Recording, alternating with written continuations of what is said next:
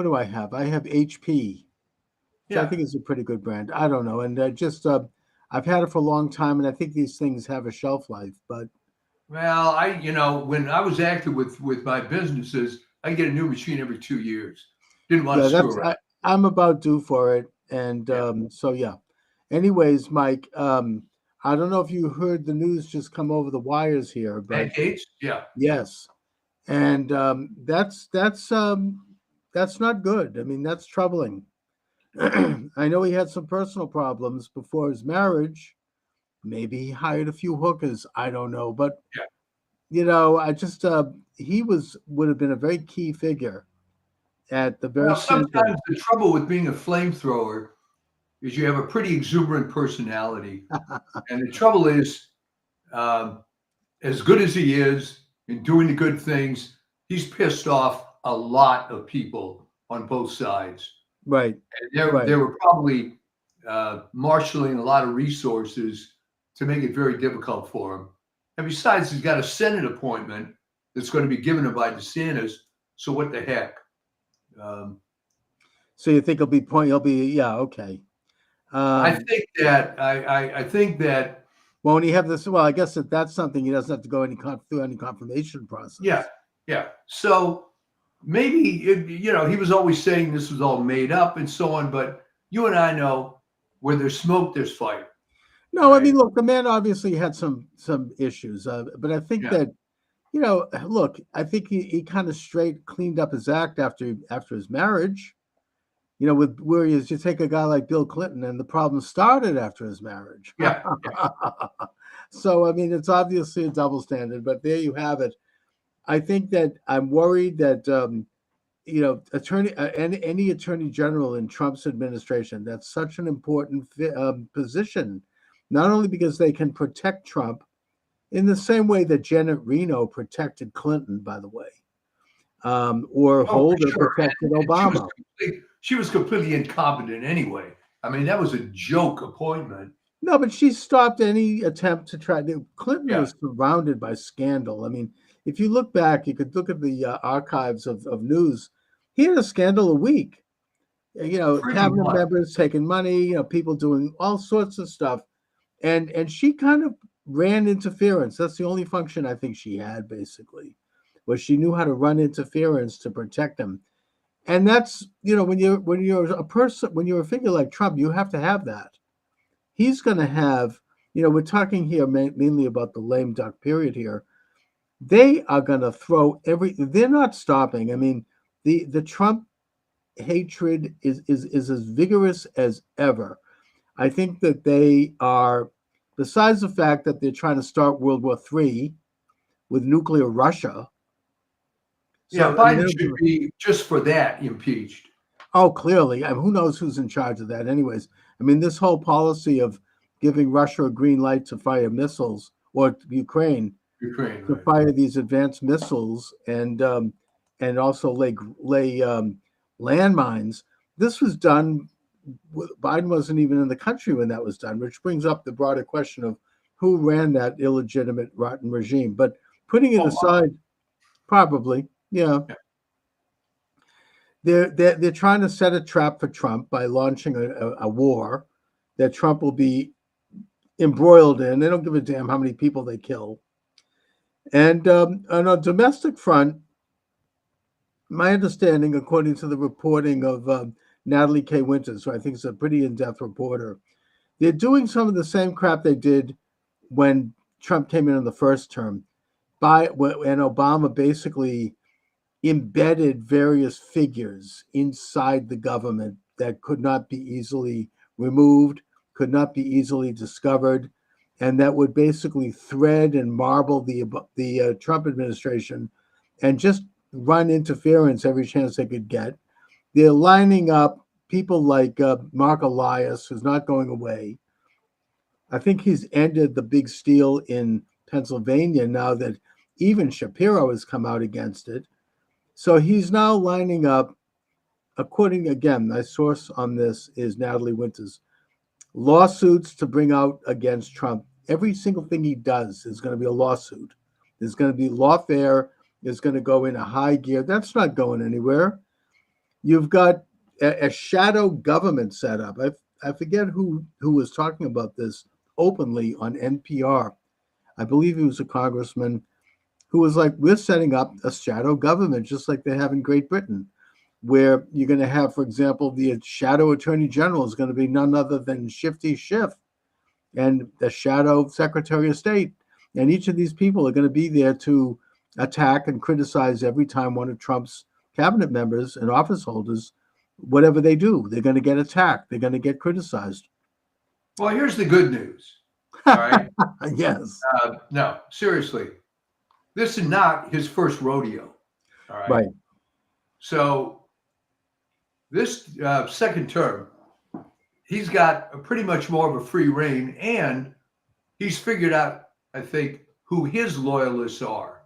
So this may sound threatening and so on with all the stuff they're doing, but you got to look at the other side of it. This is all they've got. They're destroyed. And I believe that Democrats are going to be out of power for a long time. And I'll tell you why. They haven't figured it out. You keep doing this crap. You keep, and I wrote about it. I think it's a good example. There's Alan Lichtman, idiot. Oh my God! I had him on my show, and he basically hung up and left after he's a little prima donna. Oh, I mean, he basically said that Trump has to be impeached because of his war on women. I'm like, hello, where in the Constitution? Yeah. I mean, this is absurd. You know? So, but what I was getting at by that is that, and there's a point to this. All right, in the article, I talk about his quote 13 keys. Oh yeah, well, right. The problem is that if he had followed his own model, he would have predicted Trump would win. If you take his 13 keys, it's incontrovertible that Harris was going to lose. So his head was so far up his ass, so to speak, that he couldn't even use his own model correctly. And by the way, that also applies to this primary model guy who's used this to predict supposedly every election since 1912. Well, here's the problem. There wasn't a legit primary candidate on the Democrats this year. Whoops. So that all fell apart. Well, the whole thing is... The other one, the primary was Biden, but he didn't run. Okay. So I think that let him double down and triple down and bring out all these weapons, but they're going to lose. They're going to keep losing because what they're doing is they're simply denying the fact that the FDR model of winning elections doesn't work anymore. All right. They don't I think that Nate Silver kind of got a wind of that, and he changed his tune and came out and acknowledged that Trump was going to win. But they're going to try to do all this crap. You're right. I mean, it's the same old playbook. It doesn't work for them any longer. They haven't learned anything. They're so mired in this really demented and irrational hatred. Either that or they're... And it gets more and more irrational by the day. And you got people on the inside, people like George Soros and his son Alex, who have announced, oh, heaven forbid, they said, don't break bread with any Trump supporters. Don't meet them. Don't talk to them. I missed a chance to go to lunch with Alex Soros. Oh, well. I mean, first of all, I don't think any self-respecting Trump supporter wouldn't want to be seen having lunch with him. Your career would be up the river. But putting that aside, I mean, they obviously haven't learned any. It's the same old bit of stuff. I'm seeing it still. I mean, they're just it's like they're locked into some kind of and their brains are locked into some kind of an iron cage. And it's very sad. I think we talked about this before. And the shorthand I use for it is the model UN mentality, which may be lost on some people.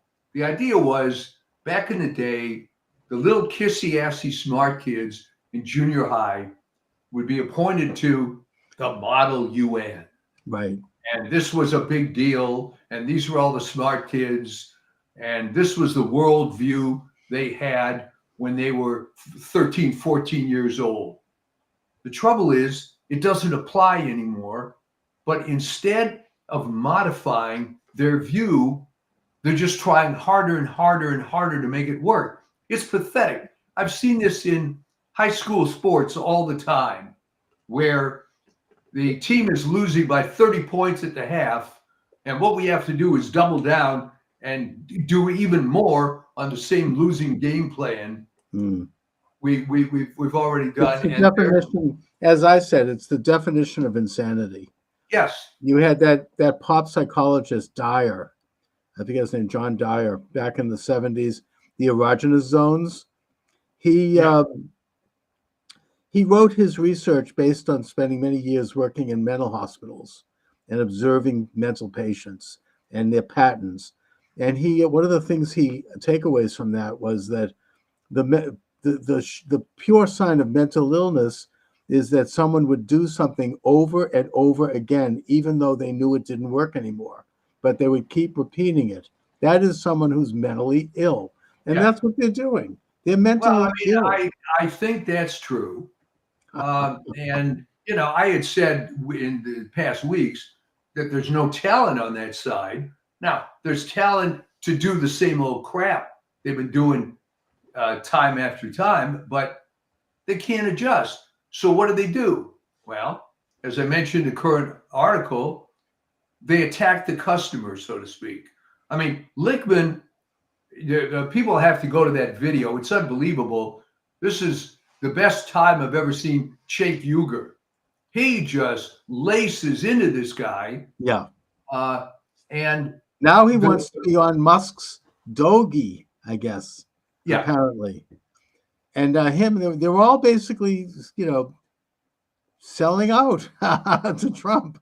You've got yeah, Joe and Mika, Morning Mika, meeting Trump. I don't know why Trump even gave them the time of day, but putting that aside. well, showing that he's gracious and all that. Yeah, I mean, they're off to Mar-a-Lago. Now they're on the verge of being fired. MSNBC is considering changing its name. All these What? leftist media outlets are going down the tubes. I think that, but and look, I feel elated. I want to celebrate. I want to relish the moment. But at the same time, this war ain't over. Oh It's no, just starting. I mean, Obama laid some very ugly traps for Trump as he left the door, including the Steele dossier and all of that stuff. That all was. This is a matter of public record. I mean, that was devised in the Oval Office with Obama, and Biden was there also, and they all basically put this thing together. yeah. I don't know if they can pull something like that off again, but I think that I Trump. I don't think so because they don't have the advantage that Obama had. Okay, Right. remember he was the golden child, and um, as an aside, he could have done a lot of good. Instead, he No, chose to do evil. And it was I'm a telling wasted you, opportunity. history is not going to be kind to that guy. And by the way, speaking of Obama, I don't know if you heard this, but Obama wanted to appoint RFK to Health and Human Services, and the drug companies called him and said no.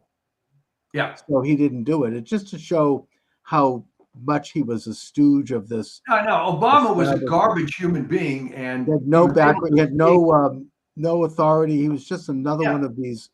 As bad as they all were. Biden, the Bushes, Clinton. They've all been bad since Reagan. Since Reagan was shot, it's all been bad. I This. would I agree. mean, I think that's of course why they despise and fear Trump. And I think that this time around, Trump isn't going to he's not going to step into another Steele dossier thing. Yeah. He does need to get a strong attorney general, though. I don't know who it'll be. And I hope it's someone that maybe Matt Gaetz could be brought in as an advisor, to That's a good idea. whoever, right? Let Gaetz be the kind of informal attorney general if he can't Well, what do you actually. think a Street Fighter type like a Peter Navarro? I don't know if he has a legal Oh, background. I think he's great. Yeah. Well, I put Steve Bannon in there. Yeah. Well, first of all, I don't think he's a lawyer. So, yeah, I Yeah. think a attorney general has to be a lawyer. Pretty much. Maybe, if Trump can get the recess appointment, he could still put Matt Gaetz in there. Yeah, Well, I think the trouble with that is that would just be a flashpoint forever and well, yeah, I ever. mean, unfortunately, they've got so many things on him that it's a big distraction. It's too bad, but Well, that's where we one are. way, and maybe I'm glad that Trump chose not to go this route. Uh, I was kind of relishing a real street fight in that, okay, bring it on Hmm. against Ed Gates or whoever. And believe me, there's no shortage of dirt on the other side. Well, They when could have they got talked about releasing the ethics report, I think that Marjorie Taylor Greene made the very good point. She said, fine, release all the ethics reports, yeah, right, on all sides, both parties. They have an immunity fund in Congress that they basically use to pay off people who are making accusations. And it's been used, I think, many dozens of times. Let it yeah. all come out. If they want to have it come out, fine. Let's have it. So, but the point is that maybe that's why he's stepping Well, the aside. trouble is, that sounds fun, but it's kind of a distraction from getting stuff done.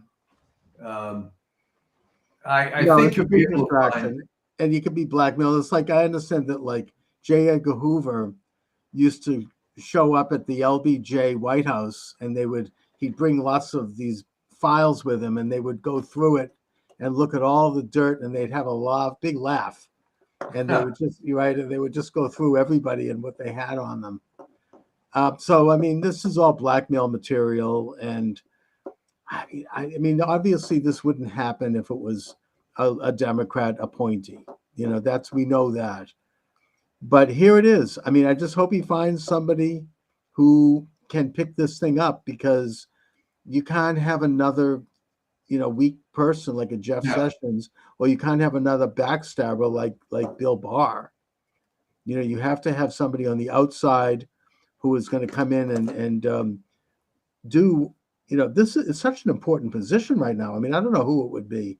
Peter Navarro would be fine.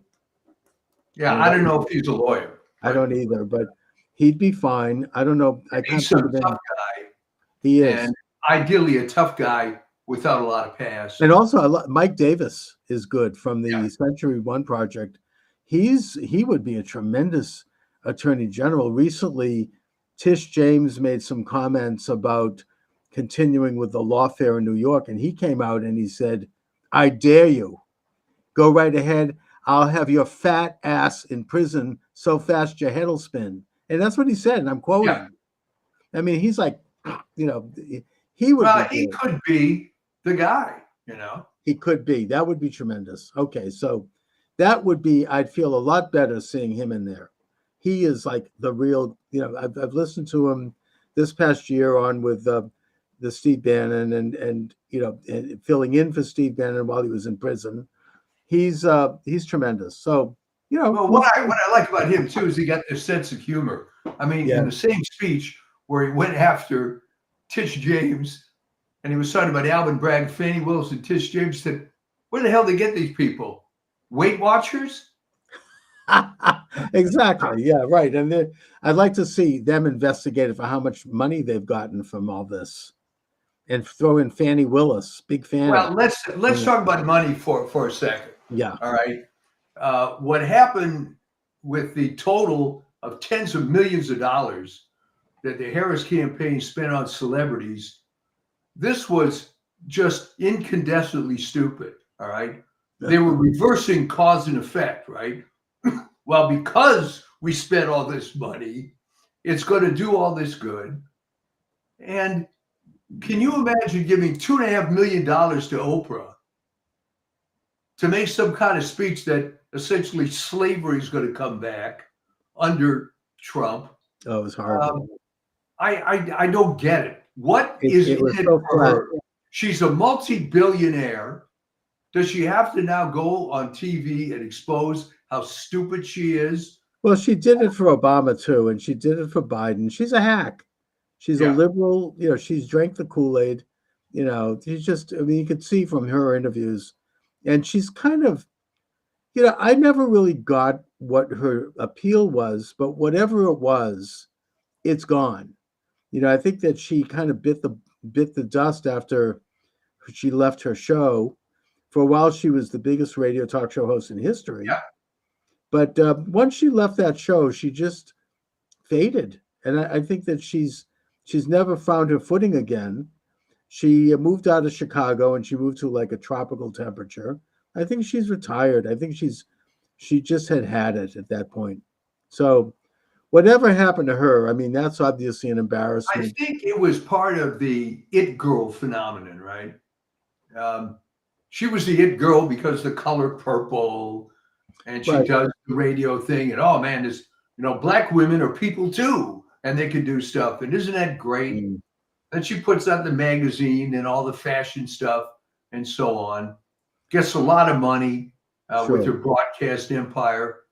But then, as with all these it girls, Clara Bow being the original one, people start thinking about, wait a minute, why is she the it girl? What's behind all this? And then the facade sort of falls apart. And unfortunately, in the case of Clara Bow, went kind of negative. But Yeah. Oprah had enough money that she was able to withstand it. She doesn't need this anymore. Although she did take the $2.5 million from Yes, I know. Harry. Really, what the hell? I mean, she's one of the richest women in America. This is so important to me that I'm going to charge you $2.5 million. Yeah. I mean, and obviously Harris has gone down in complete disgrace. I mean, imagine spending over $1 billion of contributions and money sent in by people, for her campaign, on giving like 10 million to Beyonce and who else? Nobody knows where that's just typical of a Democrat liberal. The money disappears into some gigantic vacuum. It's like Black Lives Matter. Everybody probably is building mansions. They're all like, cashing in billions of dollars disappearing. And she then leaves the campaign $20 million in debt. I mean, can you imagine what a disaster that would have been? I mean, Trump kind of had a great troll in that he said, "Hey, I have a surplus. I'll offer to pay off the campaign debt for her." But meanwhile, I heard Bill O'Reilly say that in response to your speculation about what will happen to her, he said, she'll do some shows. She'll be on TV. Maybe she'll fill in, co-host The View for a while. But when Newsom leaves California, she's going to run for governor because apparently there was a poll done and she had 70% approval among Democrats, which means she's a shoo-in. So she'll become governor of California, as awful as that sounds. Well, we've had so many awful governors in California that. How does California put it? I mean, is it just a stolen election there? I mean, I know that when Hillary got that huge popular vote in 2016, there was a lot of evidence of fraud. There was a lot of like kind of street activity of signing up illegal aliens in Los Angeles, and you've talked about what happened to battling Bob Dornan, and I mean, I guess Dornan, Chuck, was the beginning. Yes, and I think it was a trial balloon for the fraudsters, all right? Because they could have stopped that, nipped it in the bud, but they didn't. Mm-hmm. So the Republican Party of California, it's 100% their fault for letting it go. And if you think about it, from a strategic point of view, what a great test case, right? You take a popular congressman, I think he was in for 4 terms. Right. Loretta Sanchez, who, by the way, that wasn't the name she used until the campaign. Right. It's like she's as phony as Kamala. Yeah, it was some Anglo name I don't remember. She became black. But she suddenly became Sanchez, which was her maiden name that she never used professionally. And there was clear evidence of illegals voting. Yes. There was also clear evidence, unfortunately, of complicit Catholic churches allowing her to speak, and you don't do that. All right. No, why were they cozying up to this? Because it started even before then. There was this sort of left-wing liberation theology thing that was going through the church. Yeah. Unfortunately, the Pope you have now is part of that. Right. So this allowed the massive corrupt infrastructure to start. Okay. There was always an active Democrat Party in California.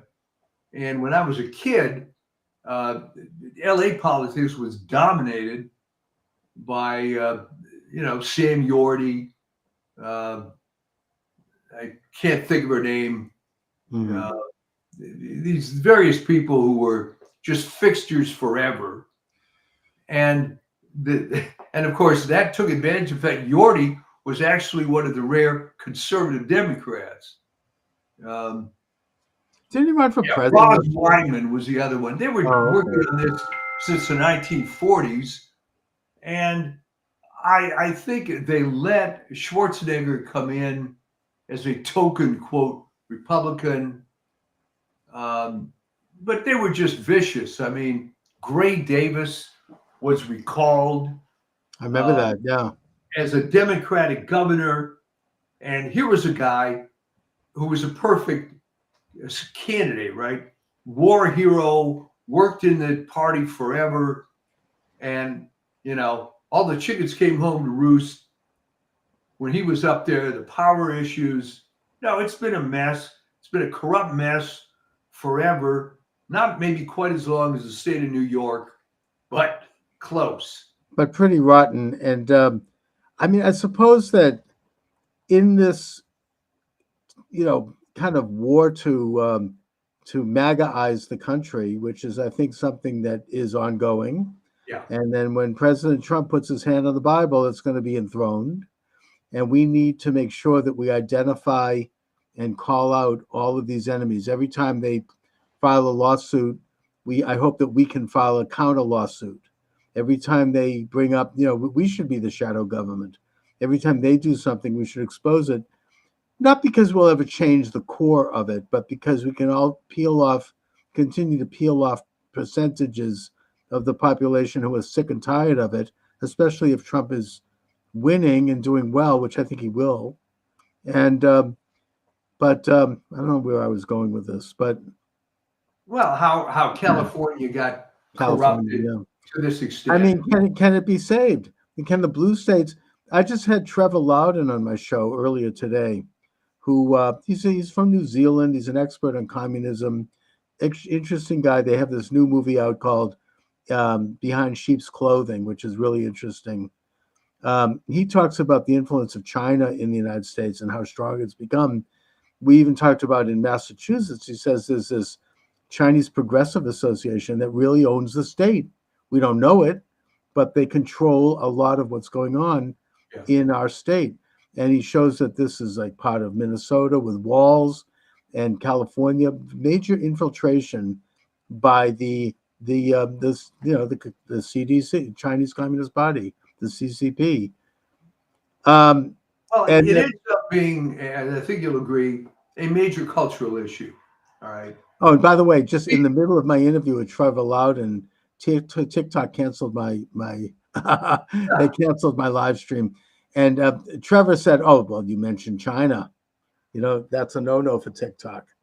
Yeah. I think that happens, and the cultural problem is this. All right.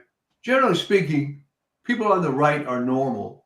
They have families, they have careers, they have things that they truly care about. Yes. People on the left are freaking animals. All right. They don't care about family. They don't care about anything other than politics. It's almost like everybody, in a sense, is Ethel Rosenberg. And, you just have to look at it that way. So that's all they do. It's for the great cause. And the people on the right just aren't wired that way. Okay. So we're always going to have a disadvantage because you're up against these psychotic zealots. But their fatal flaw is their platform and their programs are terrible, and they don't know how to get to normal people. Now, the question that you and I have been struggling with whatever happened? How did suburban white women become so deluded? I wish I Well, knew. that is the core. I mean, I don't know what exactly. I know what you mean. I know this personally. I mean, it's like what is it? Abortion? I mean, I don't know. It's there's just something going on there in the water. Suburban white women used to be conservative. They used to be the backbone of conservatism. I don't know what's happened. I mean, it's there's been like there's something manipulating going on. I don't know. Well, I mean, my friend, the late Vin Lewis, um, said it ended up being sort of pure hatred, right? They're raised with feminism, but then they get trapped into having families and kids, and all that would have been avoided if they'd only had aborted everybody. So they're walking around with this huge chip on their Yeah, but shoulder. aren't they happy to have a family with kids? I mean, don't they love their According to husbands and their Ben, a children? lot of them aren't. A lot of them aren't. That they felt they were thrown and shoehorned into that role. They hate their They lives. resent it. Yeah, Yeah. I know women like that. And They always feel like somehow they gave up, they sacrificed their well, and again, wonderful it goes life. back, unfortunately, to this Model UN thing. You know, when you were Yeah, a bright college student at age 19 and they filled your head with all this feminist BS and you thought that was the gospel, then you come into real life and find that no, it doesn't work that way, which comes back to maybe my all-time favorite cliche is real life more like high school or college. All right. hmm And the people that thought real life is more like college are pretty damn unhappy as they grow older. right. No, it's true. And the colleges, of course, speaking as I mean, I'm continuing with my own college studies with Arizona State, and it's real left stuff. I mean, it's really Yeah, like, I mean, I keep notes, and I'm actually going to totally probably, surprised, right? Okay. yeah, I mean, I'm going to publish a book using all the information I'm getting. But it's become I mean, this is what I mean. Trevor Loudon talked about this in my interview with him. I mean, they control the high ground, the culture. They Yeah. control the academia, media, entertainment, Hollywood, television networks, all of it. Publishers, historians are all on the left. You take a look at Wikipedia, it's all left. I mean, they've totally, Wikipedia, when it started, it was a great resource. I could get a lot of information from them in my own books and my research. It's all now been deleted. It's not. I mean, I'll give you just as if anyone wonders. Let me make a suggestion. Look up a page on Hunter Biden on Wikipedia, okay, and see what they have to say about him. That will tell you everything you need to know. It's complete bullcrap. It's complete propaganda, and they have And the removed. sad thing, if I could interrupt, is that if you pick a topic that isn't political, the material is usually fairly accurate. Right. Well, the one thing that you can still, the one redeeming quality with Wikipedia is you can still go to their footnotes and get source material, Yeah. even though they've also removed some of that. But you cannot get to a lot of the great stuff that I used to be able to get to. Yeah. The alternative history of this country, and it's all gone. It's all been deleted. I hope that one of the byproducts of this new administration is that we're going to get away from the censorship. I don't think it's going to ever be completely, but I think that we're going to move into a little bit more freedom. The real censorship started in 2018. It was before the pandemic. That's when I first had my YouTube channel taken down. And it's there are a lot of groups that are coordinating in that. Unfortunately, one of the big ones is the ADL, and they really are trying to control what we see, what we learn Let me ask you about internationally. the ADL. Okay. When was the Rubicon crossed where they Well, I think changed from they've Jewish always been a left group. I mean, from the since beginning?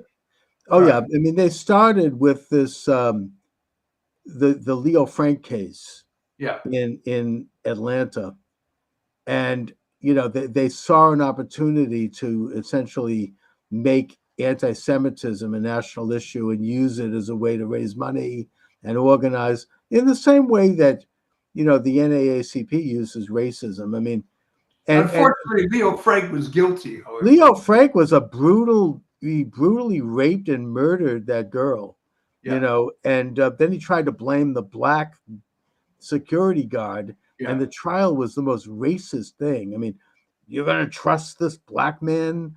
You look at him; he's completely innocent.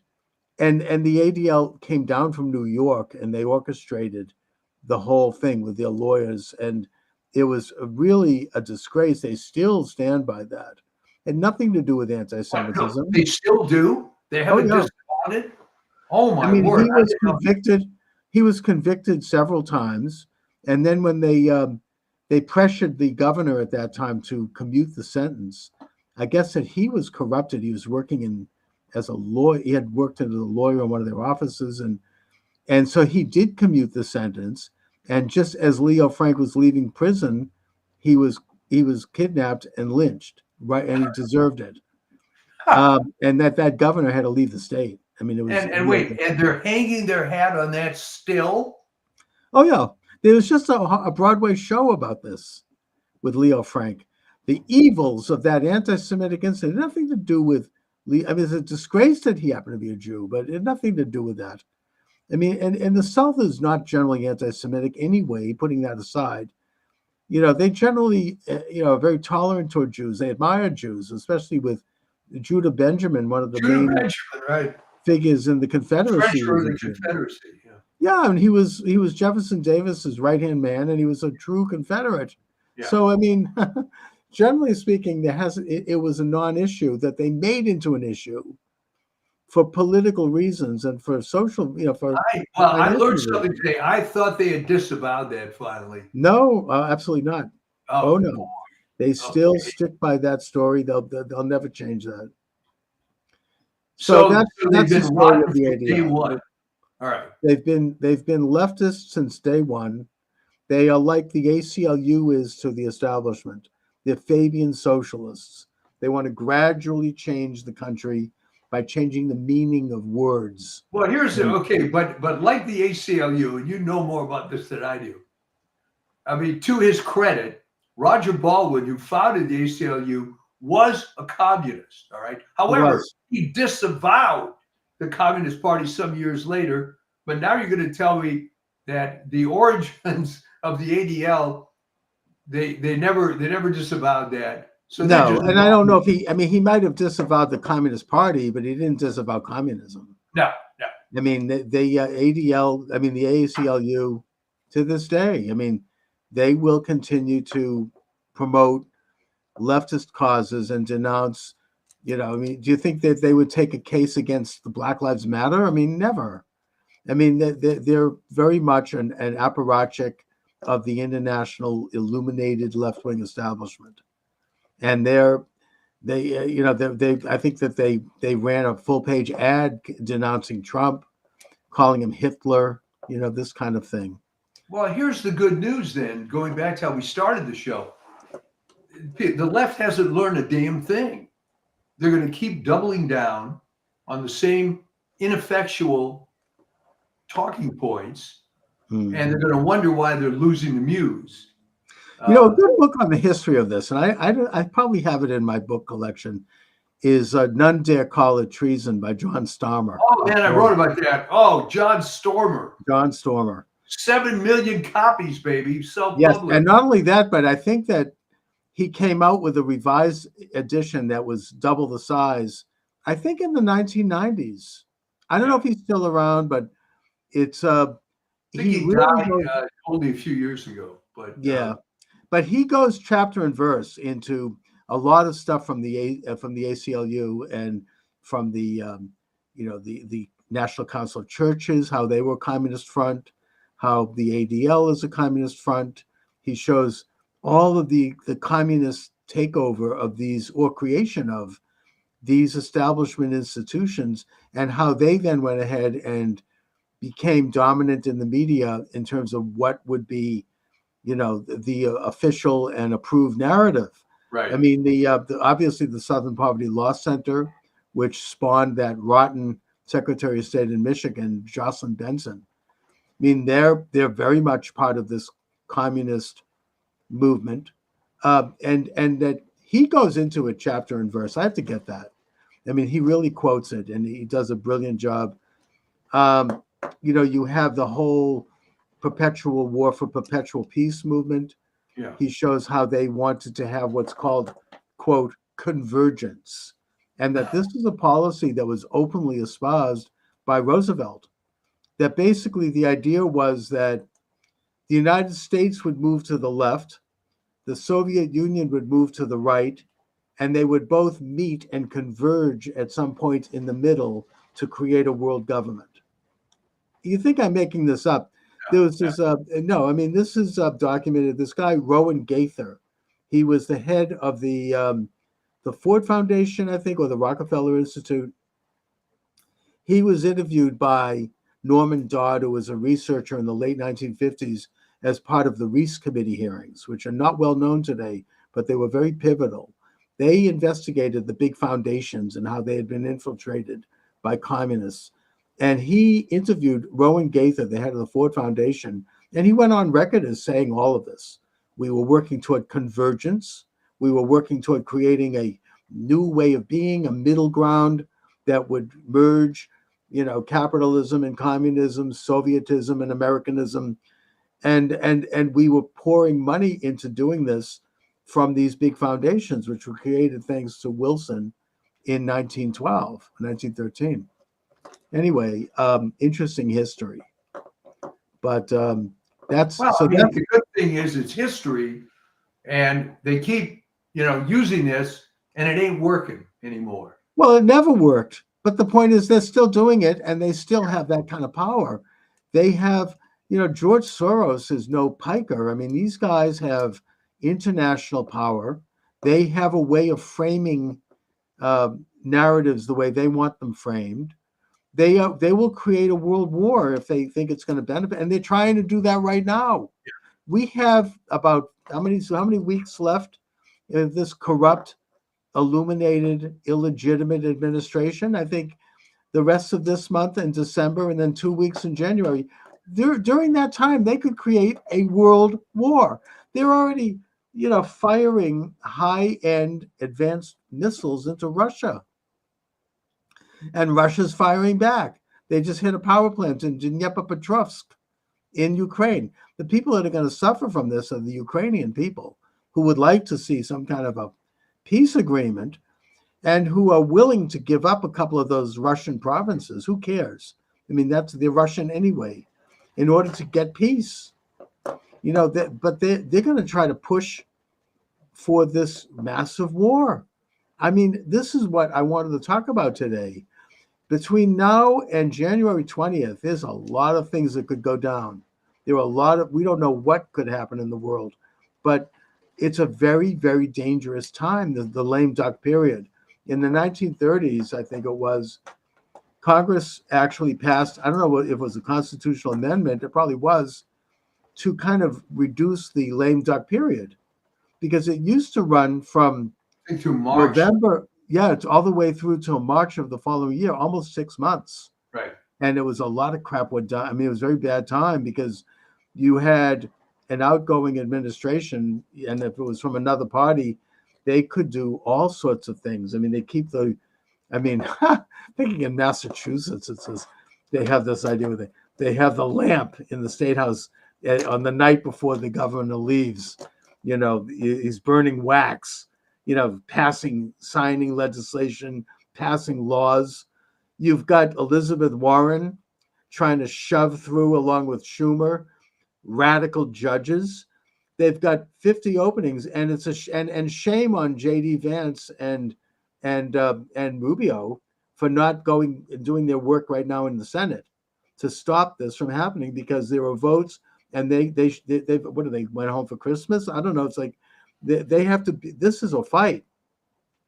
they just passed through this radical appeals court judge who had given a pass to child rapists, saying that laws against child rape are racist. I mean, this person is going to be on the bench as a fairly young man. He's going to be there for decades. And this is in the South. I think it's Alabama, Georgia, and Florida.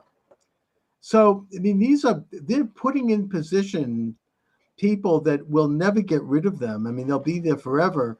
And, this is all lame duck. As Congress goes out, they're keeping the midnight oil. They're burning candles at night, signing who knows what. I mean, it happens every time there's a lame duck and there's a change of parties. And it is a very dangerous time. I mean, they like to talk about democracy. You can't get less democratic than this. I mean, this is real, insider power play where you're putting. Well, it is, and it's really pathetic because how can anybody, even on the left, support some of these horrible judges? Everybody watching this show, I'm cheering on YouTube, some of these proceedings where, first of all, most federal judges are terrible. It did not used to be the case. I'm old enough to remember I had a friend in high school whose father was a federal judge when it actually meant something. Now it tends to be people that can't get a real job or zealots. Oh, they're cheering. I mean, there's this guy on TikTok that I follow, Aaron Parnas. He's like Harry Sisson with a brain. Yeah. He's like this twerpy little guy, white guy. He's a lawyer. He looks like he's in his early 20s. He brags about how he graduated law school when he was 21. And he just keeps going on almost every day. He does a TikTok, talking about how wonderful it is that these elections are still being challenged and they're still counting. And we're going to beat, McCormick in Pennsylvania. And I mean, it's ridiculous. And he's like bragging about all the judges that are being put on the bench. He's happy about that. He's got this smirk that he really needs to wipe off of his face. It's just disgusting. But it's that mindset. It's just amoral, little, party hacks. They don't care. They just want the power. They don't care. Maybe they will if they get involved with the system. I had the misfortune many years ago being involved in a large federal case. And I can't begin to describe how incompetent the federal judiciary is. This guy was falling asleep during the proceedings. He was a damn drunk. It was outrageous. Yeah. And they have real power. I mean, they can. Oh, yeah. They can ruin a person's life. They can change the course of the country's direction. I mean, I think, and Elizabeth Warren, of course, is all, she's working, 18 hours a day trying to get these people jammed through in these last miserable weeks. Who knows what else they're doing? It was just a numbers game because even Warren would admit that some of these people are just total scumbags. Oh, she doesn't care. They don't care. Yeah, they don't care. They want to have their seat warmers. They're going to do, I mean, you see them being interviewed by people like Senator John Kennedy. He's hilarious. And he just asks them basic questions about, are you familiar with, the Clark versus so-and-so? No, they never heard of it. I mean, these people are dumb as bricks in some cases. Yeah. But think about it, Chuck.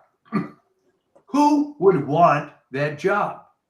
All right. If you're a halfway decent lawyer, you're going to make 3 to 4 times what is paid there. They want power. They want to have power. Change the world for communism. I don't know, make a more collectivized world. These people they have that glassy-eyed look on their face. You could tell with that smirk. It's like Rachel Maddow on Speed. They just, of course, she's getting $6 million a show, but putting that aside, I mean, they want power. It's a very powerful position. It's these people who have like low egos and low self-esteem, they feel important. And in a way, they are important in a position like that. They can change lives. Yeah, I They mean, can in change. fairness, there is a small number of people that seem to really want to be on the bench to do some good. I mean, Right. I knew a guy who was a really, really good litigator with a big firm in LA and making serious money. But he got the call from whoever the president was at the time. Yeah. Yeah, we want you under the. And talk about taking a pay cut. Good God, you know. But I guess he was a true believer. The guy was, not necessarily liberal, Right. but this was some sort of brass ring. I truly don't know why. No, Because I think that judiciary, most yeah, of them are good. I mean, in Massachusetts, the federal bench is very good, and even though many of them are liberal leaning, they're pretty good. I mean, they are committed. They're hardworking. They do want to try to be fair.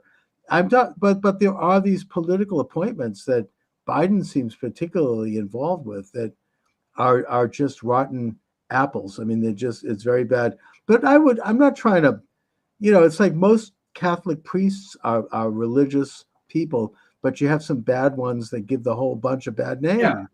yeah. I think the same thing is true with the judiciary. Most of them are good. I do think that they are well-meaning and hardworking, and they do their job. But you do have the what I'm talking about here particularly is these really rotten Biden appointees are just bad news. I mean, they're just being shoved onto the bench, and they serve the purpose of basically siloing power as Trump goes in. And then, of course, you have others on the bench who are now not going to leave. They won't retire because they don't want to have Trump have an opening.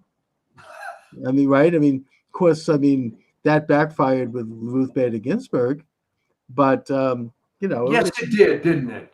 yeah. And I think Obama actually asked her to step aside, and she said, nope, I'm going to live forever. I'm not going anywhere.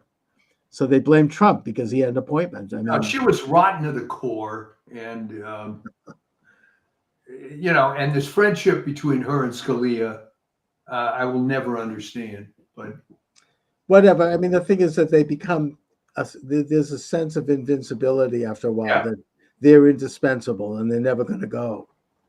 And but here we are, Mike, in these final miserable, decrepit days of this rotten, illuminated regime, this illegitimate regime. I just I don't know what they're gonna. They're kind of dismoored of any responsibility. They can pretty much now show their cards and do whatever they want to try to perpetrate their power. I think they're still in denial in a way that they have been beaten and that they are going to go. Donald J. Trump, assuming they don't, something drastic doesn't happen, God forbid, he's going to put his hand on the Bible on January 20th, and he's going to be president. And it's going to be a great day because he's going to go in there and he's going to kick ass. And he has a lot of things that are going to happen. I do believe that, assuming he gets there. And they don't really, they're trying to figure out these sort of sneaky, miserable, end runs around that. And I mean, again, I mean, Obama tried to do it, and it was bad. But I don't think they're going to pull that crap off again, because Trump, isn't going to be fooled this time. no. I just hope that we don't have. I hope we don't have nuclear missiles hitting Boston anytime soon. That's all. I mean, who knows what they're going to do? Well, what about well, not your mayor, because I don't think you're directly living in Boston, but I do live in Boston. oh, all right. Oh yeah, Michelle Wu saying she's not going to cooperate. yeah. That's what they're. I mean, look, you've got Pritzker in Illinois. You've got. I mean, they're all saying this. Yeah, well, they're talking big, but when And one of in a them, way, there's actually a silver lining to all of it, because what they're doing is they're asserting states' rights. yeah, Right? That's good. Even if they're left-wing states, it's states should I mean, they were, they're complaining about that with Roe versus Wade. They want the federal government to come in and mandate abortions. But at the same time, hypocritically, they're all about states' rights when it comes to Trump. I say that, if they want to go that route, that does set positive precedent. It is a reinvigoration of the Ninth and 10th Amendments. They do have a state right in many areas. They don't I have to don't know that cooperate. they have a state right in immigration, though. No, they don't. But they don't have to cooperate. And Homan has said as much. He goes, if they don't want to cooperate, that's fine, but they better step out of the way with regard to a federal prerogative, which is immigration, especially when you're dealing with crime. And that they're talking about a lot of, they're going to put people in jail and they're going to separate families and put people in cages. No, that's not what's going to happen. They're going to, Trump in the first year is going to focus on criminals, on drug dealers, on drug traffickers, on sex traffickers, on people that are bad, violent people, all the, not the best, as Trump likes to say, and deport all of them. Good. And also, he's going to cut, as I said, I think I said earlier, they're going to cut off their money, which is going to save the taxpayers billions, and which is going to result in a self-deportation. If they don't have any more money, they won't stay. Yeah. Now, if some of them want to get jobs and be gainfully employed and not be criminals, I don't think that Trump's going to go after them. Maybe eventually it's going to be wonderful to go after the criminal element, right, and look into all the corruption involved with putting these people up in hotels and whatnot. That's right, and that's exactly what's happening in Massachusetts, and in other states. I mean, the state is going broke, putting people up in fancy hotels. They have this meal plan. They get $75 a day. I mean, and the state's hired a caterer to feed them all. I mean, the state is going broke. There's no logic to that. What are we supposed to get out of that? Meanwhile, so I think that once you cut that off, they're gonna leave, and we're gonna have millions of people. Well, what it is virtue signaling with somebody else's money. Yeah, but why is this a virtue? What's virtuous about bringing people in? I hate to go back. I mentioned the third time. It's this Model UN thing. You see, we have to do right by these people, and to take the old term from Rudyard Kipling, white man's burden, right? And, I thought that there was a hilarious YouTuber. I don't know who he was, but he went to, during the campaign, he was knocking on the doors of people with Harris Waltz signs. Oh yeah, I saw some. Hey, we have an illegal alien here. There's some guy would come out of the van. He wants to move. He wants to live with you. Will you take him in? It's like, so I mean, to a man they said no. Of course. What do you mean? I can't. I have children at home. I can't do that. No, you'll send them all. It's like what DeSantis did with Martha's Vineyard that time. Martha's Vineyard. It was hilarious. Martha's Vineyard deported them. They hired 150 National Guardsmen came to the island. They put them on a bus and they deported them, sent them to a camp, I might add, at Otis Air Force Base in the Cape. That's what the liberals did when it came to actually dealing with illegal aliens instead of sending them to the red states. Anyway, it's going to be very interesting to watch. Oh, absolutely. I mean, it's, they're going to complain, but the point is that the American people voted for Trump, and it was a mandate. And that, you want to talk democratic principles. That's what we have. Democracy. We have democratic principles. They're complaining, well, Trump is going to get rid of agencies and he's going to fire all these people. Guess what? That's what every administration is supposed to do. Every administration actually has done degrees of this when they take office, because that's why we have elections. Why bother if you're going to just keep people in there forever? Why, that's a dictatorship. It's an oligarchy. Why bother having an election, really? Yes. Well, why was it okay for Roosevelt to create all these agencies, but someone can't come back in and either consolidate them or eliminate them. Or get You know? rid of them. And that's exactly what I think Trump's going to do, starting with the Department of Education. You know, you get rid of about 80% of it, and maybe the rest of it can be absorbed by another department, the little piece, the tiny piece that they do that's actually of any worth. But you get rid of all of these federal agencies. And I think that with Musk and Vivek Ramaswamy, that's exactly what Ramaswamy just gave an interview where he said, yeah, we're going to consolidate agencies, get rid of them in some cases. We're going to pare them down. That's what Musk did at Twitter, and it worked beautifully. That's what's going to happen. And I say hallelujah. I never thought I'd see the day. I remember the late Sam Blumenfeld back in the Birch Society. They've been talking about this for a generation, and you never thought it would happen. Well, it is happening. And they can, and as Steve Bannon would say, they can suck on it if they don't like it. He's on fire. You got to listen to him. I don't miss a show. Oh, he is. Since he got out of prison, he is like kicking. I mean, he's like amazing. I mean, he's great. I mean, I'd love to see Trump give him an appointment. He's tremendous. Although I'd like to see him stay at the War Room. I mean, he's doing he's got millions of followers. It's huge. Yeah. I mean, he's doing gangbusters over there. Yeah, so he said this, but go to prison really helped his game. I think. Oh, he didn't. He just came out. He's better than ever. He didn't miss a beat. I mean, he's roaring, and I just think that he should continue right where he is, where he's really playing a big role, in a way very similar to the role Rush Limbaugh played, except, he's taken the glove. Rush Limbaugh, in a way, kept the kind of. He was Yeah, I mean, he didn't go too far outside of certain lanes because he knew that they could pull the plug on him. But I think that with the internet, with Bannon, he doesn't care. He was already thrown off of Facebook and Twitter years ago. It didn't matter. He just keeps moving along. He's got his own network. He's consolidated it. I mean, to my way of thinking, they can't do to him what they could have done to Rush, just because of technology now being what it is. And so, yeah, I mean, I think that he should continue on doing exactly what he's doing.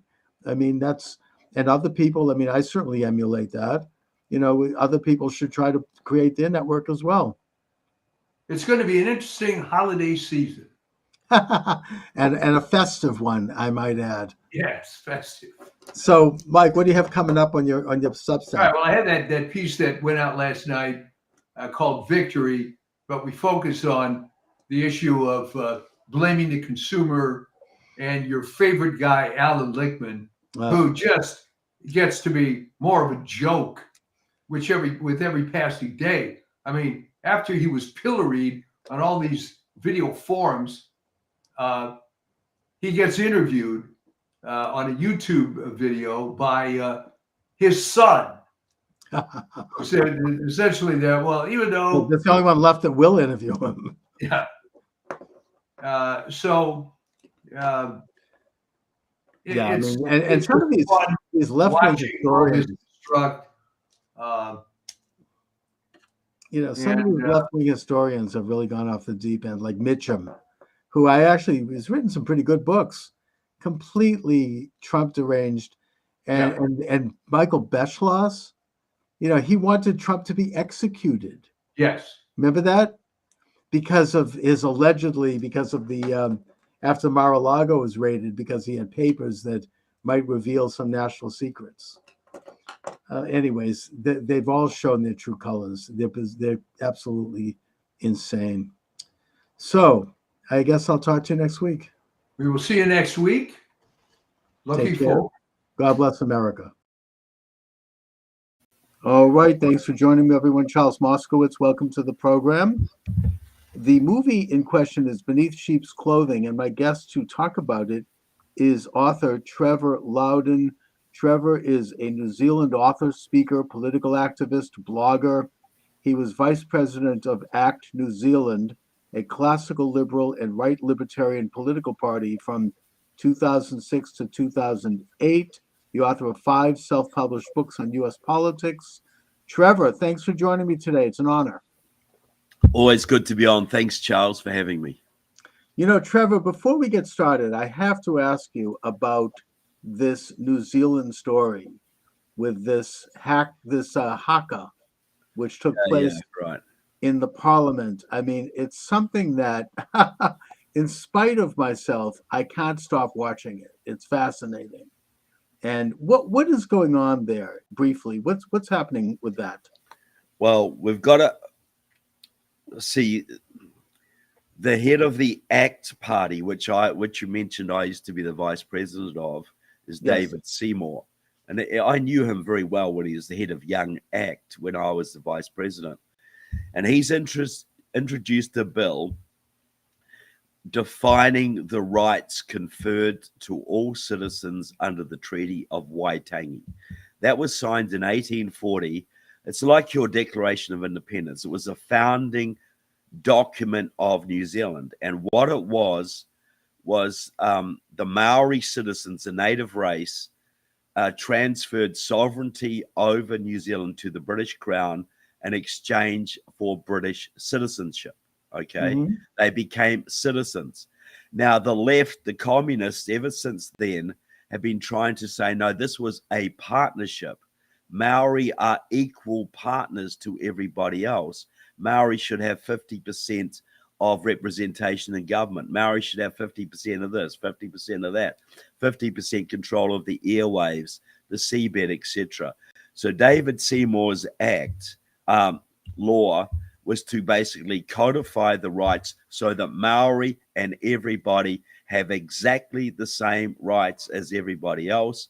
Nobody has special rights, which I 100% concur with. That's the principles that America is founded on. But the left spins this as though this is a horrible bill taking away the rights of people. No, it's not. It's stopping communists. The Maori Party is a communist party, effectively. It is stopping communists getting leverage over all of New Zealand society, way out of proportion to their numbers. So that's what it is. It's a complete scam.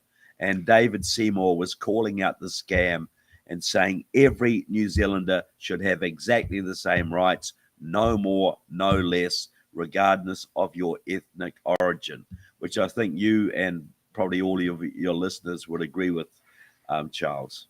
Of course, and the bill doesn't take any rights away from the Maori. It just simply recognizes that all citizens of New Zealand are equal and that the Maori are free to organize their identity any way they choose.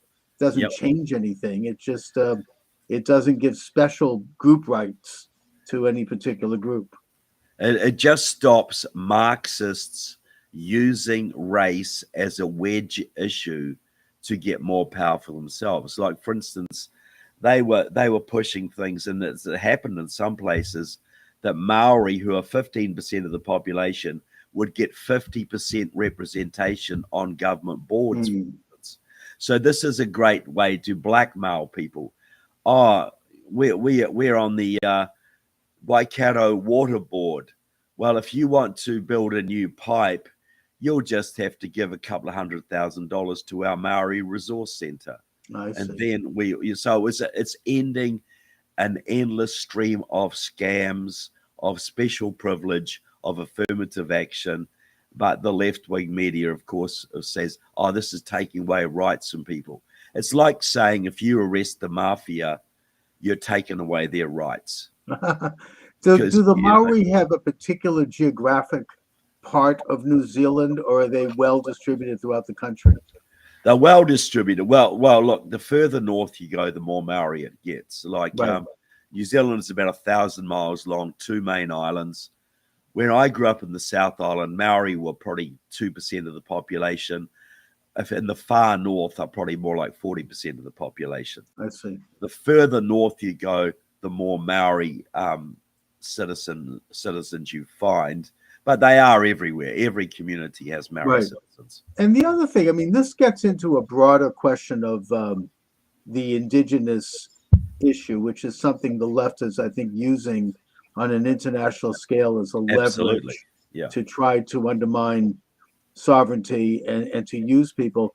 And just to go to that briefly, my understanding is that historically the Maori people and the British arrived in New Zealand roughly around the same time. It No, wasn't like they were there first, and if they were there first, it wasn't. It wasn't. We're not talking about a long period. no. The Maori arrived about 1,000 years ago from the Okay. Polynesian islands, so they were well established by the time the British came. The British established formal sovereignty in 1840, but there'd been British communities there for about 60 years before that. A lot of Massachusetts whalers were there, by the way.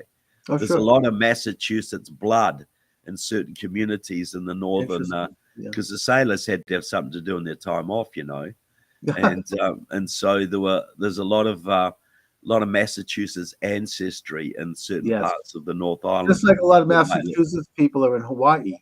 They Well, settled here.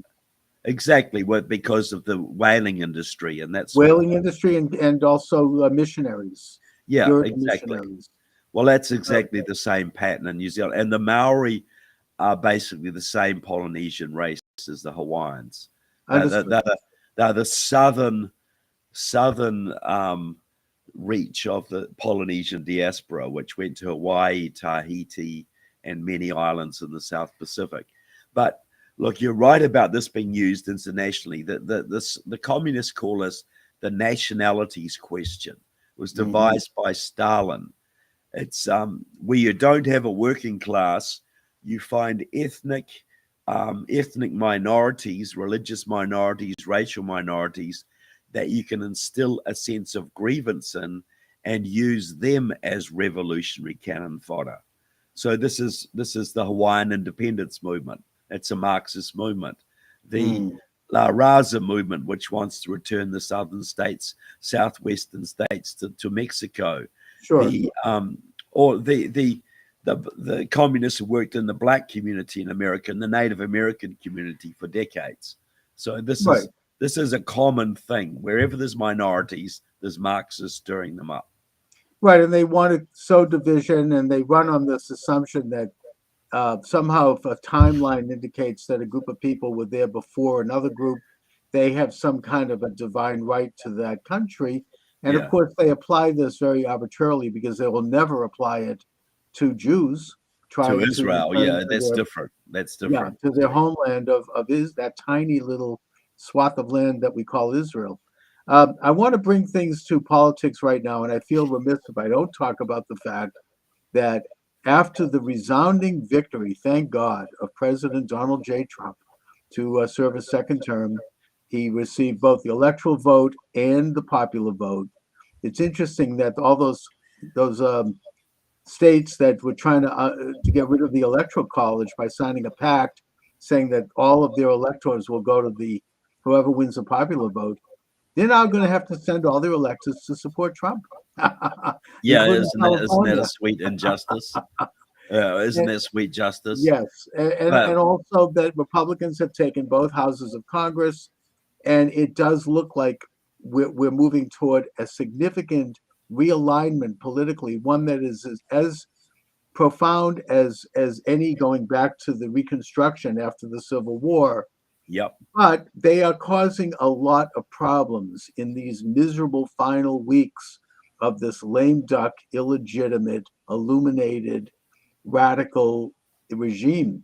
They're trying to trigger World War III in Ukraine. And I do think that that's obvious. Now you have green lights for the Ukrainians to fire advanced missiles into Russia and place landmines.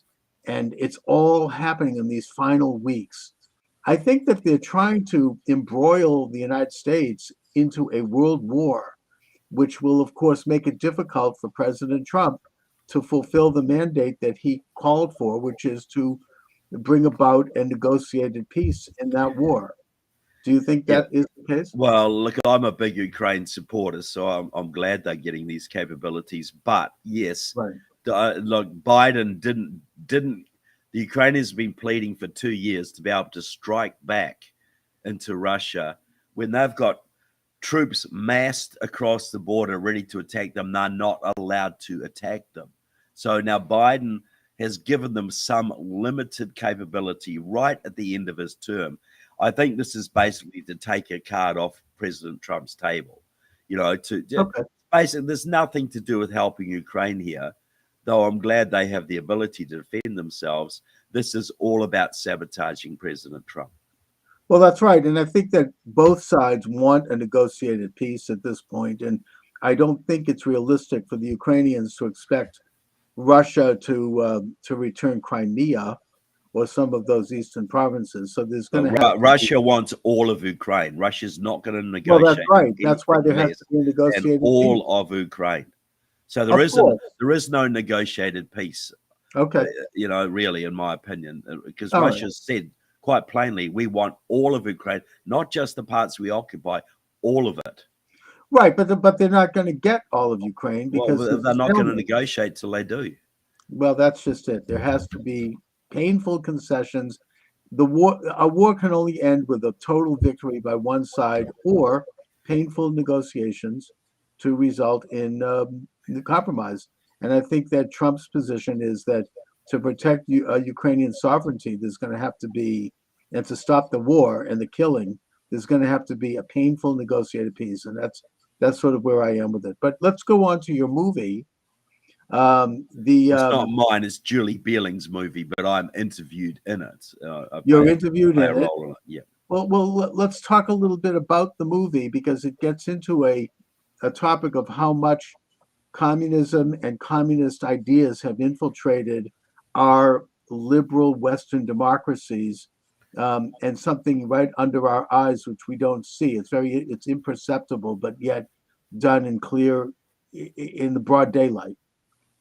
So, yeah, well, look, the movie is beneath sheep's clothing, and Julie Bieling did it. She was a missionary in Russia not long after the collapse of communism, and wrote a thesis on how the Russians suppressed, how the Soviet communists suppressed religion specifically, the techniques they used. And she found that when she got back to the States, she found that the Democrats were using exactly the same tactics against Christian churches and conservative Jews, Catholics, etc. here, even Mormons. And so what she's done the movie basically showing us how we're in a communist revolution. That's what we're in right now. Now, Donald Trump has put the brakes on that, and he's going to reverse a lot of it. But we got to understand that's what we're in. right. We're in a 70% completed communist revolution. They have our education system. They have Hollywood. They have sport. They have most of the universities. They have the Democratic Party, the unions, and they're trying to consolidate their power by winning one more time and legalizing 30 million illegal immigrants, so who will then vote Democrat religiously.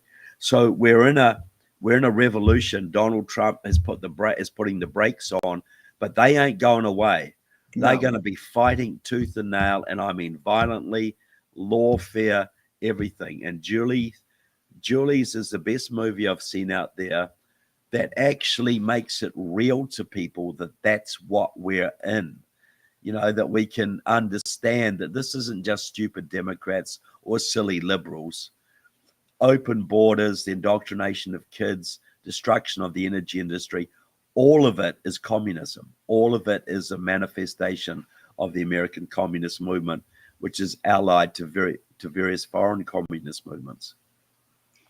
Yes, I mean, well, more philosophically, I think that Whittaker Chambers got it right in his book Witness when he noted that communism is the world's second oldest religion, and that it goes by different names at every generation, but what it is essentially rule by man, as opposed to the sovereignty of a creator of the universe, with man under God having a limited sovereignty. And that every generation has had to grapple with this idea. It really, in the modern times, was launched with the French Revolution. In the United States, it was launched, I think, or got the successful foothold with the election of Wilson in 1912, and the transfer of sovereign powers to unelected bureaucracies like the Federal Reserve and the Council on Foreign Relations and all these other groups that are shadowy and unelected and don't represent the people. President Trump has thrown a stick into the hornet's nest by basically openly calling for a return of sovereignty to the people under God and not to this clique of internationalists who want perpetual war and the erosion of sovereign borders. And for that reason, while he won, the war goes on. It's not over. In fact, this is just the beginning. They're not going to sit down and allow for a reversal of hundreds of years of setting the stage for their creation of this international beehive of where nation states become just pro forma and provinces of a world order. Yeah, look, and you now analyze it perfectly, Charles. This is ultimately satanic. You know, the natural order of things is God, man, nature.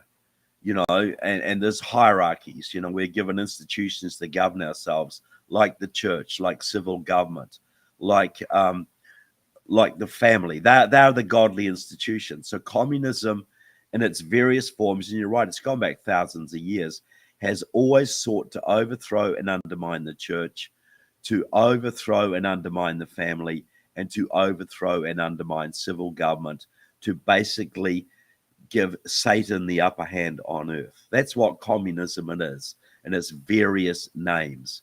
Today we call it sometimes globalism or the deep state, but it is communism, and it's heavily influenced by China, by Iran, by Cuba, by North Korea, other countries who have control over large numbers of our senators and congressmen, and have their agents working all over our communities. Like if you look at Boston, you know, there's a group there called the Chinese Progressive Association, which is a communist group, works with the Chinese Communist Party, and basically runs the Boston City Council and runs Elizabeth Warren and many of your other Congress members. So And all Michelle over Wu. America. Yeah. I mean, yeah, Massachusetts is behaving in a very strange way. I think particularly since Maura Healey and Michelle Wu were elected. Yeah. And you have this phenomena, I think, manifested in this spending, maxing out the state budget to pay for bringing illegal aliens in and putting them up in nice hotels, giving them 3 meals a day. There's no sense to it. There's no logic to it, and the There's state's no going broke over logic, it. unless it's part of a revolution. It Yeah, and doesn't now they're make covering any up sense. a pedophile scandal that involves these people. I'm not going to go into details about it because it's a story that's just emerging. But in normal times, this would be enough to force them all out of government, but it won't happen Yeah. here. They just control the levers. I mean, the Boston Globe is a huge power in this state, has been for many, many decades, and they kind of call the shots in terms of what is permissible and what isn't in the public sphere. And I'm sure Massachusetts is just a microcosm for a lot of other states, not all. We have some, they call the red states, more freedom oriented, but they still control what, the high ground of the culture, as you say. I mean, I think there Yeah. was Andrew Breitbart once said that, politics is downstream from culture, and they control the big culture, the big media, big tech, big, entertainment, Hollywood, all of it, academia. They really have, and they have worked to develop this stranglehold on it slowly over time. It's like a Fabian approach, where they Yeah. gradually weed out their opposition and install their friends and agents. That's exactly how it works. You know, how do you take over a university or a union or a church or a government? You just get a few people into key positions, secretary of a union, president of a union, chancellor of a college, head of a sociology department in a college, and they just hire their friends. They keep hiring their friends, and they get rid of any opposition. And that's in 10 years, you could take over a university or a church or a labor union. And that's what's happened. Most of our institutions in America, the unions, churches, Hollywood to a large degree, are controlled by communist sympathizers, many of them loyal to China. And one way it exhibited If you look at all the states that had the harshest lockdowns during COVID, Massachusetts being one of them, Minnesota being another, headed by Tim Walz, the Chinese communist aficionado, Indeed, yes. California, Hawaii, Oregon, all of the states that had the worst lockdowns were all the states with the most Chinese influence. Because it was designed not for public health, it was all about wrecking our economy. Because it was had nothing to do. That's a huge scandal, and they were able to shut down small, as you say, mom and pop businesses, and while leaving the big box stores open, shut down the churches, shut down the schools. Children had to get education through Zoom, which, by the way, actually turned out to backfire on them because we got to see. Yes, I agree. Most, yeah, exactly. And eventually the regime had a major setback. Thank God for the Canadian truckers who stood up and said, we're not going to go for the forced vaccines of the jab, which of course is questionable. And the whole regime collapsed. Here in Boston, Michelle Wu, our new mayor, talk about maybe communist associations. Oh, absolutely. She is very heavily tied into the communist movement. You couldn't go into a store or a restaurant unless you showed your card proving you'd had the vaccine. And that happened right when the truckers struck, and there was fear that the trucker strike would spread to the United States.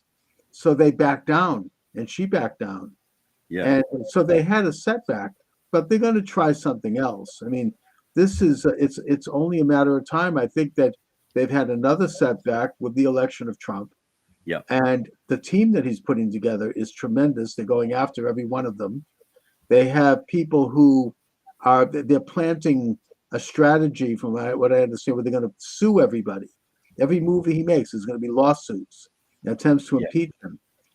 And I think that Trump has become sophisticated enough, and the people around him, that they're going to respond by countersuing.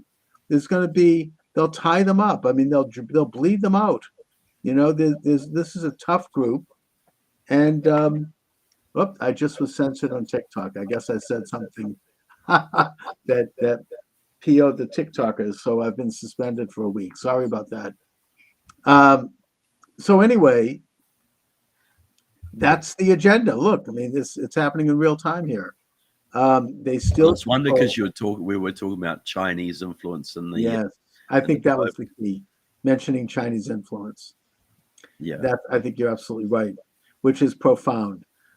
China has, basically established a censorship regime in the United States with scores of, they got the EKG thing. I mean, they got rid of that to an extent, where if you don't rate well in 3 areas: economy, environment, governance, and social consciousness, you get a lower score and you can't function as well. I mean, that's open in China, but in this country, it's a little more subtle. Yeah. But it's a gradual tightening up of control over the lives and the destinies of citizens. Well, that's right. And what people see these things, they see the open borders, they see the ESG, they see this transgender education, they see the lockdowns, they see the destruction of the US energy industry, all of these things. What they don't see is that these are all arms of the communist octopus. All of these can be linked back to China. The COVID, obviously, Black Lives Matter was a Chinese operation. Right.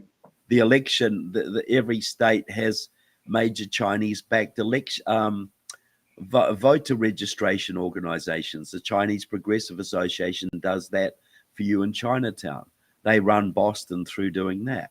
So if people understood the actual depth of Chinese penetration of every level of our society, from Congress and the Senate to Hollywood to the unions, whatever, they would be shocked beyond measure.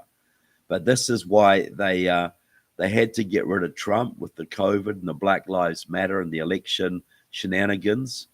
And now they're freaking out because they've overplayed their hand, and Trump is a lot smarter this time and a lot better people around him. So we're going to see a battle royal coming up over the next few years. But as the point being, Don't go to sleep. It ain't over. Mhm. Too many people went to sleep the first time Trump got elected, and they came back and they won the election and they rubbed our noses in it like little puppies in the carpet, you know. Right. And we got to understand this is Trump's a leader, but we got to all be involved in taking our country back, all of us. Yes, indeed. And we, as we said, the battle is just beginning. I mean, it's a great victory. We should bask in it and enjoy it as we enter into the festive season. But they're setting all kinds of booby traps for Trump. And I mean, even Obama did this when he set up the Steele dossier, and he put people that they call it burrowing. They burrow people into the civil service and into administrations and positions that you can't remove them. I mean, right now, in the final miserable days of this administration, Elizabeth Warren and a couple of other senators are trying to shove radical judges into place. And by the way, shame on Ted Cruz and J.D. Vance for not going into the Senate and working to stop this. They're sitting on their laurels. It's these are positions that are going to be with us for decades. And look, their own literature, I read the left literature, they're talking about the job is to entrench their word, entrench as many justices in the system as we can to hold up the Trump agenda, entrench their word. So this is a very organized, very disciplined, very focused revolutionary program that we're dealing with. Indeed, it is a color revolution. In fact, recently one of the congressmen, I forget his name, he openly stated that they're setting up a quote shadow government. They want Shifty Schiff, who basically lied for years about having proof that Putin colluded with Trump to steal the 2016 election. He's going to be set up as a shadow attorney general, and they're going to everything that whatever Trump does or any of his cabinet members, they're going to counter it. So, I mean, this is like it's subversion at its worst. And they point to the British system as an example. Well, guess what? We kicked out that system in 1776. I mean, we don't want to go back to that. No, we don't. We got a constitutional republic, which has set the country free and made the most prosperous and great country in the world. But he just mentioned Schiff. All the time he was going on about Russian collusion, he was working closely with the Committee of 100, Communist China's main influence operation in America. Mm-hmm. So he was going on about Russia, and nobody called him for his China. Deeply in bed with the Chinese Communist Party all through that time, and nobody called him on it. That's why I write my books exposing this kind of stuff. But Adam Schiff is hardcore, and he's connected to the Committee of 100, which, as I keep saying, is Communist China's main influence operation in America. But this is the thing, Elizabeth Warren is deeply tied into the Chinese Progressive Association, Communist China's main influence group in Massachusetts. So is Ed Markey. So are several of your congressmen. So is Michelle Wu. So are several other people on the city council. China controls Boston. China controls San Francisco, LA, Boston, I believe Portland, Oregon, certainly Honolulu, and many other cities around the country, the Twin Cities as well. And so we got to understand how deep this is and the battle that Trump's got on his hands, and that we have to play a role in this. What we can do is exactly what you're doing right now, Trevor, which is to identify, expose, and then oppose the nature of this conspiracy. And I use that word openly because they call it that themselves. I mean, the entire communist edifice is by nature a conspiracy. They don't operate. That's what they call themselves. Yeah. Oh, yeah. They're not operating out in the open. I mean, they're not. They are subverting institutions because they know that if they came out in the open, they would be kicked out so quickly their heads would spin. So they do it through, careful, subversive, well-studied means of changing perceptions. People that are involved in this, some of them don't even know they're involved in it. Yeah. You know, it's very, very tricky and very difficult to detect, which is why it's very important, especially now with Trump coming to power, that we get into identifying the nature of this. And by the way, your blog is called the New Zeal blog. I really recommend TrevorLoudon.com or New Zeal blog. Yeah. TrevorLoudon.com, New Zeal blog, Shining the Torch for Liberty. You get into American politics. You have your book is Stealth, Kamala Harris's Communist Roots. That was something that I think people did become aware of that one. Well, that's the book just behind me. You can see it just there. Stealth, Yes. Kamala Harris's Communist Roots. But that is not just about Kamala. That's about the movement that made her, the communist voter registration groups, the massive communist infiltration in California and other states. So yeah, I recommend that. But you know, Beneath Sheep's Clothing is a must see for everybody too. You know, Yeah. people. I mean, the reason they couldn't steal the election this time around is because the Republicans at least learned some lessons from last time, and they were able to field thousands of volunteers who worked the polling places, who sat in the counting rooms to make sure that there were more eyeballs on those absentee ballots. They couldn't do a mass mailing of absentee ballots this time around, but they couldn't pull it off. But yet they still are counting in some places. They're still trying to do rear guard actions. See, there's a group called Seed the Vote, which is run by the Chinese Progressive Association of San Francisco, which works directly with the Chinese consulate. They are running the vote curing operations around the country. That's where they send their people, and they're openly saying this is to get more seats for the Democrats. They're openly saying this. So that this Chinese operation is going around finding faulty ballots and getting them cured. But they only get them cured and admitted if they're Democrat ballots. If they think they're a Republican ballot, if the person who did it is a Republican, they're not going to cure theirs. No, so they they're get still trying to steal seats. They're still trying to steal state Senate seats and congressional seats around the country right now. This is there's still 3 seats they're counting in California. And of course, you have in Pennsylvania the attempt to steal the Senate seat.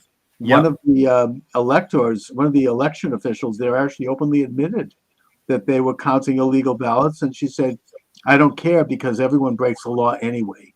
So even their communistic governor has come out, Shapiro, and has put a stop to it. It's just so obvious that they can't do it.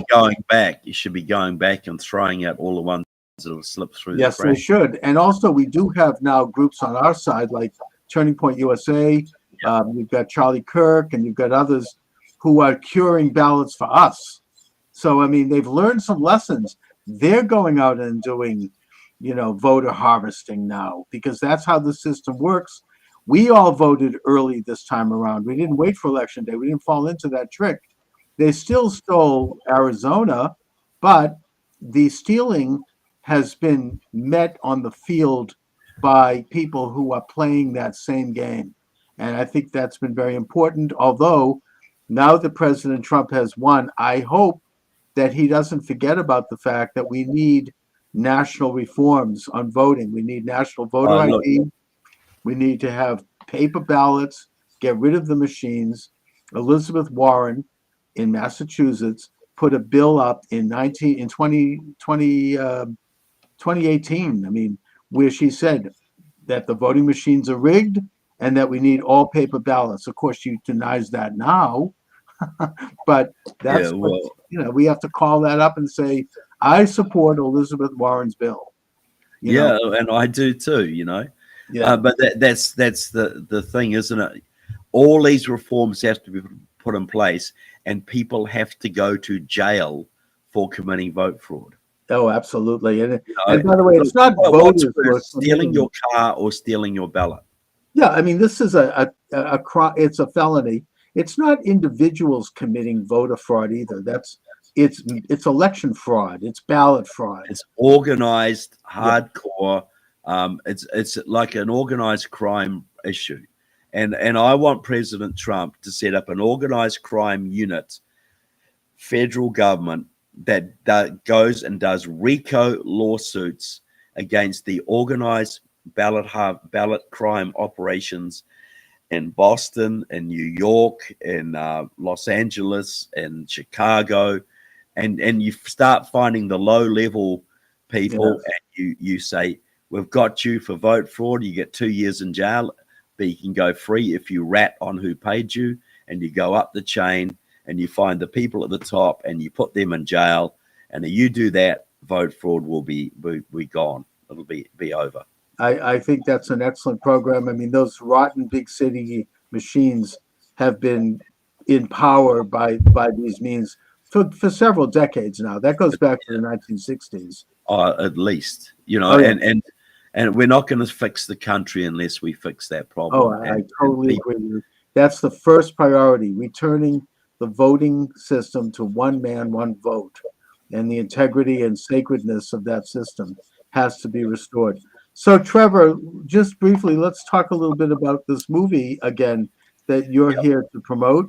What will people expect to see if they get this movie?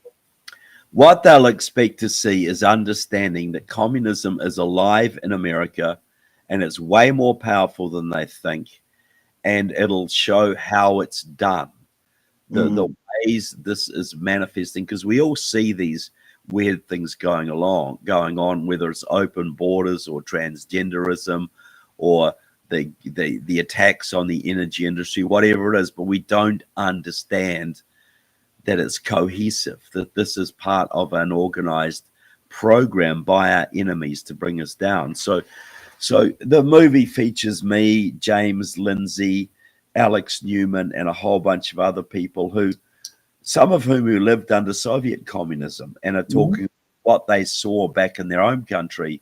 They see is exactly the same that was happening in our country until the last election, and still is happening, though now more on the defensive than it was. So look, it's a great movie. It's very, very gripping and very educational.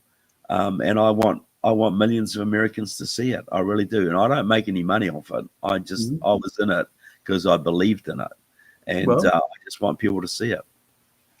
And now more than ever is the time to learn these these messages, these lessons, and to examine your local politics, your state politics, and when you see strange things going on, like governors saying, "I'm not going to allow illegal alien criminals to be deported," or "I support sex change operations for children," or any of these other things which are hard to explain.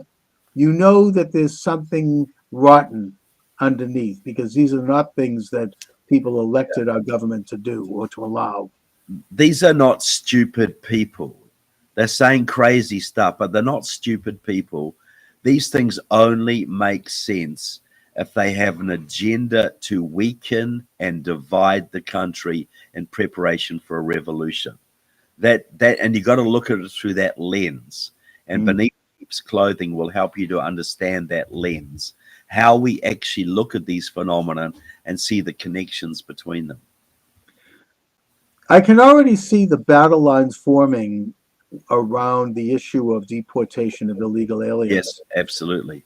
And I think that the Trump administration is going to focus on, first of all, deporting the worst people. I mean, certainly in the first year, criminals, fentanyl dealers, drug dealers, violent criminals.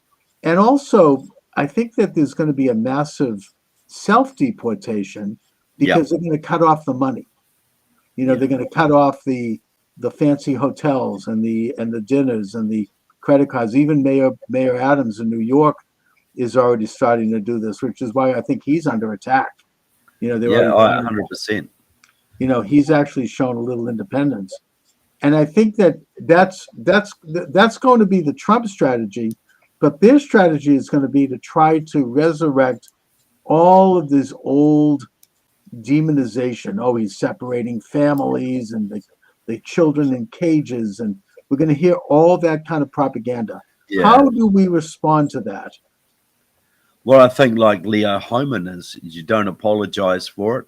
You Yep. said these people are criminally in the United States. They are taking the place of legal immigrants. There is no justice for this, and for the integrity of the American system, and for a lesson to all of those around the world who want to cheat that system. These people must not be allowed to enjoy the fruits of their criminal activity. And when I say criminal activity, jumping the border is a crime. Exactly. It's not just everybody who is here illegally is a criminal by definition. You know, they've That's right. committed And we have to immigration stand up fraud. for law and order. Yeah. And the idea that they would be flown in by the Biden people, that shows how Biden, I think, to the degree that he had any scruples or brain left, was very compromised, probably by China. And 100%. yeah. You know, he's China's man. He's been China's man since at least 2001. He was Russia's man since the early 70s, and Iranian's man since the late 70s. But you know, but this look, allowing the borders to go wide opening, having 10, 15 million people streaming across the border, that's not stupidity. No.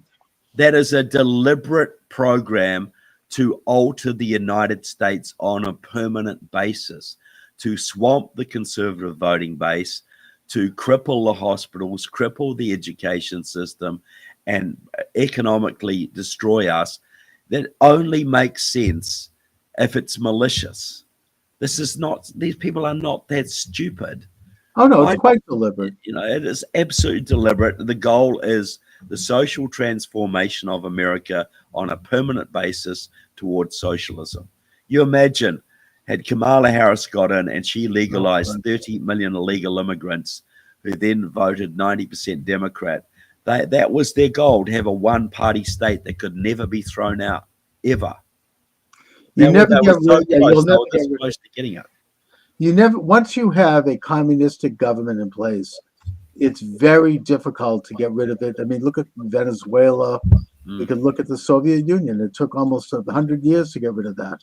I mean, it's they immediately assume control of all of the levers of power, all of the nexus of influence in a country, and there's just no defeating them.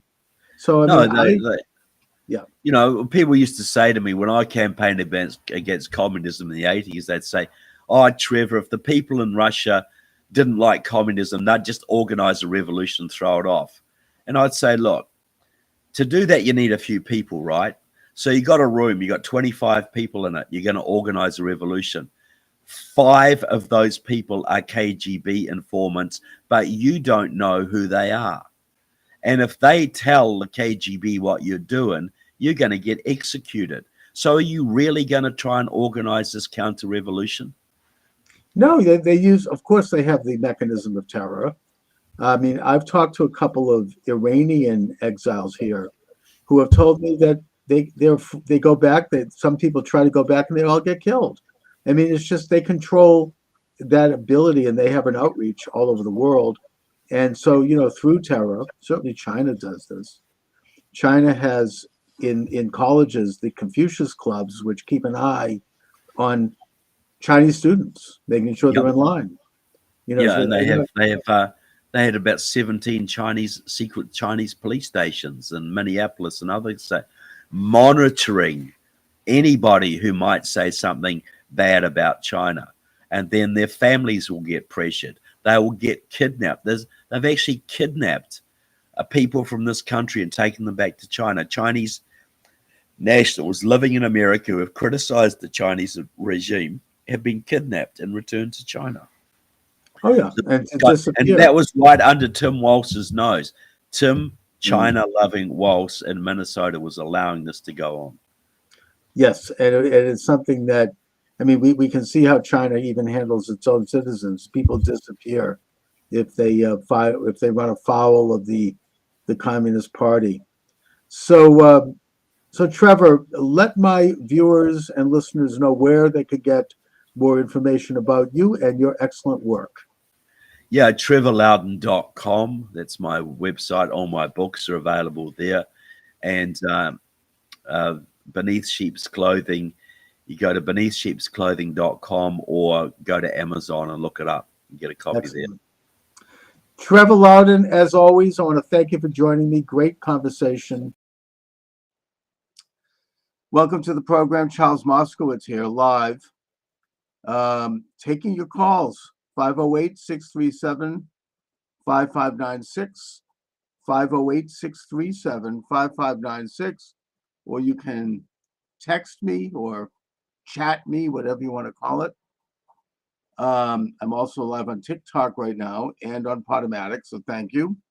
And of course, the flagship station is Rumble. Welcome aboard.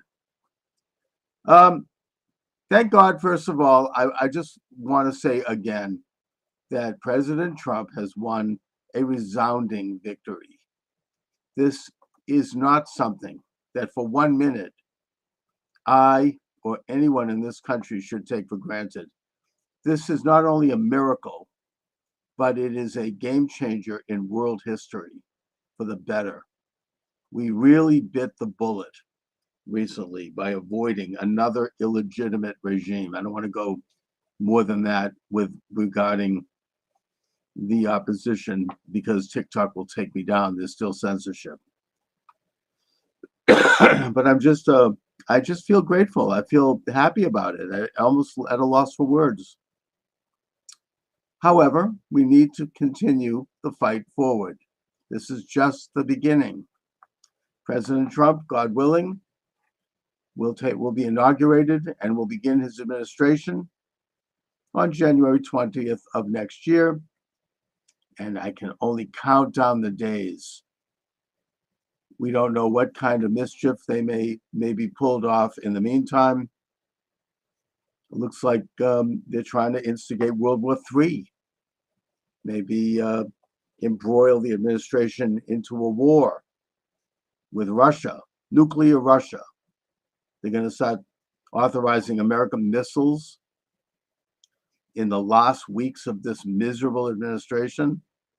That's really, I don't think anything that anyone sees in any other way than a deliberate, blatant attempt to try to launch World War III. The new administration, God willing, they get to the finish line without that happening, without them killing half the population of the planet, will be in a position to negotiate a reasonable peace with both sides of that war.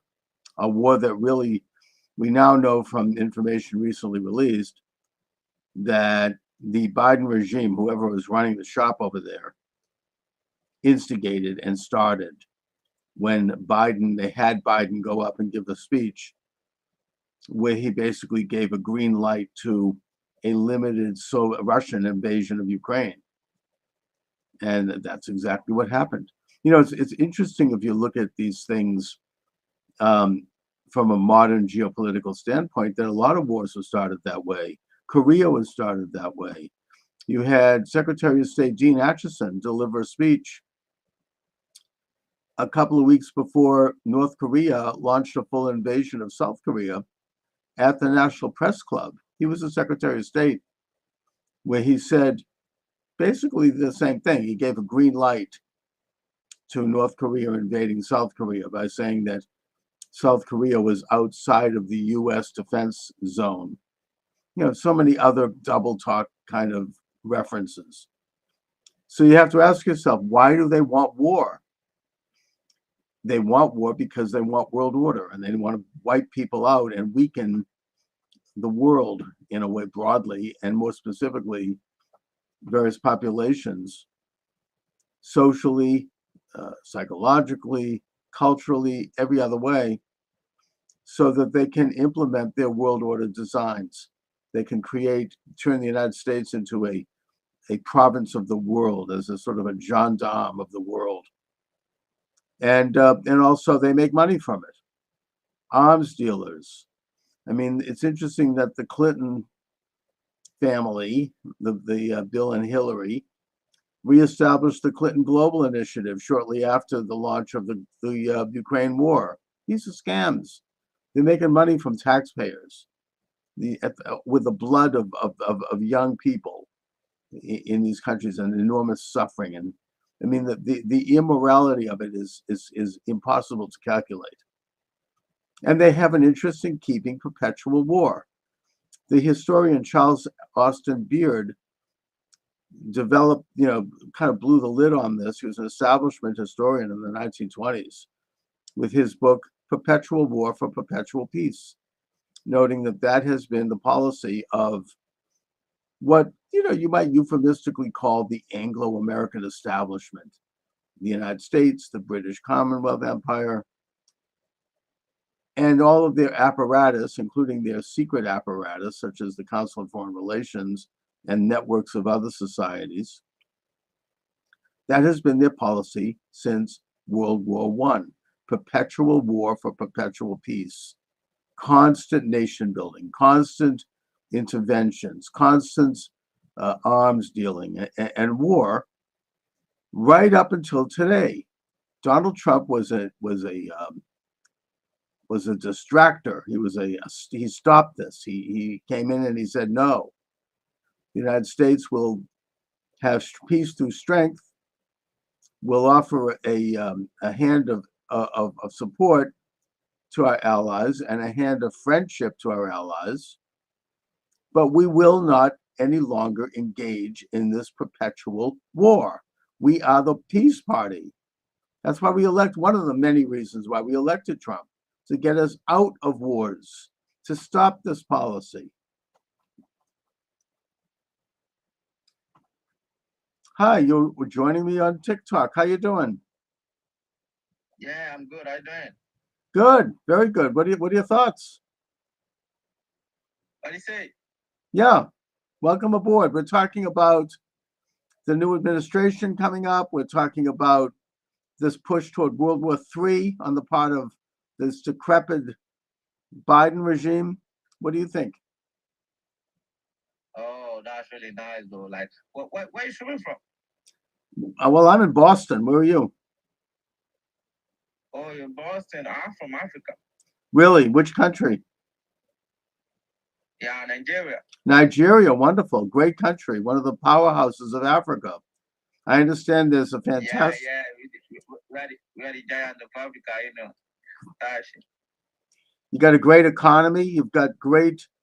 Lagos has a great skyline. Good economy. Like, the economy is bad. Like, we didn't have any fucking great economy, to be sincere with you.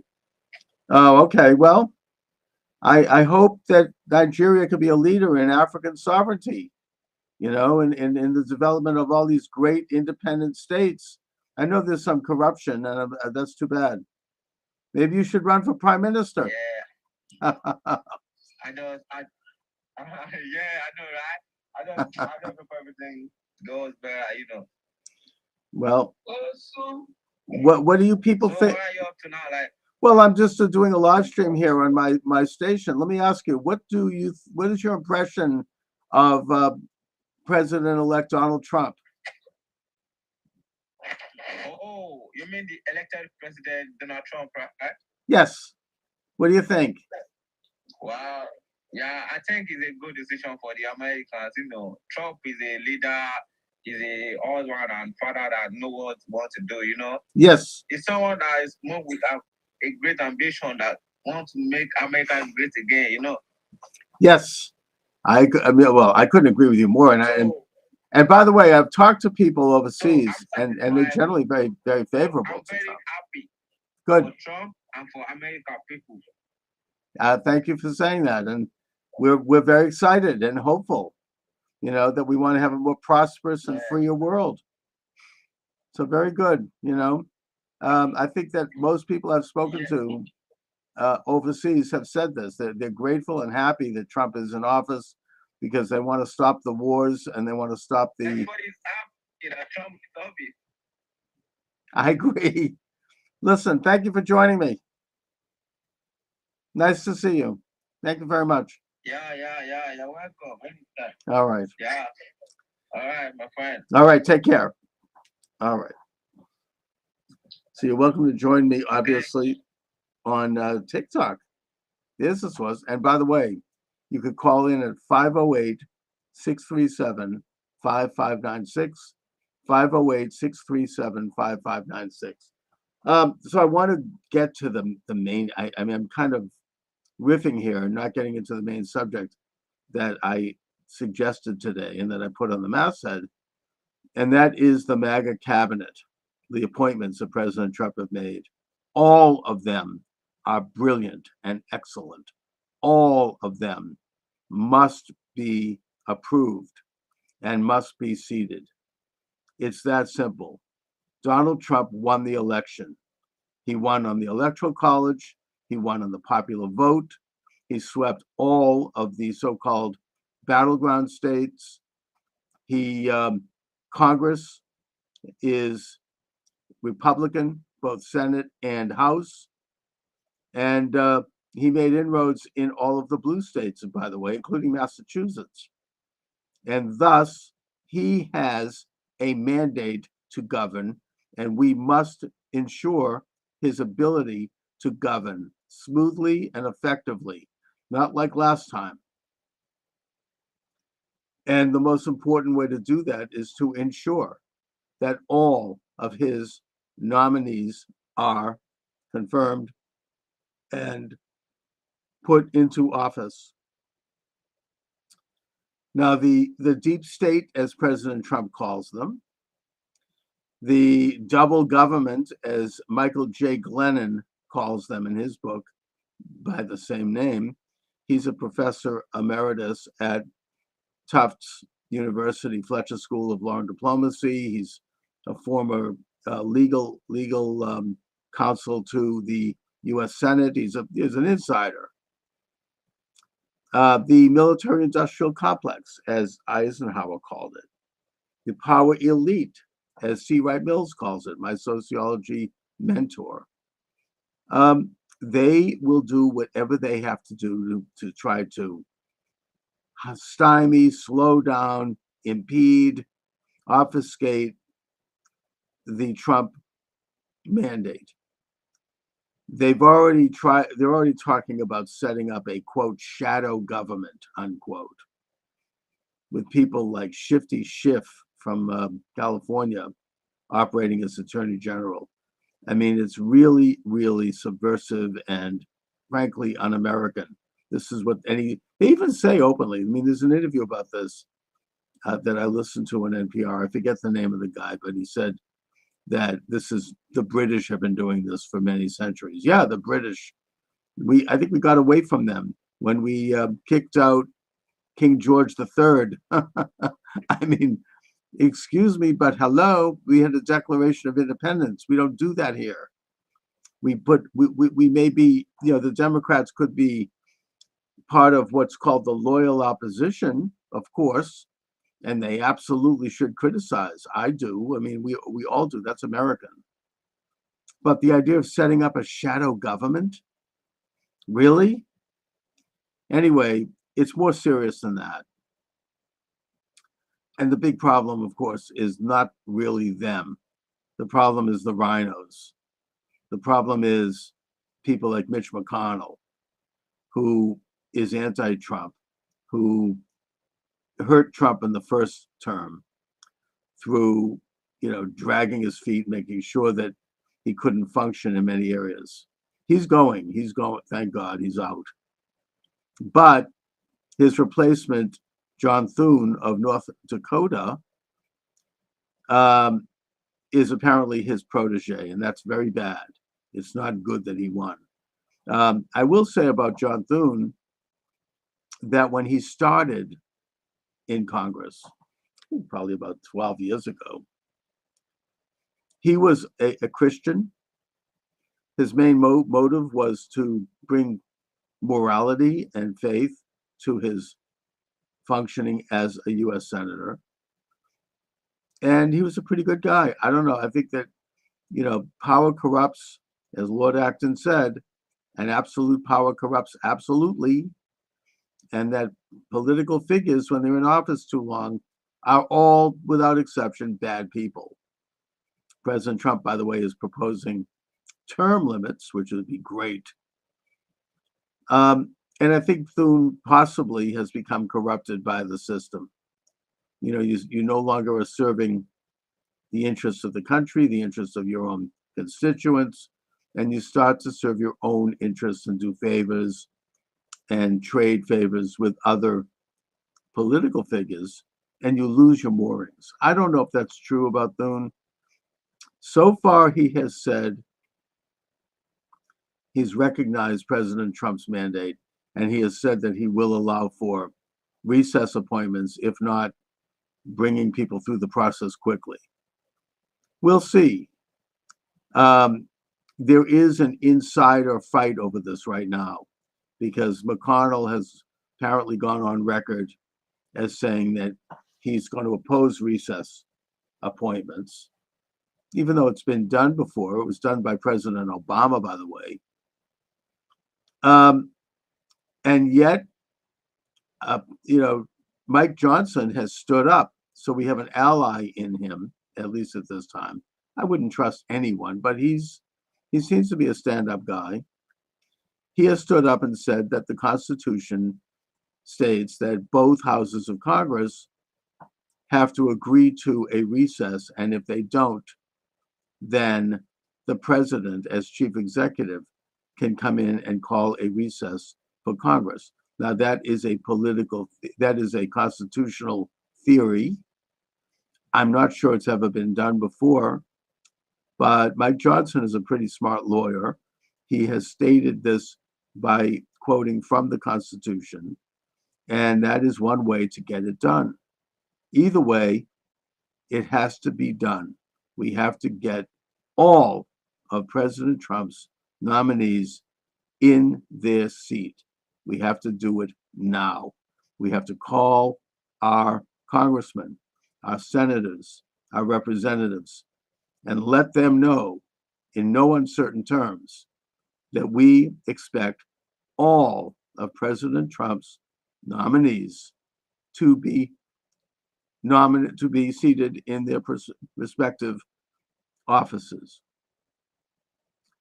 Now, Pete Hegseth and Matt Gaetz, particularly Matt Gaetz, they seem to have some personal problems, or did have some personal problems that are being brought up as ways to stop them. I would argue that this is very political because those same types of problems would not have been brought up had they been playing ball. I mean, whatever Matt Gaetz was doing before his marriage, I think he was married in 2018, it doesn't look good. It's not good, free, solid moral behavior, okay? Whatever it is, and I'm not saying any of it is even true, but I think probably a percentage of it is true. It was before he was married. It was before he was in Congress. It was before he was married. He is married now. Apparently, marriage has done for him what it does for a lot of men, in that it's made him better, made him more moral. It's straightened him out. And, and by the way, I would contrast that with Bill Clinton, who really misbehaved after his marriage, or probably before too, and who did, the stuff that Gaetz is accused of is nothing, remotely comparable to the activities of Bill Clinton. Not to mention other major figures like Joe Biden, for example. Let's not forget about Tara Reid and other people. I mean, this is the kind of thing that goes on. It's not good, and it should be identified, but it's personal. It's not, it's not really should not have bearing on his career. He's not running for Pope. He's no angel. He doesn't hold himself up as some paragon of virtue. He's a tough lawyer, smart. He'll defend President Trump and protect him. He'll protect the MAGA movement. He will investigate the real corruption that has permeated the Department of Justice. You know, you have a guy like Merrick Garland, he's probably as straight as an arrow. I mean, he's probably never, he's never even jaywalked. And yet he has launched a complete politicization of the Department of Justice, using it to spy on political opponents of the present regime, however they're perceived, spying on parents as they go to school board meetings because they criticize critical race theory or transgender surgeries or COVID laws, spying on Catholics in church, spying on pro-life Christians protesting outside of an abortion clinic, spying on whoever else this regime sees as an enemy. That's, that's evil. That's un-American. I mean, he's turning the FBI into a Gestapo, basically. And by the way, I hope Kash Patel is chosen as FBI director. That would be a beautiful thing. So I would rather have somebody who is going to go in and know how to function. And you should see, you can watch it on YouTube, some of Matt Gaetz's examination of corruption in Congress, when he questions Merrick Garland, when he questions Christopher Wray. He is just a tremendous lawyer and advocate, and he thunders and he takes no prisoners. He just goes in and he does it. So I think that he would be a fantastic attorney general. I understand he's got some personal problems. I think that we need to turn a blind eye, overlook those, and look at the interests of the country and of this administration first. Same thing with Pete Hegseth. I don't know a lot about Pete Hegseth, but I know who his enemies are.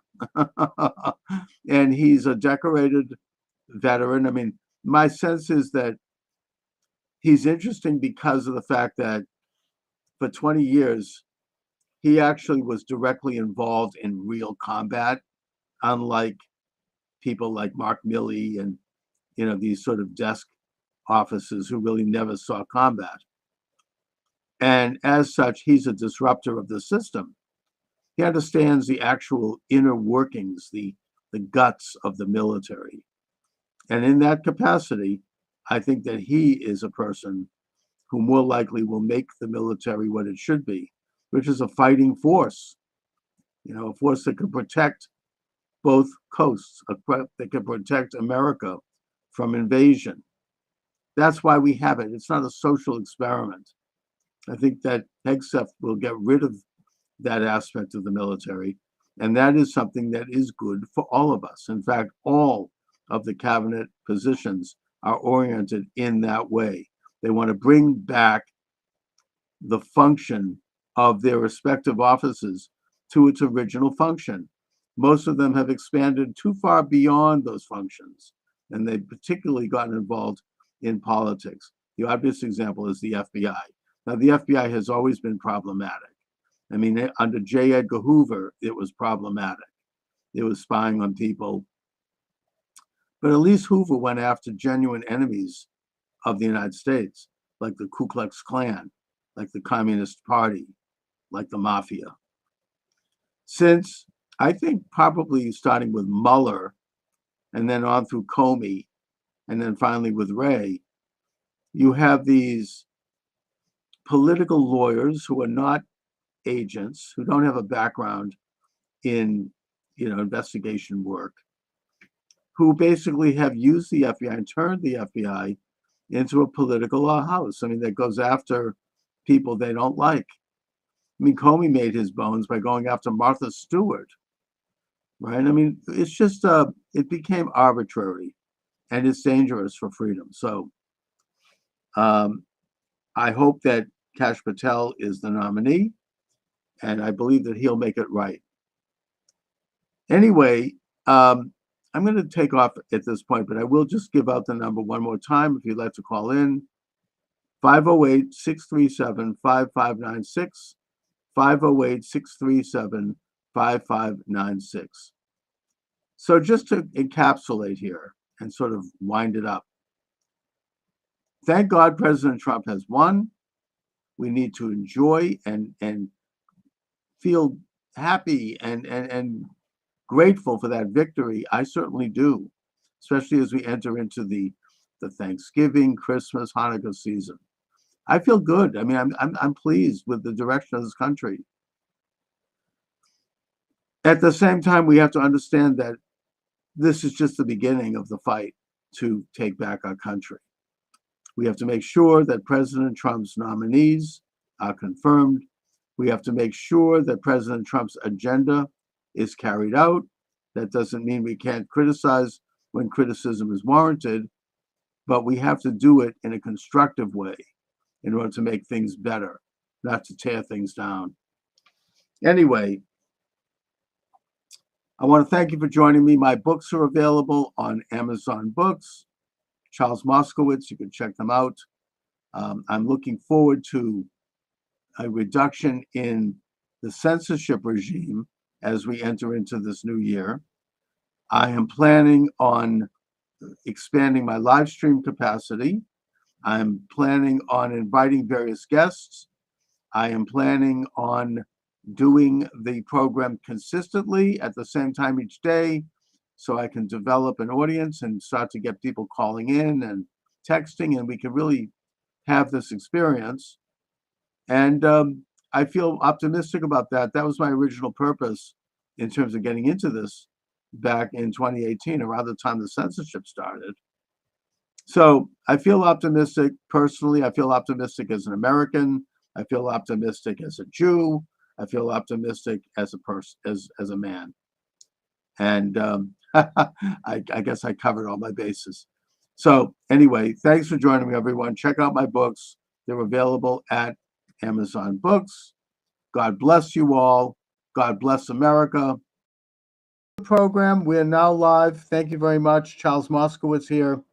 The number to reach us, 508-637-5596. If you'd like to join the conversation, 508-637-5596. And of course, you can send chat as well.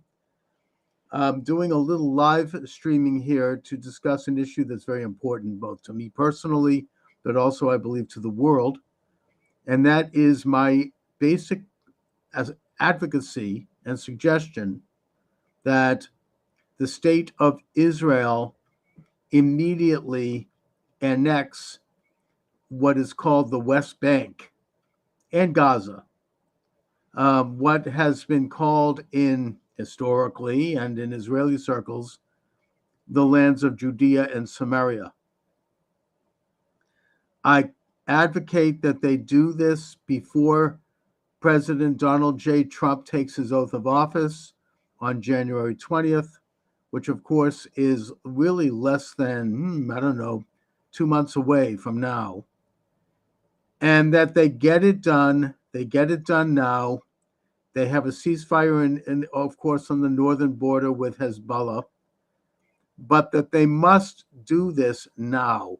This is a unique, historic opportunity for Israel to take the bull by the horns at last and codify what was certainly a military victory in 1967, the Six-Day War, but which will end this ongoing political agenda to tear out from the very heartland of the tiny state of Israel another state that would be hostile to its existence.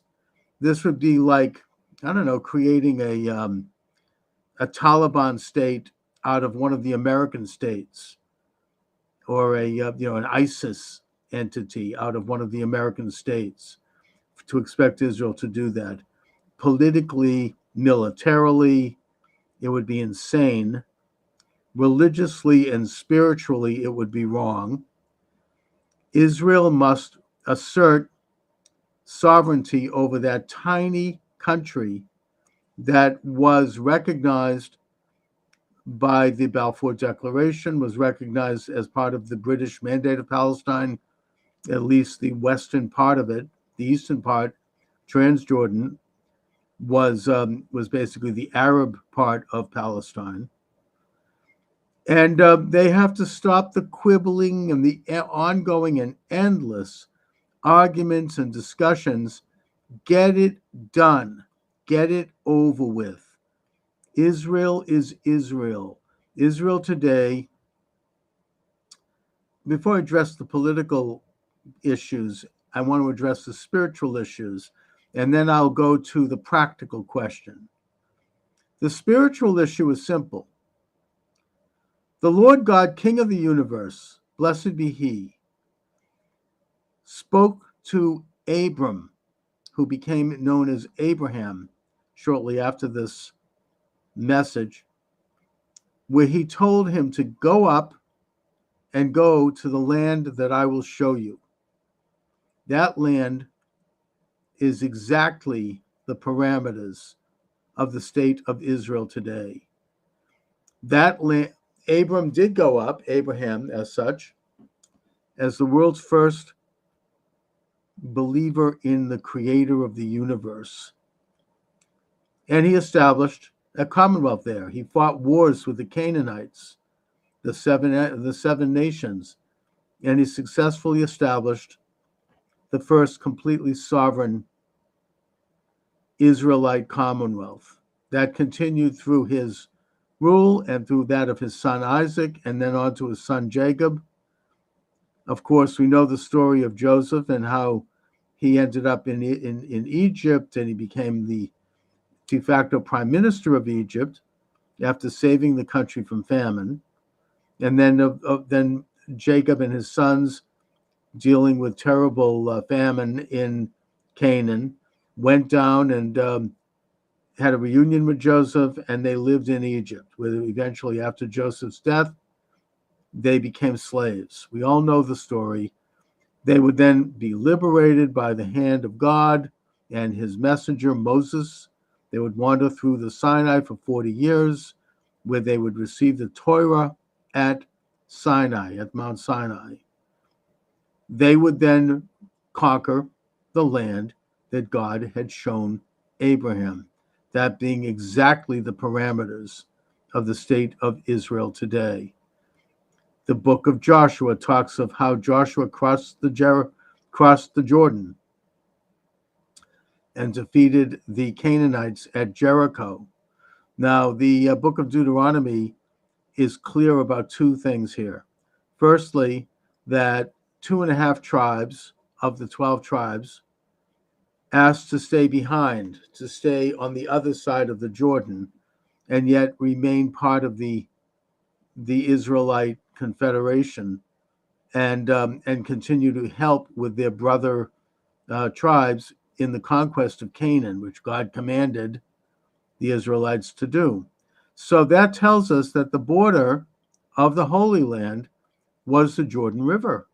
The Jordan River today is the exact border between Israel and Jordan, or the Kingdom of Jordan, or Transjordan, which, of course, according to the British Mandate, is Palestine. So you have the border established. The second piece in Deuteronomy that I would note is that when Joseph blessed his sons and his brothers, and God and Moses, I think, or God blessed them, the borders of their tribes were clearly delineated. And those tribes stretched from the Jordan River to the Great Sea, the Yam Soph, which of course is the Mediterranean, and from the north, Dan, to the south, Beersheba. Those are the exact borders of the state of Israel today. The Tel Dan is actually in Metula, which is in the very northern tip of Israel. And of course, Beersheba is a city today. It's one of the oldest and most ancient continually inhabited cities. And it's in Israel today. The only part of the state of Israel today that is outside of these lands that God commanded Joshua to conquer is a stretch of desert that goes from Beersheba south to the Gulf of Eilat. That's called Negev in Hebrew, which is a word for desert. So, in other words, Israel exists in the parameters of that great land. That is a fulfillment of the commands of the Torah. It is the commands of the God of Israel, the God that we believe is the one God. There is no other God before him. Why God chose Israel, I don't know. I mean, that only God knows. But that is the very cornerstone of our faith. And it is very clearly delineated that we are to establish a commonwealth in that land, and we are to observe certain laws that would separate us from all the other nations and make us into a priestly sect. That's the concept of the chosen people. Not to go too deep into that, other than to point out that this concept has been misinterpreted by both Jew and non-Jew historically to mean that the Jews are involved in a command to control other people, to control the world because we're superior. Not so. That's not what it's about. We are not superior to any other human being. All men and women, I may add, according to the book of Genesis, were created in the image of God. We are all equal. We are all children of God and images of God. And it is that element of the book of Genesis that was recognized, thank God, by the founding fathers of the United States Republic. That's what Jefferson pointed out in the Declaration of Independence, issued July 4th, 1776, where he stated, all men are created equal. That's where that came from. It came from the book of Genesis. God said that all men and women are created in the image of God. We all have the same rights under God. We all are born equal. We all die equal. We're all equal. So I just wanted to dispel that misconception, one that's been occasionally amplified by people who don't mean us well. But also at that time, the borders, as I said, were clearly delineated between the 12 tribes, and Joshua conquered Canaan.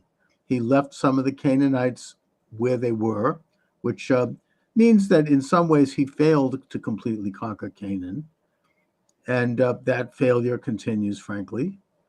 But on a more practical level, the land of Canaan became somewhat of a diverse region where you had both Israelites, Canaanites, Philistines, and others. So you had an Israeli or an Israelite kingdom, but it wasn't, ethnically pure.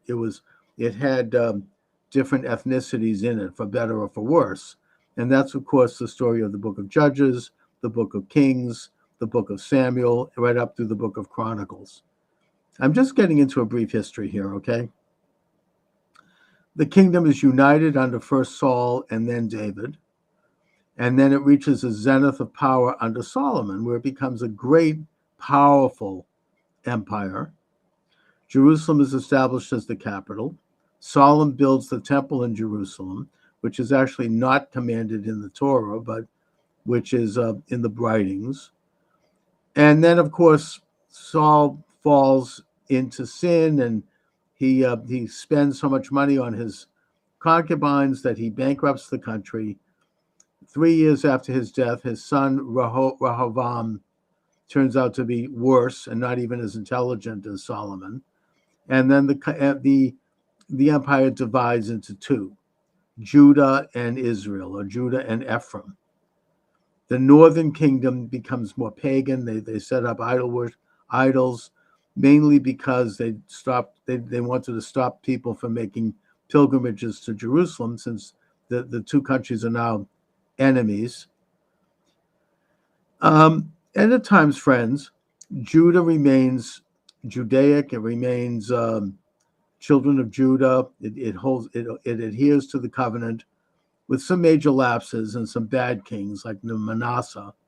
But nevertheless, it retains its consciousness, its identity as the inheritors of the covenant of Sinai, the extra code and all of it, and the worship of God, the rejection of idol worship with all of its evil practices. Eventually, the northern kingdom is taken away by the forces of Nineveh, of Assyria, in the person of Sennacherib, and they are dispersed to, generally according to the prophets, regions in what is today Iran and Azerbaijan. The kingdom of Judah continues, and the kingdom of Judah is more than just the tribe of Judah, of course, because Judah had conquered Benjamin, and you had the disbursement of the tribes of Levi and Simon. Since both of those tribes never received an allotment, they were dispersed among all the tribes. And you have elements of the northern kingdom who had made their way to Jerusalem to worship at the temple and who stayed, and then in exile reuniting with the Judahites who had been eventually sent into exile with the Babylonian conquest in the person of Nebuchadnezzar and the destruction of the temple and of Jerusalem.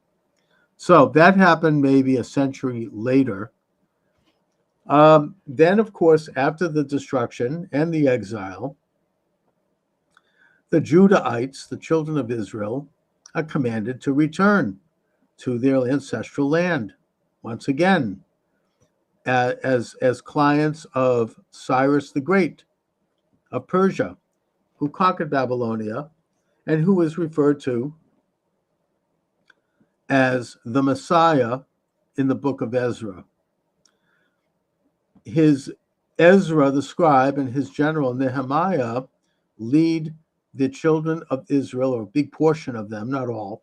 Many of them stayed in Persia or Babylon, where they set up, by the way, an incredible and learned civilization of Judahites, or what in English we call Jews, and eventually leading to the writing of the Babylonian Talmud many, many centuries later.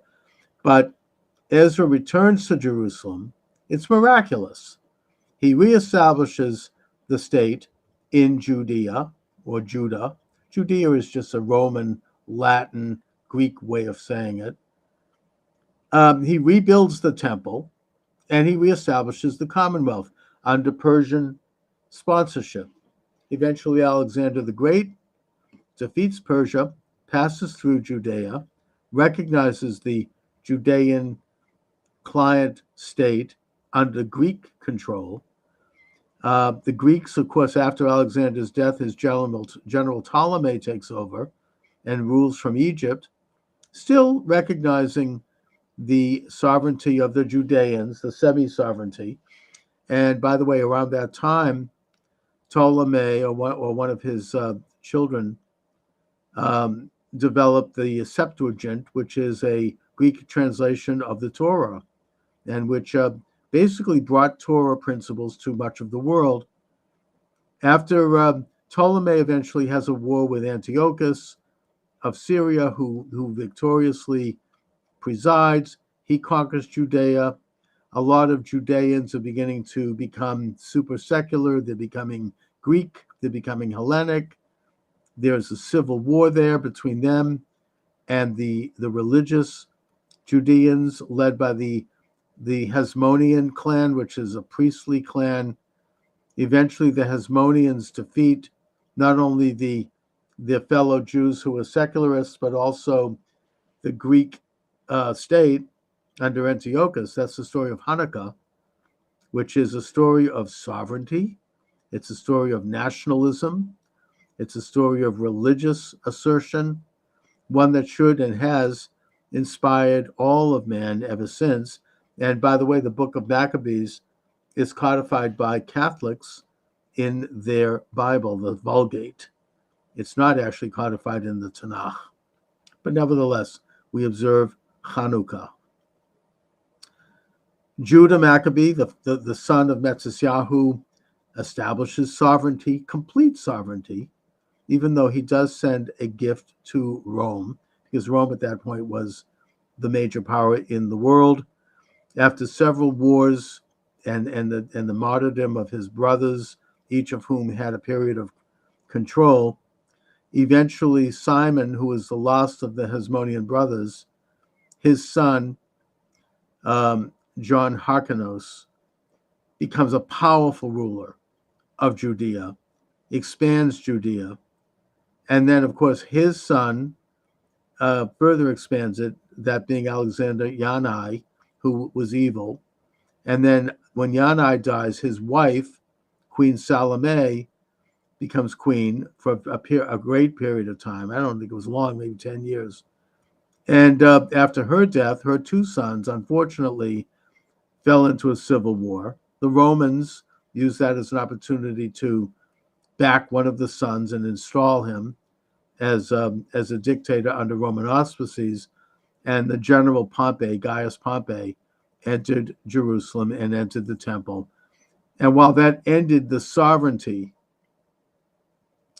of Judea, the infrastructure continued. They were punished by the installation of Herod, who was an Idumean and who was a forced convert as such by Hyrcanus, which is seen as a sin in the Talmud. And he was evil, very evil.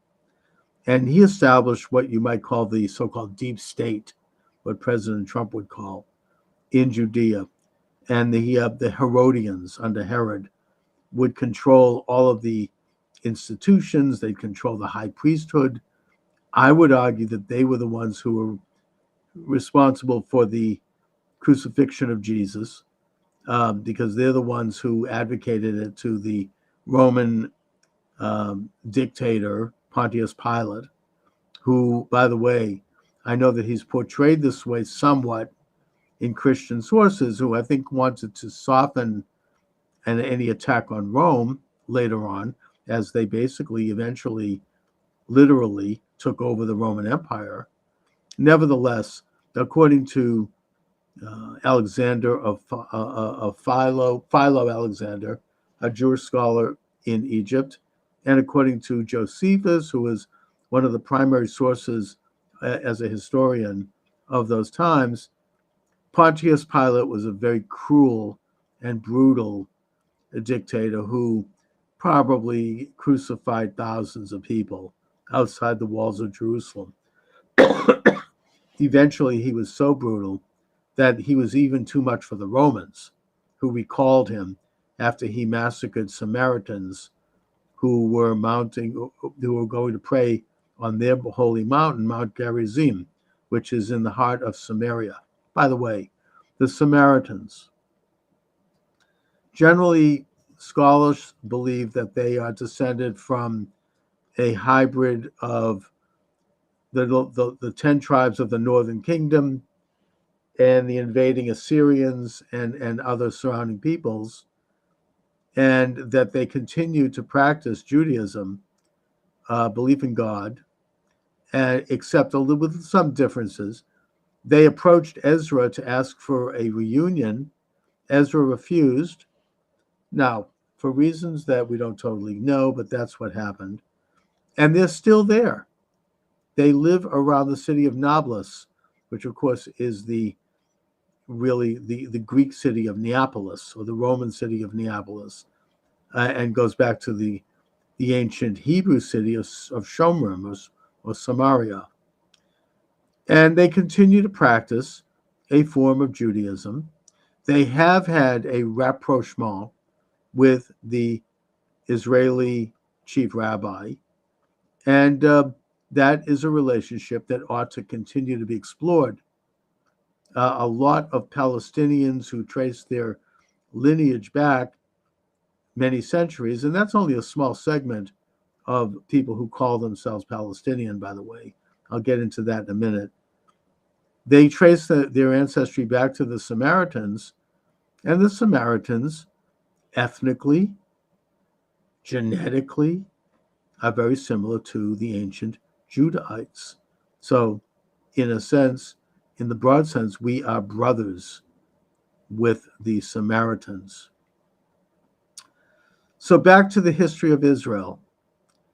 In 70 AD, the temple is destroyed due to a civil war amongst the Judeans, with a cult of zealots who were feared and hated by people like Josephus and by the establishment, basically dividing Judea into factions.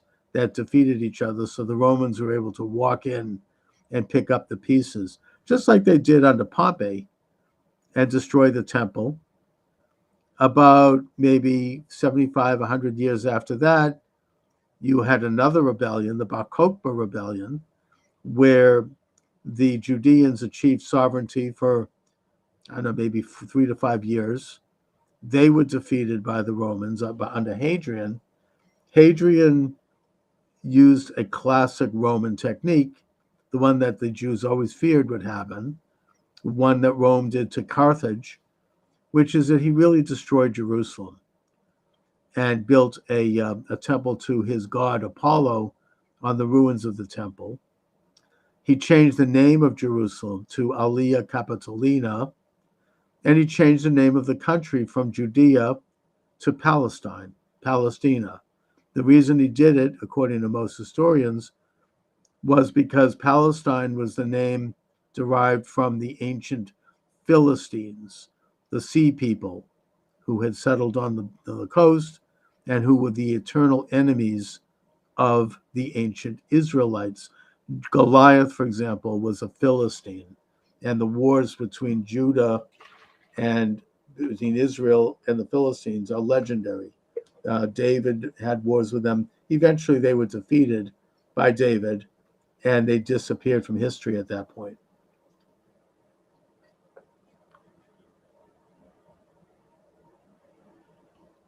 So you had the complete defeat of Judea, and yet they continued on in a weakened state.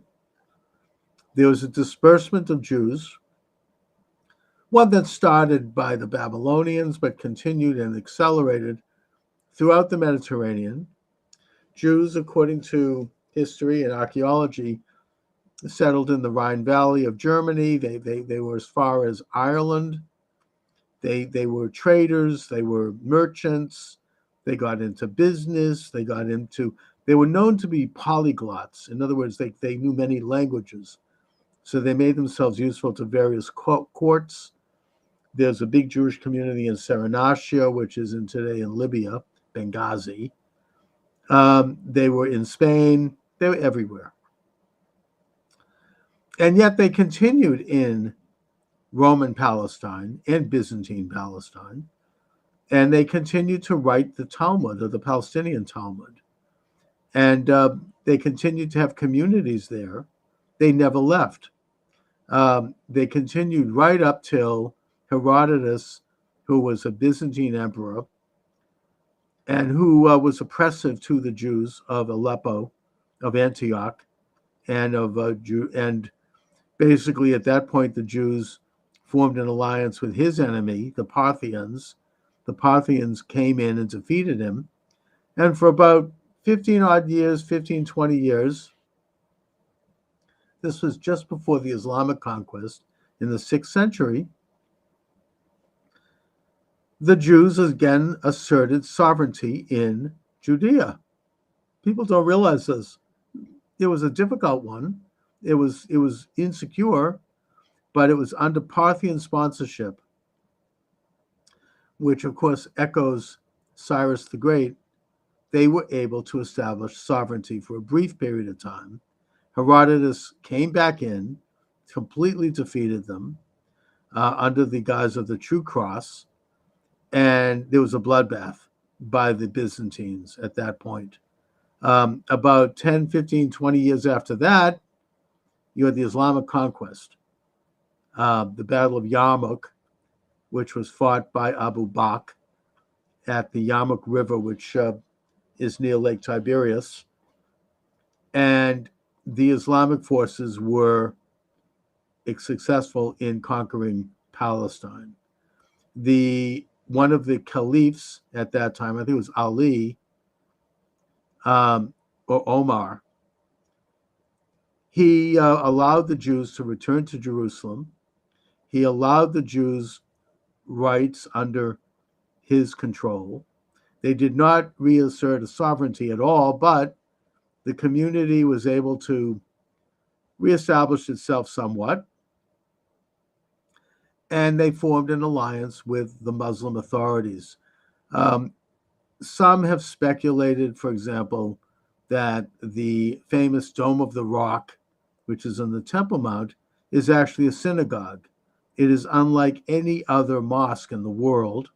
It has writings on the wall which could be viewed in some translations as Jewish, as Hebrew, or as derived from the Torah. And we don't know this, but it is at the site, according to faith, that where Isaac, with Abraham, did the Akedah, and where Melchizedek ruled in Jerusalem. He never died. He went to heaven. One of the few figures in religious history who did so, along with Elijah and along with Jesus, who can make that claim. And so you had Jews in Arab-controlled Palestine at that time, which was not really a separate government. It was ruled by the Umayyad Caliphate, then eventually by the Abbasid Caliphate. This period went maybe for a couple of hundred years. Eventually, you had the Crusades come in. The Jews of Palestine helped the Saracens, which is what the Frankist Crusaders called Arabs, defend Palestine from the invasion by the Christian Crusades. They were allied with the Arabs, and they were slaughtered by the Christians. These are just facts of history. And by the way, with regard to the Crusader kingdom, Israel has learned lessons from why that kingdom eventually failed. The reason that kingdom failed, according to many historians, is that after the Frankist king, I think it was Godfrey, or I don't remember the name, established the kingdom in Jerusalem, the original Crusader kingdom of Jerusalem. They invited their wives and children to come in from France, and there was a great celebration. The wives and children decided to go down to the Jordan River to celebrate and to, where Jesus was baptized and all of it. And while they were down there, they were slaughtered by a gang of Saracens. One of them escaped and was able to go back to Jerusalem and talk about what happened. And the reaction to this by the kingdom of Jerusalem, the Christian kingdom of Jerusalem, was rather than to go out and fight, they built higher walls. They went behind the walls. They cowered in fear. In many cases, they sent their wives and children back to France, and they kind of hunkered down into a siege. And that was the beginning of the end, because if they weren't willing to get out and fight, they were not going to survive. And eventually they didn't survive. I mean, there were several more crusades, but they were not ultimately successful. And eventually they were defeated on the fields of Hattin by Saladin. Israel does not respond that way. When Israelis are attacked, they don't cower. They may just temporarily for a day to protect their lives, but then they come out and they fight and they defeat and smote the enemies that are trying to wipe them out. The same enemy that successfully defeated the Crusades. So that's a lesson learned.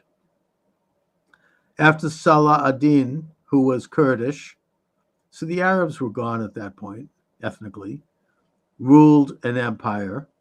Eventually they were defeated by the Mongols, who came in and really devastated what was left of Palestine. And at that point, the country, according to historians, really became a kind of a backwater.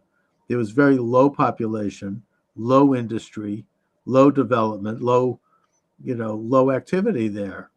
The Turkish eventually, under the rule of Osman, became the Ottoman Empire, they took over and they ruled the area for 400 years, from 13th century, 14th century, right up till World War One. And they did so with a kind of a loose hand, the Milliyet system, where they had local families, local tribes who were loyal to them, basically serve as landlords and send them tribute, but otherwise were left to their own functions. And of course, one of those tribes, the Husseini family, their son was Hajj Amin al-Husseini, who was the Grand Mufti of Jerusalem, who was one of the people who started the war against Israel. I write about this in one of my books called The Nazi Connection to Islamic Terrorism. So anyhow, every generation, and I get into this, by the way, in my most recent book, right over my shoulder here, The Anti-Semitic Imagination, I document how in every generation there were Jews who tried to make aliyah, to go to the land that God showed us, to go reestablish our homeland, and that this was uninterrupted in every generation, every decade, from the ancient times till today, and that there were communities there in every generation. The Jews never completely surrendered that land. They never completely gave up in terms of population.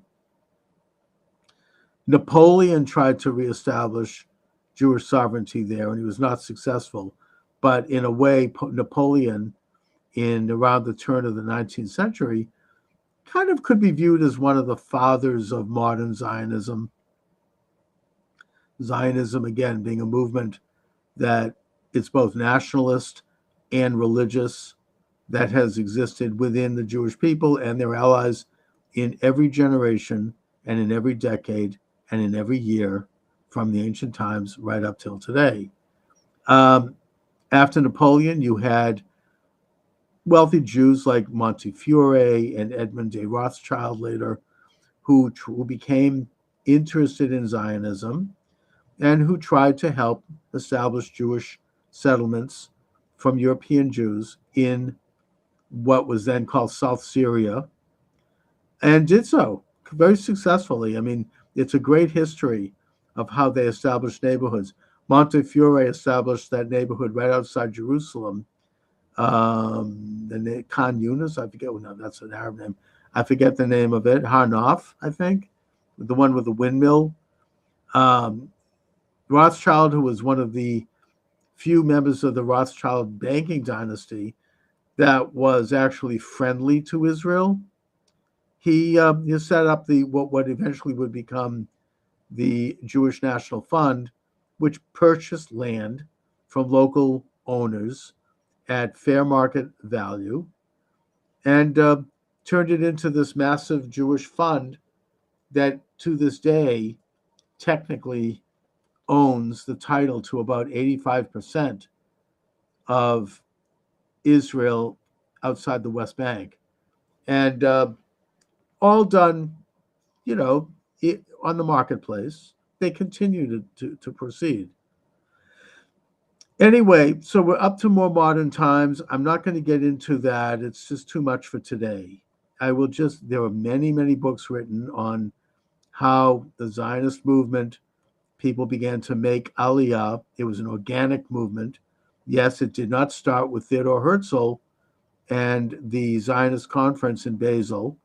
It actually started more in Eastern Europe in a big way, with the first Aliyah, which was 19th century, and the second Aliyah, which was in the late 19th century, and which was mostly Russian Jews, mostly religious Russian Jews, but also left secular types as well.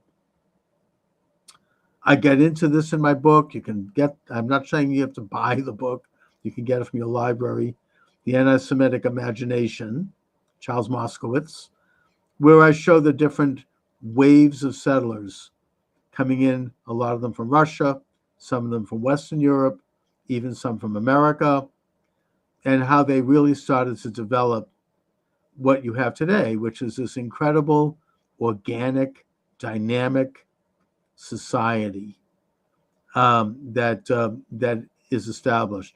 So that brings me up till now. And by the way, let me give out the number you're welcome to call: 508 637 5596. 508 637 5596. So we're up to modern times. Hi, Paul. Nice to see you on TikTok. By the way, you're welcome to call in, as is anyone else. 508 637 5596. So, again, I've got the history of Israel. The modern history is accessible. We know what happened at the establishment. I've written books on the topic. There are many good books. 1967, Israel successfully conquers all of British Palestine, and that means what's called the West Bank. What actually before 67 was called West Jordan, but which historically is called Judea and Samaria, and religiously certainly is called Judea and Samaria. Oh, I got a warning on TikTok because I said Judea and Samaria. I don't know, whatever. I guess I'm still there. Thanks for the warning, TikTok. I don't know what I said, but just for you who are watching the show on TikTok, let me mention that I could be shut down any second. Looks like I might be suspended, in which case, check out charlesmoskowitz.com and all of the live stream sites that are now carrying the show, okay? Just a forewarning. I don't know what I said. I'm not going to worry about it. We've got Paul wanting an invite. You're invited, Paul. I am now advocating, especially after the events of October 7th of 2023, where you had a genocidal assault on Israelis attending a rock concert and Israeli villages along the border of Gaza. I am now advocating that Israel annex Gaza and they annex the West Bank in its entirety. And they do it before President Trump takes the oath of office, God willing, on January 20th of next year, which is only about 6 or 7 weeks away. That they do it now. They rip the Band-Aid off the arm. No, it's not going to be easy, but they must do it in order to assert sovereignty over that tiny country, that they assert the rights and the privileges of all the citizens of that country, both Jewish and non, both Israeli and Arab and otherwise. And that the only way to do it is to get it done. Declare sovereignty. Donald Trump, President Trump, I believe, will recognize that sovereignty once he takes office, but it has to be done first so that he can do that. He can recognize it. And the best time to do it is now, today. Get it done. Declare sovereignty. Okay, so what do I think will happen if Israel does this? I think nothing will happen.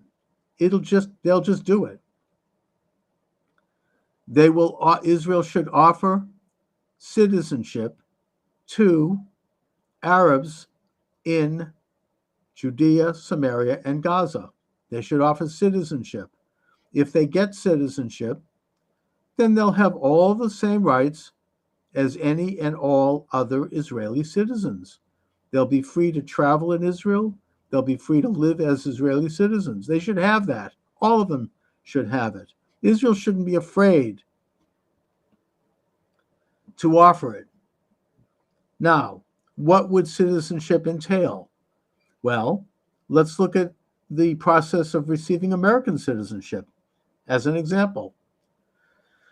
Someone doesn't just get American citizenship. Every year, you might note, and certainly here in my own community of Boston and in other major cities, there are what's called naturalization ceremonies where new citizens take an oath to support, protect, and defend the Constitution of the United States.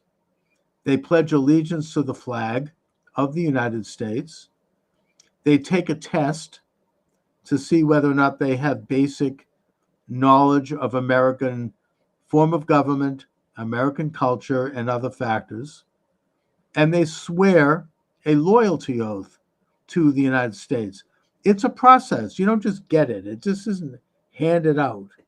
And one of the questions that I believe used to be asked, I don't know if it still is, if it isn't, it should be, is whether or not you have loyalty to an enemy of the United States, namely the Communist Party. Have you ever been a communist? And you have to disavow that if you were, or you shouldn't be, obviously.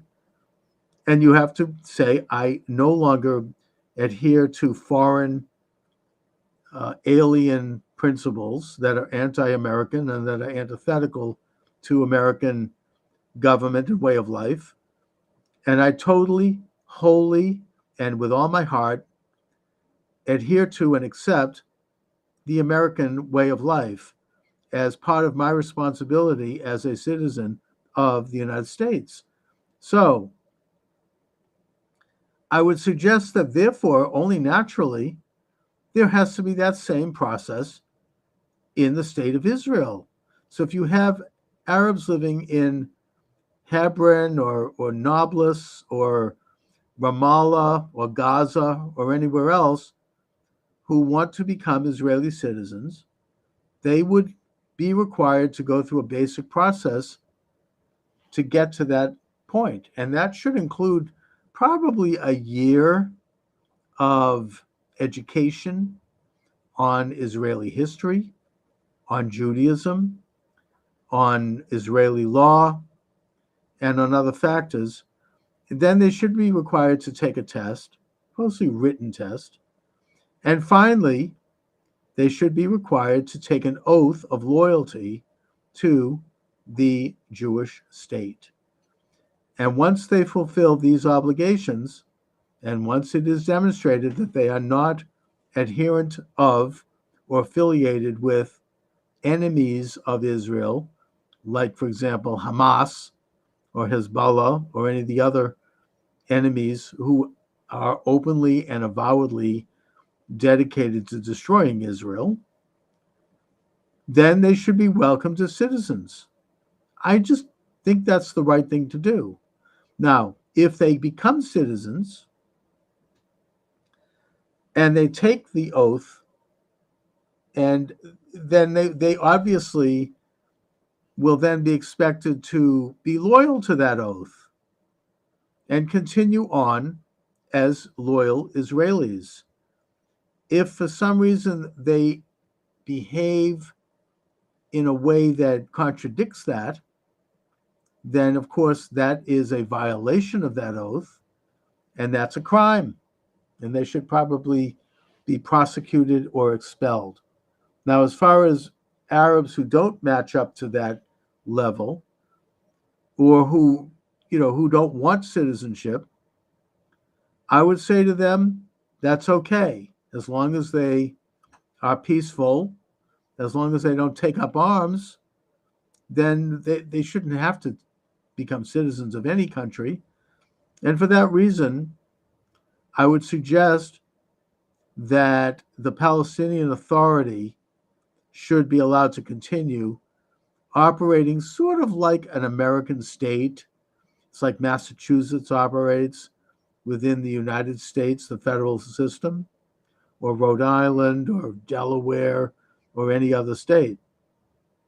I know that's an inexact comparison, but the Palestinian Authority should be able to continue to engage in municipal decisions, infrastructure, roads and bridges, welfare, healthcare, all of the normal things that local sovereign states do. They should not be able to make foreign policy. They should not be able to have military, of course. And they are under overall Israeli law. but they have limited local autonomy. They can elect people if they want to elect Hamas, as evil as that is, as long as they are observing the laws, then fine. I have a feeling they won't. I know that there was experiments after the 66-day war in 1967 where municipalities elected governments, and some of them became radical and they went to war, in which case they had to be ended. I hope that doesn't happen again, but it might. Either way, as long as they want to be loyal, as long as they want to be peaceful, they should be able to operate local and regional sovereignty. Those who want to continue to fight Israel, those who want to continue to take up arms against Israel, ought to be treated no differently than what Tom Homan, the new head of security and border control in the United States, is talking about doing to radical criminal gangs like the Frente Amplio from Venezuela and syndicates, crime syndicates who are illegal aliens coming into the United States. They should be viewed as terrorists. They should be detained. They should be expelled. And if they want to fight with weaponry, they'll have to be killed. And that's something that I think we can assume is going to happen in Israel. They're not going to just put down their arms. They aren't now. And thus, Israel is going to have to continue fighting them until they are defeated. And that war could take a long time. It could take 100 years. It could take 1,000 years. I think that Chaim Weizmann was once asked, the first president of Israel, by a reporter, when do you think there'll be peace between Israel and the Arab countries? And I don't know if he was making a flippant comment, but he said essentially it's going to take 1,000 years. Well, I hope and pray it doesn't take that long. I hope it doesn't take much time at all.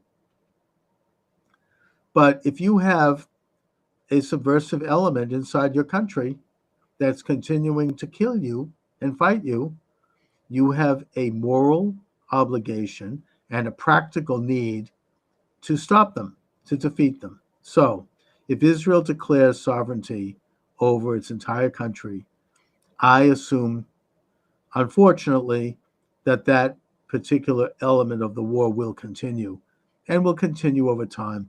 And I think Israel should take its time. It doesn't need to go in guns a-blazing. It just needs to control its borders, stop any flow of weaponry to them, and just gradually, carefully, strategically, and surgically take them out one way or the other. So that's my rant for the day. I think Israel needs to get it done.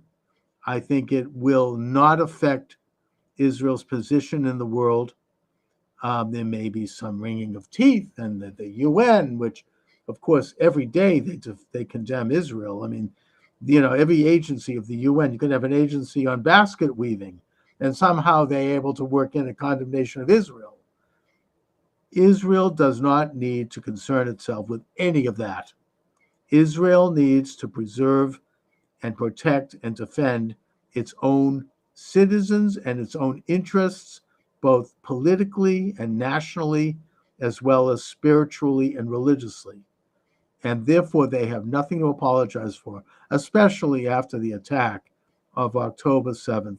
People who were slaughtered that day, over 1,000 Israelis and guests. Their blood cries out from the grave for justice. This is doing them justice. This is making sure that their deaths were not in vain, that their deaths led to a positive change. I think that it is taking an evil event and making it into something good, just like Joseph in the Bible, in the Torah. took an evil event, which was that his brothers threw him into a pit, a snake pit, and left him there to die. Eventually, after a chain of events, he turned it into something good, and he was able to redeem his brothers and forgive them for their horrible, evil sin. I think that in that same way, Israel is right to respond to this evil, which if they don't respond to will happen again. They have a right, a moral obligation, and a practical necessity to respond to it by declaring sovereignty over their tiny country once and for all, and to then let these other issues work themselves out in their own time and on their own terms. Anyway, on that note, I want to thank you this afternoon for joining me. Now that President Trump, thank God, has been reelected, I am assuming that some of the censorship is going to start to fall, and that I'm probably in this next year going to establish a regular live stream that will be consistent. I haven't done that this year, but I'm hoping to do it next year, where I come on at the same time each day and where I open the phone lines and really start to develop a great online experience for myself and all of those who participate, and where we will be able to really, drill down and talk about issues of all sorts. Okay, looks like I have. Oh, nope. You're welcome to come on board on TikTok. I almost got a guest. I'm signing off, but you still have some time here if you'd like to join me. So once again, I want to thank you all for listening. Check out my books. They're available at Amazon Books. Charles Moskowitz. I've written probably about 20 books. They're all there. And God bless all of you. God bless America. God bless Israel. God bless President Trump. Keep him safe and keep his family. I'm very optimistic about the future. I'm very bullish on President Trump's establishment of his cabinet. We need to support all of them. And on that note, I shall say adieu until next time. Thank you for listening. Welcome to the show. Charles Moskowitz here, live streaming on all the usual live streams and downloading on all the usual podcast sites. I'm in the process of expanding my live stream numbers, only in that there are all these wonderful live streams that work independently, but I can't figure out how to get them to work yet with my system. I am clumsy when it comes to these matters, but I would just mention to anyone listening that if you know how to do these things with live streams, I'll pay you. Contact me. Send me an email. I want to hire you. I need help figuring this out because there's all this opportunity. And I do think that now, as we enter into the glorious age of President Donald J. Trump 2.0. Yes, we're going to see a reduction in censorship at last. So I want to be ready and to hit the ground running on that. I am already thinking about really launching a weekday regular show with calls and all the things that I wanted to do before the censorship regime kicked in around 2018, just before the pandemic, when suddenly I was taken off YouTube and all that. But I think that already I'm seeing positive response. Already there's a loosening up and everything looks like it's a go. Things are looking very, very good. I'm feeling giddy, actually. Well, I think what's happening, Chuck, is that the 25% of the lost audience of CNN and the 50% of MSNBC has all signed up on your channel. They've lost a huge audience. I don't know if you saw this, but even like the left-wing podcasters and YouTube channels, like David Pakman was quoted in an article in the Gateway Pundit. He noticed that right after the election, he lost something like 25% of his subscribers. Oh, that was glorious watching that video. And this is he had been growing for years, and I think that they made the point that even the left is sick and tired of all the gaslighting and lies that they were pushing all those years, and it's all kind of people have had it with it, and it's just I think that Joy Reid is now gone. My understanding is she just deleted Really? her entire Twitter X account, and they don't know what to do with themselves. I mean, it's just it's all falling apart. They can't. Apparently, MSNBC is up for sale, and they can't get anyone to buy it. Well, I have heard that the Daily Wire wants to buy it. Obviously, Look at it's not that. going to stay liberal, but there is some value in having a TV network. Not the value there used to be, but that David Pagman thing was great because if you watch the video, he was figuring out in real time what was going on. First, he said, maybe it's just a tech glitch, or maybe a couple of people subscribe. But then toward the end of it, he was beginning to see that if you keep lying to people and telling them all this dire crap and it doesn't come true, then it's going to fall apart. And what's going to happen after that? Remember, this is just news media. But the people that were really lying to you, where it really affected your life, unfortunately, was public health. Oh, yes. And, I've heard rumors that RFK is going to be the head of the EPA. You mean HHS? Yeah, Housing, Health and Human Services. Well, which and he's been talking. I mean, he's got a channel where he's like, I'm going to clean this place out. I'm going to we're going to get to all the toxicity that's put in food, the pushing of vaccines unnecessarily, and he's one of America's preeminent environmentalists, and he's got guts. I mean, he's a very successful lawyer who's had lawsuits, won many lawsuits against drug companies and against all these people. And that's huge. That's, this is like, I can't believe this is happening. Well, the other thing with him is he's got a big chip on his shoulder now because he was betrayed by the party of his family. He was betrayed by his own family, for God's sake. Yes, he was. And he does. And, he's on the right side. He's probably a lot closer to where JFK and where his father would have been had they been were they alive today. And I think that he knows that. And he wants to by the way, speaking of that, he wants all that declassified. And Matt Gaetz, he's going to declassify Diddy tapes and all that crap. Epstein. Oh my God. That's why they're going into a frenzy right now against him. But that's Trump needs somebody like that. I mean, in his first term, he had like Jeff Sessions. The guy was like a noodle. I mean, he didn't do anything to help defend Trump. He gave, it's funny. My wife was mentioning Jeff Sessions.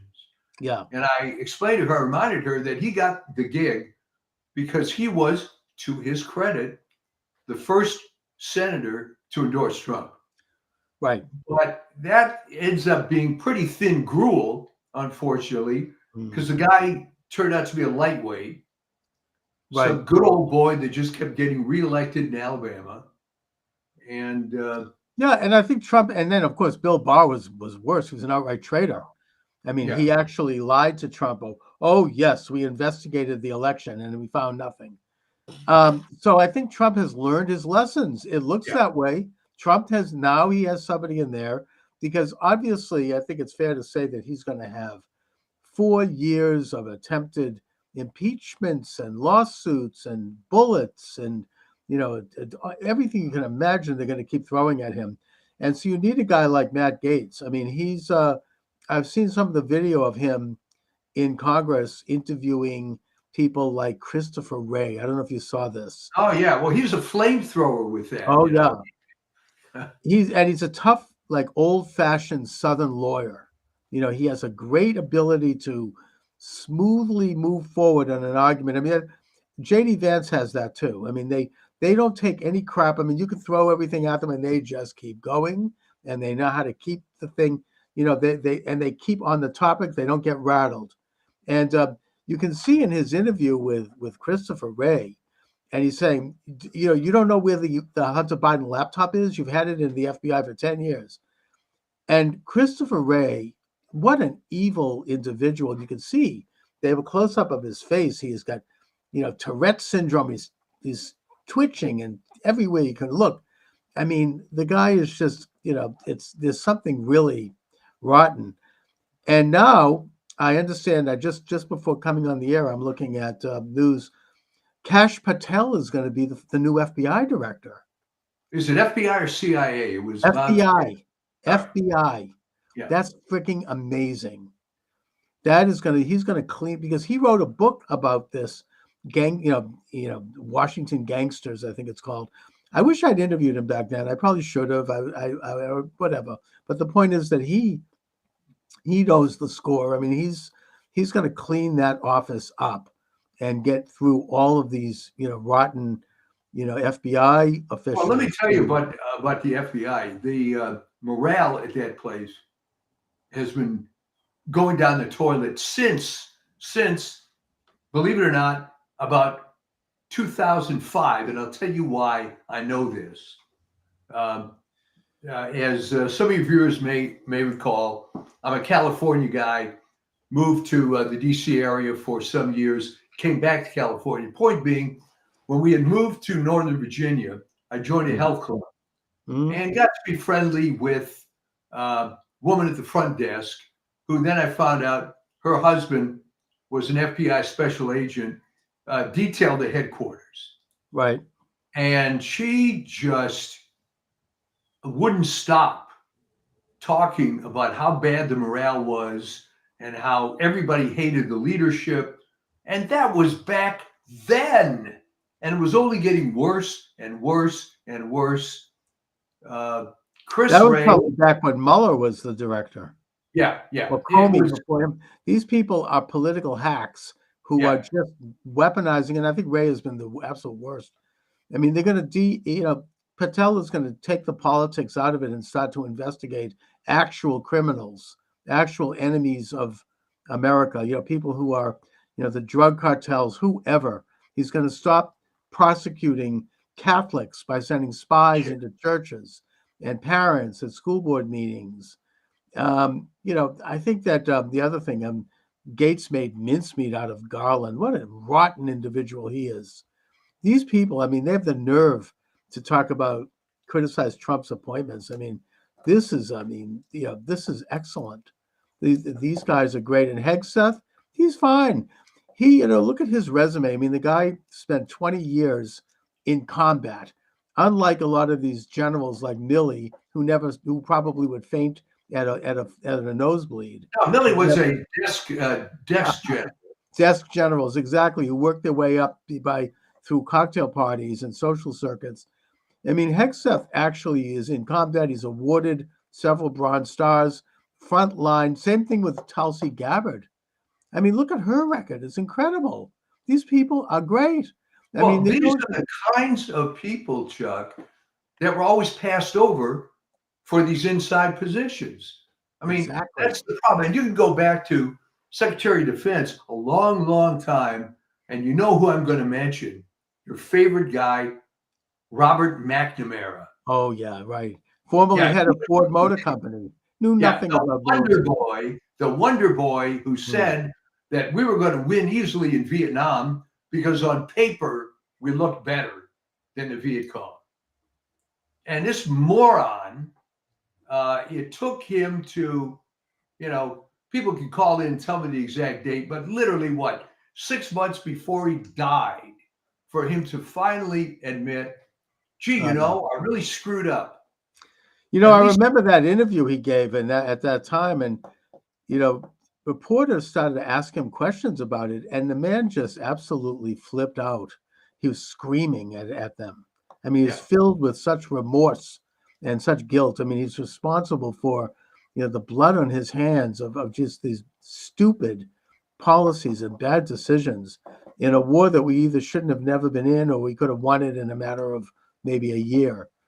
And just, it was really a pathetic, rotten. I mean, and yeah, these guys, I mean, they're all, even Lloyd Austin, who is right now Secretary of Defense, and who's a relatively good comparatively to most of them.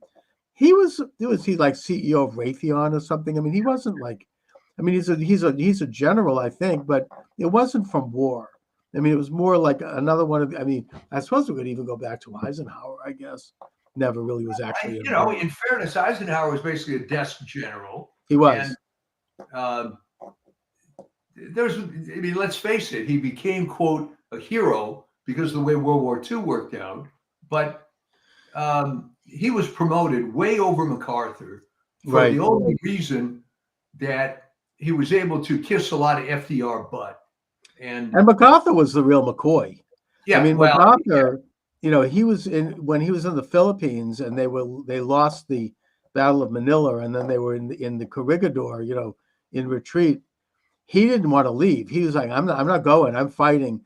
Eventually, FDR had to personally call him in the Philippines and order him to leave. Yeah. I mean, that's like, that's tough. I mean, yeah, he was a tough guy.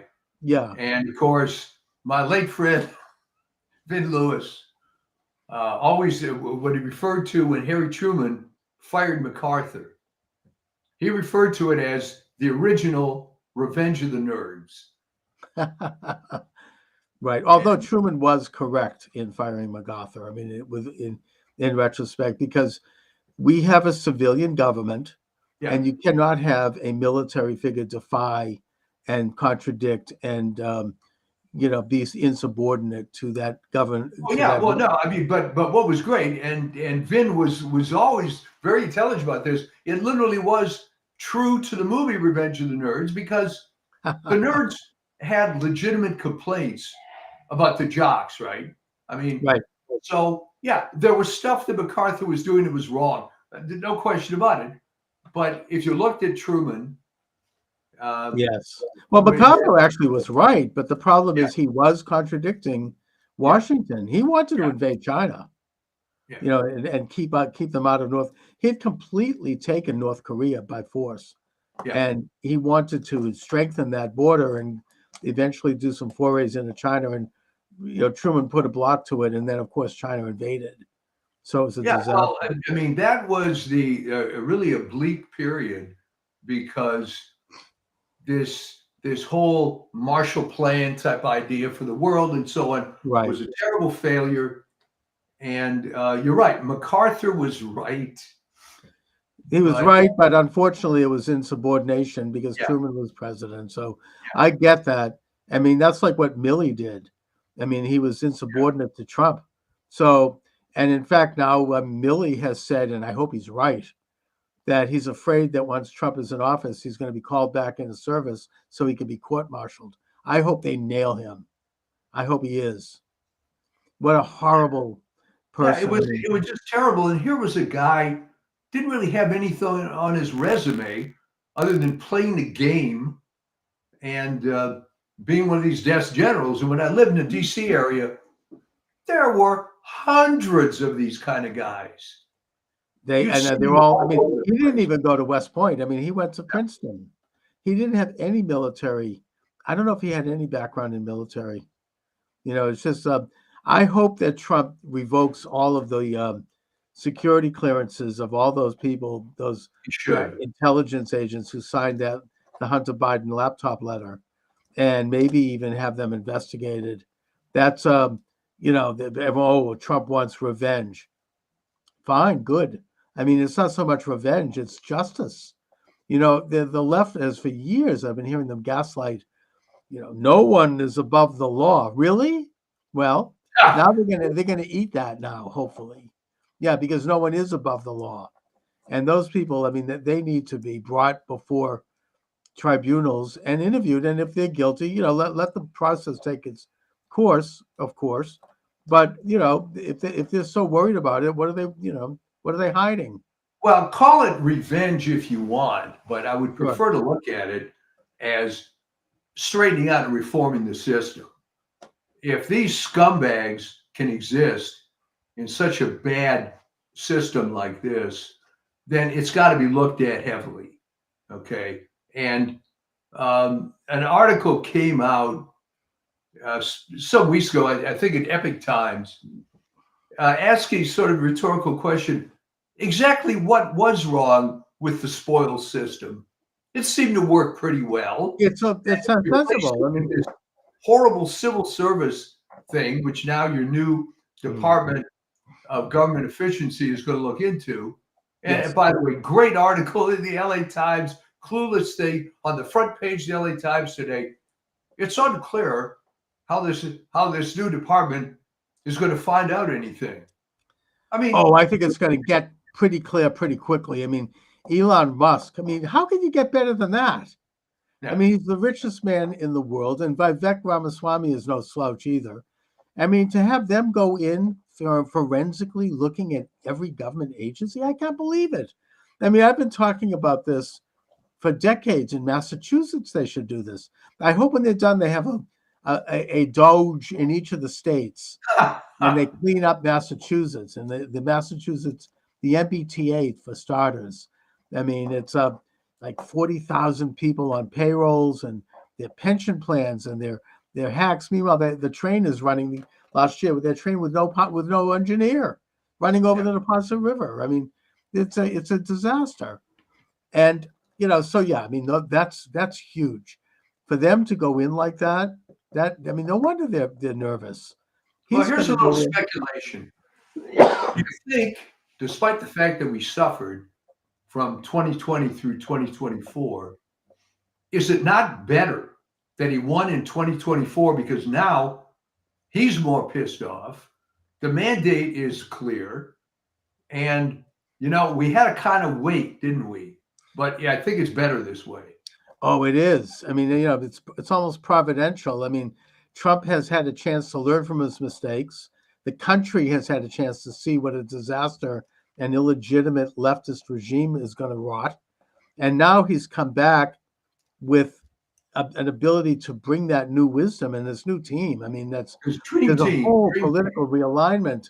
I think it was Stephen Miller, another great guy, who said that this is the biggest political realignment in American culture and politics since the Reconstruction. Left and right no longer apply here. This is the people versus the uniparty oligarchs who are corrupt and who are out of touch. And that's why they're going berserk, especially over Matt Gaetz. I've never seen such a meltdown. Oh my God, they're like absolutely, spinning like crazy. The funniest Matt Gaetz that I saw was Lisa Murkowski tweets out, he's not really a serious candidate, blah, blah, blah. Well, that's really big talk from that broad, right? She was Frank Murkowski, who was the governor of Alaska's daughter. Yeah. And he appointed her just as some young woman that from out of nowhere to become a senator. And talk about legacy. I mean, I don't even think it's going to matter because there's 3 extra Republicans senators. I think it's 53. They're trying to take McCormick out in Pennsylvania. That's not going to work. They got Mark Elias doing like a rear guard election steal over there. He wants what a scumbag Bob Casey turns out to be. Oh my God. And he wants to recount ballots that already the state court twice or 3 times has said are not valid. We're talking about ballots of people that aren't even residents of the state. Right. So yeah, that's not going to work. But they're trying to do something. I mean, so they've got 3 senators. They probably have at least a half a dozen senators who are going to be up for re-election in 2 years, who are probably not going to be so quick to oppose the Republicans, and who are going to go along. It's not good that Thune became the Senate majority guy. I mean, that's the way it goes. But I think that, he has gone on record as saying that he supports President Trump's request for recess appointments and for recess so that they can appoint people and not have to wait a year to get My someone in hope office. is that Thune is not going to be as bad as everybody thinks. Yeah, I believe that he's had a bit of a transformation. Maybe he got in there because McConnell was able to force this secret ballot nonsense. But I think if he wants to make a name for himself and not go down as another one of these crummy South Dakota senators, right. that he had a chance to do something right. Well, you know, So- Thune started out when he went in as his whole calling card was that he was an evangelical devout Christian, which is good. Yeah. Then he kind of lost his bearings, I think, after 3 terms. You know, they get corrupt. Pretty soon he's become another one of the good old boys. He's like giving, you know, garnering favors, and he just sort of lost his soul a little bit. And Well, I that was think that, unfortunately, Chuck, the 17th Amendment problem. That the worst part of direct election of senators is that you get Joe Biden and John Thune type guys because right. it's And Ted always Kennedy. dominated by the small states, right?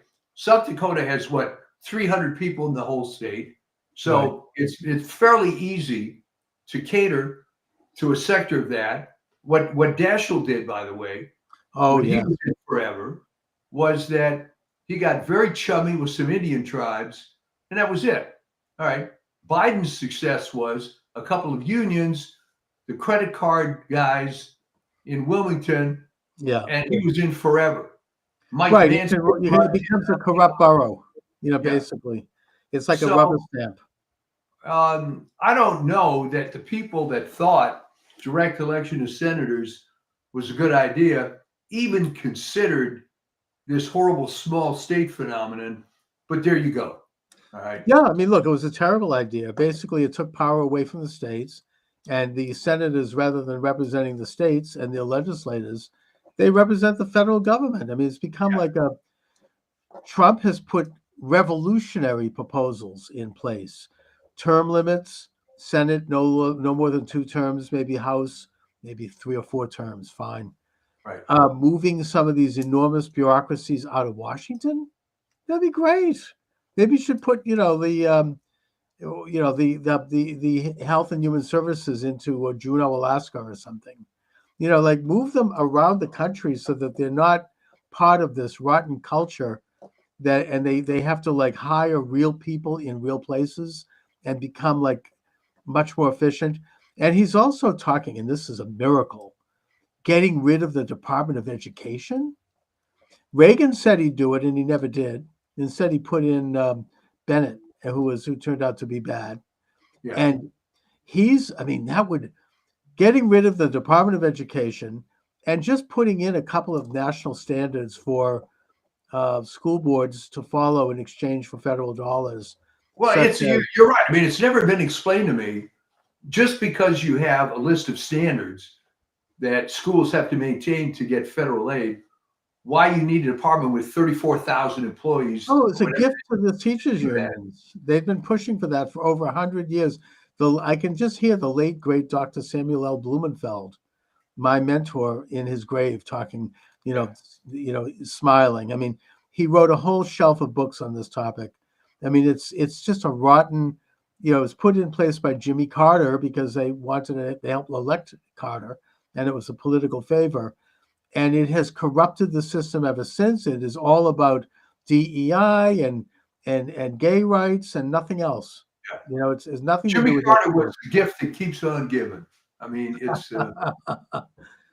Oh man, if they get rid of that, we're going to see finally a return of education to the school boards where you have parents who are elected.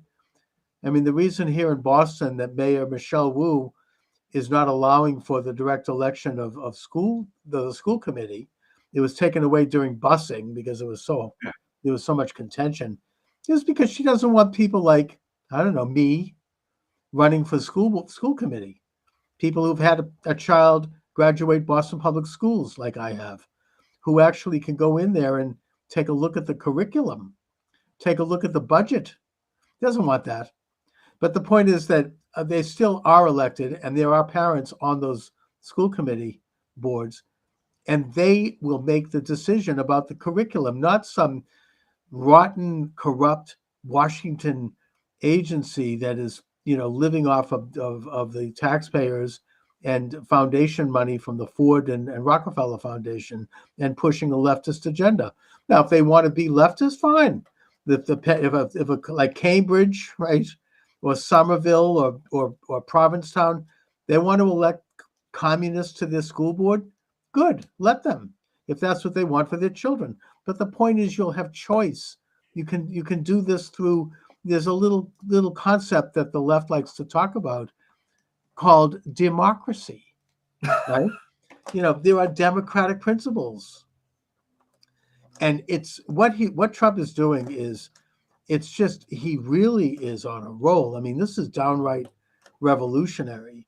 It's just I can't believe it's happening, and it is happening. And not only that, but if God forbid Trump is somehow taken out, he is setting up enough of a structure that it's going to continue, between all of these people who are now going to be in the government, like J.D. Vance and like Kennedy and Musk and Tulsi Gabbard and, Kash Patel and all the rest of these people.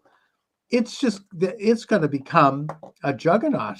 It's not going to matter if ultimately, well, it does matter, but I'm just saying they won't be able to stop it. No, and they are so scared and so upset because it's all falling apart. But that's not the only thing that's falling apart. Look at the incredibly stupid failed campaign of Kamala Harris, where I think if you play the tapes back, you will find me saying stuff like there's no talent on that side, and they think it's still 1950. All right. Apparently, they thought it was a great idea to spend a lot of money on celebrity endorsements. Yeah, Okay. like millions of dollars. They gave $1 million to Oprah, which she lied about when she was chased down the street by a reporter. Well, she was confronted, and it was a stupid lie. Well, they didn't give me $1 million. They gave it to my company. Right. Okay. Well, like Beyonce got $10 million. I mean, these are donations from people who wanted to support, a political candidacy, not to give to Beyonce. And it was all flat. They had to do it because nobody would show up to hear her. She was so horrible. They were paying people to go to these rallies. Yes. And then they had these guys like that numbskull Sisson, that white kid on Twitter, on TikTok. He was being paid by a public relations firm, to do that. He was on a payroll. Yeah, he was completely phony. He didn't care. Yeah. Trump didn't have to do he's that. ever made. So he'll say what they tell him to say.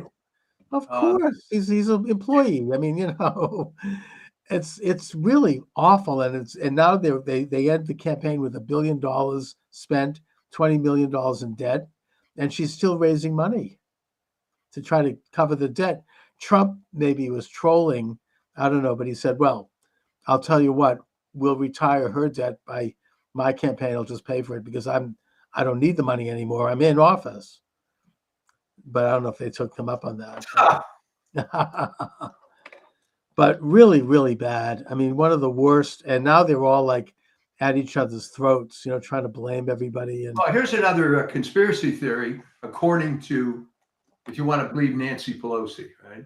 Oh my God. That she claims, and remember, she's lies 9% of the time.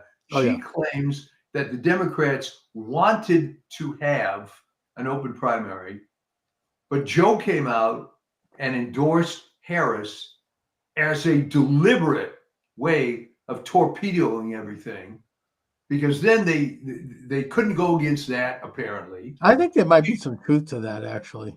Well, I mean, there's no doubt in my mind, absolutely no doubt, that Joseph Biden voted for Donald Trump. Oh, yeah. And his wife, she was dressed in like red clothes that day. I mean, yeah, wearing this MAGA outfit. I mean, come on. All right. I've never seen him look happier. He hasn't looked that good in years. He's smiling from ear to ear. I mean, he met with Trump. He looked like relaxed. He's like, yes, finally. I mean, they despised her. And I mean, she called him a racist and a pedophile to his face during one of the debates.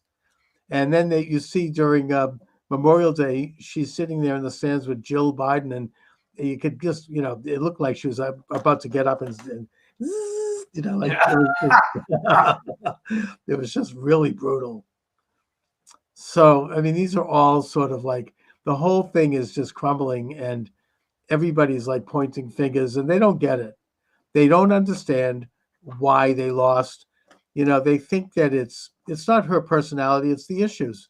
She did better than Biden probably would have done. I mean, they just the whole administration was obviously not legitimate, and it was corrupt. Opening the southern border, right? I mean, hamburger at McDonald's, $15. Just World War III on the verge. What do they have going? I mean, castrations and hysterectomies for children. I mean, they've got nothing other than those things. What? I mean, maybe, but he's made many accomplishments. What? He lowered the price of the EpiPen. Okay, fine. Like, good. I'm glad he did. Very small potatoes. I mean, it's like this is it for 4 years.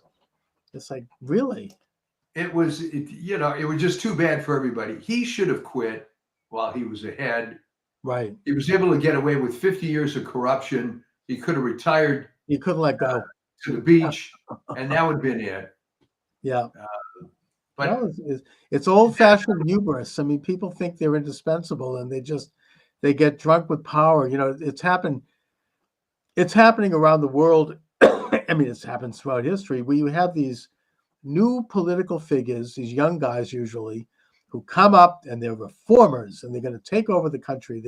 They get elected with a huge popular vote, and then after a few years, they start to enjoy the perks of power, and they eventually, they're not going anywhere. It becomes as bad as anything. They're there for life. People get drunk. I've heard of a guy named Julius Caesar. I think you're describing his biography. Yeah, I mean, it's an old story. Yeah, you could look at the kings of Judah, that. I mean, it's just an old story. I mean, this is why, you want to get biblical about it. Why the prophet Samuel warned the children of Israel not to have a king. Yeah. Right. I mean, there's a fantastic speech in the book of, I think it's in the book of Samuel, where the people come to, we want to have a king like all the other countries. And he's like, fine. He's going to, your daughters will be made into prostitutes. Your sons will be sent out to war where they'll all be killed. Your property will be seized. It goes on this long litany of what's going to happen. Yeah, that's what we want, right? But the people, we don't care. We just want a king. We want to have somebody to look up to. I don't know. It's like a psychological thing, I guess. But anyways, these are very interesting times. And, I feel like we have to still keep the eye on things. I mean, nothing is ever we're never going to be there. This is just the next stage. My job over the next years is going to be to try to articulate the reasons why this administration is in place, what they're about, why they're important, to try to educate people as best as I can to make the most out of this. And also the one issue that I hope that Trump doesn't overlook, and I understand if he does, because he's received this incredible mandate. And by the way, just a little side, not to digress, but all those states that signed a compact to do an end run around the Electoral College, right? Because they said, we're going to only give our electors to the winner of the popular vote. They're all going to have to give their electors to Trump, including California. All the electors will have to go to Trump now because he won the popular vote. And apparently they're still counting, and he's growing. So, but the point I wanted to bring up is that we cannot take our eye off the ball with regard to election corruption, with regard to election integrity. They did try to steal it again. There was so many Kerry Lake. Kerry Lake, exactly. That's obviously stolen. I mean, I think in Wisconsin also they stole it from Hovde. Yeah, he's shown how this happened. So yeah, they are still trying. They still have this incredible infrastructure that can steal elections on the state and national level. And they did. The reason, frankly, why Trump won is because he learned the lessons of 2020, and he saw the example of Glenn Youngkin in Virginia. Glenn Youngkin was able to feed, and he went up against the real left establishment. I think it was, what was it? What's his name? He was a McAuliffe, right? Clinton guy. I mean, these are entrenched powers. And he came up, he had never held office before. He's a wealthy guy, I think he's a Wall Street guy. He got thousands of volunteers to work the voting booths, to stay in the counting rooms, to watch the counting of absentee ballots, to do all of the tabulation checking. And he also had a team of hundreds of lawyers on call. So if someone saw something funny going on, whether it be just observing a corrupt election official or whether the Democratic Party was trying to pull some bullshit about, we're going to keep counting, his lawyers were ready to hit the ground immediately and get it, and he won because of that. It was the cleanest election that Virginia probably has had since Jefferson. And even that wasn't so clean. But the point is that Trump did this nationally. The RNC did this. Thanks to Lara Trump and Whatley and a couple of other people, they fielded thousands, I think it was something like 275,000 volunteers across the country, not just in the battleground states either, even in some of the red states like Texas. And they worked the counting rooms, they worked the polls, and he had lawyers on staff. And whenever they came up with some bullcrap about, well, we need to, we're going to count, illegal votes, and we're going to do this. They had lawyers in court within a minute, within hours, stopping it. Pennsylvania is a good example. I mean, there was several lawsuits brought up and decided within hours, where you had corrupt Pennsylvania county officials and DAs. They stopped it, and they did it because they knew they had everything well heeled, well coordinated, and they were able to fight these things. Michigan, they stopped that crap. I mean, they were going to start in again with the white vans. Atlanta, they had it down. I mean, they just, the only place I think where they did kind of falter was Phoenix, but Nevada. I think Phoenix, unfortunately, Kerry ended up being a martyr, but I think that was the last gasp, because this guy, what's his name, Richards, I believe. Richer, Stephen Richer. He's out. That was it. I mean, yeah, but he's talking about corruption. I mean, he's allegedly an R Republican. He's like working with these radical left-wing PACs. These PACs, these political, the NGOs, apparently, UN NGOs. Yeah. All left-wing are trying to, they're out there. You didn't have like Zuckerberg write a big check this time. You didn't have the big money coming in this time. But the point is that in the broader sense, the whole system still has to be overhauled. It's been brought up that the states that Trump won were states that had voter ID, and the states where he did not win are states that don't have voter ID. There's a map that can show this without exception. This is this is crazy that they don't have voter ID. I mean, there's no excuse for that. They don't have it because George Soros created this turf group back, I think it goes all the way back to the Bush-Gore race, I think, but maybe not that far, called the Brennan Center, that basically decided that the way we're going to fight voter ID is that we're going to claim that it's racist, which is absurd. And the media jumped on that. The establishment jumped on it. And it's interesting, here in Massachusetts, I can think of an example. I forget her name, but she was an ultra-liberal left state senator who was championing voter ID. And back then it was actually a liberal cause. And then all of a sudden, like overnight, she did a 180-degree turn. Suddenly, oh, no, we can't have it. The point is that they have that to. That is so reminiscent, though, of the way those commies turned on a dime. Oh, yes. Where Uncle Adolf is our ally until he isn't. When Hitler double-crossed Stalin, all of a sudden, I mean, there's a case where this communist guy was giving a speech at like a public rally, and suddenly this guy comes and whispers in his ear. He gives him another speech, and they literally changed everything overnight. And that, yeah, that's how they operate. And I hope that Trump does, steps up and does the reforms necessary. There has to be voter ID in all 50 states. There has to be paper ballots. The rotten computer, the Dominion, they tried to do it. They had cases in Tennessee, apparently, where you could not vote for Trump. You'd put Trump on the ballot and it would switch over to Harris. Now, people caught that, but the question is, how many people didn't catch it? How many people didn't notice this? It's still there. They have to throw out Elizabeth Warren, my senator, Hiawatha. She was championing this until all of a sudden there's like a 180-degree turn. In 2019, she put up a bill before the U.S. Senate saying that there will be no voter machines because it's, quote, rigged, unquote, and she was right. And they have to bring that back. They have to get rid of the machines. They have to have paper ballots counted on election day. No absentee unless you have a very good reason for it, like you're in the military or you can show. And if you do cast an absentee ballot, you have to have your signature in the town clerk's office where it can be verified.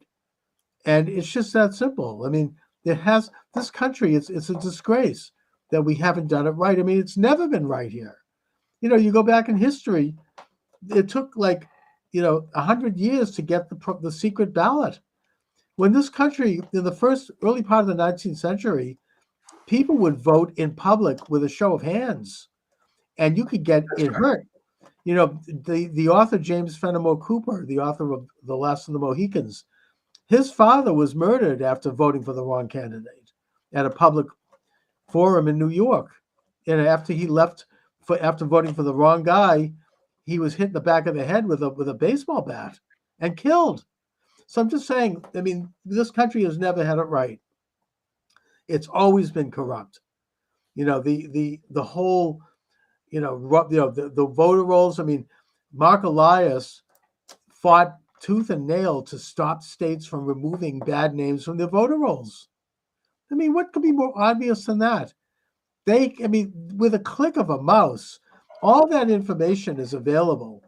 You can cross-check it. There are these guys who's doing this statistical analysis. You can go into any state and take a look at tax returns, take a look at utility bills, take a look at all sorts of things to prove that a person is who they are and that they are residing where they say they're residing. And anyone else should be removed from the ballots. I mean, you've got hundreds of thousands of names on ballots of people who have passed away or they've left the state or they don't exist. That is no excuse for that. I mean, we can't have that in this country.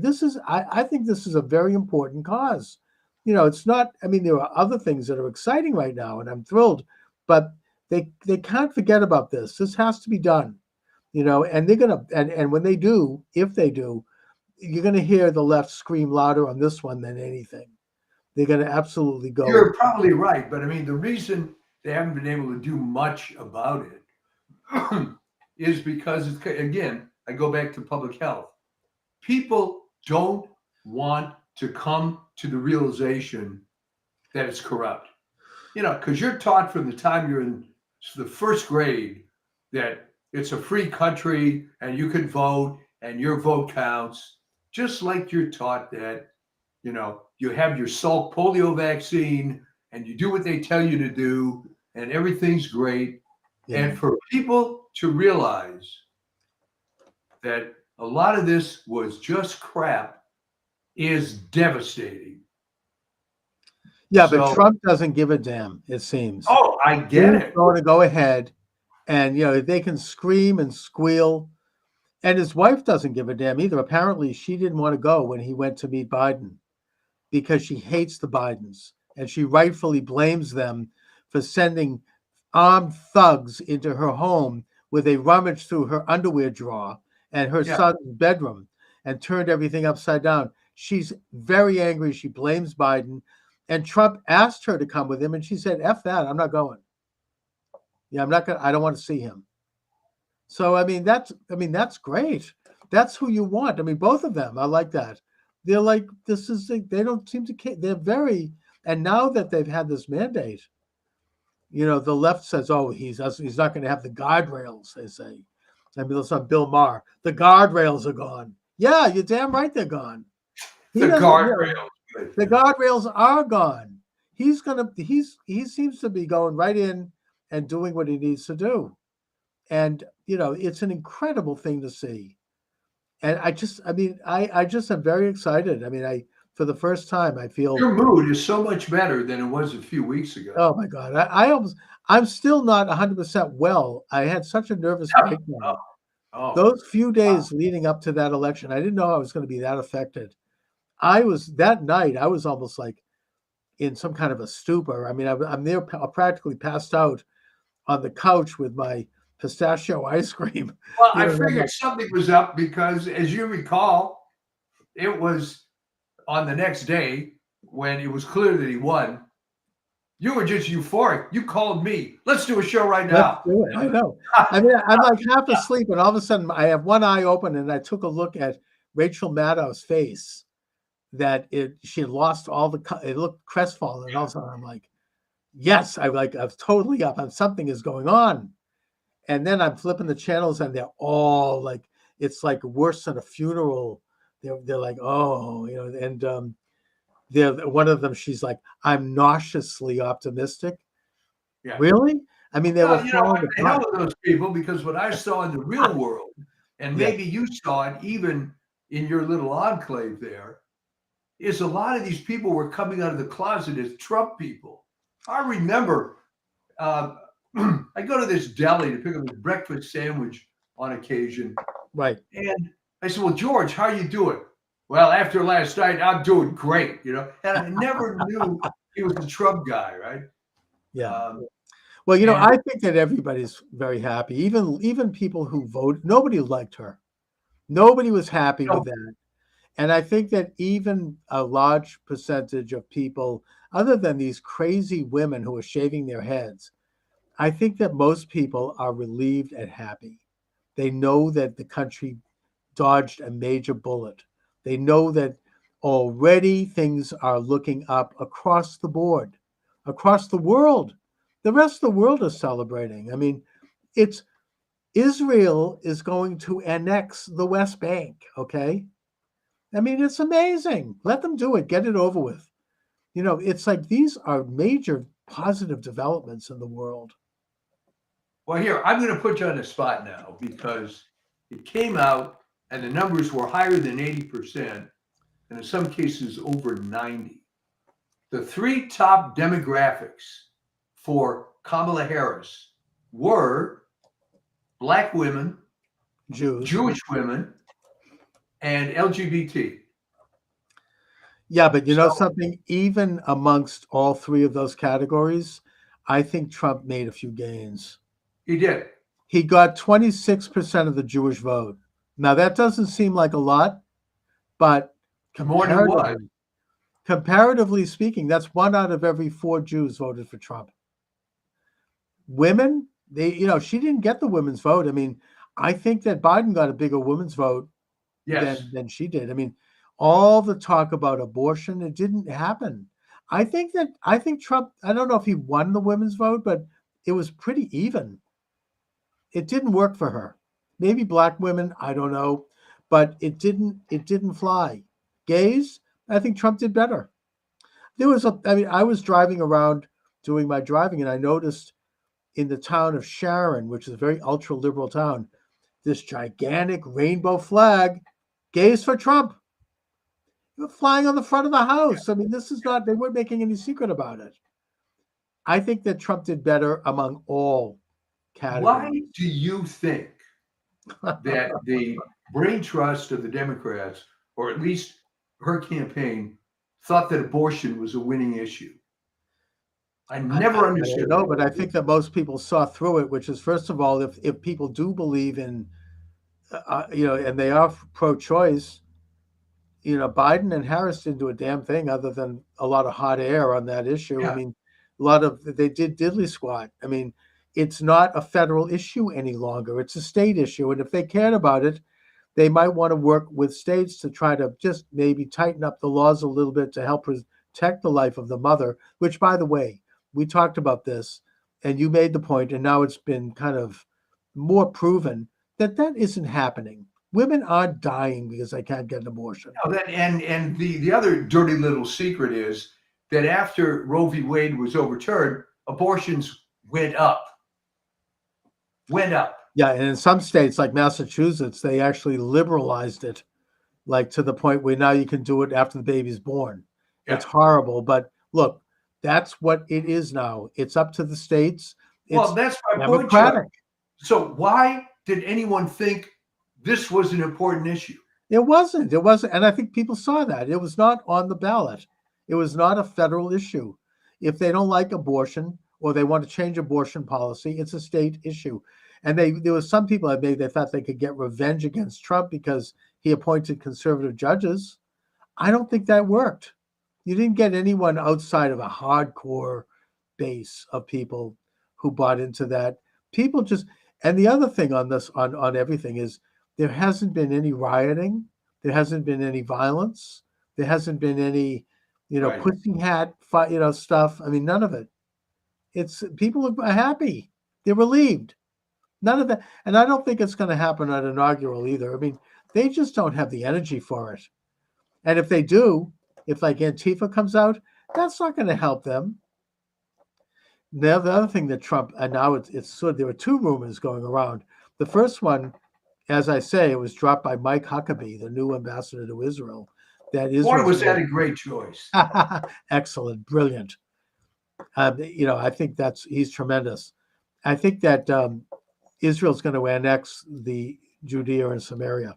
The other one is that Trump is going to pardon all of the J6 prisoners. J6, yeah. 2 federal judges have now stopped all hearings. The rotten, Garland office is still trying to, arrest people and raid people. I mean, and they're not. It's not happening. The time is ticking away. They only have a few more weeks. Well, here's a little speculation thing for you. What happens to Garland next year? What does he do? He goes around the talk circuit. Well, I tried. I was an old warrior. I did all this. What happens to guys like that? I think that we'll never hear from him again because I think that the far left hates him because they don't think he did enough.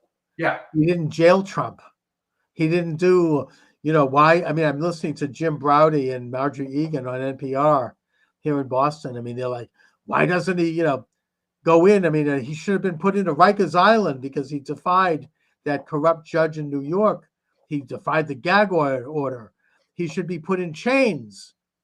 No, I mean, he didn't do that. So he's hated by all sides. And he's like that's just an old, rotten, that's the past. I don't think anything. He'll go to the same place Kamala goes. Nobody will want to hear from these people ever again. Well, it's interesting because unlike Mike Dukakis, that ended up having an academic career and being sort of a somewhat respected guy, those two, you're right. Everybody hates him. What I predict is going to happen with her is at some convenient point the next year or so, Dougie and her are going to divorce. Right. Because what the hell does he need her for now? Sure. And she's just going to be forgotten, kind of like Norman Thomas or something, just fading away. And she'll end up with a couple of cats in, like an old cat lady, sort of what J.D. Vance was talking about. Well, interesting that there was maybe non-Californians aren't familiar. Well, Jerry Brown had appointed this woman, and you know where I'm going with this, Rose Byrd, as the Chief Justice of the state of California. Right. And she was a radical leftist who it was a joke. I mean, there were some large number, dozens of death penalty cases came in front of her, and it didn't matter how egregious the circumstances were, she voted no every single time. Right. Let him loose. Yep. She ends up as the former Chief Justice of California, unable to get a job with any law firm, all right, goes on welfare. Oh my God, really? No, well, she developed cancer, which I Right. think took care of some of the money, and she just died in obscurity. And Yeah, that's where that I think that's definitely a possibility. I mean, these people have no, they're no, the left will give you, they'll weigh your shelf down with awards when you're of use to them, but when yeah, you're not, they'll pull the rug in a matter of a minute. You're just oh yeah, gone. absolutely. I mean, these people. I mean, who the hell wants to? What's going to happen to Rachel Levine? I mean, who the hell wants to hear from any? I mean, but with Harris, I mean, she is so dreadful. I mean, you can't stand listening to her. Nobody liked it. She was the left wing media people that put her on for softball interviews and who were paid, we now know, to do so, and who did the softest interview you can imagine. They looked like they were ready to slit their throats listening to her talk. It was depressing. You walk out of it stupider than you were when you went in. I mean, it's just it was so bad. Well, that's having a boomerang effect. Also on, for example, CNN. The only reason people even watch it anymore is Scott Jennings is on. Yeah, As exactly. a conservative guy, but he's always on with this Abby Phillips, who's an attractive black woman, Yes. not very smart, because he'll raise these points and she looks like deer in the headlights. And then she's listening to whatever someone's saying in her earphone and then comes up with some comment. I mean, it's all done. And people are going to reflect. This is what's going to happen. They're going to reflect, wait a minute. Why was Harris even elected to anything? Oh, well, Yeah, everybody knows. She worked her way up through the casting couch. Yeah. And then she was like she played the race card, and she just was very manipulative. She knew how to get favors. I understand that Jennings might be the press secretary, which would be great. He's very good. Yeah. So, yeah, I mean, Trump it's really exciting times. Yes. It's very exciting, I'm sorry, to watch some of these people crash and burn. It's a beautiful thing. It's going to be very, as I hear, who is it? As Steve Bannon says, it's time to break out the popcorn and just watch, and well, watch you can it all see CNN is getting rid of these overpriced hosts. Your friend Chris Wallace. Oh, he's horrible. Yeah, he's been gone for a long time. Well, he would, but the thing with him was his father was terrible, but that was the era of CBS with all the leftists. Mike Wallace was nothing more than a left-wing bully. Chris Wallace was nothing more than a Nepo baby. At least Mike Wallace would occasionally chase someone down the street with a mic, Yeah. and try to get some answers. I mean, Chris Wallace is a piece of what. I mean, he's what he tried to do to Trump during that debate, just evil and ugly, and just I'm glad to see him go. Hopefully, the final last ditch effort is being pulled off or try. She won't get away with it, but none other than my own Senator Hiawatha is trying to jam down some left-wing judges in the last weeks of the administration. She's trying to finish the Biden judges, and it's not going to happen. Yeah. Mike Davis, who is really a powerful, one of these tough Irish lawyers, he's great. I mean, he's on all the times with Bannon, who, by the way, is just absolutely soaring and who's brilliant. Check it out on War Room. I don't miss one of those podcasts. It's beautiful to listen to that. But Mike Davis is a regular guest of his, and he's a brilliant lawyer, and he's not going to let her do it. He's got people there in Washington. He's well connected. They're going to pull the plug on that. She's trying to shove down the throat leftist judges at the last minute. I don't think she's going to get away with it. They tried to get Sotomayor to step down, with the rumor being that Biden would then appoint Harris, which I don't think he would have done anyway. No, there's no chance. But Sotomayor is saying, you know what? She wouldn't have wanted it because she's just too stupid. They don't know what to. They think that maybe she's young enough that she'd be a warm body in there. But Sotomayor has said she's not going anywhere, and that means that Trump is going to get more federal, judicial appointments at some point, because apparently she's not in good health. I mean, I guess she's got like an advanced diabetes or something. She has a medical assistant with her at all times, and it's going to be like Ruth Bader Ginsburg. People are begging her to leave, and she's like, "I'm not going anywhere." So Trump will get probably 2 or 3 more appointments, and it's just amazing. It's going to be amazing. We're going to get tired of winning, right? I know it's the whole, I mean, this country, I that's why I was so sick, because there's such a difference in terms of the course for the future, the way things could go. And I just am so thrilled and pleased. People were just always overwhelmed. I mean, I called a friend of mine, a retired cop, conservative guy.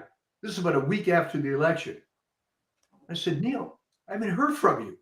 He said, I'm still basking in it. I'm still enjoying the glow. I know. I don't even know what to do with myself. It's a beautiful time. I mean, you almost feel like you don't want to get too giddy, because bad stuff is obvious. And by the way, all these meltdowns that you see on TikTok, this is all crap. And it is, because what human is going to say, well, wait, I'm going to have a nervous breakdown, but let me first log in to my TikTok account. And that's not how humans work. This is all crap. It's all theater. Oh, I know. There's this one woman who's doing all the screaming in the car. Yeah. This musician, I don't know if you've heard this on TikTok. He's turned it into like a rap concert thing with drum beats and music. It's hilarious. And then there's the Lysistrata group, following in the example of South Korea. Apparently, women, no sex, no men, no relationships. But it's like a parody on itself, because all the women that post these are ugly. Well, I like the comment made by Natalie Winters, who's Bannon's co-host, and who did a brilliant job of filling in for him while they had him in prison. She's like, well, they're not, as President Trump would say, they're not sending their best. Yeah. Oh man. Anyway, so there's all kinds of parodies on it. One of them comes up and said, look, what do I have to do to make myself unattractive to MAGA guys? And Paul Joseph Watson said, just keep doing what you're doing. Perfect. Oh yes, I know it's just not flying. Good for them. Anyway, so Mike, what do you have coming up on the? I was going to do but I think I've just done it on this show. I was going to do a piece called "Dead Wrong," and maybe we'll still talk about how. It's getting old even for me. How there's just no talent. They're going back to 1950s. Oh, just wait till we have the media. That'll convince them. Yeah. What I'm waiting for is the owner of the LA Times. I don't know if you heard this, because why would you? Said that he's firing the editorial board and is going to replace it with all conservatives. Wow. And I guess if I'm going to get it, the LA Times has been liberal since the mid-'60s, but it's at least a real newspaper in the sense that there's some content and so on. And I'm hoping maybe they'll go a little more conservative, because the thing I get delivered to my house now, and the USA Today Network has a bunch of these things, these local papers where the national news is 3 days old. I'm not kidding. 3 days old. And yeah, you're pretty up to date on the high school football scores in the local area and stuff, but right. It's a joke. My wife says, well, and she reads the paper in the morning, well, that took me 7 minutes, so. I know there's no content to it anymore. The Globe is like that too. And I don't think the Globe is going to change. No. That's not happening. Although there's a lot of rumors about Mayor Wu having some serious opposition here in Boston, including from the son of Bob Kraft. We'll see. It's interesting. And he's more conservative. Well, I never understood, other than historically, how Boston, which to me, a large part of Boston, is hard scrabble working class, how they didn't get all red pilled as much as I would have thought that they should have. It's a good question. I don't know. they go just so far. I mean, they elected Marty Walsh over a very left-wing candidate. Yeah. And he captured all the rich, well-to-do leftist neighborhoods like the Back Bay and Beacon Hill, Yeah. whereas Walsh got all the more blue-collar areas. So, there is at least some shift there, but you never see, a real, MAGA type in Boston, at least not yet. We shall see. All right. Well, All good right, luck. Mike. I'm Thanks a glad lot. you're doing so much better. As is everybody. All See right, you I'll next talk to you next week. Thanks a lot.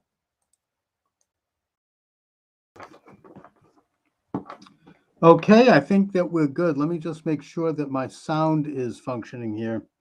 Let's see, go to Podomatic for that. Doing my special election day program. Hello. Yeah, it looks like we're okay with sound. Hello. Let me just try it again. And testing, and we're good. And let's go live on Podomatic. Thanks for joining me, everyone. Charles Moskowitz here. Michael D. Shaw will be with us shortly. This is Election Day. What else can I say? 508-637-5596 is the number. Let me go live on TikTok as well. Not that, I'm a little worried about TikTok only because they've been censoring me. What can you say? They might shut down the program for reasons, but God willing, if Donald J. Trump prevails today, the censorship regime will take a major hit. They will not necessarily fall, but you'll have a major setback for the censorship regime. So how do things look out there? Well, what is this? I don't know what the heck that is. I'm getting music from Live Fest. I don't want that. Let me just go. I'm gonna shut down TikTok for now. I just try it again. I don't want to have anyone automatically come in. I'm going to cancel that and I'm going to go live again. All right. This is a live program. We're talking election. If anyone sees anything, knows anything, say something. Call in. What's going on out there? What's happening in your area? 508-637-5596. 508-637-5596. And I will put you on the air and you can report on what you're seeing, what you're observing out there. I am nervous after maybe I've been traumatized after 4 years of living in a regime where I've had to deal with censorship, I've had to deal with hatred, I've had to deal with threats. I just feel like we're so close. We're finally here, and this is a chance to take back this country.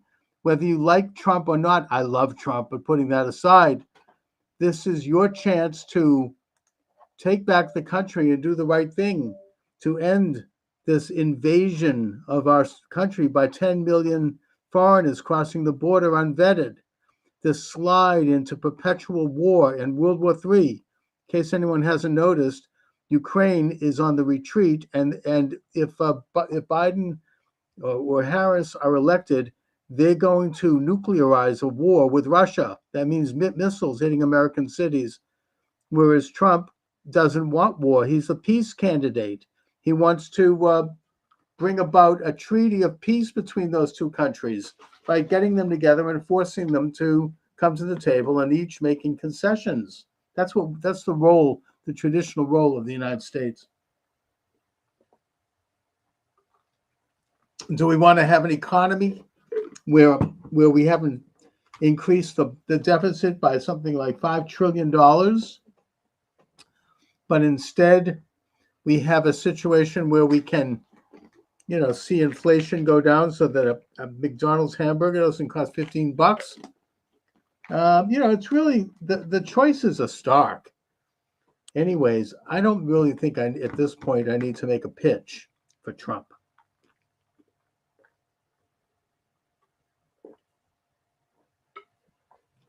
There we go. We're taking some supplements here. what I'm worried about and what I'm observing is something that I would think was inevitable, which is their attempt to steal the election. Now, again, maybe I've been traumatized by what I observed 4 years ago on election eve, when I saw with my own eyes 6 or 7 states stopping the counting while Trump was ahead, almost to the second. And after that, they reopened the next day, and Trump was behind, or he had lost ground. That was the steal, and we were told what we were seeing wasn't what we were seeing. They told us this is we've been gaslighted for 4 years. I hope he gets to the bottom of it. Keep going. We're letting more viewers know you're live. Thank you. One of your friends is live. Invite them to go live together. They're invited as long as you stay with the topic. If you don't, I'm going to have to shut you down. I mean, at TikTok, you get people coming on who are just, they're into something else. And this is, hi, how are you? Did you vote today? Disconnected, looking for another creator. Okay. You're welcome to join me on TikTok if you'd like. Hey, how you doing?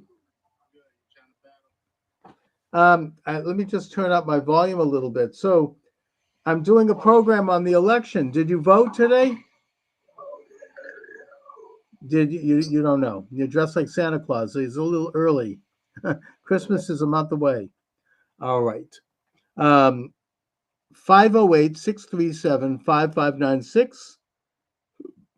508-637-5596. Let me see if I'm live on Twitter. I should be. Apparently Getter is I'm having problems going live on Getter for some reason. I think they want some money to do that. We'll see.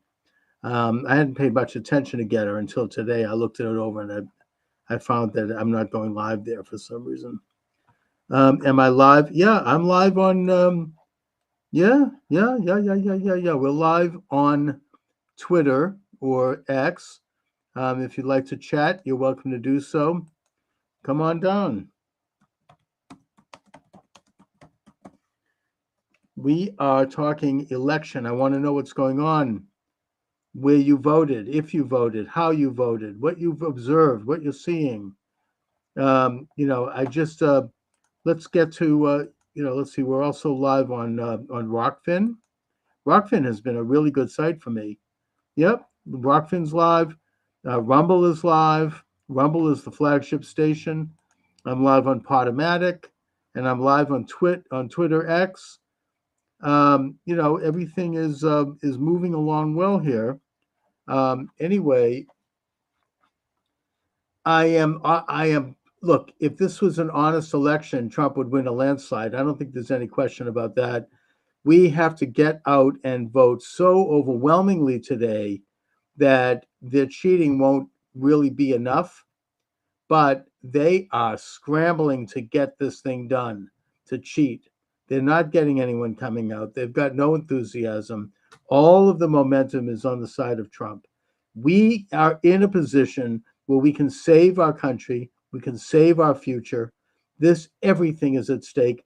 This is the most important election in American history, the most important since Washington. This is one of the most important events in world history, going all the way back to Jesus's Sermon on the Mount. Okay. You want a co-host for now? You've got somebody. Hello, you're no, about that. Yes. No. You want? I'm doing that. Okay. They're just. I got another TikToker who wants to do some dancing. Let's get. Please, people. I'm doing a talk show here. We're live on several live streams. We're talking the election. If you want to talk election, you're welcome to come aboard. You can join me on TikTok. Thank you. Or you can call. Oh, I've got a violation already on TikTok. A warning. Yeah, I guess you see. I don't know how much longer I'm going to be on TikTok. God willing, if Trump wins, Maybe TikTok can be reformed and there won't be this Nazi-like censorship. I don't know. We'll see. 508-637-5596. If you'd like to join the conversation, 508-637-5596. You're welcome aboard. We're talking about, or you can join me through chat on multiple platforms, including Twitter, where I'm live, and Rumble, or you can come on down well, Rumble is the good one here. That's kind of the flagship. And we're talking election. Have you voted? If so, what did you see? What did you hear? What did you observe? Let me just see what's. Yeah, we're live on. All right. Yep, you can chat with me live on Rumble, on Twitter, and on Rockfin, all of which are live. Or you can just call up old-fashioned, like they used to do back in the day when you had talk radio. You could call 508-637-5596. That number again is 508-637-5596. The Gateway Pundit shows frustration boiling as Pennsylvania voters witness, quote, non-English speaking citizens escorted past long lines to vote. Yeah, I mean, I wonder who they are. I think that you had actually John Fetterman, who's a senator from Pennsylvania, admit to Joe Rogan recently, the other day, that non-citizens, illegal aliens, are registered to vote across Pennsylvania. That's what we're looking at right now. That's who they're going to use. Those are the votes. You have people who were registered, and their names are being voted, even though they may not even know it. I don't even blame them.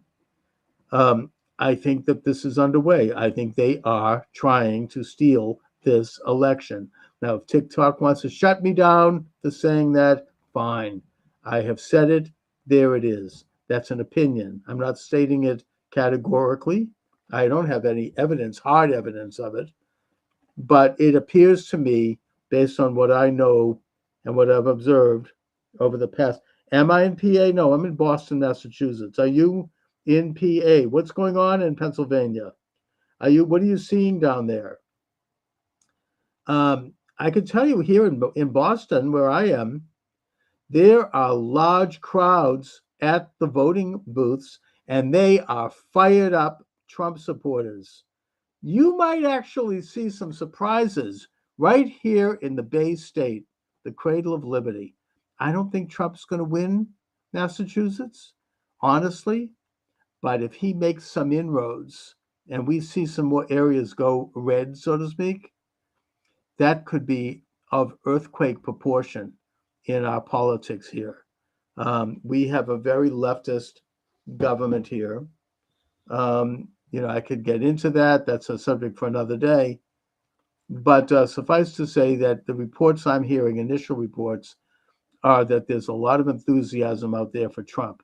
And there's a lot of people showing up, and they've been waiting for this for 4 freaking years to put Trump back in and to get rid of this illegitimate regime.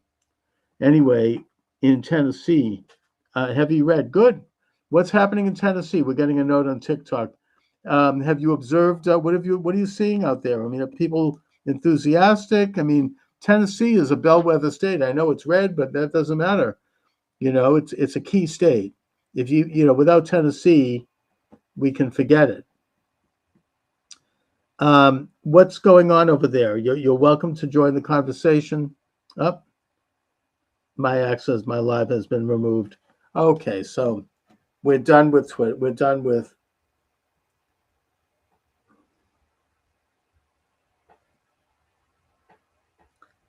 Yeah, I've been taken off Twitter. That doesn't surprise me. This is election day, and Twitter, I've been taken off TikTok. So be it.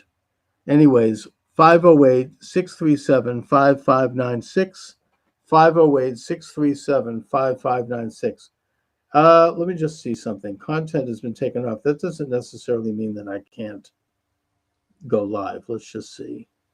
I just want to be sure. Live, go live. Yeah, access suspended. November 12th is when they're going to let me come back. Yeah, okay. Did I say something that doesn't comport to the establishment? Apparently I did. Let me just try something here with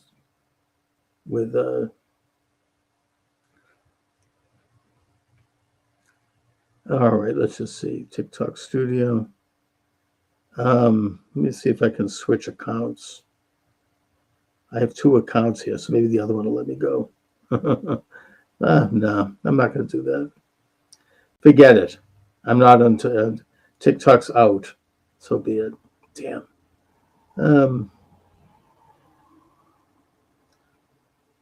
All right. Anyways, so the Gateway Pundit says that a shocking scene reportedly unfolded at a satellite election office in South Park Ice Rink in Bethel Park, Pennsylvania, where early voters who had been waiting for hours witnessed van loads of non-English speaking citizens allegedly escorted to the front by translators to cast their ballots. According to ex-user Emma Carwood, at least 3 buses arrived with individuals being guided in by representatives from, quote, Vote Today PA, a vote mobilization group funded by the progressive organization Working Families Power. Sounds like communists. Which advocates for causes like, quote, economic fairness, racial justice, gender equity, and climate sustainability. All buzzwords for communist action. Some of these individuals were seen wearing hooded sweatshirts with Vote Today PA printed on them. One witness described a disorganized scene, claiming they had these people, they had about 12 of them, walked in and were all foreigners, and they took them up to these younger people to help them fill out and say Vote Today PA, and somehow they beat a 2-hour line. And then they walked up, and one lady, they were even asking her, they were like, we don't have you in the system. Your name's not right. And they're like, oh, we'll take it back and change it. How do you change your damn name? The witness asked. Another individual, Kathy, recounted her experience on X. I was there on Saturday when this happened. We were told when we arrived there would be a 2-hour wait. We watched at least 3 different groups of approximately 20 non-English speaking people were escorted into the building ahead of everyone in line. Another witness, visibly exasperated, commented, I was there. I saw firsthand. So not only do they get everything in their life for free, but now they get to skip the line while the rest of us waited 2 hours. Unbelievable. Okay, these are all commentary on what's going on here. This is, let's see, Gateway Pundit, Arnold Schwarzenegger. What a jerk. He's endorsing Harris. Really? Exactly why? Local ABC news station mistakenly, quote, leaks a, quote, test election result showing Harris winning Pennsylvania as GOP voters storm the polls. Kamala calls for unity, then calls Trump a tyrant. Buzz Aldrin endorses Donald Trump. Good for him. Florida teen wielding machete arrested for intimidating voters outside polling station. I wonder who he's supporting.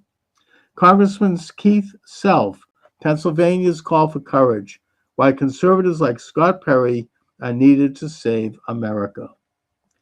Kamala is collapsing.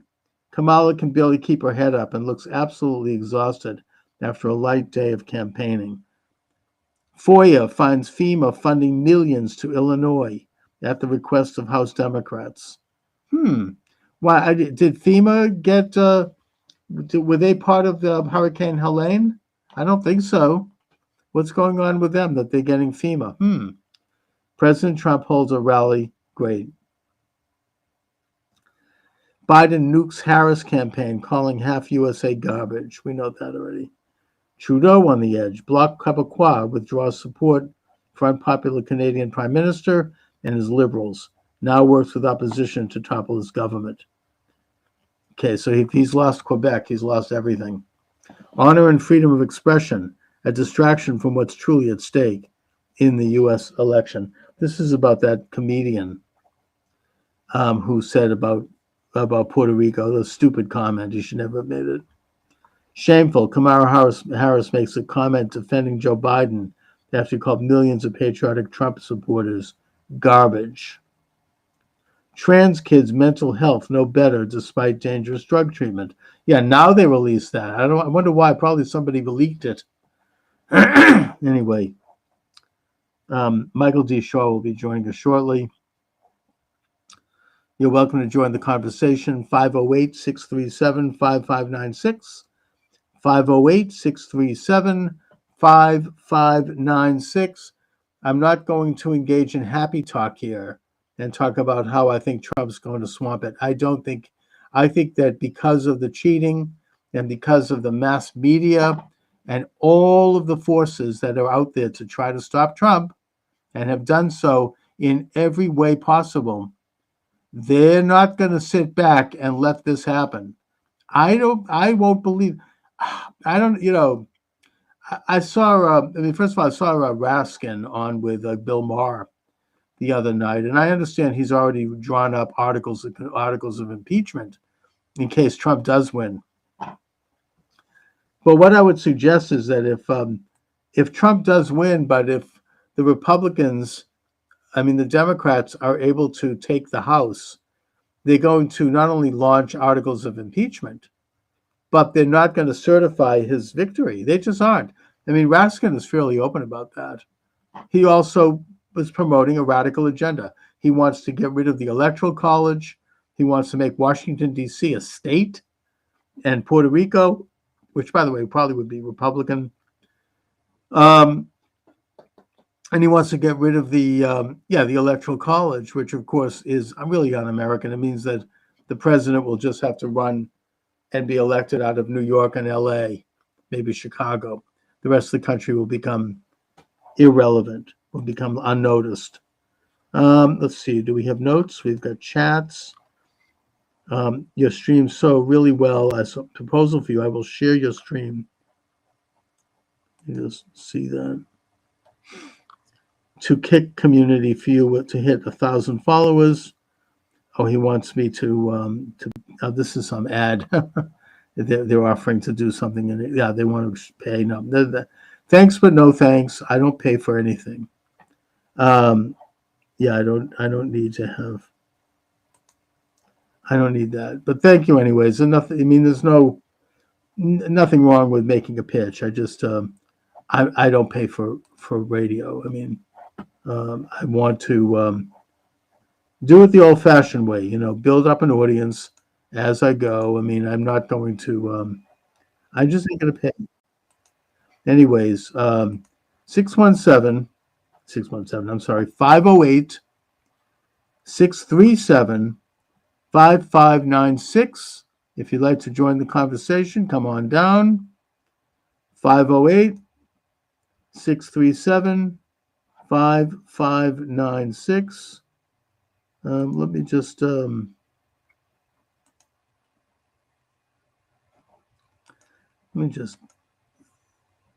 okay, let me hide that one. And I'm going to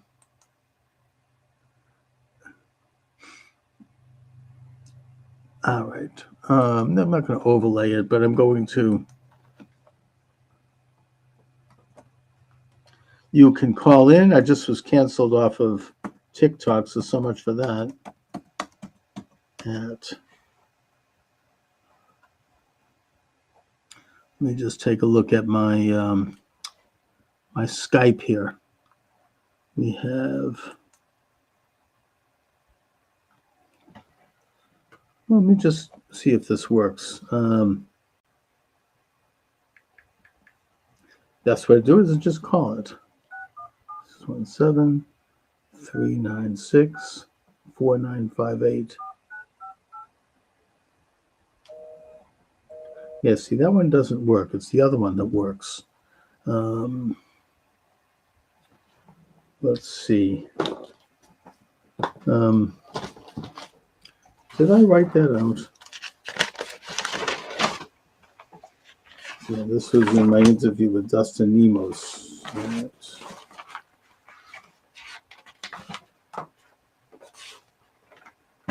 Nah.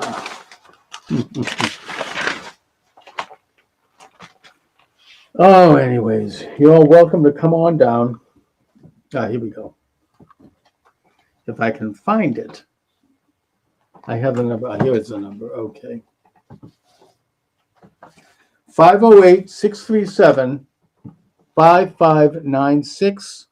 508-637-5596 is the number. You're welcome to come on down. Now let's see, where did I put my phone? I think I just lost that. Can't get anything straight here. Oh boy. Yeah, okay, so I'll have to find, there it is. Okay, so let me just try dialing that, see if that number works. 508-637-5596. 508-637-5596.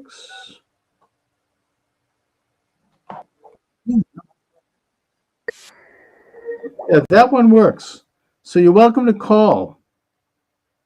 This is a live program. We're talking election. What are your thoughts? 508-637-5596. 508-637-5596 is the number. You know, let me just put that in there. 508-637-5596. And just enter. Call in at 508-637-5596. You're welcome to join the program. We are live. 508-637-5596. You know, I used to do talk radio in Greater Boston at different stations, and then I kind of got out of it. I got involved with other things. I ran for office. I worked in my business. I had a family. I brought up a daughter. I had other activities. Then I kind of got back in. Now I'm getting back in more so with this online show. But that I immediately bumped into the censorship regime. It actually happened, and it really started happening in earnest in 2019, just the year before the pandemic. And now, if God willing, if President Trump wins, I hope to maybe get back to figuring out how to do an end run around that. Let's see, voter suppression. Quakertown polling in Bucks County cuts voting line nearly 3 hours early, despite 4:30 p.m. closing listed on website. Peace officer cites slow and grueling process as cause. Latest UOCAVA updates. See, this is where they're going to try to cheat. Trump is going to be ahead, and he may even, they've kind of set the stage so that he can't declare victory, even if he has won all these states, because they'll say, well, all the votes haven't been counted yet, which they'll keep counting probably for a week.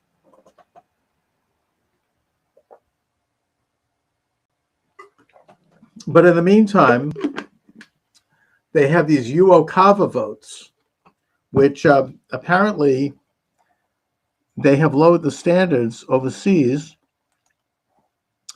for who gets to vote. It originally was for the military, which, by the way, has been stiffed in that they don't have enough ballots in some cases to vote. So that's suspicious, obviously, and a disgrace. But the Democratic Party has spent a good deal of money and resources to galvanize non-military overseas citizens to vote. And apparently certain states in the battleground states, so-called, I would point particularly to Michigan, You don't have to even be a resident of that state, or you don't have to prove you're a resident of the state when you're overseas and you want to cast one of these so-called UACAVA votes. So that's where I think they're spending money and time gathering those. Now, if they do it in Israel, by the way, where you do have a lot of American citizens who are dual citizens and who are Israelis, they're going to vote for Trump. So I don't know if they're really focusing too much on them. Let's see. TikTok notification. Yeah, TikTok has shut me down. Sorry about that, TikTok followers, but I ain't going to be on TikTok for another week. I'm in the penalty box. I don't know. Maybe they'll improve it. I don't know. By the way, if you're out there and you have some tech savvy, contact me. I might hire you. I need help to figure out how to get the stream live on several sites that I really could do this. Like, for example, Substack and Getter is a problem for me now. Used to not be. And several others. I want to be able to expand the program, obviously, as much as possible. What else would I do, right? I mean, that's why I'm here.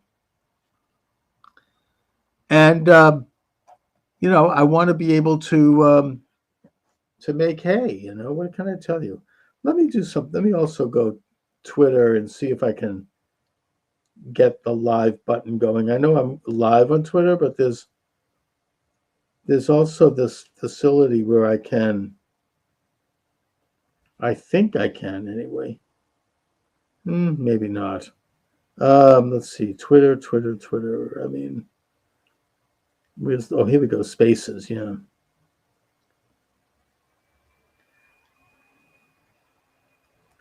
Go live on Spaces. How do I go live on Spaces? Let me try it again. I think I almost had that.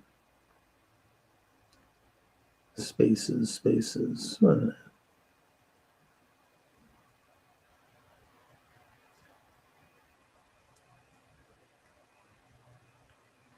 Let's see. Premium Spaces.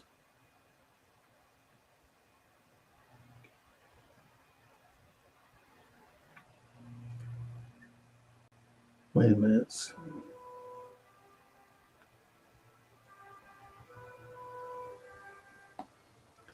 Let me just try it again here. Spaces. Okay, here we go. Spaces. And I want to go live on the video. Reconnect. Hello. Let's see. Mic is off. Mic is on. Mic is on. Welcome to the program. Charles Moskowitz here. Let me just see if I can get video. I don't see video. MySpace. No video? That's fine. I don't need video. We're live on Spaces. If you want to join the conversation, you're welcome to do so. I'm also live on various live streams where you can.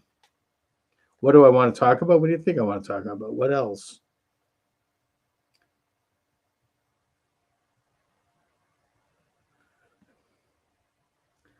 All right. The mic is on. You're welcome to join on Spaces. You're welcome to join. I've just been booted off of TikTok. I don't know. What did I say? You can't know. That's the problem. Even if I did know, I don't give a crap. I am concerned about possible theft of this election. There are some troubling things going on out there. I don't believe that the powers that removed Trump in 2020 are going to lie down and let him win. I just don't. I mean, I'll be, I will be shocked. Maybe I've been, Steve Turley, who I follow and who's a good guy, he says that people like me, we've been traumatized. He understands it, but he thinks that we've been traumatized by 2020 and what we saw. And then all the hate and abuse that's poured out and the destruction and the nastiness after that so-called victory. And he's right in one sense. Doesn't mean it's not true. Doesn't mean it's not happening. It is happening. I think they're trying to steal the friggin' election. I stand by that. I don't I don't doubt that they are. I think they've tried everything, including 2 assassin attempts. They flooded Western North Carolina. They tried to bankrupt Trump. They tried to try him on bogus charges. They tried to bankrupt his family. They tried to harass him in every way possible, and none of it worked. And now they even stooped recently to calling him Hitler and this kind of garbage. Enough with the frickin' Hitler talk. Disgusting. These are the same people who are doing stuff that's would have made Hitler and his henchmen blush. Like, for example, castrating young children and removing young girls' breasts. I don't think Mengele would have pulled that off. It was too evil. As bad as he was, obviously. They're the ones who are doing the censorship. That's why Twitter just shut me down. They're the ones who are doing lawfare. They're persecuting and prosecuting anyone who dares be a political opponent. They're spying on Catholics at church. They're spying on parents going to school board meetings. They're spying on pro-life families who, are expressing their opposition to abortion. They're freaking killing a pet squirrel in that guy's house in New York. Really? Some busybody neighbor calls and they show up with a SWAT team. They go in, they ransack his house, seize his pet squirrel and his pet raccoon, and kill them. Commit, well, it's not homicide. You have to have a person for homicide. What is peticide, right? They killed his wonderful pets. I'm sorry, but that does have an impact. And they finished their campaign with this really low, sinking to the bottom of the barrel by calling everyone Hitler, and they're all Nazis. That's right. We're all friggin' Nazis. As I said, the irony is who they are and what they're saying. And what this tells me, again, is that they are not going to allow President Donald Trump to win. I won't believe it until I see it. I really won't. I'm sorry. But that's my position. I just, maybe, again, Steve Turley is right. Maybe I've been traumatized. I don't know. But that's what I see. And that's all I can go by. Let's see what else is going on here. Latest I talked about the UOCAVA updates. Benson is up to new tricks in Michigan. The widespread leftist ballot harvesting operations. Colorado's Jenna Griswold, who put Tina Peters in prison for 9 years for allegedly exposing the code of a machine. She's exposing a ton of codes. She should be in the can. Under fire for leaking voting machine passwords in 63 of 64 counties on the state website. What else is going on? Puerto Rican Trump supporters hold massive caravan rally in support of President Trump. That's in San Juan. Puerto Rico joke hyped by Dems and media has caused zero change among Pennsylvania Hispanics. Good. New Judge Cannon won't recuse herself from would-be Trump assassin. Andrea Mitchell announces she's retiring from her daily MSNBC show. Good riddance. White House spin after Joe Biden called millions of Trump supporters garbage is so pathetic that CNN isn't even buying it. He came out of jail mentally and physically sharper, Steve Bannon tells the Gateway pundit. He's back and ready to fight. Steve Bannon is really a great leader of this movement. I have been listening to him since he got out of jail. Every single show. Check it out. If you haven't been listening, check it out. It's so, he doesn't complain. He gets right back in the fight. He deals with signal, not noise, as he likes to say, goes right into the research. You can't get better than Steve Bannon. The guy is a powerhouse. He reminds me of growing up in Boston, these kind of Irish, tough, street fighting people, who Boston Irish Catholic vibe, and I mean that in the best sense, not the bad ones. There were a few of them too, but Steve Bannon, this moral power that he brings to the table is unprecedented, and he hasn't talked about the fact that he was a political prisoner for 4 months. He's busy with the campaign, but he did make one quick reflection on that. He said that while in prison, he was giving civics lessons in the rec hall, and it was wildly popular. Everyone attended. You had lines out the door. And that most of the people there were Black or Hispanic. And based on comments that were made and questions over time, and while, of course, this is anecdotal, but it's obvious, he came to realize that they despise Kamala Harris because they know that she was responsible for keeping them in prison longer than their sentences required in order for the corporate interests to get free slave labor in California when she was the Attorney General.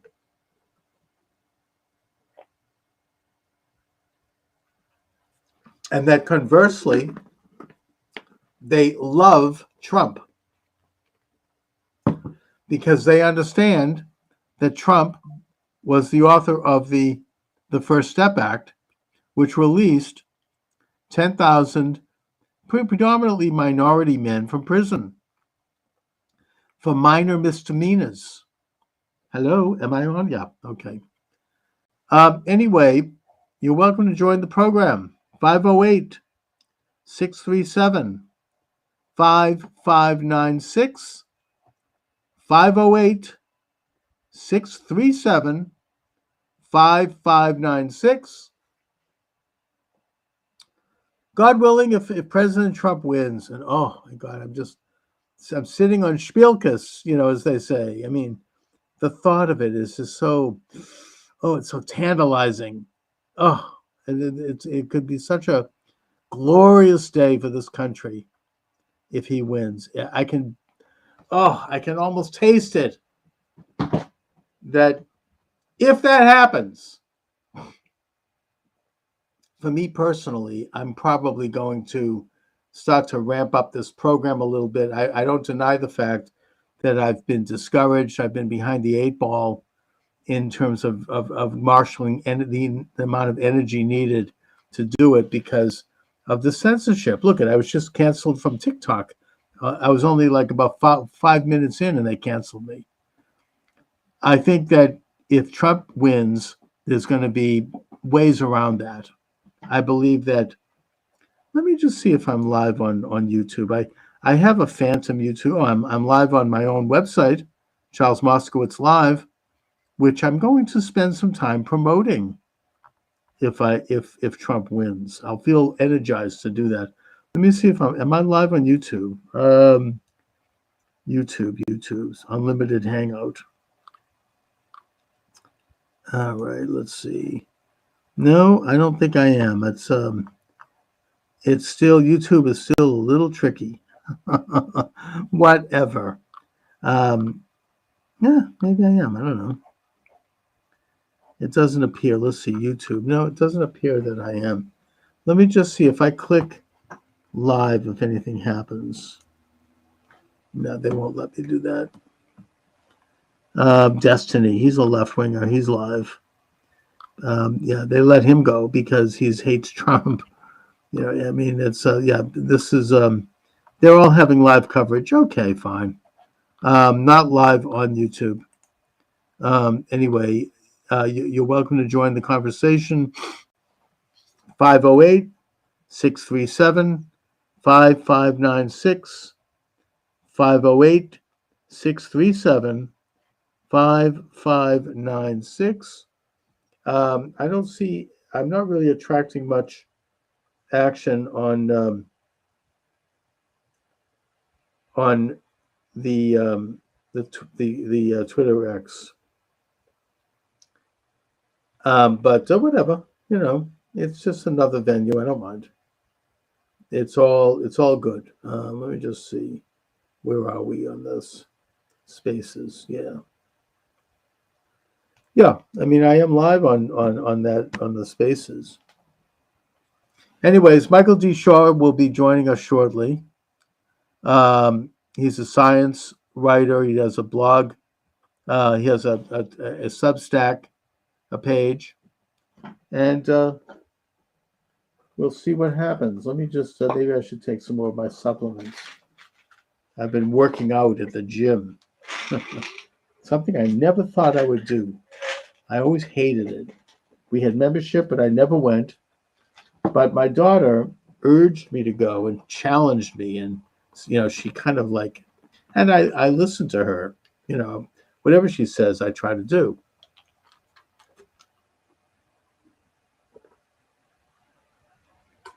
And so I actually hired a personal trainer. And these things get more important when you get to be my age. And I think that the results have been astonishing. I find that I really like it. I look forward to it. I feel better. I'm doing stretch exercises.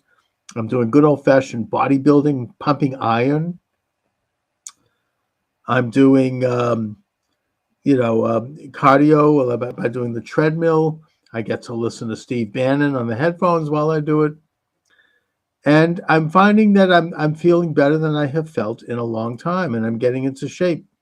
Plus, I want to be ripped, especially as Thanksgiving comes up, and I feel competitive with one of my brothers who is very much kind of a gym rat, and he's always been fit. I'd like to be able to show up and not look out of shape, at least, or at least on my way. So that's interesting to me, and I urge people to do that. I'm also a big supplement person. I love supplements. I take them, a lot of them. Anyway, you're welcome to join the program, 508-637, while we wait for Michael. There he is. He's there. How do you like that? Hi, Mike. How are you? Hey, let me call. I'm sorry. No, that's okay. It's kind of a casual. No. Here we are. All right. First thing. Yes. I'm going to put you on the spot here. Please First do. question. What's your gut? What is your gut? Something, I am, as I've said, I'm sitting on Spielkus. My gut is that Trump is going to win big. And, that even in Massachusetts, the polls are crowded and they have Trump people. I wouldn't be surprised. I don't think he's going to win Massachusetts, but I think he could make inroads here. I think he has a chance of taking New Hampshire. New Hampshire's key. New Hampshire is coming out in spades. Kelly Ayotte is running for governor. She's a Republican, very popular, and it's very important that she wins. But she's bringing out supporters. Maine looks promising. I think New York. Wow. Well, Maine has. The city of Portland is to the left of Pyongyang. I mean, those people are lunatics. But if you go outside of Portland, you've got real Mainers. And they're coming out in droves. Maine is an interesting place because yes, Portland is very liberal. If you go into hardcore Maine, it's pretty conservative. But then you go into places like the mid-coast, and apparently somebody created a Trump train the other day, driving up to these mid-coast little towns. Yes, just driving those people nuts. Yeah, but people are coming out in favor. Yeah. And you have to realize the Trump supporters, people like even myself, I would include here, you don't talk about it too loud because you could end up getting in a lot of trouble. So, but today is the day that you can come out and vote. And I think that Trump actually is doing well in New York. The city of New York, you don't have too many. His rally in Madison Square Garden, you had thousands of people out on the street in Manhattan. You had New York, I mean, the mayor Adams is pro-Trump, even though he doesn't explicitly say so. And Trump has given him a compliment also. And that people are upset about, the whole influx of migrants taking over all the city facilities and, that whole agenda. Plus, upstate New York, it's very red. I think Trump could take New York. I really do. You heard it here first, folks. Yes. Heard it here first. Pennsylvania is going to be a knife fight. I think Trump. I mean, the people like Scott Pressler have been working in Pennsylvania now for years, registering Republican voters. Right. The early vote, which is something that the Democrats always expect to be work well for them, and usually does, it has not worked well for them this time. It's completely backfired. In every example, particularly of the battleground states, Trump's early vote was huge. People did come out and they were urged to do so. And they're not the usual type of voters. Today, they're swamping the polls. And so I think that if everything was on the up and up, Trump would win a landslide. He possibly could win, about maybe, all of the states except for the far left. California, I don't think he could win because you've got 3 million illegal aliens voting. So that's gone.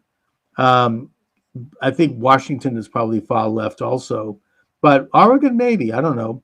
Hawaii, forget about it. But all of the West, I mean, even New Mexico, I think that Trump's Mexico's in play. Arizona, but of course, Arizona, you still have the corrupt, rotten, Maricopa County.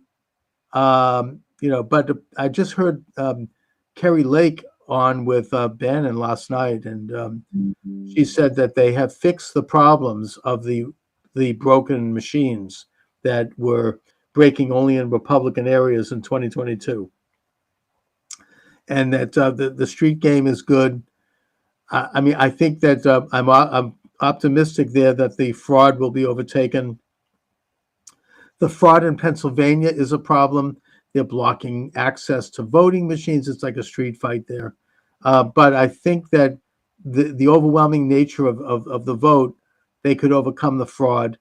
There's always the threat of the UACAVA votes, and they're setting the stage now for preventing Trump from declaring victory by saying, well, all the votes aren't counted yet. He's stealing the election. And what they mean by that is the UACAVA votes. Now, the UACAVA votes are overseas voters.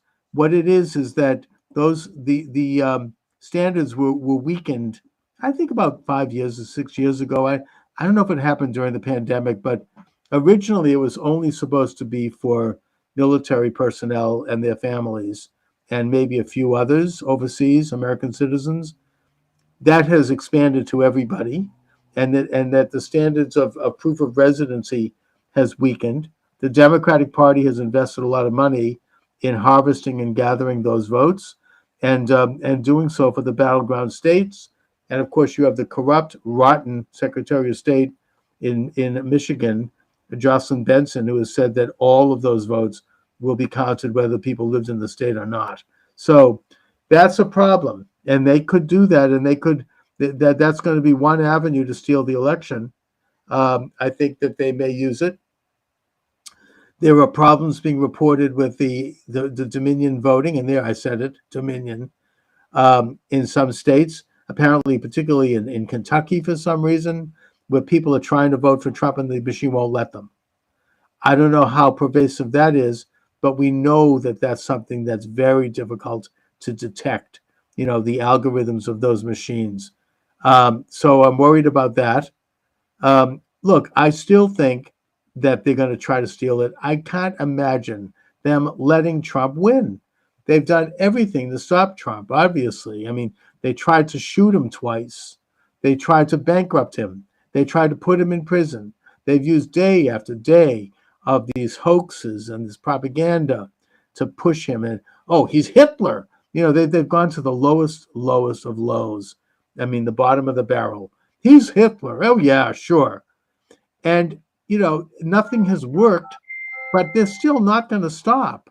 They're going to do something. I mean, I'm not going to be calm and relaxed until I see it happen.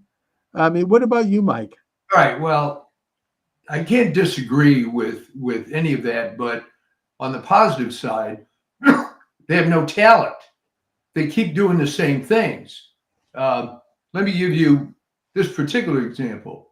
That Liz Cheney statement about the firing squad. Now, that may have worked. That may have worked when there was no alternative media. But I ask you, what's the point of making a ridiculous statement like that when it can be disproven in 3 seconds? Well, All even right. Bill Maher noted that even though he was on a rant about Trump being Hitler, he Yeah. noted that that was a hoax. I mean, and you're right. I mean, there's too much alternative media now who can identify these hoaxes, and they come out with a hoax a week. I mean, I don't know, the latest one having Trump, I mean, just this garbage. I mean, you look at, he's, he's unhinged, or, I mean, the most recent one, this is actually the funniest one, and the one that I think it capsulizes the entire agenda every week.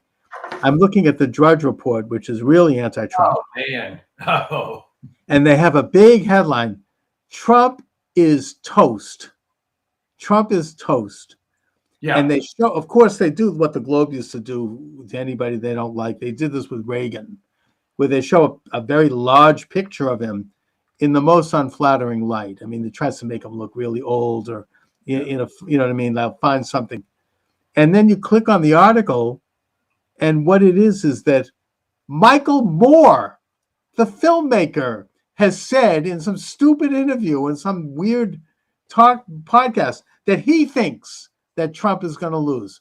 This Right. is a headline? I mean, what the hell are they talking about? And they're making this is like, oh yes. I mean, it's like pathetic. If this is all they have. Well, this is what I've been saying, that they're being very aggressive, but it's the same playbook they've always used. They haven't adjusted. Now, one piece of good news that I saw on Twitter, I believe yesterday, was that people are looking in Pennsylvania and say, wait a minute, where are all the votes? Where are all the votes? And then the answers come up. Well, if you're comparing it to 2020, when they added 700,000 fake votes, yeah, that's why you're not seeing it. And Yeah, but I don't know. They still might drive in those white vans filled with made-out pallets in Philadelphia and in Detroit. I mean, I assume that Michigan will be stolen. I mean, it's so bad there. But I hope that maybe that might be the only state she wins yeah, well, because it's stolen. the signs look good. Obviously, we'll have to wait. But this election seems a lot different from 2020. Oh, and you know something? I'm listening to the left-wing radio shows. They all seem demoralized. I mean, they're like pulling, and they're even mentioning, I mean, in passing, what happens when Trump does win. I mean, and these are people like, Nancy Gertner. I don't want to mention her name in particular, but I'm just saying the hard left, street fighters. These are thugs who will like stab at Trump in a second. I mean, these are, they don't F around. I mean, this is like Mark Elias and that crowd. They're not gonna. They are just out there, and they are sounding demoralized, which is a good sign. I mean, if you look at their, I follow his Twitter page. And by the way, the censorship regime is in full force.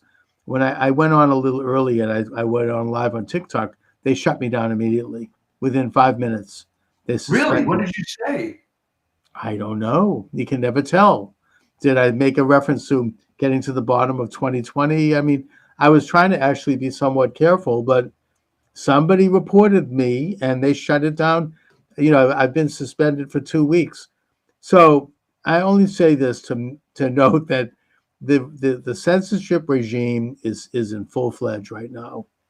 And, the last time around, anyone who brought up what they saw with their own eyes, which is that the election had been stolen, and that way they watch 7 states shut down simultaneously at 11 p.m.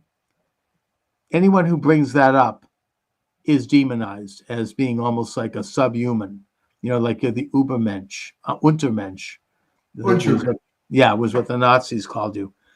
And that the media, rather than investigate, because they've never really answered what happened with there or some of these other things, they just launched into vicious ad hominem attacks on anyone who questioned that election. That whole infrastructure is still in place. They are setting the stage for demonizing anybody who questions the election now. I do think that. I mean, they're going to try to keep it. I don't think they have the power that they even had 4 years ago. It's pathetic. In fact, there were numerous articles talking about Jeff Bezos' comment in the Washington Post why they didn't do an endorsement.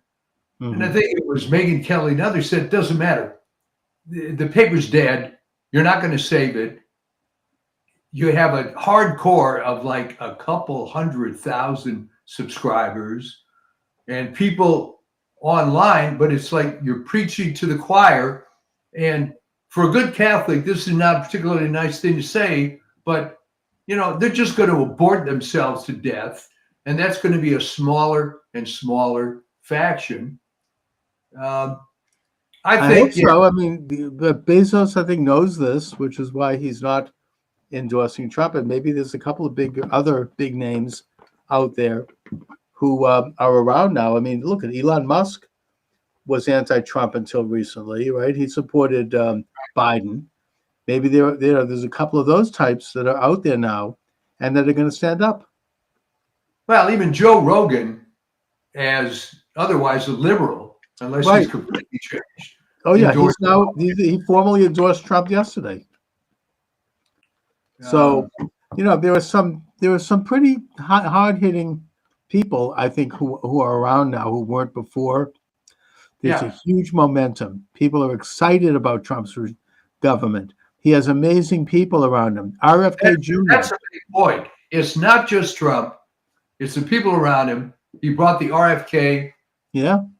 Elon, Tulsi Gabbard, some of his good guys from the previous administration. Yeah. J.D. Vance.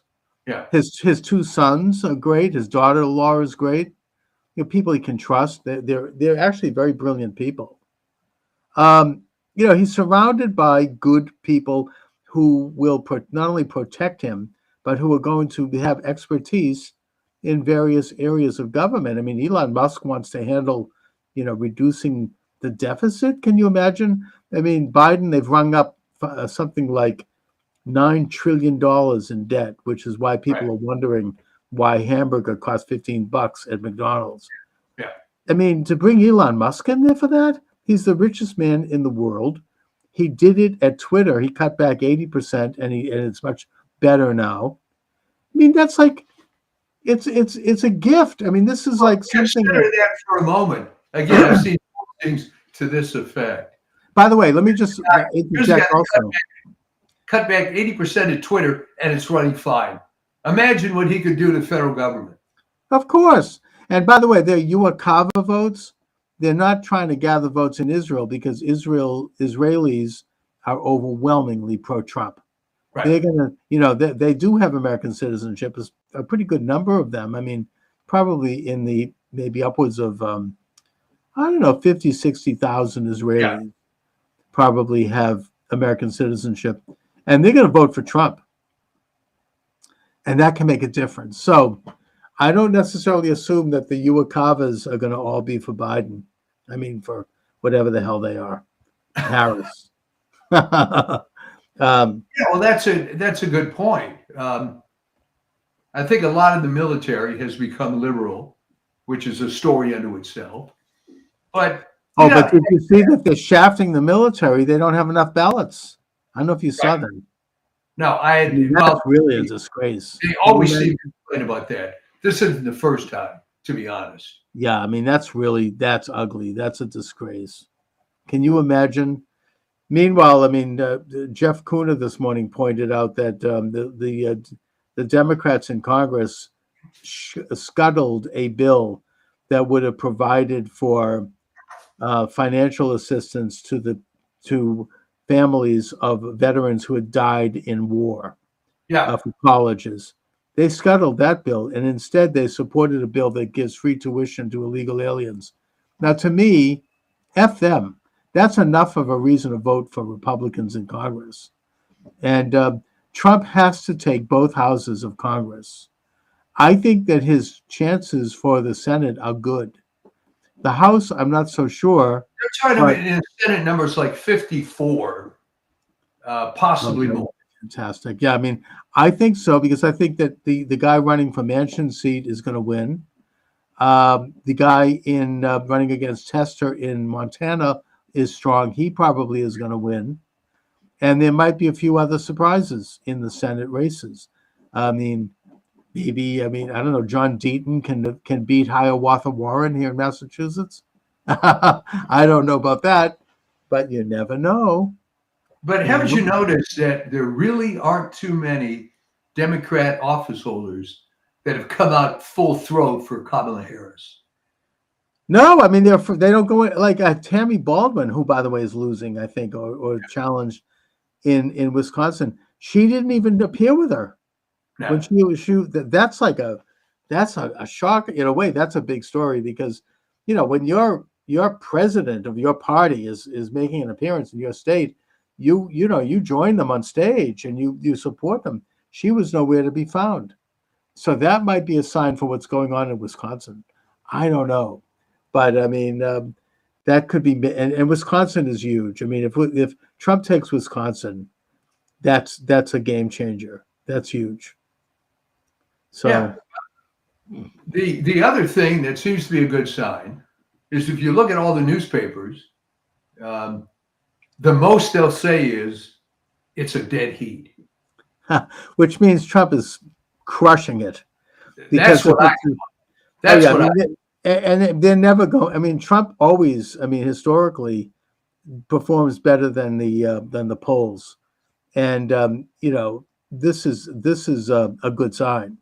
The reports I'm hearing are that people are out on the street, they're voting, and they're waiting in line. If you're listening to this program, get out and vote.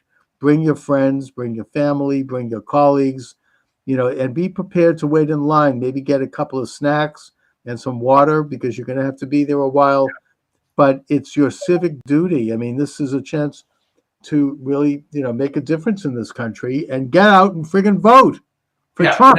Now saying that, today you do, of course, but there are opportunities, of course, to early vote, which 50%? Is that still happening? I mean,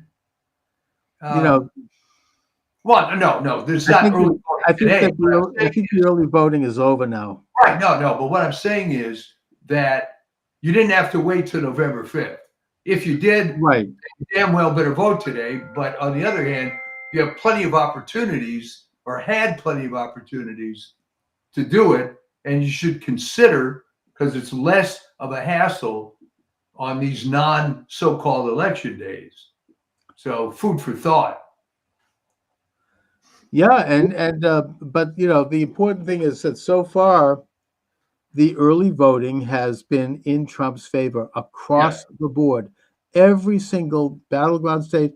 I don't know so much about. I haven't heard any data come in from the blue states, but I don't know. I mean, the information coming in from the blue states is there are more Republicans voting early than ever before. So then, and that's the so-called firewall for the Democrats.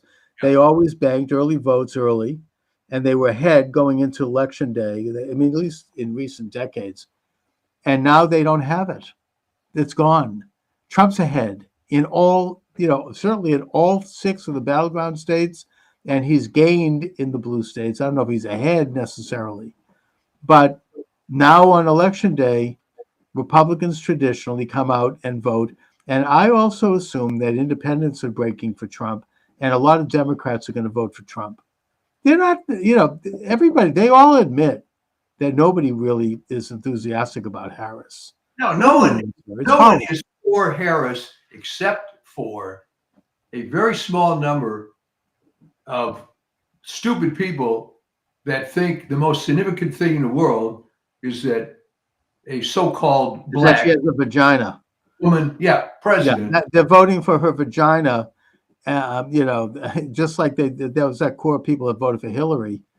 Yeah. And all I can say to them, I mean, is what is her vagina going to affect the cost of hamburger? I mean, what the hell are people thinking? Well, here's the thing. I mean, obviously, I'm not a fan of Hillary Clinton, but I would have to say that Hillary Clinton had a lot more gravitas. Oh yeah, I mean, look, Harris is the worst. She's absolutely horrendous. I mean, she can't answer a freaking question for beans. Look, she's by the way having said that, I think she's better than Biden, and I think that she's probably going to do better than Biden would have done had he stayed on the ticket, because Biden could not even barely function at all. I mean, the guy he's like gone. I mean, there's nobody home at all. Well, which begs a big question, Chuck. Who's the president now? Well, whoever has been president for the past 4 years is who's president now. We don't know. Probably George Soros, I would guess. I don't know.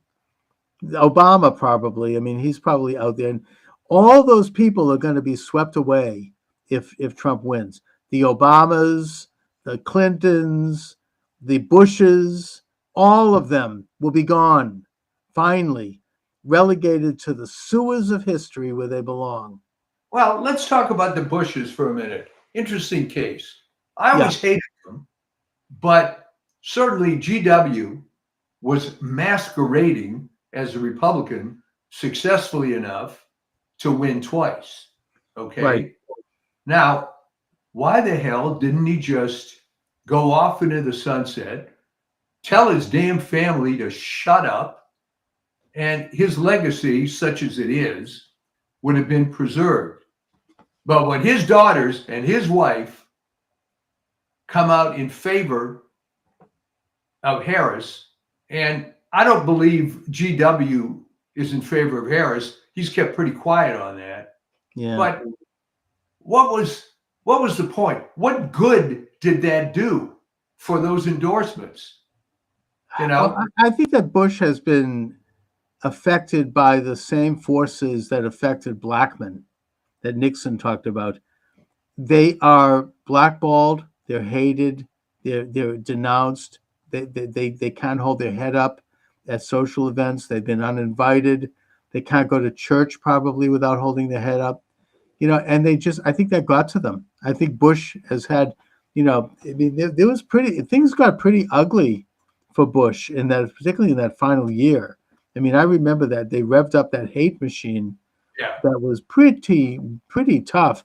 And I don't think that the Bushes are set up for that. I mean, they're like, they're country club, people were like denouncing them. So I think that has a lot to do with Bush. I think that his daughters, one of whom is in the media, I think she's on NBC, I think, they want to be part of the beautiful people. They want to be invited to the fancy parties and the dinners. And they want to see. It's funny, Chuck. What I often ask people is real life more like high school or college? And of course, the answer is high school. And I mentioned this in my latest piece. Why are all these celebrities lining up for Harris? All right, the younger ones, the people on the way up, I understand they have to be part of the cabal. Exactly. But Harrison Ford. Oh my God! What a Harrison Ford, 84 years old. He's never going to make another movie. I know he's a washed up. Than God. So, what's the point? What's the deal with him? He's a washed up actor, and he's now coming out. It's just, and Schwarzenegger is one of the worst. Oh my God! I mean, he really? was. Now that was. I think something happened to him. Because this was a scuttlebutt going around California when he was governor, that he was ruined by Maria, who was a true believing Democrat. In fact, the funny, and again, Plus, he's stuck with the babysitter, putting that aside. Yeah, I mean, there were the story that went around that I thought was hilarious, yeah, and I'm sure is true, is when Maria Shriver was in college. I don't think I ever mentioned this on the show before. She was staying in some dorm or whatever, and she happens to encounter some fellow student. right. Well, yeah, I just got a new car, and the payment's a little high. I hope we're going to be able to do it. Maria turns to her and says, "Payments? People buy cars on payments?" And Oh yeah. Well, talk about silver spoon in her mouth growing up. yeah, well, the silver spoon and brain dead. Yes. I know a lot of rich people, and they're not that stupid about common man things like that, unless they've been sheltered their entire life. Well, I mean, apparently Kennedy never carried a piece of change in his pocket. No. He would go out and people would have to pick up the check. He'd be at church, and when they passed the pew, the thing, he'd have to hit the guy next to him. Could you give me a 10 or something? Oh, by the way, we are live. You can join the conversation. 508-637-5596. 508-637-5596. I see that Alex from the Donut Factory has just joined us on YouTube. Alex recently hosted me debating Dustin Nemos on his program. Really good debate. Alex, you're welcome to come on if you'd like. 508-637-5596. I'd like to hear from people about what they're seeing and hearing out in the field. Did you vote today? What was it like? What are the lines like? What are people saying? What's going on, especially in Pennsylvania? Oh yeah. Pennsylvania is almost turning into, it's almost a civil war. Well, I mean, there was some thing with Cambria County, Pennsylvania, where they're not going to have to keep it open till 10 p.m. I understand. Yeah, but now they're not. I mean, they've already tried to. They only put like 2 or 3 people in there. There is a war going on in that state. They just had somebody's reporting. I mean, the Gateway Pundit, that people are in line for hours, and these buses are showing up with people who don't speak English, and being done by this radical leftist group who hired them. And they're being ushered into the front of the line to vote, and they don't even know their name. They can't even have a name listed there. So, they are they're trying to pull it off in Pennsylvania. I know that we have a very good street team there. I mean, I don't know if they're going to overcome it. I mean, you've got Scott Pressler is out there. Jack Posobiec is out there. He's from Pennsylvania. You got teams of people. Charlie Clerk is out there from Turning Point America. I mean, there are people, we're not taking Pennsylvania for granted. There's a huge team of people crisscrossing that state and watching everything. And I think that the Republican National Committee, they've had their problems, but it's a hell of a lot better than it was under Ronna McDaniel. Now they have hired hundreds, if not thousands, of lawyers who are ready, just like Youngkin did in Virginia. Yeah, that was brilliant. Oh yeah, I mean, they're ready. If you see anything, drop a dime, call the Republican National Committee, and they'll have a lawyer on that thing immediately. They've got teams of thousands of poll workers, people watching the counting rooms. Already, the corrupt, Soros-backed, Southern Poverty Law Center-backed Secretary of State Benson over in Michigan, that beautiful blonde woman, she has already tried to block people from going into the counting rooms and has failed.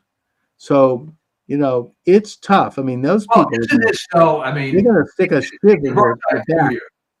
Isn't this good news in the sense that they realize they've got a street fight? Yeah. And the problem is they got a street fight against people that have already been bullied. That's right. And they're not going to take any crap this time around. Yeah. People are like, they're just, we've been waiting for 4 years for this. And I just don't think that they're going to pull that. I mean, I feel encouraged by that. I just think that even with that, though, they're not going to roll over. They're not going to let this happen. I can't imagine it. Do you think that they've got something up their sleeve? I'm sorry, but I feel uneasy about it. They don't care. I mean, they didn't care last time. They don't care this time. They don't. They want to hold on to power. If they lose, they all could end up investigated and in jail, like they did to Steve Bannon and Peter Navarro. I can't wait to see them being called to testify before Congress. Let's see if they do it under oath. It's like they know they're in trouble. They're going to be investigated. There's going to be an investigation. Here's a model for this. On the ridiculous deal with Trump and the loan with Deutsche Bank, when it came up to New York Supreme Court, the case started falling apart like a house of cards. Yeah. To the point that, and there's video on this, I found it very amusing that toward the end, the lawyers for the plaintiff were begging the judge, don't sanction us. I saw that. He looked like he was about to cry. Yeah. He's like, I have a family. I have supporting. Yeah. So I think that you're going to see some rats leave the sinking ship. I think you're going to get some tell-alls. There's already a whistleblower, by the way, in Detroit, a young black man who is saying that they're stealing it in Detroit, just like they did last time. They're putting names out. They're creating fictional people and voting those people. I don't know if there's any way to overcome that completely, because once a vote is cast, it's done, which is why I think that probably they'll hold on to Michigan. I mean, it's just too corrupt. I'll tell you the way to overcome it in the future is you put these people in prison that are doing this. Well, that's right. And we should tell people, and I think the Republicans have done a good job, even with commercials. If you cheat and you're caught, that's a felony. You're going to go to jail. If you're an illegal alien and you get caught, you're going to be deported. Compare this to the early years of the internet, where people were hacking. Remember this? And isn't that cute? He hacked into the public school web server, changed the grades. How clever. And it was, isn't this a little thing? And maybe you get wrist slap. Yeah. But now, no. It's a big deal. Go to jail. They come down on these people. And I think that I have always said that the only reason that California became deep blue was massive voter fraud after 2011. Oh, yeah. I mean, they put people on I think they've done it by putting illegal aliens' names on the ballot. And and voting those names, even if they don't know they're being voted. I don't even blame them. I mean, it's just you're exactly right. And it was the Republicans did it to themselves because they had a chance to stop this and nip this in the bud, so to speak, with Bob Dornan's campaign against Loretta Sanchez, and they didn't. By the way, we have somebody texting me from Flanders in Belgium, Victoria Perfidum. You're welcome to join the conversation. Send a message and I'll read it over the air, or you can call 508-637-5596, 508-637-5596. We are live here. We're talking about the election. We're talking about what's happening on the street. If you voted, I want to hear about it. Have you seen anything, heard anything? What are you seeing out there, wherever you happen to be in this country, if you're listening? One thing I will say that is, if Trump wins, God willing, I intend to really start getting into doing this show. I've been demoralized by, TikTok already has taken me off just 5 minutes in. I think that since the censorship regime started to crack down, but I think that that's going to lift. That's one of the positive things about a victory by Trump. This Nazi-like censorship regime is going to take a major hit. They're not going away, but they're not going to get away with what they've done. They're not going to censor legitimate opposition to their political radical point of view. And I think that The rest of the world, people are praying that Trump wins. I've talked to a few people about that. I attended on the Sukkah holiday. I actually attended a Sukkah celebration in Manhattan. Did you with have a a lot. sukkah in your home? No, that's a bigger deal. I don't do that, but I did it actually last year. We did it, Oh, but we went to a major one in New York. My daughter lives in New York, and a lot of French Jews were there. They're visiting their children who are going to college, and I spoke with several of them, and they're like, "We are praying for Trump. Vote for Trump." They even said it to my wife, and my wife said, you actually make a case. I would not listen to my husband, of course, but you make a case. Maybe I very well might. She doesn't, but I'm just saying that they were very passionate about it.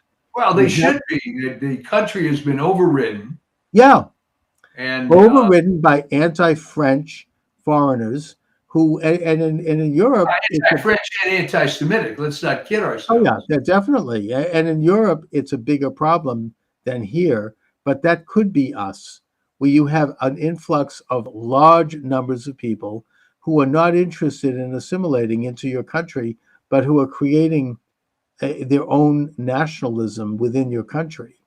Now, I don't think that's happened here. By the way, the Muslim community in Dearborn, pro-Trump.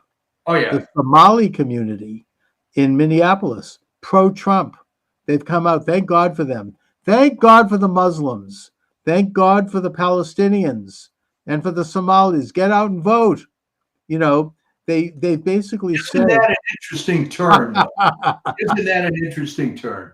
well, they want to have peace. In fact, Rashida Tlaib, right, who came to office in her first public statement said, I'm going to screw Trump that mother effer, and using Right. that word. Remember that? I don't know. Yeah. She's not coming out and endorsing Harris because she knows that her constituents are endorsing Trump. So that could tip Michigan. That really could, If the Plenty of Muslims Arabs of in Dearborn Michigan. come out and vote for Trump, Dearborn, Michigan has the biggest Muslim population in the Western Hemisphere. Well, the interesting thing about Dearborn, because I was born in Detroit, Yeah. and you have to be my age to remember this. Dearborn then, first of all, no Jews, Right. no blacks, but then they started. They didn't have on their membership sheet anything against Arabs, and they came in and within a very short time became the dominant demographic in Dearborn. I mean, it completely changed. I mean, Oh, yeah. the old mayor. My understanding is that Henry Ford wanted to hire Muslims to work in the factory back in the 1920s because they had a reputation for not drinking, and he thought they'd make very good employees. So he actually sent agents to Beirut and to Damascus to recruit Muslims to come to Detroit to work. So that was right. the beginning. There weren't that many living there then. Sure. But they're all voting for Trump because they believe in traditional values. I think that they're probably also, quite frankly, misogynists. They don't like women in positions of power, which is, I'm not endorsing that, but that's just. Well, that'll work this time. Okay. Yeah, I mean that's just a reality. That happens to be a street thing. Steve Bannon has not talked about his prison experience. He says he's going to get into it after the election. He's completely focused on the election. He's doing an incredible job. Check out the War Room Pandemic. It's really, he goes into each state. He gets into it, brings in the right people.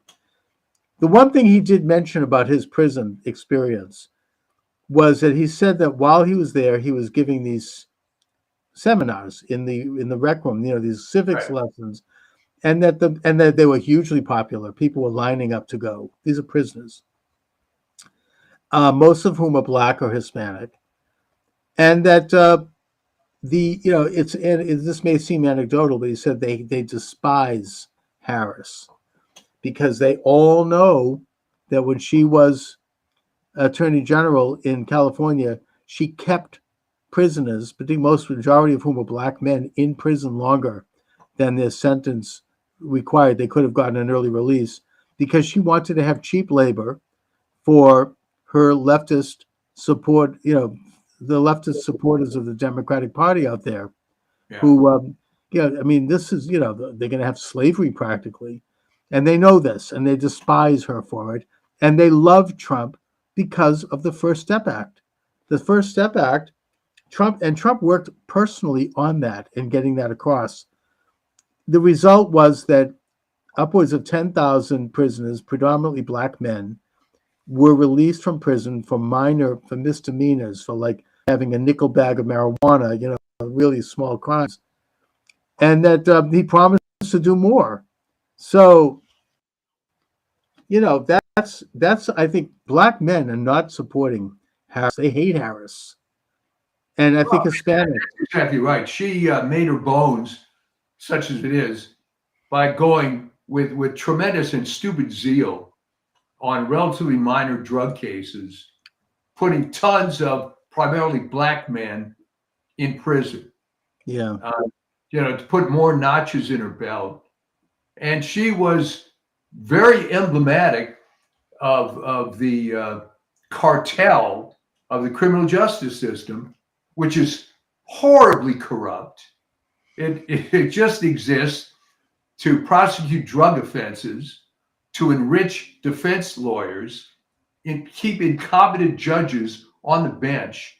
It's a whole mess, and she was a big part of it, being involved in the largest state in pursuing that. So I don't really know what her bona fides are, to be honest. Mm-hmm. I mean, she has not once talked about anything other than being, quote, black and female. Right. She's not talked about a single accomplishment, of which she doesn't have any, in her entire career. And exactly. So the only reason to vote for her is if you really hate Trump beyond all reason. Mm. But do you really hate Trump enough to put her? I think people are tired of the Trump hatred. I mean, they're going to still have their hardcore cult, Trump derangement cult. That's going to be there. But I think that you're never going to change those people. And who cares? I mean, I think the numbers for them have eroded. It's becoming, most people are just getting sick and tired of it week after week, year after year. And they're like, this is enough for me. I mean, how long can you sustain that kind of irrational hatred? I don't think people are buying it. They didn't buy the whole convicted felon thing. Everybody saw that they were persecuting a citizen. And then when Trump, of course, is like, he's a brilliant media person. Let's face it. I mean, he's like P.T. Barnum. And I mean that in the best sense. He knows how to work the crowd. I mean, coming out with the mug shot, right? When he gets shot, standing up, fight. I mean, Trump has instincts in terms of how to be a public figure and how to inspire people. The garbage truck, these things, the McDonald's takeout window. He's brilliant. I mean, he really knows how to do the business of politics. And contrast that with Harris. I mean, when there's a chant, Kamala, and she said, okay, now everybody yelled their own name. And everybody sat there in silence. Yeah, Trump is it's like the novel The Last Hurrah, which is about Boston, Boston politics, and it showed this great skill that the fictional character had there. It was based on James Michael Curley, who was he actually won re-election while in prison because he garnered this. He knew how to work the public. I mean, he knew how to do things that would connect with people, and that's a great politician. Trump has that, and I think that's served him well. I think he's gotten better. Not corrupt like James Curley, but right. Well, James Curley, I mean, he had a few. He lifted, he had a few beans went in his pocket. Okay, but the point is that he also was a great populist, and he was he connected with people, and there are similarities. Trump doesn't need the money, but Curley was somewhat corrupt, although they probably went after him because he challenged the Protestant establishment at the time, which he was scathing. He called Saltonstall horseface. I mean, he and all these old Yankees who were running Boston. Curley was, in a way, it is similar to Trump. I mean, in a way, and he was a memorable figure. My grandparents loved Curley, because I mean, Curley is the guy that originated the notion of having ethnic groups dominate the city so the WASP would move out. Which they did, except Yes. Beacon Hill. But he pushed them all out. I mean, John Kerry was like one of the last Yankees left, and maybe Bill Weld when he was governor. I mean, they were the last of the breed, and they were not the best ones either. But but no, Curley was a brilliant politician, and I think that there are similarities with him and Trump. And he got a lot done for the city. He really, it was amazing. Anyway. Well, that was the model in a sense for Richard Daley, right? That you can be corrupt, but things have to work. As long as you get something done, I mean, people are willing to turn a blind eye. Everybody knew Curley was, making a few bucks on the side, but he didn't hurt anybody, and he meant well.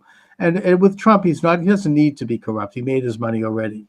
They've never, believe me, if Trump had a shred of corruption, that would have been front page week after week. They haven't found that.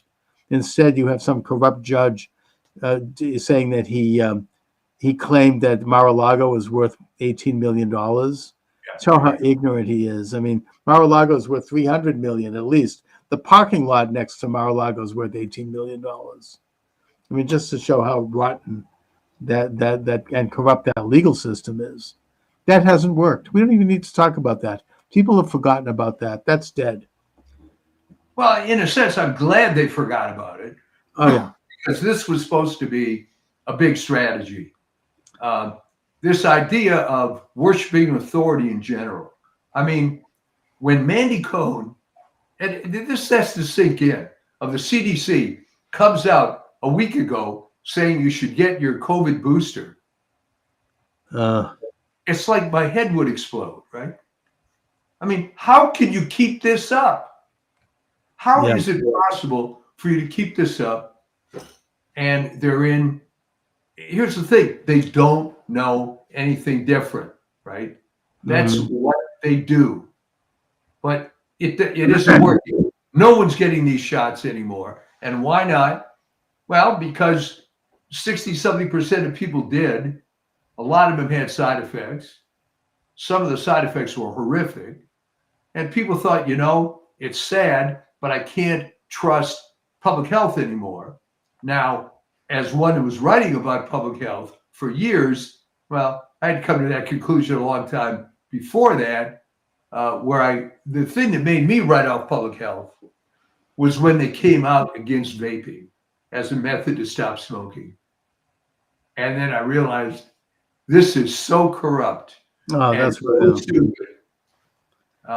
Well, we'll get RFK going in there with a scalpel and clean up that whole mess. He's one of America's preeminent environmentalists. He has a record as a lawyer of winning cases against the big pharma and against environmental violators, and that's a great thing. I mean, I think that he could bring in a lot of people from the old left, right? I think you're right, because people that have opened their eyes. Yeah. People, as they say, they've been red-pilled. Yeah, well, but it's red-pilled in a good way, in the sense that, I think I mentioned this last time, that my oldest son said, like, what the hell is wrong with Republicans? Why have things gotten this bad? And I said, well, the first thing is, look at who these so-called Republican presidents were, going as far back as you want. After Calvin Coolidge, you have Ronald Reagan, and then Trump. None of these, they're all rhinos. They all are. They're Me Too presidents. Lyndon Wilkie, Thomas Dewey. Yeah. And let's face it, Eisenhower lucked out because Robert Taft, well, he didn't die before the election, but he was as good as dead. Yeah. So they never put up anybody. Barry Goldwater they put up, who was subject to pretty nasty campaign rhetoric from LBJ and company. Remember with that famous the Daisy commercial. If vote for Barry Goldwater, he's going to blow up the world. Yeah. I mean, in a way, they're trying that against Trump. He's going to be like Hitler. We're going to have Nazis. And they showed the Madison Square Garden rally, and they showed the Hitler rally. I mean, to talk about ugly. I mean, it hasn't worked for them though. People aren't buying it. It's like the boy who cried wolf. You can just do it so many times, and eventually you're going to be ignored. They're not. No one's paying any attention. It's like, here they go again, the latest hoax. It's just they're not. It has no traction. Well, it has no traction. But then I point out, who was stupid enough to come up with that anyway? The Hitler thing.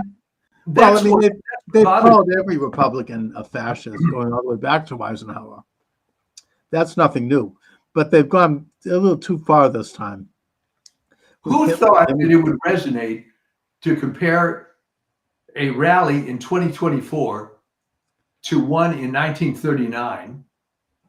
What does that have to do with you? And they went in all in with that. I mean, you had the lead up to it, and it just didn't fly. Nobody bought that. But Chuck, what was the point?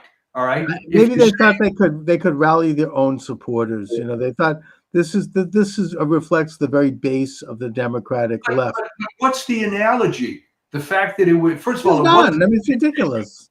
It's completely fabricated. It's an utter lie. There's no analogy, but I think they're doing it because they want. It's like a dog whistle to their reporters. Yeah, they're going to drum up, try to get people out to the polls. You have to stop Trump. He's going to be like Hitler, And it hasn't worked. It hasn't worked among Jews either, by the way. Trump, I predict, is going to get a big percentage of Jews. I think especially in Philadelphia, and the governor there, who happens to be Jewish, that being Josh Shapiro, I don't think he's showing all that much energy in terms of helping. No, I was going to say that. I think you're being polite here. Yeah, I think that he's very actively doing nothing. Exactly. Because he got screwed. And he doesn't have any interest in it. Plus, he actually is popular there, and he can see that Harris, he's like any other Democratic politician. He's moving away from her like a Chesapeake Bay crab. Yeah. They're like going sideways. Yeah. They don't want to be associated with her. She's like, it's like what happened. I talked about this last time. What ultimately happened to Michael Dukakis. They're going to move away. They don't want to be seen with them. This person doesn't exist. I have nothing to do with this.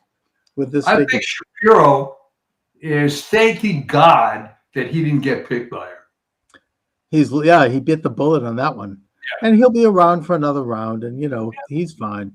But so anyway, if anybody would like to report on anything that they're seeing out there, we're still live here. We're going to wrap it up soon, but you can call in 508-637-5596, 508-637-5596. This is the most important election in American history. It's as important as the election of George Washington, going all the way back. I mean, this is this is monumental in terms of which direction this country is going to go. You have, domestically, you have somebody who wants to come in and stop this crazy, inflation, which is leading America into like Banana Republic territory. Internationally, we're on the verge of World War III. I think that it's now being reported that Ukraine is collapsing. They have maybe about a few more months left. They've run out of men. They've run out of ammunition, and they're losing. And if Trump's elected, he's going to find a formula for peace there. He's going to bring Putin and Zelensky. This is a live show, folks, and I think I have to answer the door. Okay. But take a look, Chuck, for a minute. Okay. He's going to bring Putin and Zelensky into a room somewhere, probably Camp David, and he's going to force them to come up with a peace and stop the war, stop the killing, stop the fighting. If Harris gets in, God forbid, there's going to be a nuclear war, because that's what they've always wanted. I mean, there's now video out which shows that Biden actually gave Putin a green light to invade Ukraine because they wanted this war. They wanted to create this perpetual war because it benefits the arms dealers, it benefits the internationalists who rely on this constant warfare to weaken resolve to develop sovereignty in the world. And that's what they're up to. So we're going to have war. It's probably going to be nuclear. There'll be nuclear missiles hitting Boston and New York, and it's going to be a complete world war if she wins. Whereas Trump is going to bring peace. Same thing with Israel. Trump will end that friggin' war. You know, he will force both sides to the table. The Israelis are going to have to make painful concessions to the Palestinians, but there will be peace. They will, I mean, Biden released something like, it now turns out to be $850 billion in monies that had been retained by Jimmy Carter going way back to Iran. They immediately funneled it into Hezbollah and the Houthis and Hamas, which then invaded Israel with that terrible genocidal invasion. Why did he do that? Because they believe in perpetual war for perpetual peace. That's why. The policy that was mentioned by historian Charles Austin Beard back in the 1920s, who, by the way, was attacked for being an anti-Semite. They tried to destroy his reputation. He was a great man, not an anti-Semite. No, they want to create war in the world. I just was mentioning that it's now come out, this video that shows this, that Biden gave Russia and Putin a green light to invade Ukraine. They want war because they want to, weaken the world. They want to have, the arms dealers, the internationalists. They want to have this perpetual state of war. Well, here's a good question for you. What happened to all the peaceniks, the Democrats, the lefties from the 60s, all the anti-war types? Some of them are coming home, like the RFK crowd. I mean, yeah, all right. Some of them are waking up. It may not be too late. Probably most of them are gone.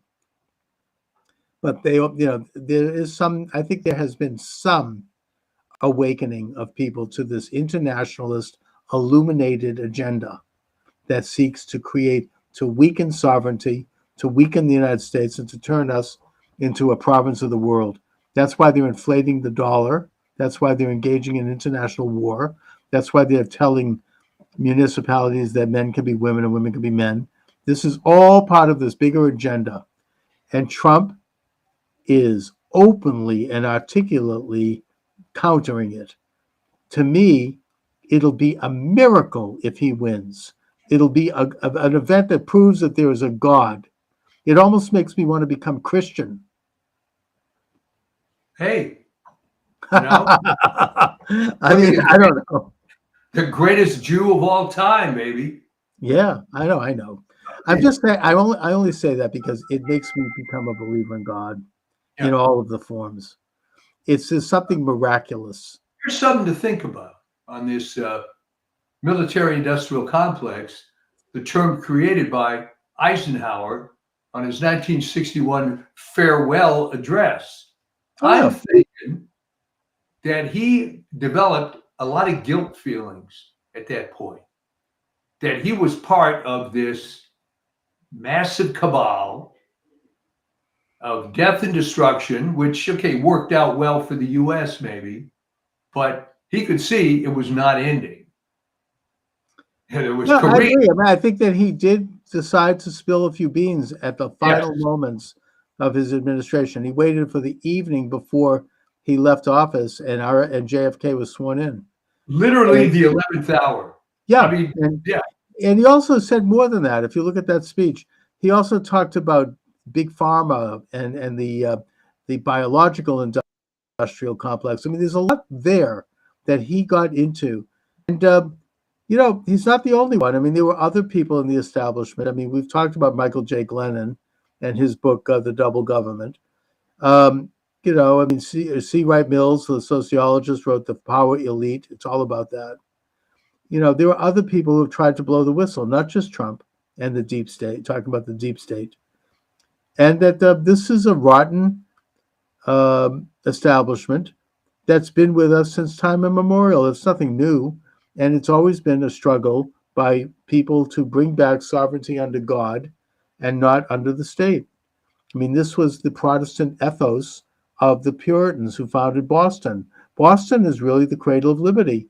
They brought in the idea that, and it was definitely anti-Catholic, it was anti-Jewish too, probably, that sovereignty comes from God, who is the great sovereign, and that he grants a limited degree of sovereignty to the individual under God, and that the state exists as a vehicle to protect and to preserve those God-given rights.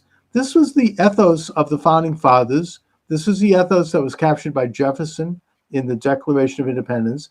This is the political philosophy and the religious philosophy of America. It's a Puritan country.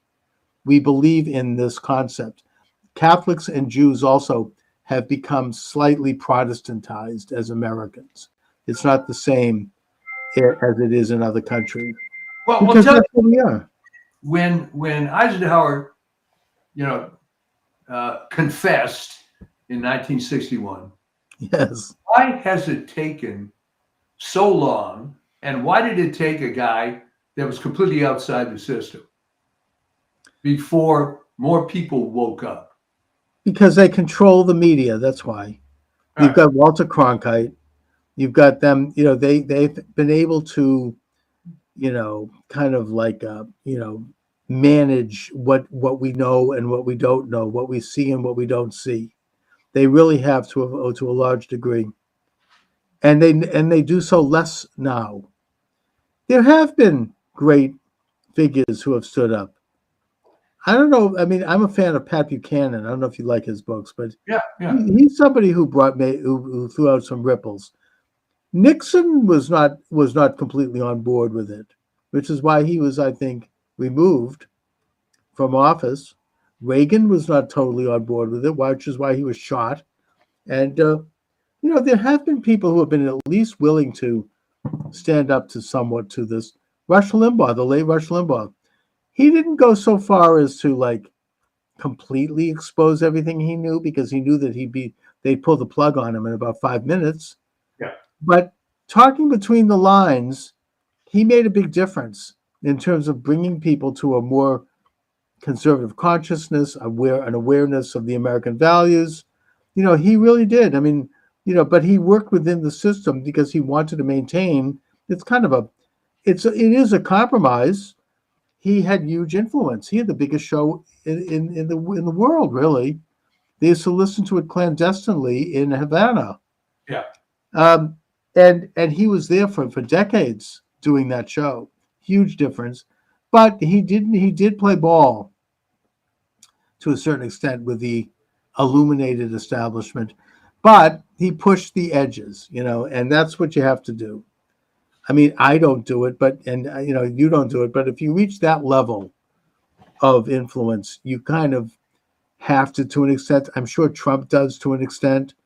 But within that context, you can still move things inexorably toward individual freedom under God, toward the existence of an objective body of moral and ethical values that come from Sinai. You can move things in that direction. The Founding Fathers understood it, and that was almost a miracle, the fact that there were so many of them that did. And they didn't always agree on everything, but they did embrace this American system. And, ever since then, this country being a microcosm, we have struggled to realize the true, as Martin Luther King said, the true nature of our creed. But in a sense, America's, as a microcosm, is, you can expand it and look at the entire human experience as the macrocosm.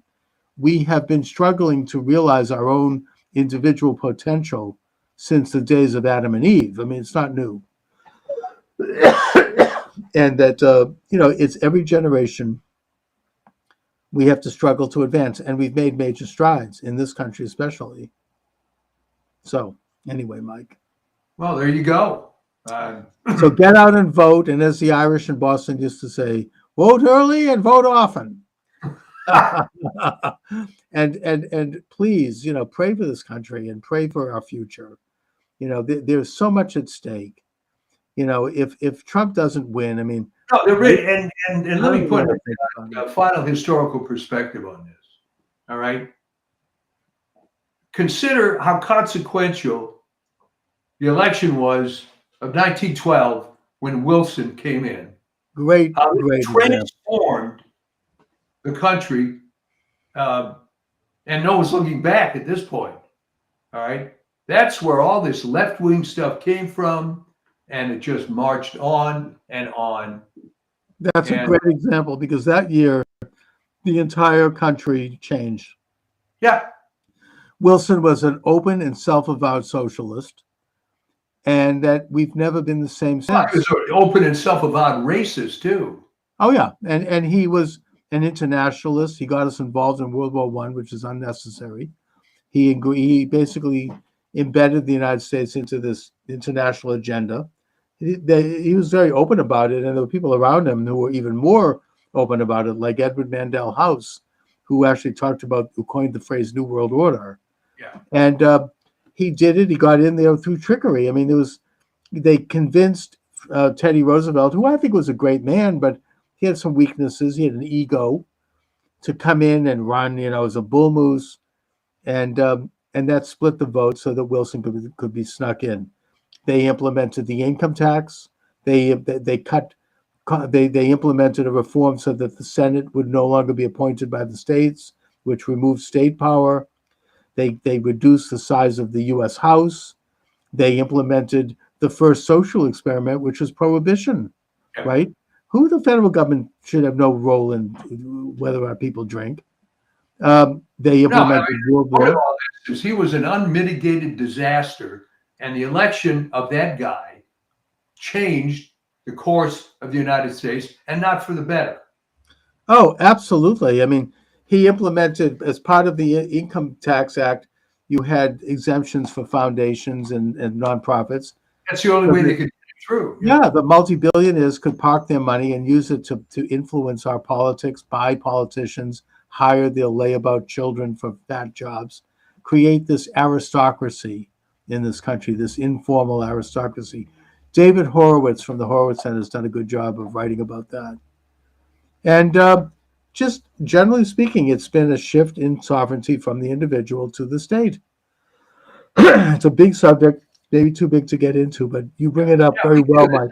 But right now, if you haven't voted, you got to vote. You bring it up well, because that is what can happen.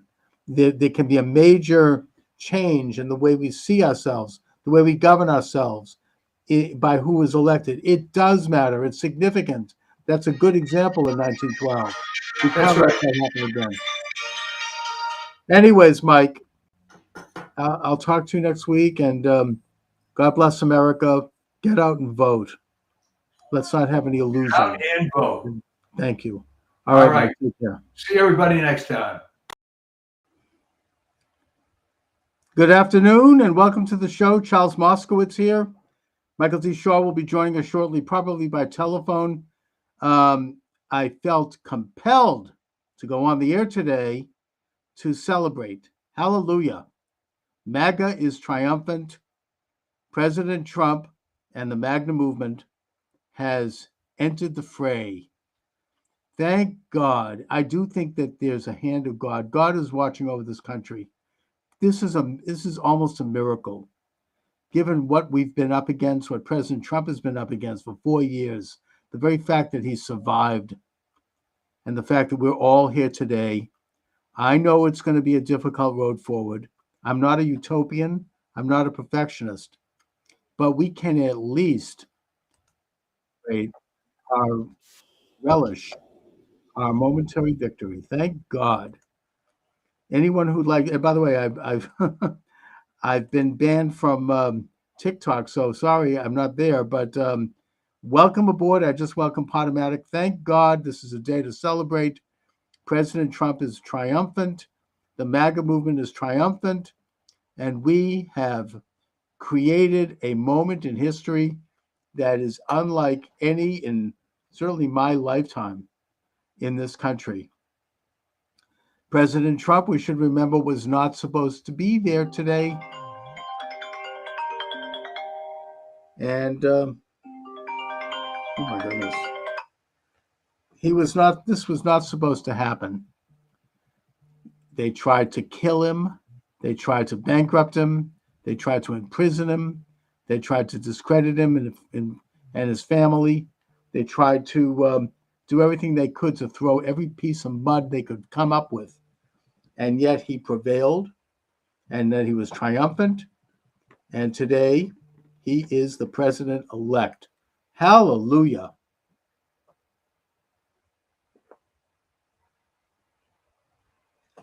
Now, I always thought that he would win. The only question was whether or not they would let him win, and I didn't think they would. And I do think they tried to do everything they could to stop it. But they didn't stop it, and Trump probably would have done better had they not tried everything they could, I think, to steal the election, but they were behind the times. They didn't estimate what was going on. Now, President Trump and the Republican National Committee, under the auspices of Michael Whatley and Laura Trump, and they did a wonderful job. They basically embraced the model that was established by Glenn Youngkin of Virginia, who understood the lessons. Mike? Here you are, but let me give you the number to call so you can be right in the system here. And I'm giving the same number to others as well. 508-637-5596. That's what you called, and you ended up here. Oh, that's odd. Well, what number did I reach? You reached my regular number. So what I'm going to do is maybe hang up and try it again. I'll shut my phone off. That might do it. All right. Thank you. All right. Michael Shaw is having a couple of power problems, so that's why we're having some technical difficulties. Oh, I see the problem. SKYPE. I need to put this on. It might help if I actually did things right here. The code in Charles Moskowitz. That would be 535705. 535705. Sign in. Here we are. Okay. Yeah. Anyway, so the basically the situation is such that Glenn Youngkin and the Republican National Committee learned the lessons of 2020, and they realized that they could not allow it to happen again. That being the level of election fraud that took place. So what they did, starting with Glenn Youngkin in Virginia, is that he fielded thousands of volunteers to man the voting booths, to man the counting rooms where they get the absentee ballots, to make sure that there was a Republican there, and he basically put up a staff of lawyers who understood the law and who were prepared to deal with any interruptions in that election, and to do so quickly. And the result was that there were very few interruptions, and those that did take place, they were in court within an hour, and they were dealt with. Like if they tried to block access to any of the polling places, or if they tried to inappropriately count ballots or discard ballots, or if they were counting illegal ballots or fake ballots or those or anything else that we could describe. Who knows what? People who saw this would drop a dime and they would basically let me just see if we can get this thing. And they would deal with it right there. Well, that's exactly what President Trump did, and that's why he won. I mean, he would have won anyway, and he also got such a big vote. But he was able to thwart efforts to steal the election in Georgia, in Pennsylvania, in Michigan, and in Wisconsin. There were instances of fraud. Everybody was watching. They tried to, and in Arizona, they tried to keep illegal aliens on the ballot. And they had hid this from the public until it finally came out. They had lawyers there making sure that those votes would be taken off the ballot because they were not legal votes. They were not connected to a citizen. And in some cases, they were not even connected to any person. There were reports that the Gateway Pundit also would be applauded for doing a great job of reporting this. There was, tens of thousands, who knows how many thousands of ballots that were mailed out to bogus addresses. And there were a lot of reports of this. The Republican National Committee caught it immediately. They were sharp as a tack, and they were able to stop it in its tracks. And the result is, look, Trump would have won anyway, and they're still trying to show up, apparently, in Philadelphia and Detroit with boxes of ballots. So it's not like they're not trying. But the Republican National Committee was fully engaged and fully prepared to deal with the problem. So you had, they couldn't pull it off. And as a result, we genuinely had one of the most honest elections in American history. Now that President Trump has won, thank God and hallelujah. I just love saying that. He needs to, I hope that he doesn't just drop the ball on this issue. And I hope that he does pursue broader questions of election reform. I understand that elections are state by state, but if there is a remedy nationally, and that's something that maybe Congress and the new administration can look into, to make these necessary reforms, then let's hope and let's pray that they do it. What is this? Let me see if I can get Mike to call in.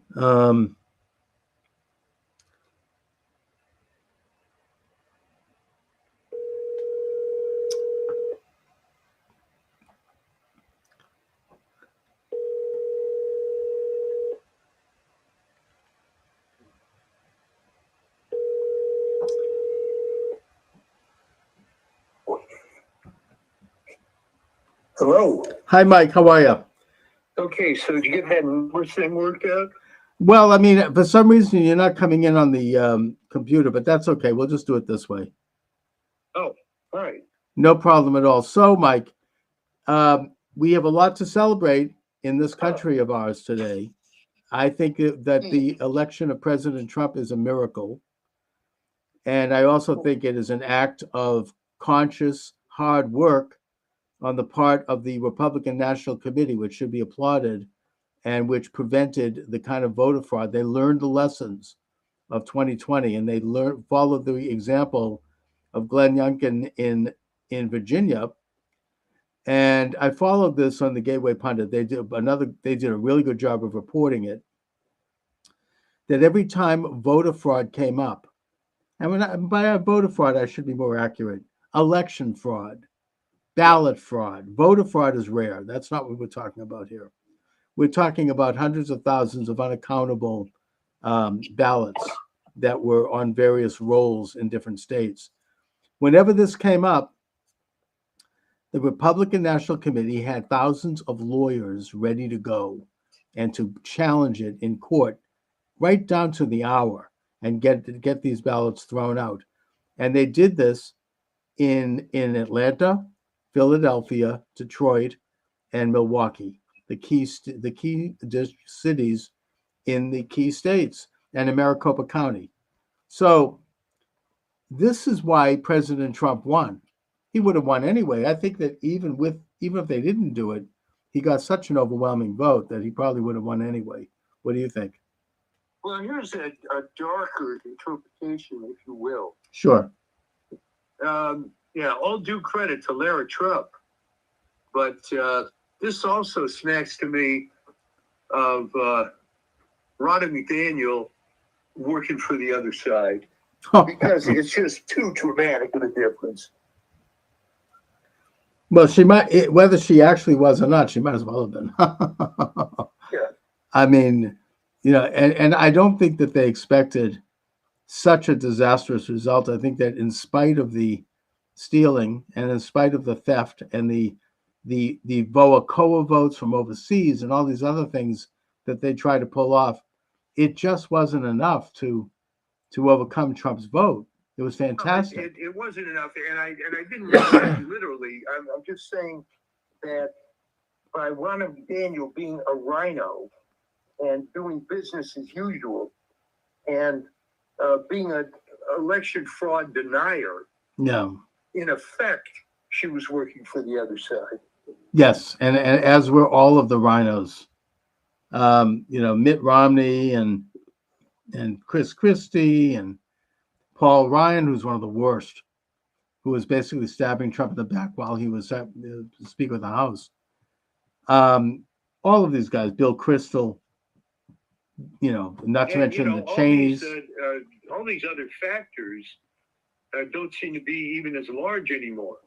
I mean, Josh Shapiro could have helped to win Pennsylvania, but that wouldn't have mattered anyway. No, and it just, the vote was so convincing. I mean, there's still, according to the Gateway Pundit, there are still trucks arriving in Philadelphia and in Detroit with boxes of ballots. They're still doing it, and they're not going to get away with it. The Republican committee is there meeting them at the door. Well, that's what I was saying, in previous shows, that there's no talent on the other side. No. You can't bring up the 1953 playbook and keep using it. It doesn't work anymore.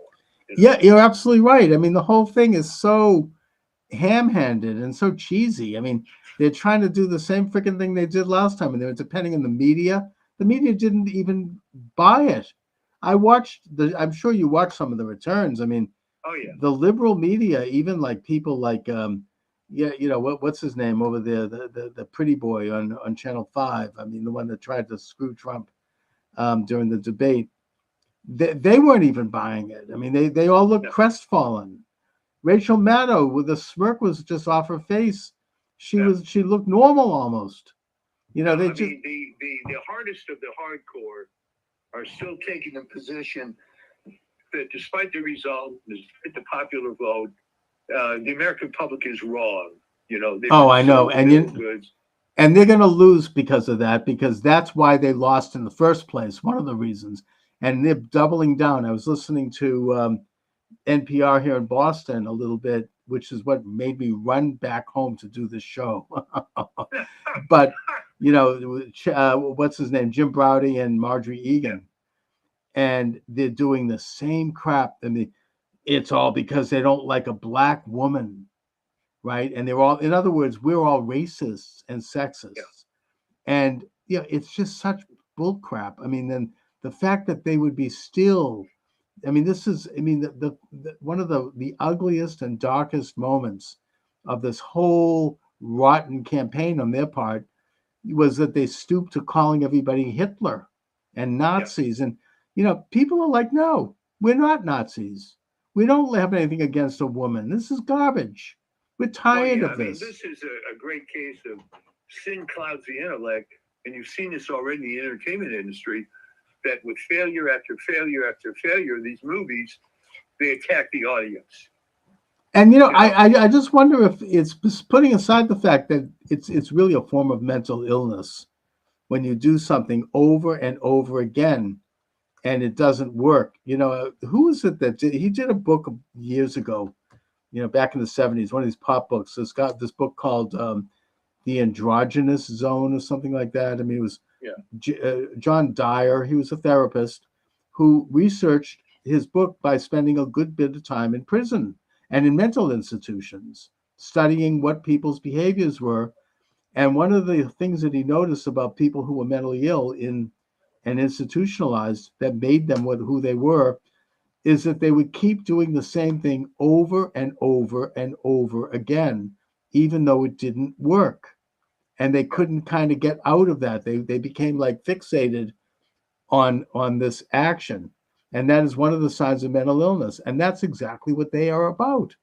Well, it is interesting because I think what's happening here is the liberal media seems to be composed of people that, I mean, my shorthand for this is the junior high school model UN type, that they have this particular picture of the world, and that's what it's supposed to be. And when you're in junior high, when you're in the model UN, that's great. But then they start getting into real life, and the way they avoid countering this is they're only with like-minded individuals. So you can be in that echo chamber of being in your media center, but the problem is you're selling a product to the general public. And the general public, in a sense, might be wrong. I mean, if you get into specific issues like, was Betamax better than VHS? Well, in some ways it was, but the public didn't think so because VHS tapes were longer, you record more. Okay, and I'm using that as a trivial example, but the point was that sometimes your idealized version of what's supposed to be happening isn't really what's going to sell to the public, and they just don't see it. And the reason that they don't change is, hey, they've been doing this for 50, 60 years, whatever it is. It would be catastrophic for them to admit, I'm wrong. No, they probably, they would melt away. It would be like throwing a bucket of water in the face of the Wicked Witch of the West. Yeah. In the Wizard of Oz, they'd melt. All my beautiful wickedness is going down the drain. How could you little brat?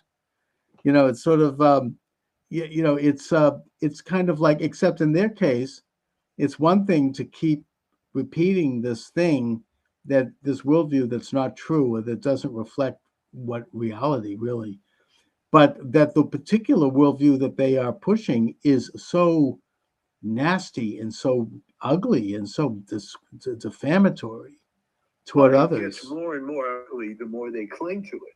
Yes. And by the way, has Harris conceded yet officially? I think that she's maybe waking up from a drunken evening. I don't know what the hell is going on, but talk about classless. I mean, she sends out this guy who basically makes a quick statement, and then you see that's at that point I knew it was over, obviously, and then everybody leaves, and at that point I went to bed. It was over. That was the Hillary Clinton playbook.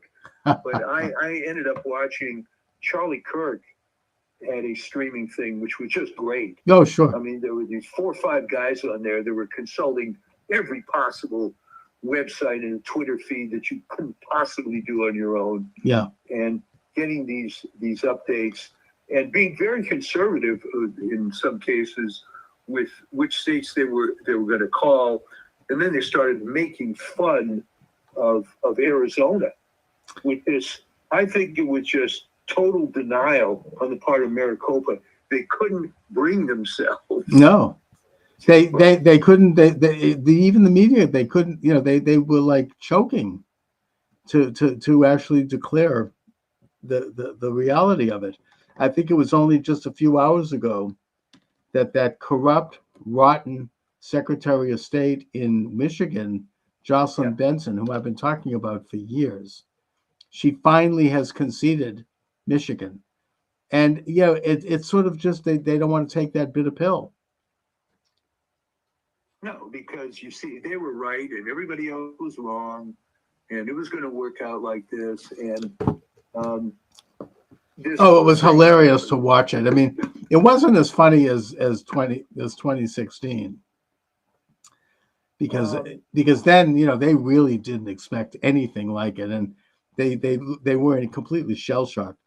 Oh, right, you're exactly right. Because as much as I hate Hillary Clinton, she did at least have some credibility. Yeah, and I think that was a shock to them. It was a shock to a Yeah. lot of people. We all were shocked, Yeah. but this time around, I mean, it was kind of known, and they just looked so morose and so crestfallen. That was just Yeah, but amazing to see. It was fun to watch because there was no doubt from the beginning. It was just piling up, and the map was getting redder and redder. And Oh my there are all God! these clips that are going out there. Like I think there was one on CNN. Well, is there any county, and I don't know how many thousand counties there are in the U.S. Is there any county in the U.S. that Harris did better than Biden? Oh, I saw that. A And single one. that was with David. Was it with David Muir? Or is it? Yeah. Oh no, it was Jake Tapper. And he's looking at it. He's like, "Holy smokes! Not a single county." And they showed the map of the United States, and it was completely blank. Yeah. There was just nothing. It was. I don't think that she. I think she collapsed in just about every demographic, except maybe one, and that would be suburban, well-to-do, single, highly educated white women. Now Yeah. you can attack me for saying that, but that's the core. No. That's exactly what it was. Because it's the same mentality, and so this is just tremendous. And I guess RFK Jr. has already come out and saying he's going to dismantle the FDA. Oh which, my of course, God! I've been calling for years. Yes. Um, I can hardly the wait. FDA, you can do everything the FDA does with a few contractors, and there'd be no politics. Mm. So it's it's just It's a beautiful thing. dawning here. It is, and the other thing I've noticed is squealing about is this is an assault on bureaucracy, and not only are they saying this. I saw a video of this on YouTube. They have them. It's like a talking head thing. Bureaucracy, bureaucracy, bureaucracy, bureaucracy. With each one of them making the exact same Right. statement, like somebody sent this out to them, and they got the message. And I say hallelujah, good. Yeah. Throw out the Right. freaking They were bureaucracy. saying that as if it were a bad thing. Exactly. They're so out of it. They just don't see this. I mean, this is what Elon Musk did at Twitter. He cut about 80% of it, and it became better and stronger and more free as a result. Probably more profitable too. Yeah. Well, So- it just became big and fat, and it was very much typifies a tech company with too much money. So And you hire they must be more shaking in and their more. boots because they know that the people around Trump and Trump himself, that they understand this, because these people are business people. Elon Musk was in business. Even J.D. Vance, I think he was in business. Yeah. I mean, all of them. I mean, they understand what bureaucracy is, and they know how to kind of pare it down and turn it into a more efficient machine. And all these layabouts, all these hacks, they know their days are numbered. They better look for a job because they're going to be out on their backside. Well, and they're completely unrealistic about stuff. I mean, as we had discussed I think on previous shows, how can you have a job at the LA Times and quit thinking that there's going to be another media job waiting for you? That's right. Those are plum jobs, and they're disappearing anyways. Yeah. So what's the upside? Okay. And you're gonna start taking out a Substack column, and you're gonna be all bitter about how you were forced out. It's sort of like a riff on Colin Kaepernick, right? Right. He was offered a couple of deals and he didn't take them. Everybody forgets that, you know. He just decided he was going to make more money being a professional race baiter. Yeah. So, yeah. Good luck to these people that left the Washington Post, LA Times. There's no upside. No, and if that they can, industry is done, and what's going to happen to MSNBC with Joy Reid talking about it was all racist and fascist, and everybody in the country is wrong? no, they're going down the tubes. I mean, this whole, on one hand, it surprises me that they're still using that argument because it obviously failed them, and it's insulting and it's denigrating to about pretty much most of the country. Yeah. And yet they're doubling down, and they're gonna end up. But that was, I figured that would happen again Yeah. based on what was going on with the movie industry. And all these videos of Amanda Stenberg and Rachel Zegler Brown, it's all the fans, and the fans are negative, and we produce all this great stuff, and they should love it, and it's garbage. So well, they don't get it, I and they're gonna. The Democratic Party is going to go the way of the dodo bird if they keep that up because they're losing, traction. I mean, it's so out of touch and so elitist, and this old playbook which comes out of Saul Alinsky's Rules for Radicals. It just doesn't play anymore. No, too many people have been red-pilled now, and they'll continue to rally their base, but that base is going to start shrinking even more. They lost this election in a bigger way than you can imagine, and they're going to continue to lose if they keep that up. If they don't reform the Democratic Party and get rid of that kind of woke, hostile fascism, and they don't get rid of lawfare, they don't get rid of censorship, they don't get rid of goose-stepping, attacks on their opposition, then they're going to be extinct. It's going to be like the Whigs. That could happen. This is almost a mirror when the Republican Party was all rhinos. Yeah. You had to have voices come up and say, we really should get more conservative because the idea of driving off a cliff at 55 miles an hour versus 80 miles an hour is really not a good selling point. And it took all this time, and it took a complete outsider. That's right. Remember, Barry Goldwater was a senator and a big political figure for a long time. Right. And he couldn't change it. So no, but this is really almost revolutionary, and already you can see an international alignment by like-minded nationalists in their countries. People like Milei from Argentina and Orban from Hungary, and I think Meloni in Italy and several others. They're all the guy from Poland whose name not Musk, not Tusk, the other one who was basically removed due to a color revolution thanks to the EU. They're all coming around to congratulate Trump, and it's really the beginning of a major movement toward a kind of a nationalist, populist, sovereign development. And I think that Trump is, he's going to do some amazing things. You've got Ukraine, which, by the way, now there's video out that shows that Biden basically gave Russia a green light to invade Ukraine, mainly because they wanted to have war so they could feed, trillions of dollars to the defense industry, right. And it creates international order and all the other interests, which is the policy that's been in place in this country since Wilson. And, Trump is going to put a stop to that. He's going to probably take Putin and Zelensky and invite them maybe to Camp David and make them hammer out an agreement, because Ukraine now is on the verge of collapse. They've maybe another 6 months.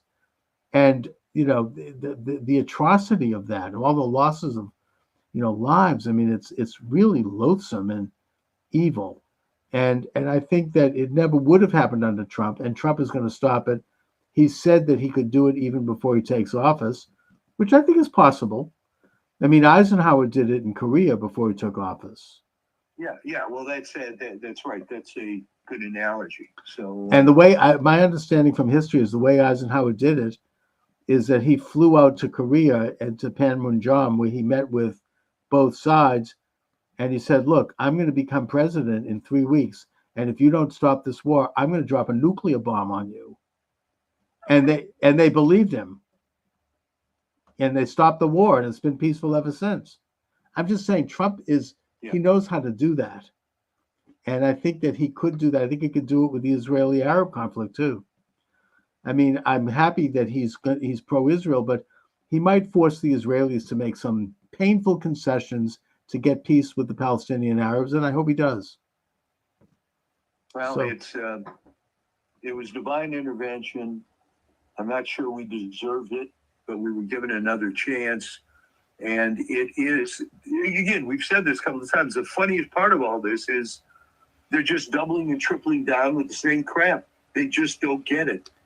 They really don't, and they've now seen that the rug has been completely pulled out from under them. This is a glorious day. We ought to relish it. I know that it's going to be a long slog. I'm not utopian about this. It's going to be a war, but we can enjoy a moment of basking in the sun, for now, and relish our victory, and now get to work in terms of how to define it for people, how to make people understand what this is about, make people understand about, Trump derangement. Why did they hate Trump? Were they manipulated? Yes, they were manipulated by this deep state apparatus, and they ought to take another look. They ought to take another look at this whole movement because it's incredible. And, it's time to get into the program now. It's not going to be easy, but it can be I done. think there are going to be more conversions than you might expect. Oh, yeah. Because, the old hell hath no fury like a woman scorned. How about hell hath no fury like some wild-eyed optimist who got taken over by this crap, seeing how they were misled and just sort of do reverse Harry Sisson, right? Oh, well, it Oh, was my all God. BS. Well, yeah, his initial tweet was, how could the country be so wrong? And other people are saying that, that the women didn't come through as much, or whatever it was. Oh, my God. It's just not. It's not flying. I mean, he's talking. First of all, he's paid by an ad agency. I mean, that's something that's been public. And in fact, it's now being said that the Harris campaign was literally paying people to go to those events. Yeah. But I mean, in the case of Sisson, he's doing this thing where he shows up with these two other goofballs, and it's so embarrassing. I mean, they're these white, privileged, empty-headed dimwits, standing there like in front of the camera with goofy faces. They've never worked a day in their life. I mean, and they're like, oh, well, we support Harris, and they make these ugly charges. They're probably all on a payroll, and they're dumb. You can tell that they're just dumb. I mean, it's embarrassing. This is what they say. Well, we represent, Men for Harris or some crap like that. Really? That's what it's come down to. I mean, you see this thing and you're like, that's a sad state of affairs that they would represent Men for Harris or Men for anybody. But anyway, Who knows? You may have a situation like in Germany after World War II when suddenly you couldn't find any Nazis. So well, that's fine. Look at Germany after World War II. Under Adenauer in particular, it became a powerhouse, and they were all former Nazis. Who cares? They all, I mean, Adenauer was not a Nazi, but he was certainly a man of the right, and he was able to negotiate an end to conflict between the unions and create a united economy that turned into a powerhouse in Europe. An incredible story. So if they want to join us and put aside, their past, great. Come on down. I believe in redemption. Oh, of course. Anyway, And I believe you're going to have a bunch of converts, because I think the only ones who are going to stay on the other side are the ones who are paid to do it. But at some point, the MSNBC and CNN model cannot sustain. Yeah, they're only around because of the old cable system, but that's falling apart. no, they've lost the momentum, and it'll be interesting to watch what happens to them, because they're not going to be able to sustain that, not any longer. I mean, they barely were before, but now this is a big blow to them, and we'll see. We'll see. Yeah, I mean, remember the way that it worked was 80 million cable subscribers were paying so that 400,000 people could watch CNN. Well, I mean, they got certain deals, like they were piped into all the airports. Yeah, and which stuff you like don't that. see that much anymore. So, well, good. I mean, you seem to be in a much better mood. Oh, totally. I mean, who isn't? This is a great day. I mean, I'm exhausted. I was up late, and I, just stressed out, and I'm sitting there in a stupor on my couch, eating pistachio ice cream, and all of a sudden something happened on the TV, and I said, "Wow!" And I sat up. I think that it was when I don't know, one of them said something, and I think one of the big states came in, and I was then riveted, and you could just see the whole thing unfold.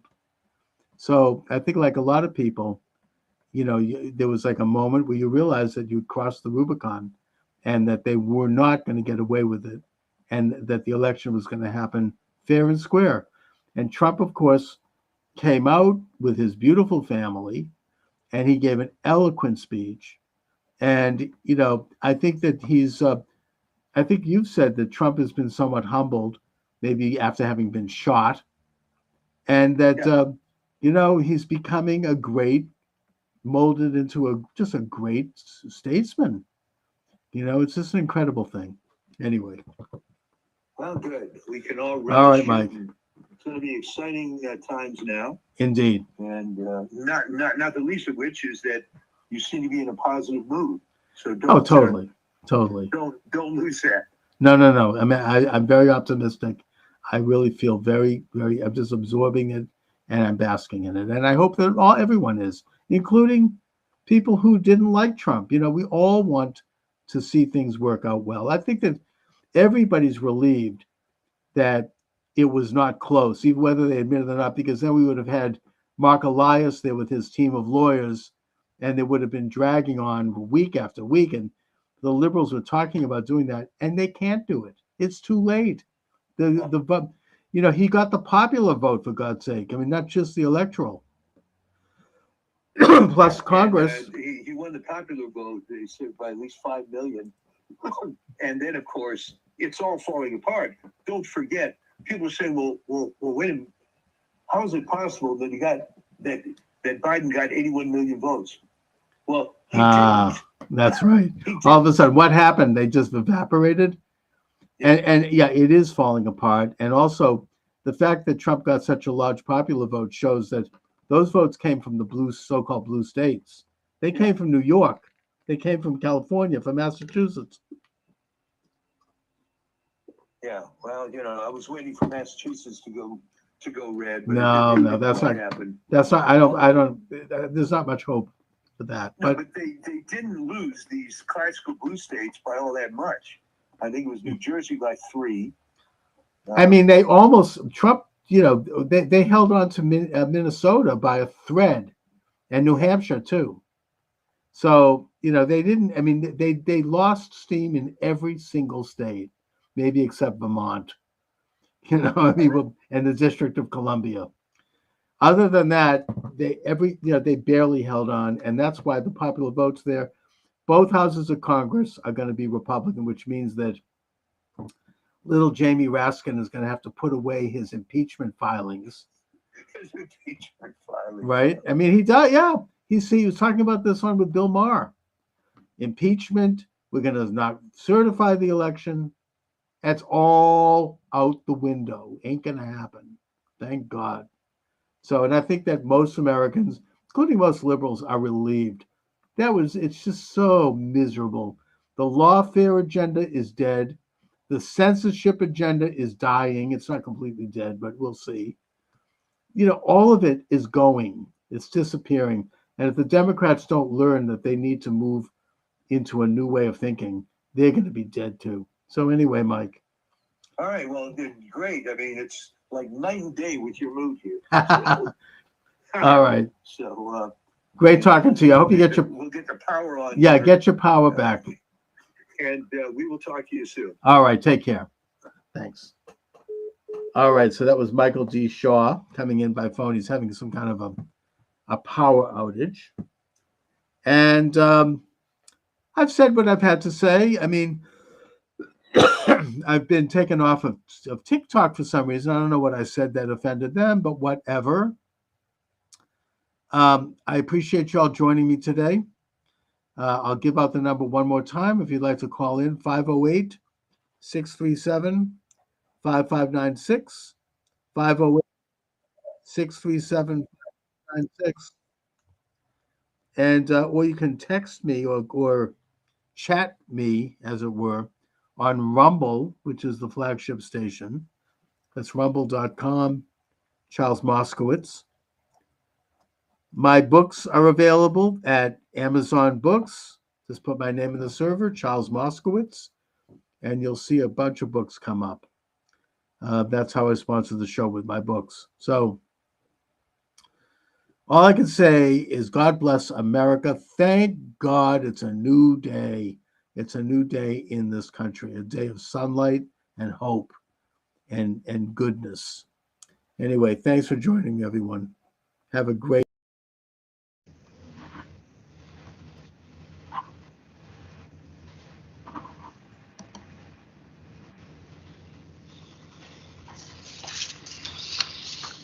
and good afternoon.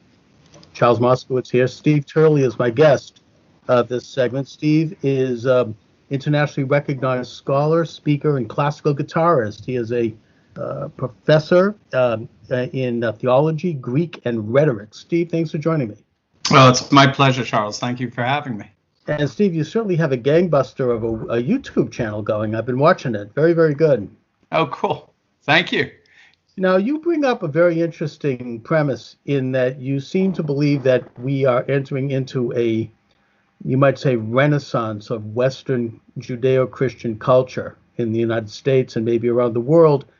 And I think you peg that to not to the pandemic itself, but that the pandemic is an opportunity to advance such culture. So talk a little bit, if you will, about your premise there.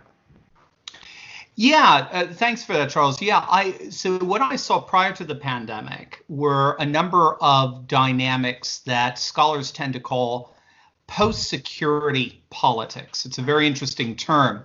The nation state that's got structured, not to get too nerdy, but the nation state that got structured around the 17th century, that really in many respects, like Yoram Hazony, the Israeli scholar, argues, was more or less modeled after sort of a biblical cartography, so the Israelites, the Hittites, the Canaanites, the Egyptians. Well, prior to the 17th century, in many respects, the world was kind of run by empires and imperial structures.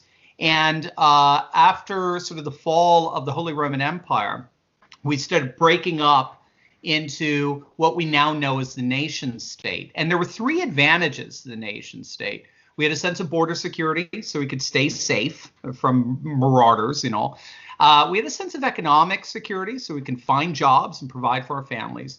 And we had a sense of cultural security, so that our religions, our customs, our traditions could be celebrated and revered and give our lives a sense of meaning, so we can flourish as human beings.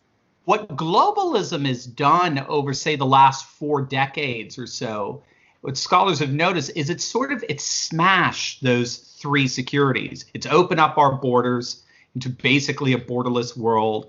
It's instituted what's known as an economic global division of labor, where manufacturing and industry has been shipped away from first world nations to so-called third world nations, China being the primary beneficiary of it. So we've lost all our manufacturing, and it tends to replace our customs, cultures, traditions with lifestyle values. Increasingly, proponents of globalism see our cultures, customs, and traditions as hateful, as bigoted, as discriminatory, and the like. So, in the face of all that, there's been a massive backlash, and that backlash is going on all over the world, where populations are increasingly re-embracing their borders, their economic manufacturing base, and their cultures, customs, and traditions as mechanisms of resistance against globalization. And in many respects, this pandemic is only, well, in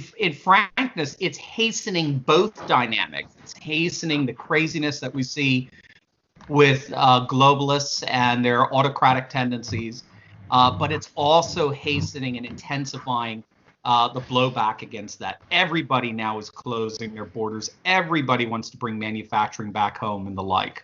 You know, it seems to me that the portrayal of the idea of the nation state and national sovereignty involves a major case of psychological projection on the part of those who advocate globalism, because the nation state is a very progressive institution. It's one that evolved over thousands of years, and it's one that, as you say, it protects a culture, it protects property, it protects. It's natural to a nation to protect the life and the safety of its citizens and their futures. I mean, it goes back to the Bible, really, and when they began to develop national borders after mankind tried to overthrow God in heaven at the Tower of Babel. You developed different languages, different cultures, different nations, and then the Bible, the Torah, goes on to give very specific borders for the nations and for all of the individual tribes of Israel. So the whole concept emerged. It's not new, and it's something that has advanced, and I think the greatest advancement in the great progression of the nation state was the development of the United States. Yeah. In that we have, you know, we are the first nation to really embrace the biblical idea that rights come from God and not from the state, that we're created in the image of God, we're not God, and that as such we have a limited sovereignty that we derive from God, and then we give a state certain powers that protect and defend those rights. It's not, the state isn't the supreme, which is of course a biblical idea, but it's a radical idea, and it's an idea that was patented by the founding fathers of this republic. So, you know, I think that the pandemic brings to fore the necessity for things like property, and now we're protecting our own private properties more from this dread disease that is banging at the door. You know, the nation. Exactly. And that the nation is protecting itself by limiting people coming into the country because they might have the disease. And I think that even the European Union, which is very globalist, as you say, they've begun to protect their borders because that's what you do naturally. I mean, the animal kingdom understands this. A bird understands this. Try to interfere with the bird's nest and see what happens. Dogs understand it. Go too close to a dog and see what happens. The idea of the nation state or the idea of the individual property is a natural thing. It's kind of hardwired into us, and this movement to erase it and to try to claim that it's anachronistic or something is actually an unnatural development. In many respects, what we're seeing now is simply a deference to the very nationalist, populist, America First policies that Trump had been implementing for the past 3 years. If I told you, say 6 months ago, that a North American leader of a North American nation, whose last name starts with TRU, has closed all his borders, has instituted a travel ban from Europe, China, you name it, in an effort to seal those borders, you would be shocked that I told you that one would be a fellow by the name of Trudeau. But it's exactly what's happened. Even globalists are behaving like Pat Buchanan right now. Even globalists are adopting this nationalist populism. And the whole idea of the supply chain, of farming out our manufacturing for pharmaceuticals to China, that's dead. That ain't coming back anytime soon, that's for sure. Right. You have Macron in France talking about bringing back industry to France. Japan has done the same thing as well, as starting to bring back their industry away from China. They start to see it as all economic nationalists do. They see the economy as a national security issue. We are a nation with an economy. We're not an economy that happens to be a nation that bows to it all the time. That's the very globalistic structure. And it's stunning. They did a study even before the pandemic. Breitbart talked about it, and they found that over 70% of the American public, when you polled them and asked them pointed questions that were reflective of an America First nationalist populist agenda, 70% of Americans agreed with it. The biggest, the single most conservative demographic, racial demographic on border security are African Americans. They have one of the highest. Yeah, do you mind? Sorry, my phone is. No, that's all right. They have one of the highest rejections of immigration of any population, and of course because they're adversely affected by, especially illegal immigration with entry-level jobs. Well, labor and minorities have always had an interest in reducing immigration because it cheapens the value of labor, and it cuts back on opportunities for minorities who are trying to get a place at the table, so to speak. Right. And I think that we can see from the situation that a nation state has the right to decide who enters the national home in the same way that you and I have a right to decide who enters our private home. It is a normal, natural thing. It's a good thing. You don't have to explain it. It's just one of the basic building blocks of any nation. I mean, you try to enter into a communist country. I mean, if you're not wanted. I mean, it's sort of, the left is now criticizing Trump because they say he didn't do enough in terms of stopping flights from China in the early stages of the pandemic. They're saying, oh, you still let people in. Well, hello, they were citizens.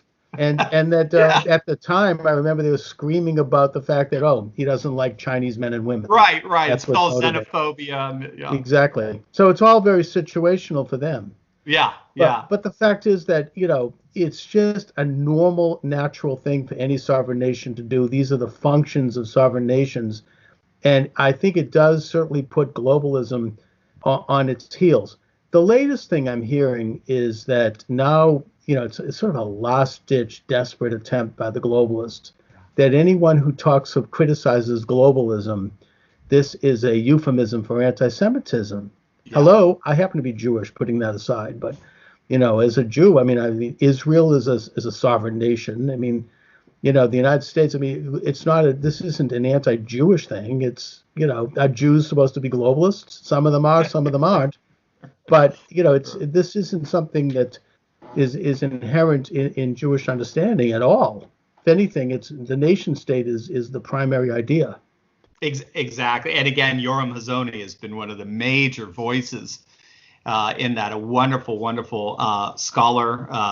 He runs the National Conservative conferences. They just had theirs in Rome right before the pandemic.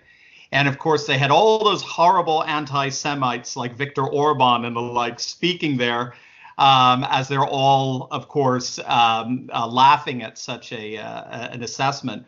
Yeah, one of the funny things, there's some scholarship on this now, where they're finding that, in point of fact, people like Geert Wilders and a number of nationalist populists in Europe are extremely pro-Israel because they see the danger of Islam, and because Islam, in many respects, the Brazilian philosopher Olavo de Carvalho actually argues we have three globalisms going on right now. So the first globalism is the one we're all familiar with, the Western liberal globalism.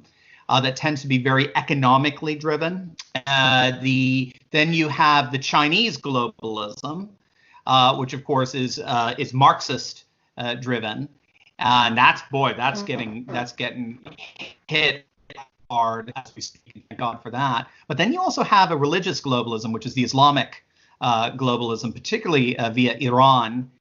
and their expansionist tendencies. They want to take over the world. They haven't been able to figure out how to do it. But nevertheless, nationalist populists in Europe tend to recognize that. And they tend to see Israel as a beacon. And of course, Israel's probably, if when all is said and done, the most nationalist nation on the planet right now. In many respects, the commentators are saying the left doesn't even exist in Israel. The best they have is a center. The best is the white and blue party that just got formed. Likud is your consensus party, and then of course you have all the orthodox third parties, as it were. There's not even a left anymore, really, in Israel. So the nationalist populist right, particularly Trump, of course, have looked at Israel as actually inspiration in the midst of all this, especially as they're trying to fight their particular globalist enemy, which is militant Islam. Right, and I think that Israel has always reached out an olive branch of peace to Arab and Islamic countries, saying, we're an example of a nation that has created our own sovereignty. We got rid of the British occupiers, and we want to urge you to do the same for your own respective nations. So, now you have Trump coming into office, and he's using some of the same rhetoric, of course, that was used by the Bushes and by Obama and Clinton, except he means it. And everyone knows that they didn't. They were full of it. They were just saying it for the bubbas, He talked about, protecting the borders, and he's doing it. He talked about better trade relations with foreign countries, and he's doing that. And economic relations that favor the United States and our labor and our industry, and he's doing that. So that, to me, is the thing that is leading the globalists to really take a very strong-fisted attempt to have him removed from office. And that includes several attempts at impeachment. I think there might be more coming down the pike. I pray for Trump. Yeah. This is the enemies of Trump are the enemies of our sovereign nation right now. And I think we need to understand that. And I say the same thing to liberals who may not be aware of this, and even leftists who are not cognizant of it, because we all have a life in this country. We all have a family, and we want to have a future. And do we want to have that future under our own? It's sovereign nation. That's democratic. That means that you as an individual, as in a community, have more say and more control over your own life and destiny, not some foreign, unelected, faceless bureaucracy that's either in the form of an international form of governance or an international corporate form of governance. It doesn't matter. The point is that they have to be held accountable by a constitution and by elected officials who we elect to represent our interests. It's so interesting because even Bill Maher, an ultra leftist like Bill Maher, recognizes that if you actually want to have a conversation, a deep, meaningful political conversation, cultural conversation, you have to go to the right. The left is almost, it seems, incapable of doing that today, particularly the media, the mainstream, I like to call Marxist media. If you want to have a reasonable conversation, John Stossel found this out, Stossel being very libertarian. So being a libertarian, he's very liberal in many things, also conservative in others.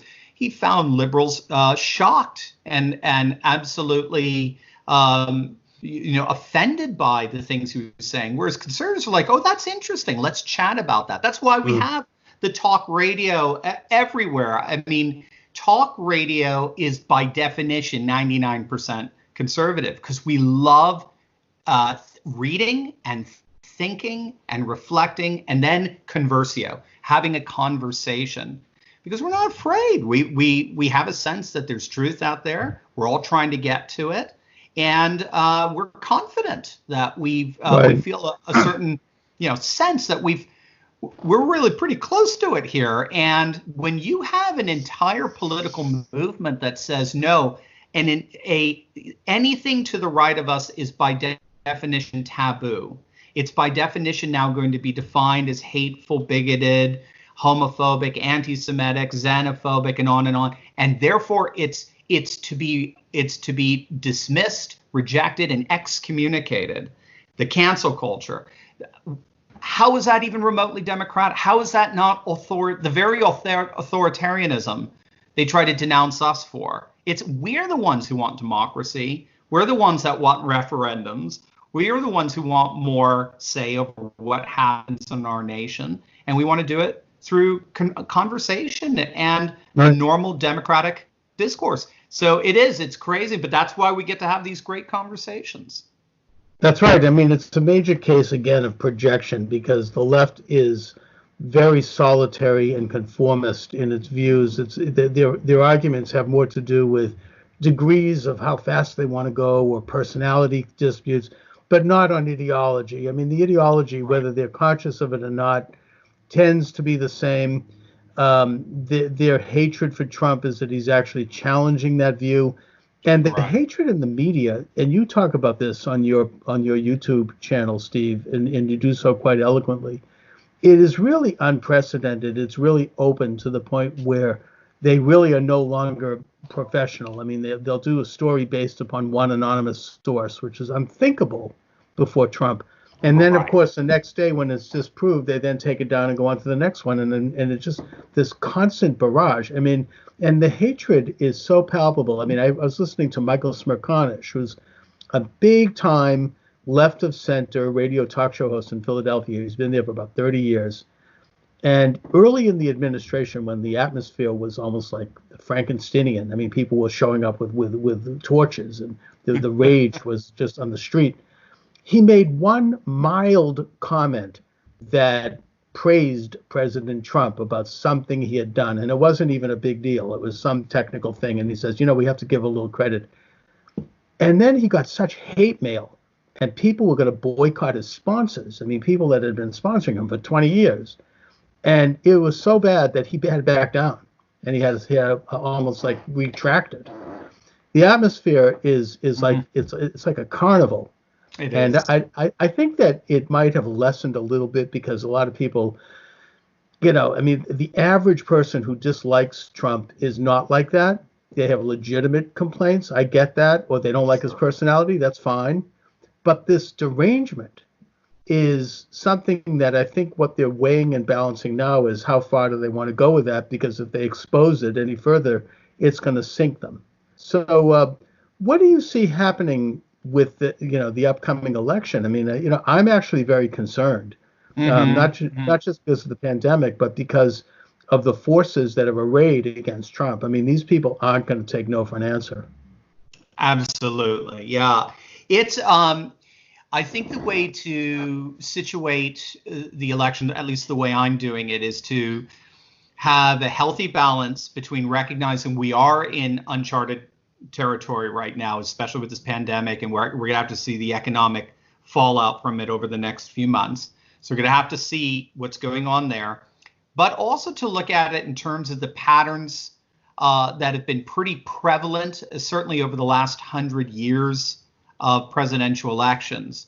Now, for that, I tend to be very impressed with what's called the primary model by Helmut Norpoth of the University of Stony Brook, because it's an algorithm that has studied elections since 1912, which is the first year that the candidates had to go through a primary. And what he found is he found a pattern. The pattern he found is that the primary is the election in microcosm. So you look at the candidate who wins the most votes, particularly in the early primaries, you plug that data in to this algorithm, and then out comes the algorithm's determined winner. And he found it lined up with every single winner all the way up to 2016. Wow. I think there was one exception. I forget where that was, but that was the pattern. There was that's your ultimate poll, right? Your poll numbers. Who tends to win those elections? Who tends to win those elections are usually the incumbent. It's a twofold pattern. It's usually the incumbent. So if you've had the same party in power for two administrations, 9 times out of 10 we go to another party. We swing back and forth. Certainly since FDR and Truman, we've been doing that pendulum swing pretty consistently. Jimmy Carter was the one interruption with that. He had one term, and also Bush Sr. Well, Bush so what he says is Bush Sr. technically is the third term of Reagan. Oh, okay. So Bush Sr. getting voted in was the disruption of it. That's the interesting thing. So you had 12 years of a Republican administration there. So you almost had a little bit of a going back to the FDR Truman era to a certain extent. So so Trump had that going for him. And then when he ran the numbers for the primary, Trump is setting records in terms of voting turnout in Iowa, in the caucus, in New Hampshire. He got 3 times the amount that Obama got the last time an incumbent was running for re-election in 2012. So he ran the numbers for Biden versus Trump in terms of the primaries. And he gives, based on that, plus with the pendulum swing, he gives Trump a 91% chance of winning re-election. Now, he is saying this is unprecedented territory, but if it plays out the way it's been playing out for the last 100 years, we should see Trump in a blowout. We'll have to see. So I know what you mean. I'm with you 1,000%. I'm scared too. There's just so much going against him and everything like that. But Norpoth is standing by his prediction, and he was right in 2016. Yeah. Did he do this before the pandemic? So he did it before the pandemic, and then if you go to the website, primarymodel.com, he has a caution on there. He says, now that we had this outbreak, I'm going to be watching to see if there's a massive disruption in Trump's poll numbers. If he goes down to 15%, he'll probably say, all right, forget it. My primary model isn't going to be applicable to this anymore. So he's been watching the poll numbers. And of course, I mean, his polls go up and down, but of course, the Gallup polls have been pretty impressive. Trump has positioned himself as a wartime president, and his support among Republicans has remained absolutely solid. So his support among independents is around that 50%, 60% mark. So he seems to be doing so. Helmut Norpoth has since said, the one thing he said is the last thing we got to watch out for is just the economic data that comes out this summer.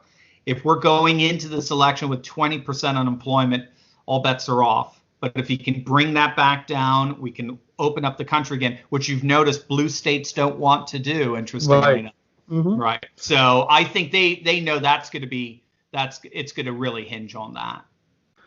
Well, it's all very unknown because the situation is so unprecedented. And I guess the question is, are they going to be able to hang blame for this on Trump?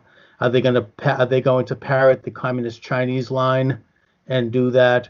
I think that in my opinion, we should be grateful. And I pray to God that Trump's president during this thing, because if we had the liberals and the left in office, we'd probably have concentration camps right now for people who step off the lawn. I can't even imagine. Take a look at some of these states. I mean, like Oregon is now, moving the opening date up to August 1st. I mean, it's and they only have like a couple of hundred cases. So it's not. It does show the authoritarian nature here, and we could go through other states. My own state of Massachusetts actually has been somewhat moderate so far. Okay. I guess maybe because we have a Republican governor. I don't know, but it's not as bad as Michigan or as some of these other states where they're arresting people for going to church. So, I think that all of it, however, remains to be seen. I think that I don't want to sound too tin hat here, but I wonder if they're trying to damage the economy as a way to stop Trump. I mean, I know that sounds far-fetched, but given the lowness of this, I mean, impeaching him and doing all these other things, all these, these conspiracies, I wouldn't put it past them. I mean, my way of thinking, I mean, they'll do anything. So, because we're not talking just about Donald Trump. We're talking about, as we started, Steve, a global movement that is, which people are beginning to wake up. They're getting really woke, to use the term. In a good way, right? Yeah, in the real sense. And they're realizing that they want a government that protects their rights, not takes them away and decides to grant them on whim, and that they don't want to have this global entity that doesn't care about the individuals and the communities in their own nations. I mean, these things are basic common sense. And I think that the international community, what we talk about, the globalists, they don't want people to wake up to this, and they want to stop it. So I wouldn't put anything past them. Right. No, I agree with you. I do. Unfortunately, I have to. I mean, just look what they tried to do to Brett Kavanaugh. I mean, that was Oh, insane. That and was look what's it. happening now. Yeah, yeah, yeah. I know. I I mean, know. we That's have the joke. That's the Elizabeth joke. Be Warren, careful. always a hypocrite. She's coming out Yeah, and yeah. says There you go, she Elizabeth. thinks And Biden is I'm from credible. Connecticut, by the way. I'm a fellow New Englander as well. Yeah. So yeah, I know. Be careful what you weaponize. It's always going to end up being used back against you. And yeah, that's you just look at what they were willing to do to destroy in order to stop. And well, I mean, it comes down to exactly what you said, Charles. You had a great distinction. We can disagree. We're all for disagreement. That's fine. It's derangement that we have an issue with. Exactly, exactly. All right, Steve Turley, let my viewers and listeners know where they can read your excellent work, where they can see your excellent YouTube program. They can go, so if they want to see just the whole panoply of stuff, go to turleytalks.com. It's my last name, T as in Tom, URLEY Talks, like TED Talks, turleytalks.com. And then just all you have to do on YouTube to check out the YouTube channel is just punch in Dr. Steve Turley. It'll take you right to the page. All right, Steve, listen, I want to thank you for joining me this afternoon. Thank you, Charles. All right, thanks for joining me, everyone. Charles Moskowitz here. Welcome to the program. Brent Waltz is my guest. Brent, you Indiana State Senator. You were prosecuted by the Department of Justice in the Biden administration. I want you to talk about what happened to you in the context of what I would argue has happened to a lot of people who are conservatives, Trump supporters, whatever, MAGA, since this regime was put in place, including hundreds of people who were peacefully protesting on January 6th and who were doing things like trespassing, which is not really a felony, it's more of a misdemeanor. And people like Stephen K. Bannon and others who have been prosecuted for doing things that really are not previously such matters as would require the level of prosecution and jail terms that they would receive. So before we go into your particular case, give us a little background of what's going on in this country right now, where you have, I would argue, essentially people who could be described as political prisoners.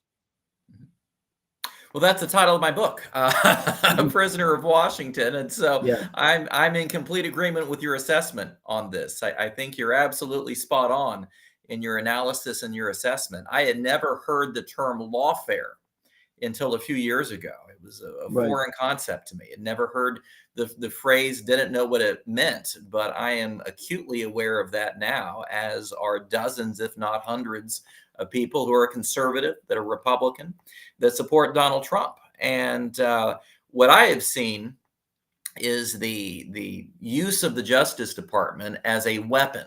Now, if the Justice Department was an equal opportunity indicter, if you will, where they would take liberals and conservatives and say, okay, if you were coloring outside the lines, we're going to indict you and we're going to hold you accountable for your actions, then I don't think too many Americans would have a problem with that. Neither would I.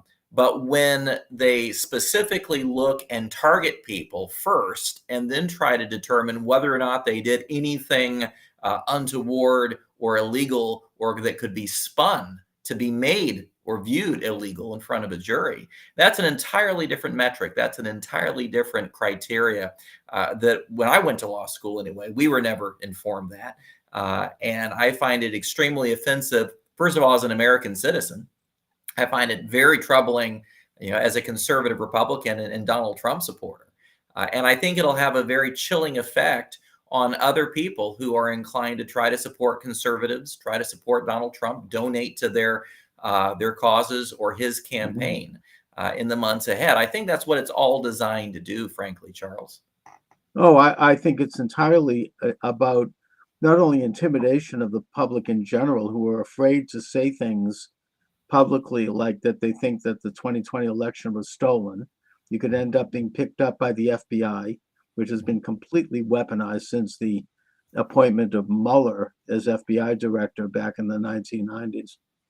And you have situations where the law itself, our system of justice, is now used by the people in power to go after their opponents as opposed to going after real criminals like, I don't know, drug dealers or, child pedophile people, traffickers and whatnot.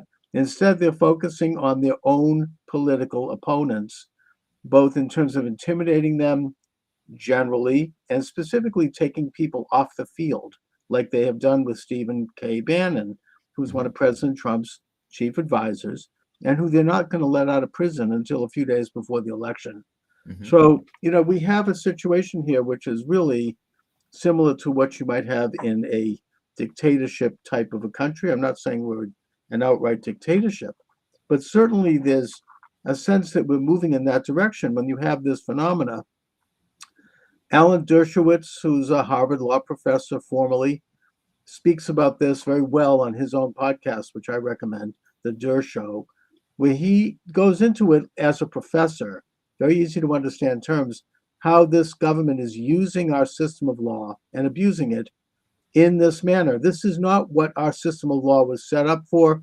It's not what we're supposed to be all about, using the legal system to go after enemies, whether it be Christians protesting or standing anywhere near an abortion clinic, whether it be parents at a school board meeting who are critical of child sex change operations or masks, or Catholics or anyone else that apparently this government views as enemies. I mean, as they've deferred to them as domestic terrorists.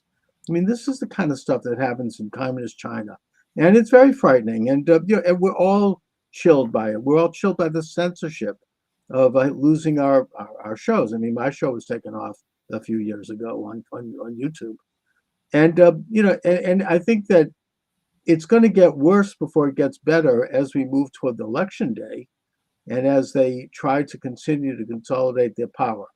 Now, Brent, I want you to talk about what happened to you over in Indiana, where you were a state senator for many years. What happened? How is it that they went after you, and why? Sure, I'd be happy to explain. I was a state senator for 12 years, conservative Republican, A+ rating with the NRA, lifetime card-carrying member, 100% rating with Indiana Right to Life. So about as conservative of a Republican as you're going to find in one of the reddest of red states. Never had any issues with law enforcement, never had any issues with investigations. 2016, I decided to run for Congress. I lose the election in the primary. One of the gentlemen who's a longtime friend of mine supported one of my opponents. In fact, the Indiana Attorney General at the time was named Rod Ratcliffe. He was in the gaming industry, was a majority shareholder in a couple of casinos in Indiana. And even though he did not support my campaign, certainly I considered him a very good friend, known him for 25 years. Again, not really had any issue with law enforcement with him. He's probably one of the most investigated men in the state of Indiana because of his gaming licenses. So the Indiana State Police investigate him. He has to turn in all of his financial statements, his tax returns, his business tax returns. If he was jaywalking, he would lose his gaming license and potentially cost him tens, if not hundreds of millions of dollars. And so he is well incentivized to stay way, way, way on the correct legal side of the line on everything.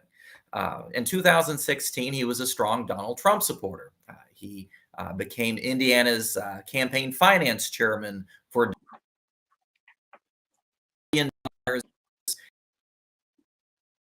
Trump in the summer of 2016. Shortly after he was named campaign finance chairman for Indiana, the FBI calls me. They want to meet with me. So I met with them for coffee. Two agents show up, very gruff, trying to be intimidating, not really asking me any questions about any actions that I ever did. They were asking about Rod. They were saying, do you know anything that Rod has done that might be illegal? Are there any people who might know something? Can I just ask you a question here? Did you, when you went to the FBI, and by the way, this is James Comey's FBI under Obama, and your governor was running as part of the team as vice president, that being Mike Pence. Yes. So it's not like it was a big secret to be a Trump supporter in Indiana at that time. Right.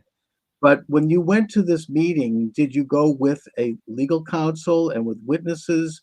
Because I think that when one goes to a meeting with the FBI, it should be like you're going to a meeting with the IRS. It's not that you did anything wrong, but you want to make sure that everything is on the record, everything is filmed, every question is answered with a legal counsel sitting next to you, because they may engage in a thing called entrapment, like they did to General Michael Flynn and others. They'll find some little technical thing. Oh, I did this on March 3rd, but it actually was March 4th. I did it at 2 o'clock. Well, it was actually 3 o'clock. And they'll get Then they you can charge you with a felony, lying to the FBI. Correct. Yeah, that's right. That's right. So is that what happened here? No, in my case, I had done nothing wrong. And let me assure you, as somebody who I'd like to think is reasonably legally sophisticated, I went to law school. Had I done anything that could have even been remotely viewed as negative, I would have lawyered up. I would have had an army of lawyers with me, or I just simply would not have had the meeting. But in this case, I thought back. Is there anything that you went in as an innocent, honest American being called into a meeting by a government agency, figuring, okay, maybe I'll help out here. What do you need? You know what I mean? You weren't like suspecting any kind of entrapment. No, not at all. And more to the point on that, Charles, you're absolutely right. Is that when I asked, as I think most people would, when you originally get a phone call like that, what is this pertaining to? Of course, they won't tell you. They'll say, we have some issues we'd like to discuss with you. Oh, okay. And it was all about Rod. They wanted, he was pushing for some legalization of marijuana legislation, a couple years before that. Nothing illegal about that. He has every right to advocate for that. I opposed the legalization of marijuana. Right. I voted against the legislation. Opinion. Okay. And I said, well, as far as I know, he's done nothing illegal about this. He has every right to advocate as a.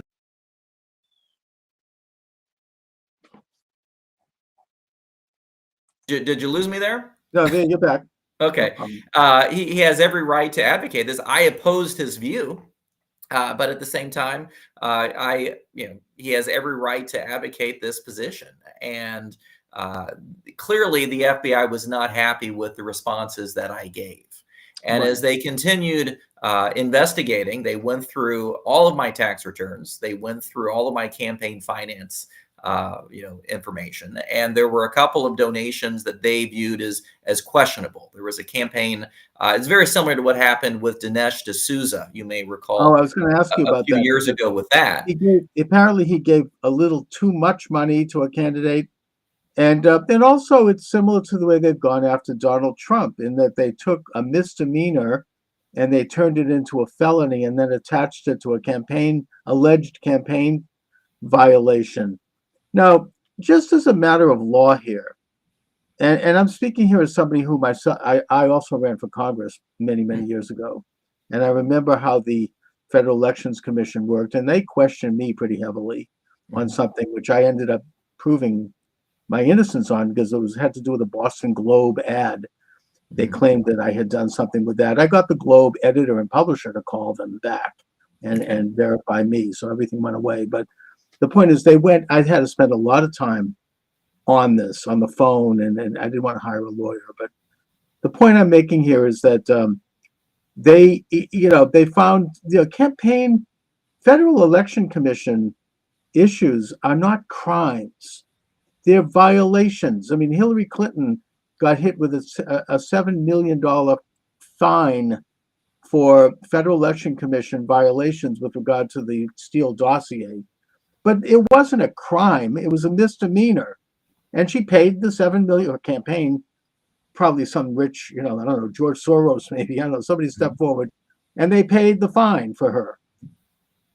So why is it then, therefore, a crime for you or a crime? Well, it apparently was a crime if you're a conservative Republican, because I that's spent what I mean. 176 days in captivity.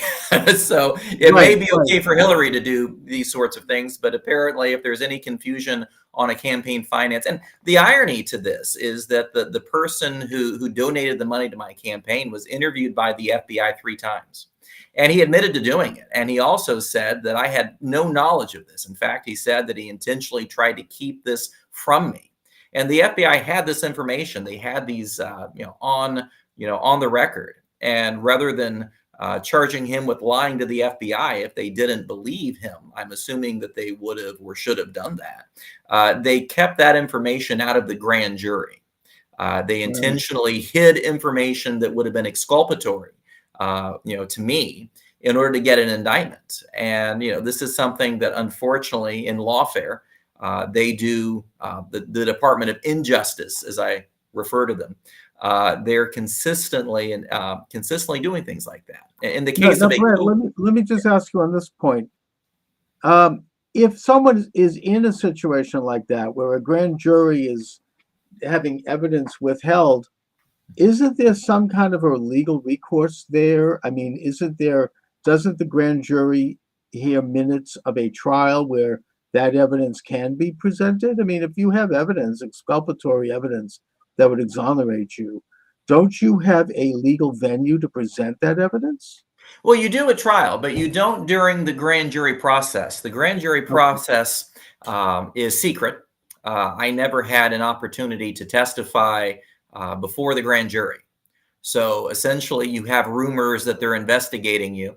And then the next thing you know, at 6:20 a.m., you get a knock on your door with a half dozen armed FBI agents, getting ready to invade your home and slap handcuffs on you. That's the state of justice in the United States today. And this is what happened to Roger Stone. And in his case, there you have, they pull an elderly man out of bed and drag him out onto the front lawn in his underwear with the CNN cameras rolling. Apparently they knew about this in advance. And they bang his door down with a bludgeon, and they're showing up guys in like SWAT outfits. He's never. Well, and I described this in my book, POW Prisoner of Washington, that I had seen what had happened to some of our fellow conservatives. And so not wanting to have a picture of my hair all, sticking out, or, being drug out of my home in my underwear, first thing in the morning, I took a page from General Mattis, who said that during a period of high tension in North Korea, he slept fully clothed. And so that he'd be able to get up, at literally a second's notice and be ready. But in this case, this is America, and they're doing a perp walk. It's designed to humiliate. It's designed to try to color, I think, public perception. Because they want to destroy your reputation in public. Exactly right. This is defamation, in the classic sense, to do this. So you're dragged out into the front lawn, and then what happens? Well, actually, it was more into a black SUV, but they then go through and they put you in a local jail cell. I had a co-defendant who was the general counsel of the company that Rod Radcliffe was in charge of, and they got him on a minor income tax violation. He apparently, a company that this company involved, apparently mislabeled a professional service contract, and it was a campaign contribution instead. And it was about a $14,000 tax liability. This is a company that was doing $720 million in sales of the year in question. A $14,000 tax liability, but because he signed off on it, and it was over the $10,000 statutory limit, this 70-something-year-old man, a longtime state legislator, Marine, spent 6 weeks at the Terre Haute Federal Prison and is now a convicted felon for the rest of his life. This is crazy. Even if he knew that there might be a question about the classification of that deduction or that contribution, that still is the type of situation that normally would be handled by an accountant meeting with the IRS, doing some kind of negotiation, and then if you are found to be in error, you pay the difference. You end up being billed, being fined with interest, and that's how it works. You're not taken into prison for 7 years for this. No, I mean, no, that's nor should they be. I'm an investment No, banker, and I have clients that are literally owe hundreds of thousands of dollars, and they work through the IRS, and none of them get carted off to jail. They pay Right, you it pay the maybe fine, in you pay the installments fine. over time. They pay a penalty, they pay interest, and they move Sure. on with their lives. It happens all the time in business. I mean, it's just, this isn't, we're talking about, again, about misdemeanors here, about technical violations that are usually handled with some kind of a settlement. And it particularly rankles me to think about this because under the Biden regime, they're bringing in 80,000 new IRS agents. And those are, we're going to go after the rich. Nonsense. The rich can afford to have all their fancy accountants. They get every little penny. If I recall, people like Ted Kennedy, he never even owned anything. Everything was Right. in a trust. They would just pay his bills. It's an attempt to go after, average John and Jane Q schmo, trying to earn a buck. I mean, it's an attack on the middle class. Anyway, Brent, so what happens then? Well, so I spend 2 days at the Marion County Jail, and so Lovely. I was placed in a room without a toilet, without water. I was given, I think it was 12 ounces of apple juice in a 36-hour period of time. Cruel and unusual punishment.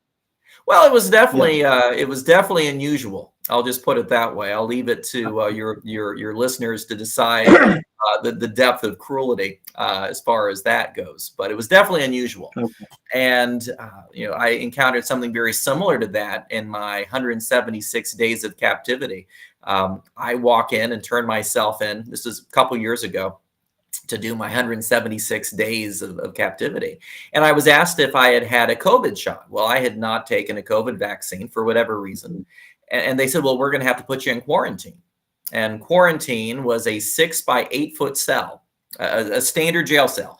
And I was kept there nonstop for 10 days. I was not released out of that for any exercise. I asked for books. The guards, oh yeah, we'll get you a book. And, of course they never did. That's the kind of, now that is cruel and unusual punishment. That is a direct violation of a citizen's constitutional rights. At least they didn't forcibly jab you. Well, that's true. That is absolutely true. They say we can give you a jab, or we can, keep you in this 6 by 8 foot metal box for a week and a half. I chose the box, but to each their own. Right. I would have too. So after that little stint, what happens?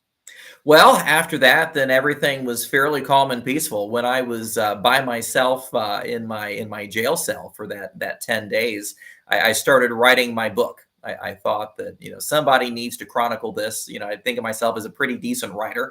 And I said, I can either, hide in the corner and let these people win, or I can shine a bright light, as former Justice Felix Frankfurter used to say, that sunlight is the best disinfectant. And so I thought at that point it would be a good idea for me to share my experience, both to make people aware of what is out there and what the government does do and can do, and hopefully allow those people who are in positions of authority, our Congress, our court system, to be able to understand this and start asking some very hard questions of these bureaucrats who have never held a day of elected office in their life. And maybe they're just grumpy that they lost their student council election in 8th grade. I don't know. But for whatever reason, they seem to want to target conservative Republicans who did. And, they get here these we are. sadistic people to kind of do the dirty work on the front lines. Yeah. And to pull this kind of thing off. And at least they gave you pencil and paper. Well, I had to use they didn't give me paper. They give you a manual of do's and don'ts, right? So I used actually the back page of that to begin writing my journal. And they had it's not really a pencil. They have a small, it's about an inch long, kind of a rubberized, graphite thing that you have to kind of use your thumb and forefinger with, kind of drill down and use that. Took a great deal of effort to write, but I wasn't going anywhere, and apparently I had plenty of time at that point. So sounds like something they do in Siberia. Well, it would be very similar in a lot of ways. Nevslavsky, I think, the gentleman who who was a big critic of Vladimir Putin, who passed away under rather curious circumstances a few months ago, would have felt right at home, I think, in that cell. Right. I mean, he was challenging Putin's election. Let's just leave it at that. Now, you then go into the general population. I saw your press release. You said it reminded you of one of my favorite sitcoms, Hogan's Heroes. How does that work? Yeah, I mean, it's, you have this vision, or at least I did, of, these bars and these guards and how everything, what you see in the movies. Now, to be fair, I was in a minimum security camp. And so other people's experiences would undoubtedly vary. But as far as the camp's concerned, of the 140 people, I'd say there were probably 50 to 60 cell phones that were spaced out and hidden. Drugs were smuggled in consistently. Buffalo Wild Wings with extra hot sauce smuggled in consistently. That's contraband in prison. I was offered a cell phone, I think, within my first probably 10 or 15 minutes there. Since if you have a cell phone, you can go through Venmos and Cash Apps and things like that for the economy of that. But it was very similar to Hogan's Heroes, but the difference being, instead of German accents of incompetent guards, you had very thick Southern accents of incompetent guards that took themselves way too seriously, I think. Right, and you didn't have any problem. What were the prisoners like? What was it? I found many of the people quite fascinating. In fact, on my there's a term called a shot caller. Basically, the inmate who runs the jail, at least as far as the prisoner's point of view is concerned on that. And I was kind of proclaimed the shot caller for my remaining last couple months or so that I was there. Not a particularly exciting job. If two people have an argument over something, they kind of come to you and ask you to adjudicate the dispute. That kind of thing. I'm not a huge man by, I weigh 150 pounds. And so when the previous shot caller, who was transferring to a prison in Pensacola for his final 6 months or year or whatever it was, suggested that I take on that role. He was a former mixed martial artist, right? Used to compete. And I remember looking at him and laughing at him and saying, I'm not quite sure I'm qualified for that position. And he called over 3 or 4 very large, burly guys, all of them having been convicted of drug offenses. And he said, well, you guys like Brent, right? Oh, yeah, we like Brent. Yeah, he's cool. If Brent ever got into trouble or anything, you'd help him out, right? Oh, yeah, sure we would. And never had a problem. It sounds like a scene out of Wallace Beery's The Big House. I'm not familiar with that, but I'll take your word for it. But it was just it was just absolutely ridiculous, going from being a state senator to being a shot caller. And there's a lot of very humorous aspects in the book POW, Prisoner of Washington, that I convey, as well as a number of issues that are frankly quite serious. Healthcare in our prisons are virtually non-existent. And only occur when there is a serious crisis. I didn't know this, that if you have a cavity, you're given 2 choices in prison, whether you're in long-term or short-term, a camp or in Supermax. The dentist will either extract your tooth, just yank it out, or it'll rot out on its own. There's no such thing as fillings. No drill in federal prison. They're prohibited. Dentists are prohibited doing it by contract, which I thought was interesting. So that's serious, and it could be a serious health problem. Absolutely. I know that I've heard stories like that here in Boston with prison. So I mean that's and you also talk about racism in prison. Absolutely. I was at the camp during Martin Luther King Day. And I was very surprised when the guards would go up to African-American inmates and wish them a James Earl Ray Day. Of course, the assassin of Martin Luther King. Yeah. And just not one guard, multiple guards did this. They thought it was hilarious. During holiday meals, they try to have a meal that's reflective or endemic of the holidays. So for Thanksgiving, we're given turkey. Christmas, we were given a Cornish game hen, for our meal. They gave us fried chicken and melon for Martin Luther King Day. Okay. You just can't make this stuff up. Well, that's a cultural thing, but It's something. yeah. It's definitely something. So Brent, here you are. You've gone through the fire, as it were, and you've come out pretty sound and pretty safe. You seem like you're in good shape, thank God. Yeah. What are you up to now that you're out, and are you getting back into politics? Well, my first thought, of course, I'm blessed. I'm fortunate to be in a financial position that I really don't need to explain myself to a potential employer. I'm not married. My family's always been very supportive of me going through this legal process, and so I appreciate my parents and very much in this regard. And so I think it's important first to be able to publicize, my story. I don't, plan on making any money on this book. I will donate it to charity. That's not my purpose of this. It's strictly to shed some light on lawfare and what the Department of Injustice does to conservative Republican Donald Trump supporters. Personally, I continue on with my private equity venture capital business. And so, and that's done fairly well, thankfully, over the years, and hopefully will continue to do so in the years and decades ahead. No, that's a great field to be in if you know what you're doing, and you seem to. Are you involved in presidential politics or Republican politics as we approach this election? Not yet. No, I certainly don't want to inject myself into the discourse as it might be a distraction.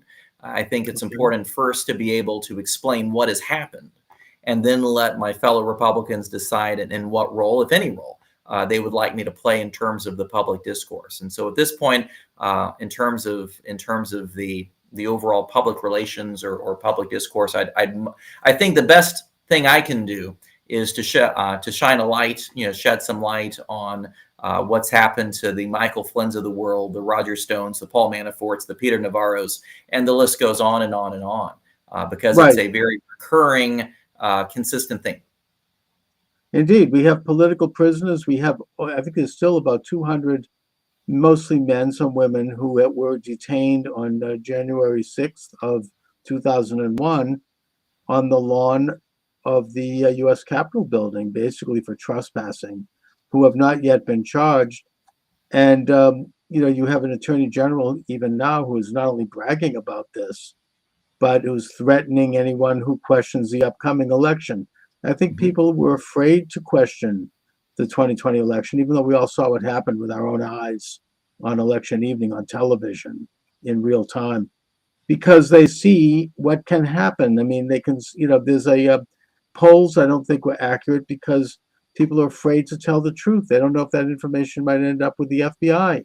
This is what's happened, I think, in this country. And I think that think about the inconsistency that with the mostly peaceful protesters when they were torching federal courthouses in Oregon and Washington State, and that reaction January 6th, and you see. Charles, it's been a pleasure speaking with you today. Yeah, Brad, for some reason I'm getting a lot of feedback. I wonder if it makes me paranoid. I think someone might be, dropping in on this show. But anyway, Brad, let our listeners here and viewers know where they can get your excellent book and anything else you'd like to share in terms of websites and whatnot. Sure. Prisoner of Washington, POW Prisoner of Washington is the name of the book. It's available on Amazon and various bookstores, but you can go on Amazon.com and pull it up anytime. Okay, Brent Waltz, I want to thank you for joining me this afternoon. Great talk. Let's stay in touch. Let me know if anything develops. You're always welcome here. All right. Thank you for joining me, everyone. Charles Moskowitz here. Welcome to the program. And my guest emanating from Israel is Captain Elkanah Cohen. He is the author of the new book, October 7th, The War Against Hamas Through the Eyes of an Israeli Commando Officer. Elkanah, thank you for joining me today. Thank you. It's a great privilege to be here. Well, I'm glad to really finally have someone directly from Israel who is on the front line of this whole situation. Obviously, we're all concerned about Israel. Especially since this horrendous attack. And, certainly those of us who support Israel are. We're not talking about those who don't. But I'd like you to, first of all, start a little bit in our discussion on a more personal note and talk about what you went through on that day and how you dealt with the situation. All right. So before telling my experience, I want to tell a little bit about myself. Okay. So as you said, my name is Elkanah Cohen. I'm 27 years old. Mm-hmm. Most of my friends call me Kuno, which means that you are also welcome to call me Kuno. Thank you. Newlywed, expecting father, and finally a student, also captain in reserve, and right now I'm in a break. And above all of that, love my country. And Yes. When you tell me to describe how was it for me, so I think October 7, not just for me, for everyone, was a shocking experience. That morning, I slept in my in-laws. I slept in their bomb shelter. I don't know if anyone knows, but it's not quite rare to have a bomb shelter in Israel. Almost every house in Israel have a bomb shelter. This was the empty room, so this is where we slept, me and my wife. And at 5:30 in the morning, she woke me up terrified, and she told me that 100 of terrorists are chasing us. And I couldn't use my gun for some reason. I'm usually walk with a gun, and for some reason I couldn't activate my gun. I told her, Shiran, don't worry, it's just a nightmare. I hugged her and I went back to sleep. And hours later, I was awake by the siren and the missile, and I realized that something happened.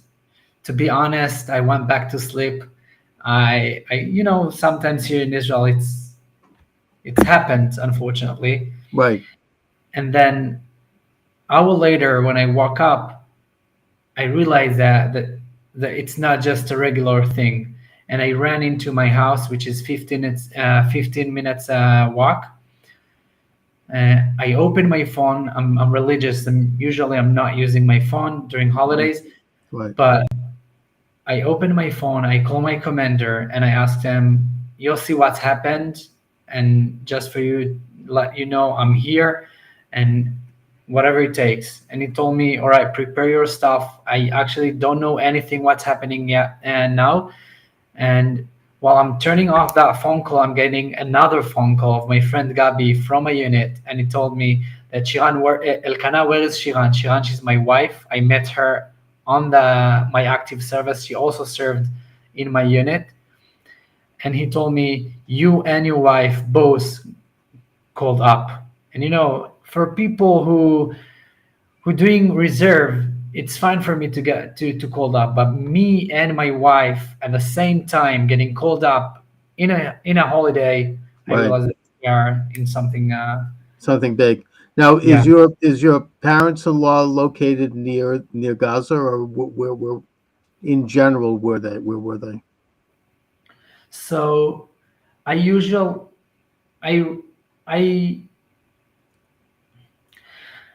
parents live in the south, but not quite close to the Gaza Strip. There are, I think, 45 minutes drive, maybe a Right. bit more. But we didn't needed to hear from our parents. Everything was burning here. I got phone calls. I've got, nothing even started yet, and I already figured that some of my friends already got murdered, unfortunately. And me and my wife, as I told you, we went to the base together. And that time I got another phone call of my friends from my old team, the one that I used to train with, from my active service, and I decided to join them and to be part of their team. Usually, as you know, I'm a captain and I have a different job, different Hmm. place to be.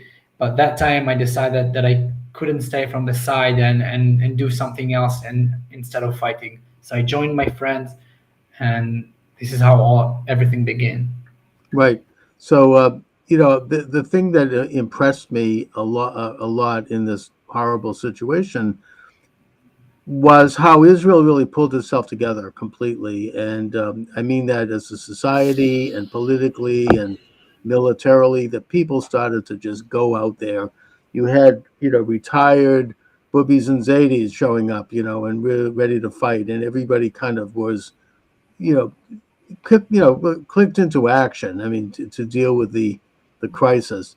And I think that had it not been for that kind of mobilization, it would have been a lot worse, because it seems to me that the IDF was caught flat-footed. Yeah, that time was amazing because it wasn't just one person. I think everyone who realized the situation just did everything as much as it could in order to save those people in the south. Some of them went to the bases, some of them took their own pistol and went down to the Gaza Strip in order to fight. It was amazing because usually when you see terror attack happen, most of the time you can see people running away. But in our case, people run into the terror attack, into Yeah. the breaching in order to fight and to protect their brothers and sisters that are getting slaughtered right now. So I think it's part of our Jewish DNA and the Israeli culture, not just the Jewish, because I can tell you that there was also Muslims who ran and Oh, yeah. Christian. There's a Muslim bus driver who saved many people. I mean, it was just everybody mobilized in Israel. And it was an extraordinary aspect to this story, one that is very inspiring in the face of this horrendous atrocity. Now, there are people on the on the anti-Semitic side of the fence who are denying the level of atrocities that were committed by these terrorists pouring over into Israel, but yet they were filming it themselves. They had their own smartphones and they were making videos and bragging and sending it back to people saying, look at how many Jews I killed.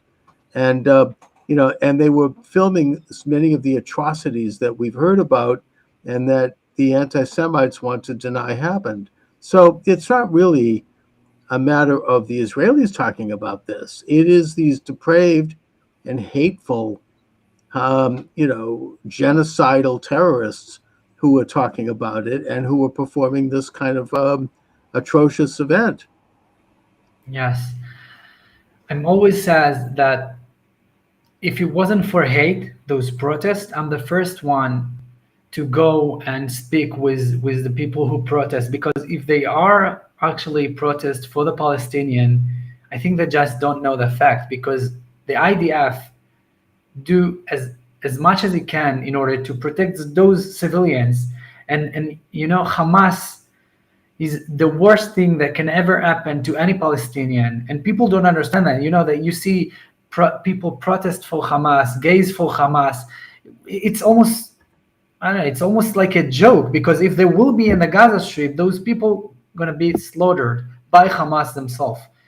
So, well, it's not rational, and it's also very well funded by Qatar and others who contribute huge sums of money to American colleges, and they have successfully pitched this this atrocity propaganda to the left and to the same people who came out against Trump. I mean, not to get into a political issue, but the Pussy Hat ralliers and all the rest, and the people who burned American cities, particularly black neighborhoods after George Floyd's death. These are the same motley crew of people who are now agitating against Israel. And again, this isn't an issue of whether or not Israel should negotiate the so-called two-state solution.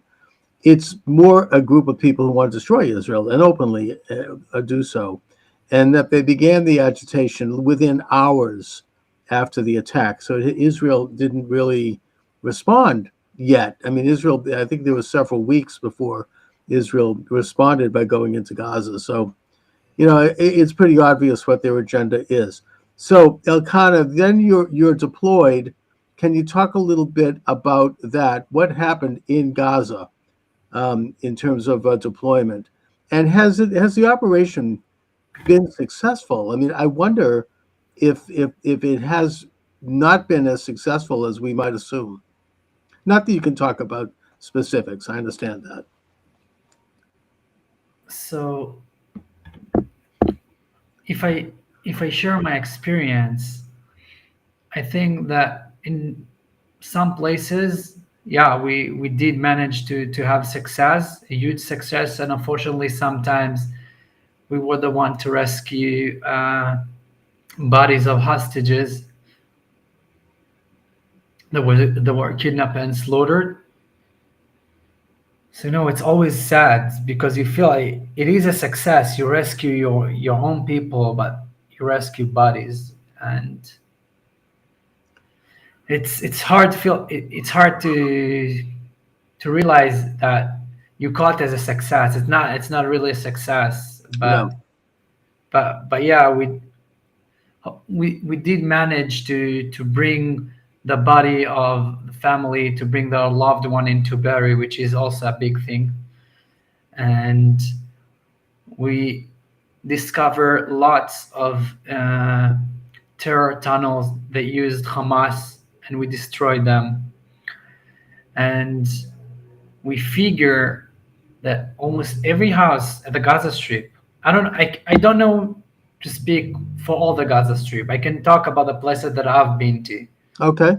And the places that I've been to, they were full with ammunition. The entire houses was full with ammunition. Right. Each house had rifles, bombs on their baby beds. This is how they're educating their people. Mm-hmm.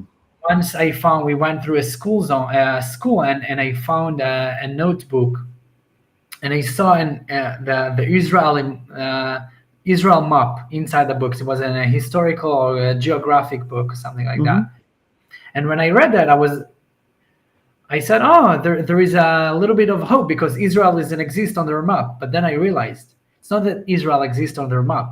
There is no Israel. There was Palestine. Exactly. And the shape of Israel. It's not just the Gaza Strip. They want everything. They want to wipe us out. Of course, putting aside the fact that they actually expropriated the word Palestine, which was the description of the Jewish state before independence.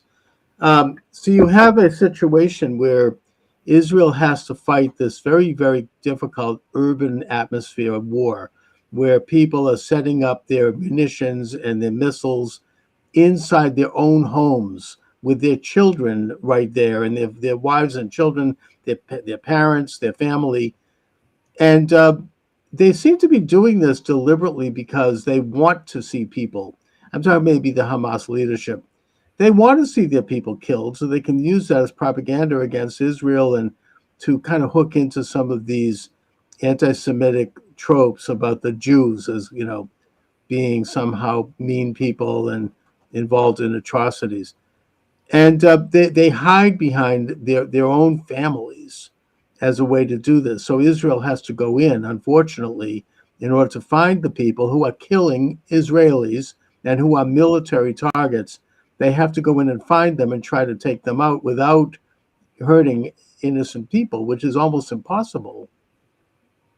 Yeah, it's very difficult. And they're using that because for them, it's a weapon. It is a weapon. Every footage and every video that they're taking, it's a weapon. They're using human as a human shield.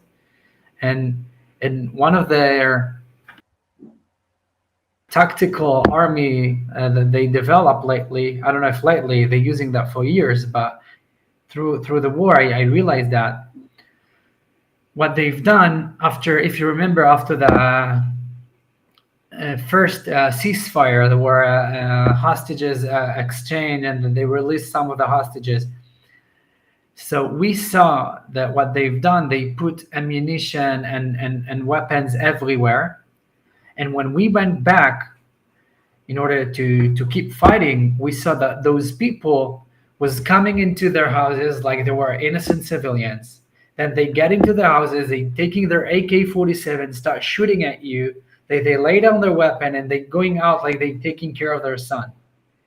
And unfortunately, they forcing us to think that everyone can be a terrorist. One of the time, a crippled guy on a wheelchair, and suddenly, miraculously, he stand up and pulling and a rocket. He built up a, I don't know how to say it in English, but he kind of a rocket, and he tried to shoot it towards us.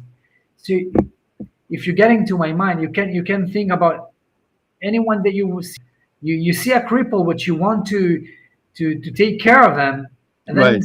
he can stand up and kill you. Yeah, I mean and they deliberately set it up like that. They're playing up to basic notions of humanity when they send out someone like that, and of course, in violation of standards of war, they're putting on civilian garb and they're hiding and integrating within the civilian community while they're fighting. So it's a very difficult terrain, which is what's causing some the and I have to ask you this, the what is reported to be high casualty rates, because this is the main item of propaganda by Israel's enemies. So the UN recently downsized the numbers of innocent casualties, and admitted that they had gotten all of their information directly from Hamas, and they weren't checking it and double checking it. And they've also not included within those figures, they don't mention that probably a high percentage of them, if not half of them, were militants. So those are legitimate targets of war, and they don't mention the numbers of people that Hamas itself has killed. They found recently something like near a hospital, 20 or 30 body bags wrapped in black plastic. Turns out that it was Hamas who did this because these people were seen as informers for Israel. And it's not the kind of thing that Israel does. It just didn't look quite right.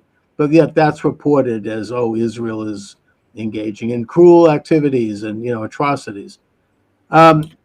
What is the actual, do you have any handle on what are the real numbers? Because, we are concerned about innocent people being killed. It's a very difficult situation, but, how does that actually break down? First of all, I don't know the numbers, but Understood. I can tell you from my experience, as I told you, that we're doing as much as we can in order to avoid any casualties. And sadly, sometimes Hamas put us in position which we cannot choose, because while he decide to shoot at us, I have to respond. By the way, a lot of the time, we're just taking cover because we don't want to take care of those people. And still, sometimes that's happened. It's war. And I don't remember anyone protest against Britain when they killed German people when they fought against the Nazis.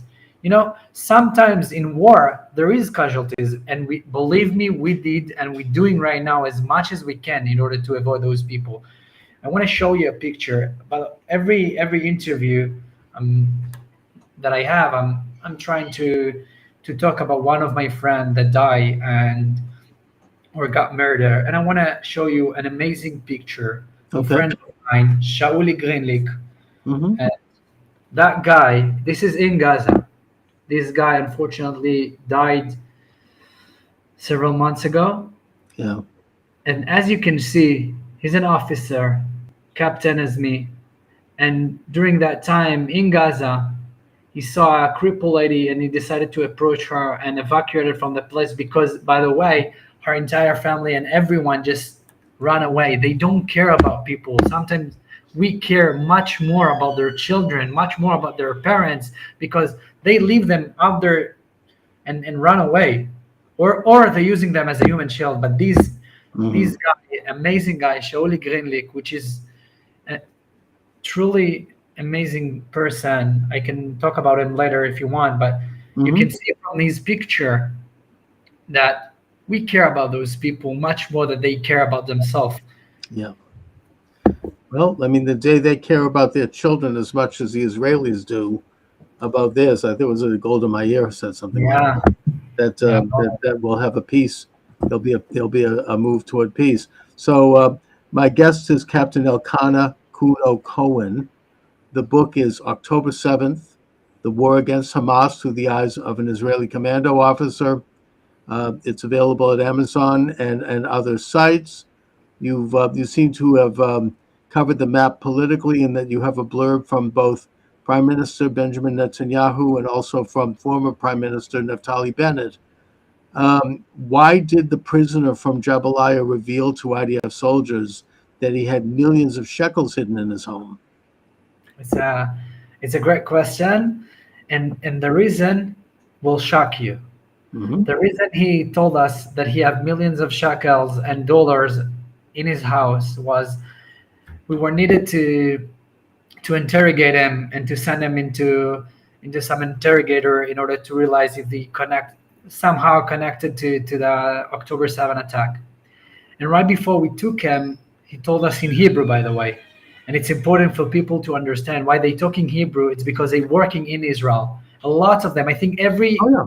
person in the Gaza Strip have cousins or uncle that getting salaries and getting paid in Israel, and still they decide to do what they do.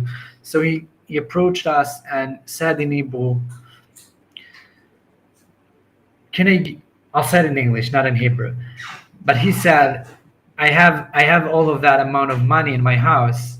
So my friend asked them, why do you telling me that? You want to lead me into a bomb, into how you say, a booby trap? Mhm. Yeah. So he told them, no, the reason that I'm telling you that it's because if I leave my house, the Palestinian people who lives here, the Gaza people will, the first second after I'm going to leave my house, they're going to steal everything. And you know what? I'm trust you. I trust the IDF soldiers. And it sounds weird, but I think that you can hear huge truths in this sentence, because Oh, yeah. they know that they can trust on us and that we are actually moral and working with humanity code, that they can trust us while they acting like animals, lots Right. of them. Well, I mean, I think that maybe one of the things that's been learned from this whole war is that the Hamas, which of course Gaza was handed over to the Palestinian Authority on a silver platter in 1995 by Prime Minister Ariel Sharon, and Jews were ethnically cleansed from their villages, and their factories and farms were turned over to the Palestinian Authority, and money poured in from all over the world, including the U.S. taxpayer, to try to create a peaceful society there, one that could, and all Israel asked in return was just peace. They weren't asking for anything else. They weren't even asking for recognition. They just, they wanted the end of the hostilities. And this was an opportunity for the Palestinian Authority to turn Gaza into what would be the equivalent of Hong Kong. I mean, they're talking about beachfront property. These people are not poor there. You take a look at Gaza, from pictures. I mean, this is like the French Riviera. And they could have Definitely could make it as an amazing place. I think they have the nicest beaches in our area. It's beautiful, and Israel handed it to them, and they could have created a peaceful state alongside Israel, but instead they took all of their money and they poured it into this war machine, this incredible network of tunnels, which it's unbelievable. I mean, the football field size buildings underground with tunnels that connect, hundreds of miles of sophisticated tunnels, and they immediately started to fire missiles into Israel. Engaging in acts of war. They immediately started to ship shipments of armaments, like from the Karine B, and that's why Israel had to put a blockade. And they started to do other stuff, the flying in the terror balloons, the gas balloons to burn Israeli fields, and of course, eventually they showed up with the hang gliders with machine guns. So here you have a corrupt leadership there that, yeah, they're going to steal every penny they can. And instead of investing it in their own people, they're going to build a war machine in Israel and engage actively in a war against Israel. Not to mention that they siphon off enough so that these guys in Qatar have a bank account like $3 billion each. So, I mean, that's what you're describing here is kind of a manifestation of that. I mean, they're just going to grab everything. You're saying hardly. I'm agreed with that. Yeah. What's on the Hamas terrorist GoPro cameras? So one of the time, one of the soldiers in my division found a GoPro, and beside the fact that they were filming everything, as everyone knows, as you start in the beginning, you said people try to say they did that, but they document them themselves and put it online on social media. They did that. So of course that, but also we saw huge tunnels. When I'm saying huge tunnels, I'm talking about tunnels that shuffles. I don't know how to say, like you mean like a D9. It's a huge structures. Yeah. I mean, it looks like the Southeast Expressway here in Boston. I mean, we're talking about like four 2-lane highways, and this isn't. I think subway will look even smaller sometimes. Yeah, it's crazy. Yeah. They invest so much on terror infrastructure. It's hard for me to say. Infrastructure, yeah, absolutely. Well, that's where all the money goes, and that's something that I think should be clear. Why do you feel sick every time you eat meat? I think I will let the readers to search deeply in the book while they read it. That's in your book, okay? The book is October 7th. The War Against Hamas Through the Eyes of an Israeli Commando Officer. So, my guest being Captain Elkanah Kuno Cohen. So Kuno, what is going to be the end game here? I know that you're not prime minister, but I have you here as an Israeli, so I need to ask, since I can't get high-level people yet. I mean, it's going to take a long time, I think, to finally defeat Hamas, but is Israel going to do this job of completely pacifying Gaza? Because I think if they don't, it's going to be a future war. And if and when they do, what happens then? So first of all, as you said, I'm not the prime minister. I'm the one who... Speaking for yourself. Yeah, I'm speaking for myself, and I'm also the one who do what he needs to do. And right now, as I told you, I'm on a break reserve, but we always here and ready to protect our country. But before I'll tell you what I think that they're going to be, I also want to say thank you for the people that maybe the people who watched that video and the USA government.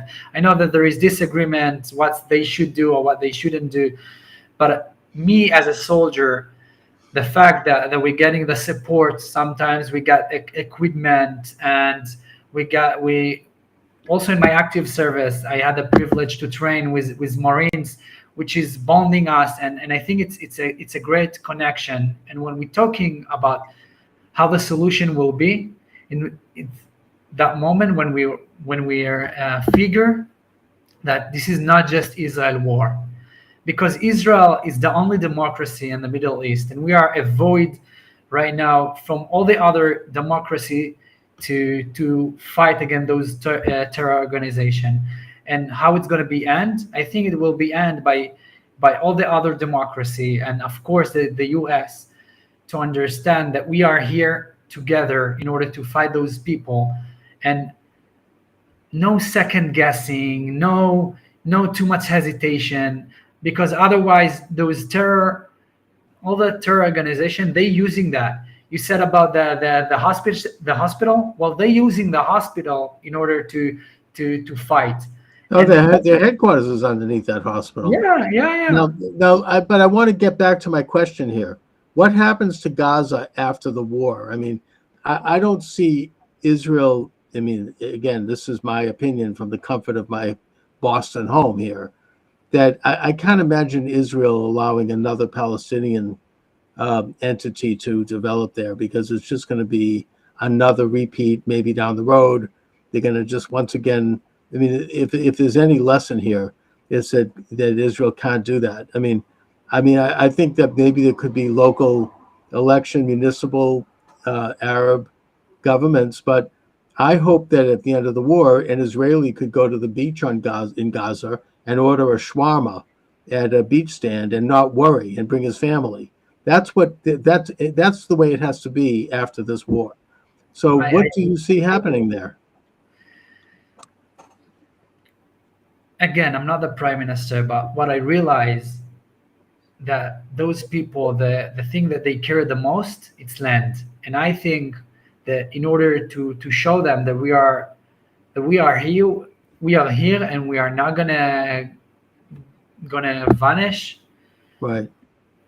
We need to take some of their land and to tell them, if you're gonna do more than that, more land will be taken, and it will be just after we're gonna clear their entire educating system and all their leaders that support Hamas, because this is not, people say Hamas, but Hamas it's not the only thing. There is lots of terror organization at the Gaza Strip, so it's a code name for me, Hamas. But I'm saying we need to kill all the people that supporting our deaths, because whoever wants to kill me needs to be dead. Of course, this is a war, and these are military combatants. They've declared war against Israel. They've stated their mission, which is to destroy Israel. So Israel has every right, both from a practical and a moral standpoint, to fight back and to stop them by any means necessary. But my point is that once that's done, if you have Arabs in Gaza who want to live peacefully alongside Israel and who want to live with Israelis, then they should be honored, and I think they will be honored. But if you have those who want to continue to fight, they have to be stopped. And I just think that Israel has to maintain the upper hand there forever. I don't see them turning that region over ever again to anyone outside of Israel. Unfortunately, I'm agree about that. I really hope to, I'm looking from that standpoint. I mean, it's not going to work. What? I mean, it's a practical matter. How many times is it going to take where they continue to build up a war machine and continue to try to kill Israelis? It's like, if there's some lesson from this, it's that. And I think that from what I've heard in reports, there is an even bigger tunnel infrastructure and a more frightening and more dangerous system on the northern border. And I mean, unfortunately, Israel betrayed our Christian allies in Lebanon in 1990 when they evacuated south of Litani, and General Haddad lost his command, and the southern Lebanese army basically went into the Galilee. Now you have Hezbollah in control there, and I hope that Israel can at least keep them at bay, but I fear that Israel is going to have to do the same thing they did in Gaza. Again, you're not the prime minister, you're not the general, but I'm asking you as an Israeli on the street. As Israeli and someone who served, I just came back from a defense combat at the Lebanon border. Okay. I can tell you that for me, I don't see how nothing will change unless they all will be behind the Litani, because there is places in Israel like Metula. I don't know if you heard that. Yeah, the northern border there. Mm-hmm. Yeah, so they surrounded 320 degrees of Lebanon, and they getting missile and RP like rockets every day, which is crazy. And the border looked like some little kid tried to draw and he couldn't do a straight up line. Right. Border should be by geographic and also something right, that you like can control. the Litani River. That the border right now, yeah.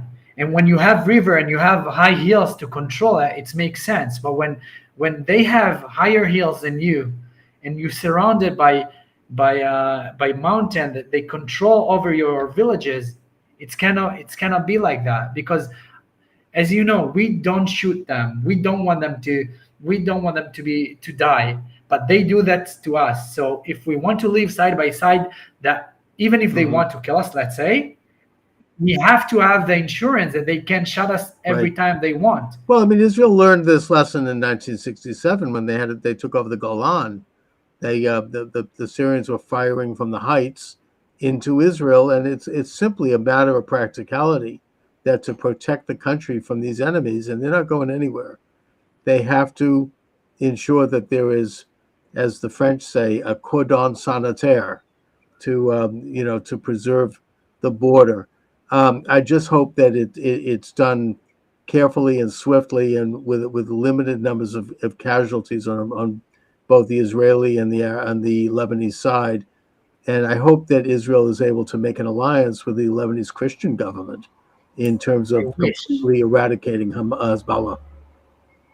I wish for that, and people don't understand that. The IDF, and it's not the IDF. When you say the IDF, it's like it's a big term. It's a system. Well, I'm not talking as the IDF. Everyone in my unit, we don't want to fight. No, we want. We are young people. Some of us have families, expecting fathers. The last thing that we want to do is war. We hate to participate war, but sometimes we realize that we have to do that, and when we have to do that, we will do that with all of our power. But until then, we don't want that, and we hope that there will be as non-casualties at all. And of course, I mean it's heartbreaking to think about the fact that Israelis, my fellow Jews in Israel, have to fight this ongoing war, but that's the reality. I mean, they have to operate from a position of strength and awareness of the nature of an enemy that's never going to back down. Israel, after the horrible attack of October, as a society, seemed to pull itself together. There was very serious conflicts going on between the anti-Netanyahu.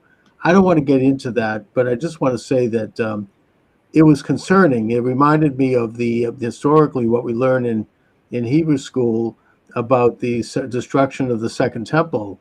That it wasn't really the Romans; they just stood by and watched. It was the factions that became so hateful toward each other that they killed each other, and the place fell apart. I hope that doesn't describe Israel today. I know that it seems like everybody has kind of circled the wagons. Is there any societal change now in Israel where people are a little bit more cohesive? I know that I understand there are major conflicts on both sides, and some of those are very real. But is there more concern now with preserving the society and the state?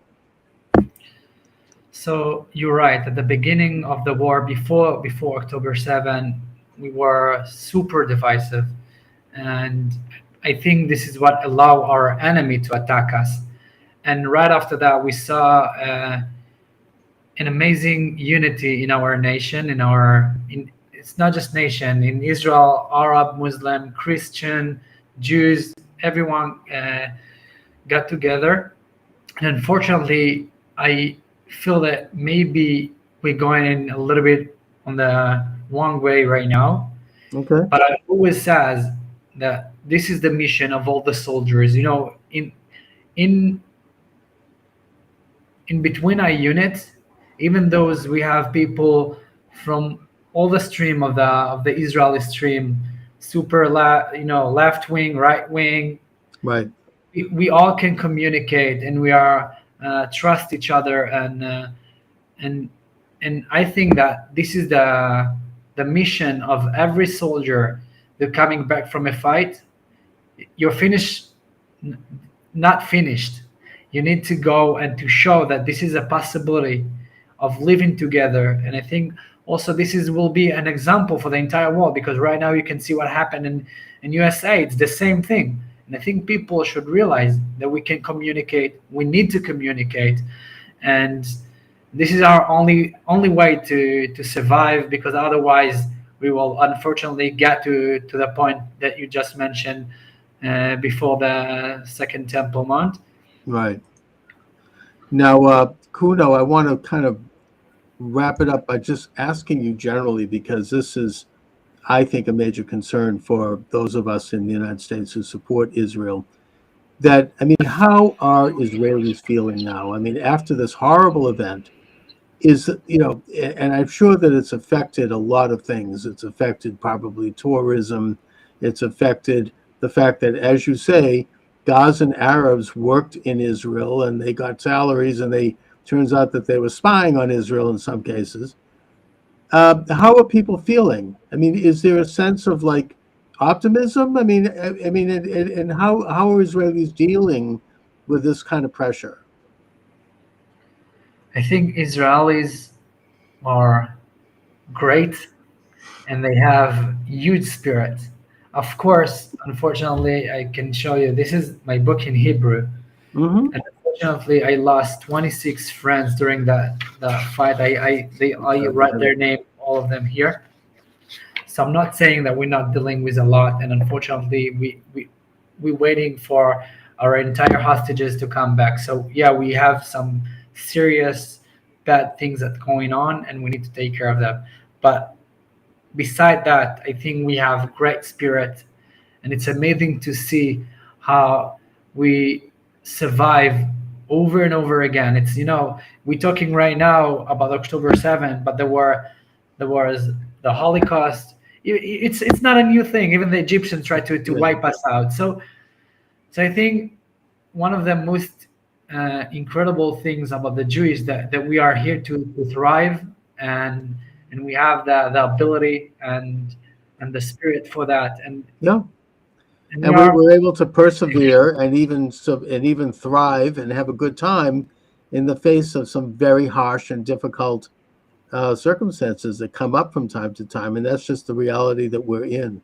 It's an interesting subject. We could get into that. I mean, theologically, it's a big subject, so we'll have to leave it there.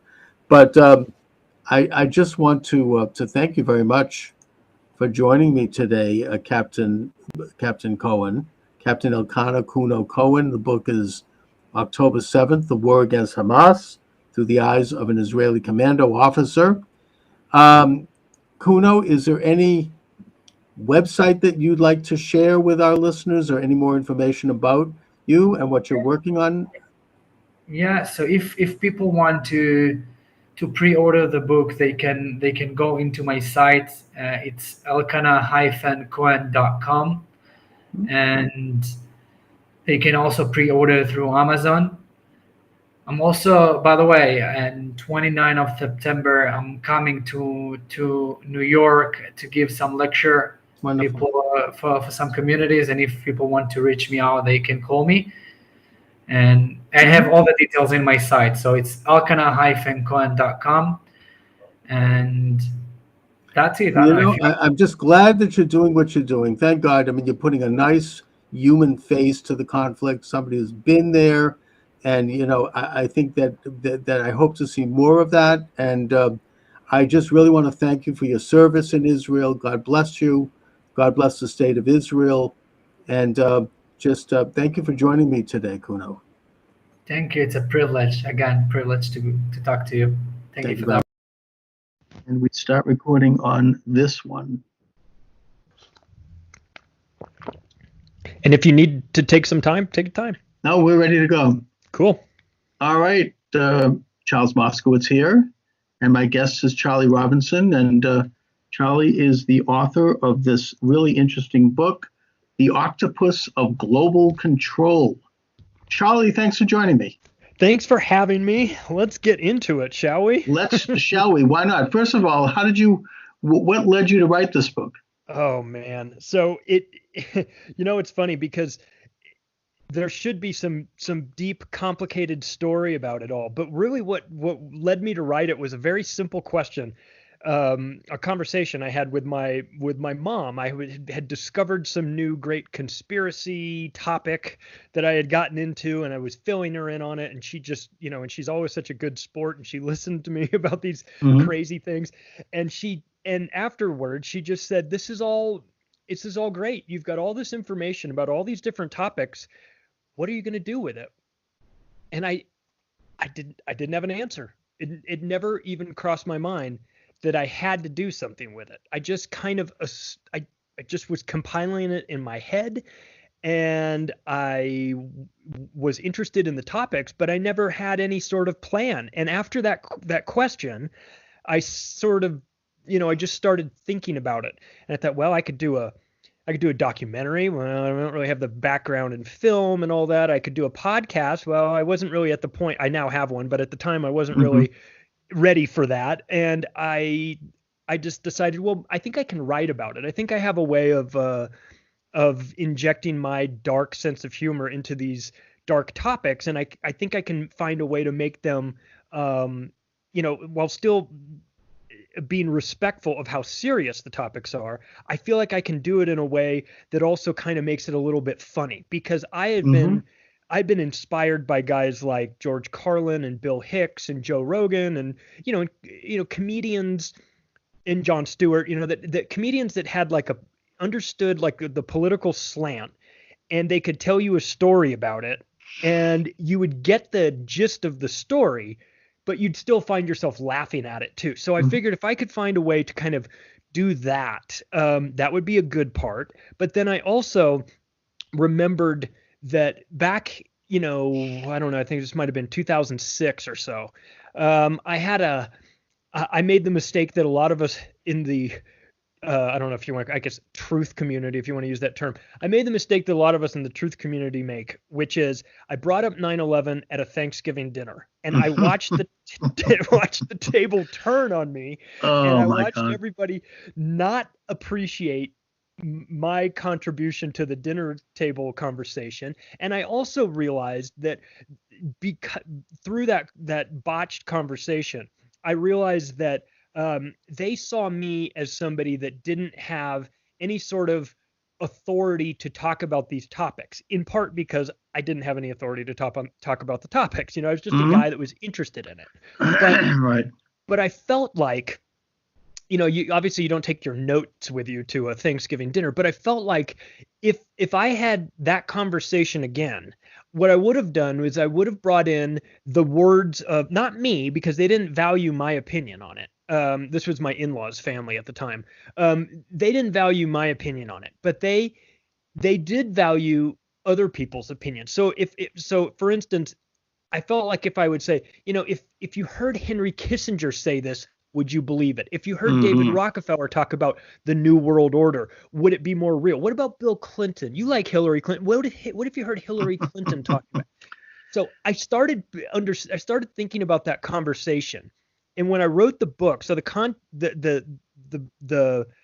structure of the book was that, yes, I've got my opinions on these topics, and yes, I brought in a dark sense of humor, but then I also brought in quotes from over 500 different people that had a front row seat to some of these events. Either they were involved in it, or they were witnesses to it, or they had some interesting take on it. So that's where I was able to pull in some George Carlin quotes and some Bill Hicks, but also Rothschilds and things like that. The format of the book is I'm talking about these 8 tentacles of this octopus, but then I'm also peppering it not with footnotes, but with quote footnotes.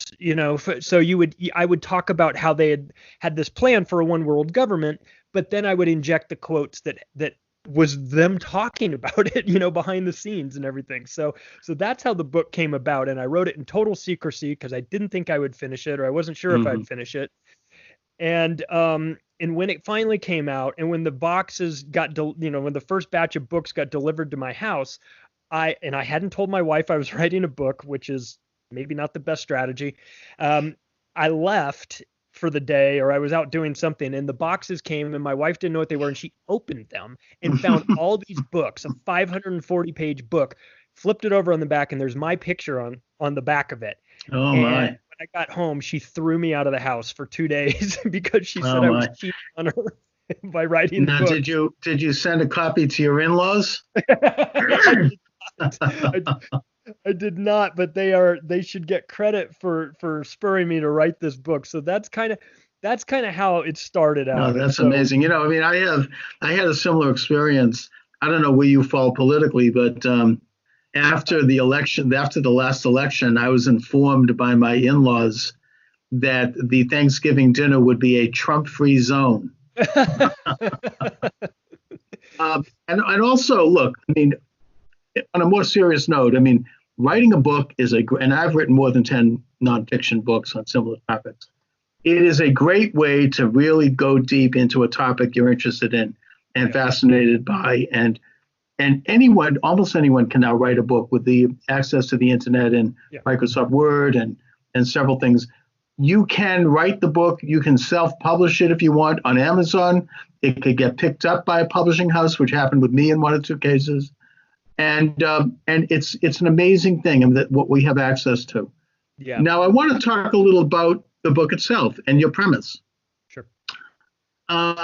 You weave together a very comprehensive look at what you call the octopus of global control, what I think we used to euphemistically call the Eastern Seaboard liberal establishment and its interactions with other like-minded establishments around the world.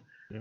What do you see as the main nexus of, and in a sense, the brain of this octopus? Well, it's so the octopus concept was not mine. Obviously, it went on early. It's been around for a while. And one of the quotes that I used talks about. It's a quote from a guy named John Francis Hyland, and he talks about this octopus with its sprawling tentacles that have captured the state, the courthouses and the media and the banking and the government. And he's going on this long thing, and he says, let me be specific. I am talking about the Rockefeller Standard Oil interests. And when you get to the very end of this guy's 3-paragraph quote, he was the mayor of New York City. It was 1922, and if you would remove that and put 2020, his statement would have been as relevant today as it was 100 years ago. So what occurred to me was that this has been around for a very long time, and in the brains behind it is this group of banking. God, I hate to use the word elite because there's nothing elite about them in the sense of being good people. They're reprehensible people, but elite in the sense that they consider themselves to be above everybody else. So it's these banking oligarchic families that have been around that have like the Rockefellers and Rothschilds, and they're less concerned about nationalities and they talk about it in their own works as being internationalists. Now we call them globalists, but David Rockefeller talks about himself as being an internationalist. So it's these internationalist type families that have a controlling hold through their interlocking boards of governors and through the corporations that they run, through the central banking components that they are involved in. But it's a fluid situation, though, because I think that it's not just that. I think that there's new people being added to this octopus. I think that the new tech oligarchs are going to carry this moving forward. It's a philosophy more so than anything. It's a philosophy that they believe they are. They look at themselves as being the people that are making the tough decisions for humanity. They are doing the work that needs to be done, and that we should actually be thanking them for stepping up to the plate and taking care of this. And we see this. We're starting to see this now in a more modern context with what Bill Gates is involved in, and he would definitely be part of this group, part of this octopus. And you see him stepping up and saying things like, in order to get the the economy back and get people out. Everybody's going to have to take this vaccination. We're going to need to see where everybody is. And, and he says it in such a matter of fact way, as if like, oh, okay, well, we'll just follow you. But this is the mentality that they have. They've been either in control of their large corporate interests. They have tons of money. They're psychopathic in nature. They have a messiah complex, I would say. For sure. I mean, they believe that and a lot of them are well-meaning, but they believe they live in this kind of ethereal bubble that's resulted from either inherited success or actual success, to the point where they've gotten used to power, and they believe that they want to reach out and exercise their visions on the rest of us, that somehow they're smarter than the rest of us. Yeah. And while some of them are well-meaning, I think some of them are not well-meaning, they're sinister, they nevertheless believe in this kind of informal international governments that by which they leave in place the governments of the world, they leave in place the religions of the world, they leave in place the cultural institutions and the economic institutions of the world, but they would quietly exercise their power to control these things. And I think it was Whittaker Chambers in his book Witness, which is one of my favorite books. He referred to it as a conspiracy of gentlemen. Mm. It's not like a literal conspiracy where you have a bunch of people sitting around smoking cigars and, drinking scotch, in some wood-paneled room somewhere. It's a people who are like-minded, who think similarly, and who hear each other and make sure that that particular type of voice and that particular means of communication is the predominant one that is heard. A perfect example of that is Barack Obama. Mm-hmm. And he's a classic example of somebody who was fixing parking tickets, and all of a sudden he's catapulted into the presidency, and he spoke that kind of language, that sort of double talk, that sophistic style where it's all coded and it's a lot of dog whistles and indirection. And, you hear that when you hear that, it was French scholar Elaine Benescon who referred to it as the language of totalitarianism. Mm. It's not real. And one of the reasons that they so much hate and despise Trump is because he doesn't engage in that kind of language. He speaks plainly. He can be crude, and certainly he can be cruel, but is what it is. It's not, and when he says things, he means it. It's not like, Obama, Clinton, they all gave a lot of speak about strengthening America's borders and stopping illegal immigration and that kind of thing. But no, everybody knew they didn't mean it. And if you listen to the way they said it, you knew they didn't mean it, because it was couched in this kind of doublespeak. Yep. Whereas with President Trump, he says it and he means it and he's doing it. Yep. So this is a major stick in the eye of this establishment tease, this internationalist set that scorns things like sovereign nations and belief in a creator of the universe and individual rights, and has contempt for those things as being backward and anachronistic. Yeah. Yeah, and people have always said, well, what are these guys just sitting around, like you said, sitting around a smoky table and, plotting out how to rule the world? It's like, well, they don't need to.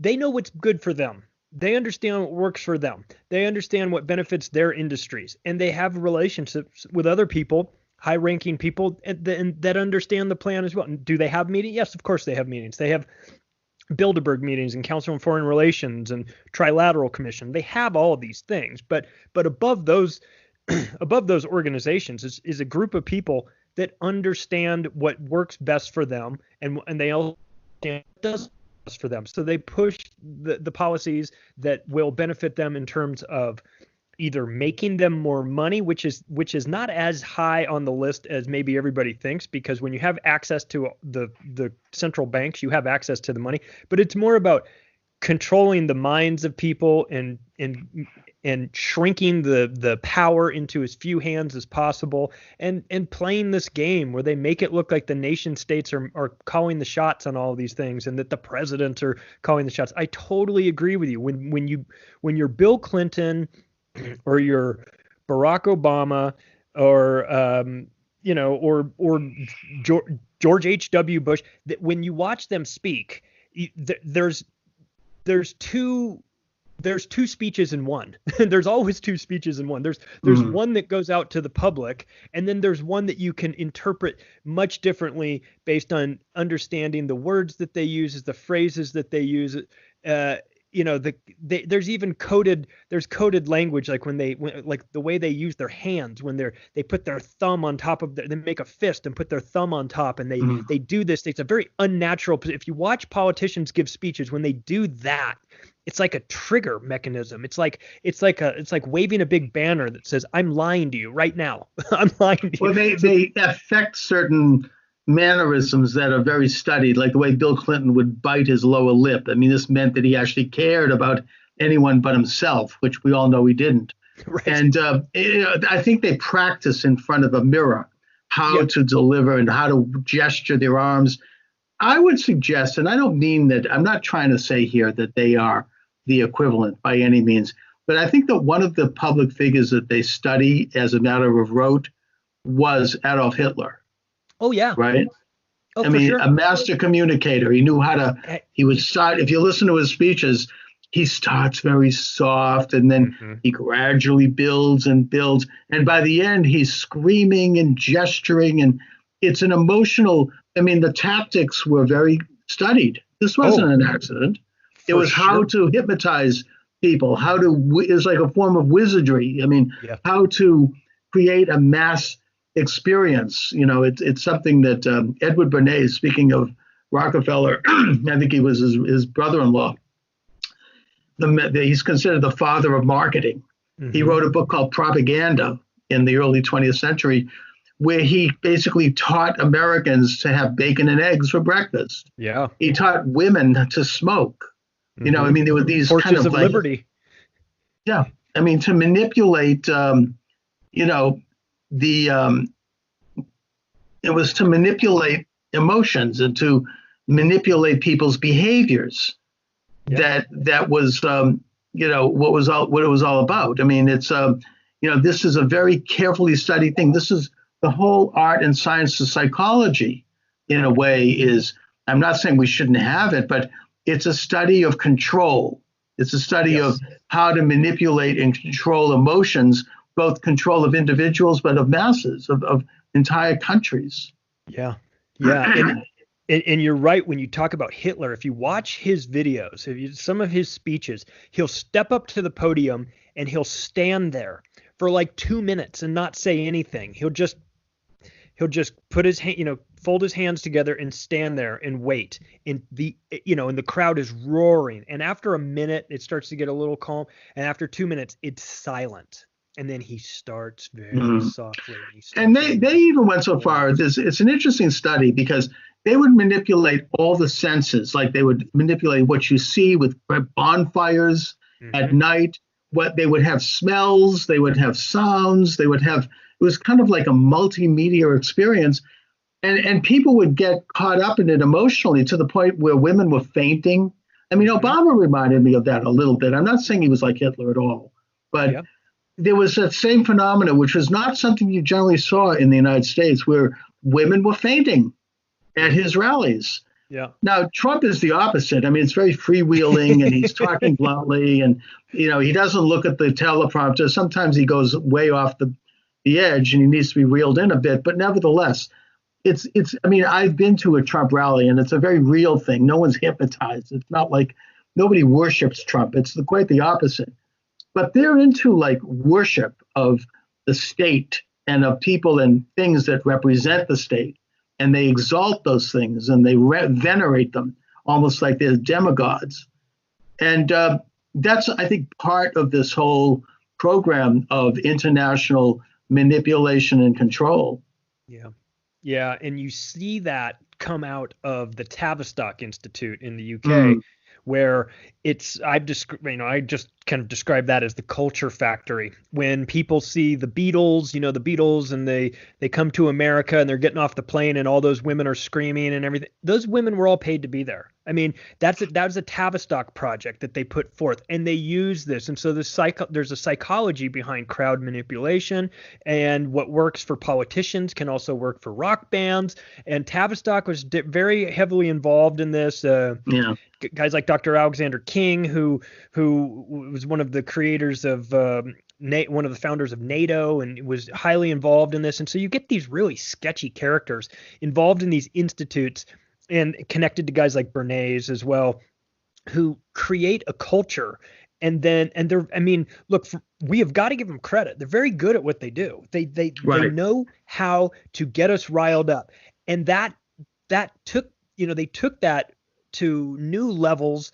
And then once television came about and became really mainstream, they went to work on television through the Tavistock Institute and the CIA to really use that to shape reality. And I think it's fair to say, especially given what we're going through currently with this coronavirus pandemic situation, that the media, in my opinion, is one of the most dangerous components of this whole octopus, because and they do their nightly like fear mongering atrocity kind of reporting and anything. But okay, my guest is Charlie Robinson, and the book is The Octopus of Global Control. It's available at Amazon and other locations. Charlie, you brought up the Beatles. That's a really interesting subject to me. I mean, look, I love the Beatles. Me too. I love their music. I think they were geniuses. But John Lennon was always the truth teller in that band, and he's the one who said politically, he goes, look, we've been made to be more popular than Jesus Christ. Yeah. And he got in trouble for that. He kind of went off the reservation a bit, but he was saying something there. I mean, he was like, this is insane. I mean, and he would do, when they would appear, he would make Hitler salutes on the balcony when he'd wave to people. And he totally was like letting the cat out of the bag with all of that. And then it also is worthy to note that the Beatles, as great as they were and as brilliant as they were, they introduced alternative Eastern religion, and they also introduced drugs. I know I'm going to get in trouble for saying this, but they glamorized drug use in the 1960s with their lyrics and their actions. And it was followed by other cultural icons as well. I mean, the Stones, of course, the Doors, various groups.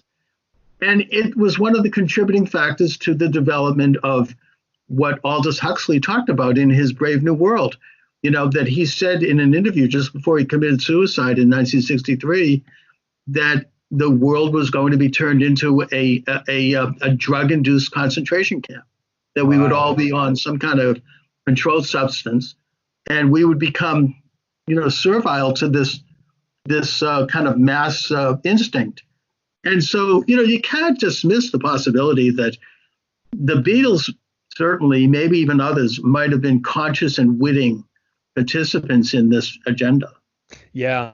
And the work of guys like Mike Williams, the Sage of Quay, who's done a lot of research into the Beatles, Mark Devlin, who's written 2 books, Musical Truth, Volume 1 and 2.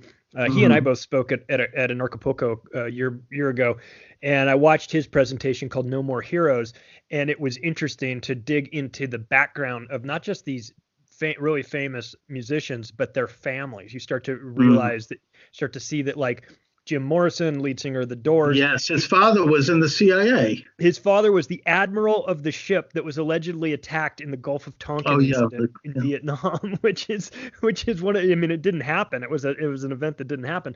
And so you start to dig into who are these people, and we see this now. We see this in pop culture with regards to, like, the Super Bowl halftime shows and the Olympics opening ceremonies. And we see a lot of the one eye symbology of the people, the famous pop stars that are covering one eye and all this stuff.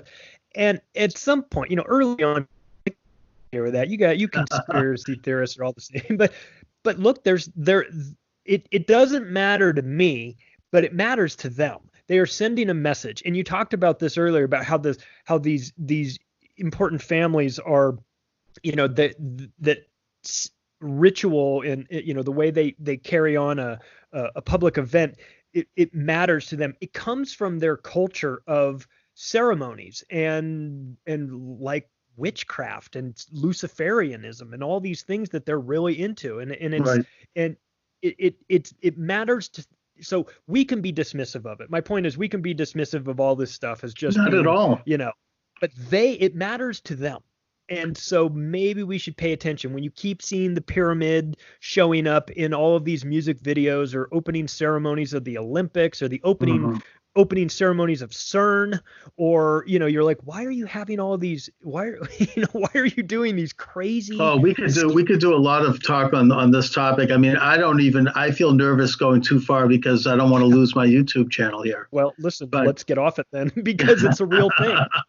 I think that probably people who follow me and follow you, Charlie, kind of know what we're talking about here. Yeah, there's plenty of other places you can go and get deep into that information. That's right. I could do it on my audio show, but I don't know if I want to do it live on YouTube. Yeah, YouTube's funny because about that maybe stuff. YouTube might be part of this. I don't know. I'm not saying they are, but you never know. Talk And I about appreciate unicorns and YouTube. rainbows instead.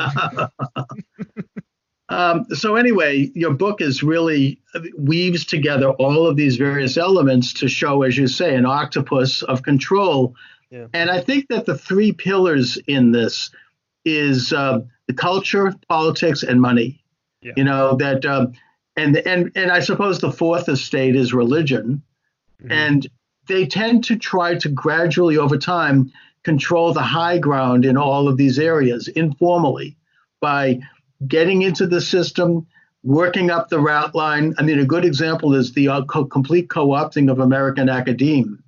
Oh, yeah. Starting in the 1960s and right up till today, liberals gradually worked their way into these institutions and promoted other liberals to come in and got rid of conservatives through attrition, to the degree that now, even I think Boston Magazine, and I'm in Boston, they did an article showing that Boston and Massachusetts universities are like 97, 96% liberal professors. Yeah. It's like there's not a lot of diversity there. There's not a lot of dissent. There's a great deal of conformity. And at this point, it's become, really oppressive. And I think that students who go to these institutions, they kind of internalize these things, or they've already internalized them. And if they haven't, then they do so pretty quickly because they want to get through it and keep their head low and get their degree. You don't want to buck this kind of system. And I don't know. I'll just give an anecdotal situation. Back in 1998, I went to Tufts University and got a radio show as a citizen broadcaster. And I was conservative. And people there were mostly liberals, and they came in there with the blue hair and everything else. But we had a great time, and I would invite people in my show, and we would have debate and dialogue. And I had on prominent liberals like Noam Chomsky and Howard Zinn and others. Mm-hmm. And then I left that station, and I think it was 15 years later, in 2015, I came back and decided to do a show. And it was like Rumpelstiltskin waking up after having been asleep for 30 years. It was a whole different atmosphere. Nobody would talk to me. Eventually, I was reported to the anti-bias police. And then the newspaper did a story on me, calling me all kinds of names. And they moved my show to like 3 o'clock in the morning. Right. And it just was like a very kind of fascistic attitude. I mean, everything had changed. People were afraid. Nobody wanted to stick their neck out. People didn't want to, you're spending $60,000 a year for a college education. You don't want to get in trouble. They had this anti-bias Gestapo that could kick you out of school and could ruin your life. If you didn't goose step to the politically correct agenda. Yeah. So I think that they've really taken, again, I agree this is anecdotal, but they really have assumed the high ground in academia at this point. Yeah, they've used tenure as a way to reward those professors that are towing the proper line that they want, and use it as, the carrot for others to get on board. If you want, it's kind of like the Supreme Court. You give someone a job for life, and then you're like, okay, well, then you lose all control over them. I mean, there's nothing you can do to them at that point where you're going to, so you've got college professors that are rewarded with tenure for doing it the way that the university wants them to do it. Then you've got this insanity that has sprung up lately that you're talking about, which is safe spaces and all of this, you know, 57 different genders and all this stuff. And if you point out the obvious, that this is all ridiculous, then you're somehow you're always anti-Semitic for whatever reason, just because. Well, anybody that disagrees with the left is called an anti-Semite by the ADL. Right. And it's nothing to do with Judaism. I'm a Jew, by the way, and I think that they're one of the worst groups. I mean, it's ridiculous. Yeah, if you don't goose step to the left, you're an anti-Semite, and they can put you under a microscope. I mean, black groups are doing the same thing. If you don't goose step to the left, you're racist. Gay groups, if you don't goose step to their agenda, you're anti-gay. I mean, it's ridiculous. It's how about I'm anti-insanity. I don't. Yeah.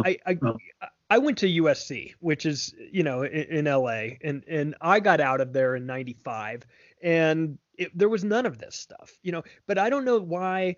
I have a daughter who's 8. When she decides to go to college, if she chooses that route, I don't want her to be in a school that says, "Oh, somebody has called you a bad name. Well, we've got a safe space for you." Because then you're starting to teach them that the world is filled with safe spaces. And listen, some of this is like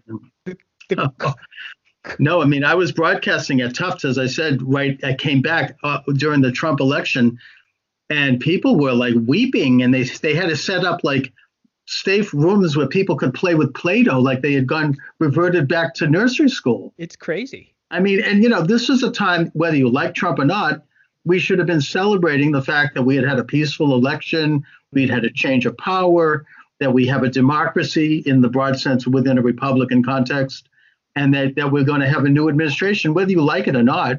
I celebrated when Obama was elected, even though I didn't vote for him, because that's the system. I mean, you go into opposition, a loyal opposition, where you then criticize policies. You don't become the resistance. That's a communist term. It's just anyway.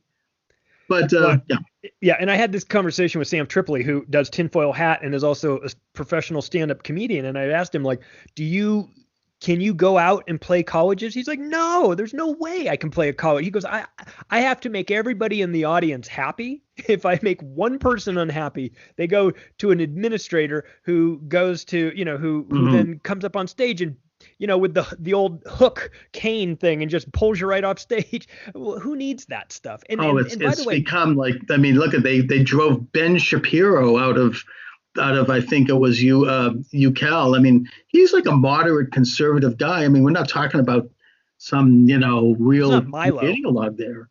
And I mean, they came up with pitchforks and burning. Yeah. They were crashing the door down. Yeah. It's insane to me, but and this very well could be a product of what we were talking about earlier with this kind of mass manipulation and the establishment using the means of communication, the media and the culture to present something in a way that is so pervasive and so over the top that people come to they internalize it, they are conditioned by it.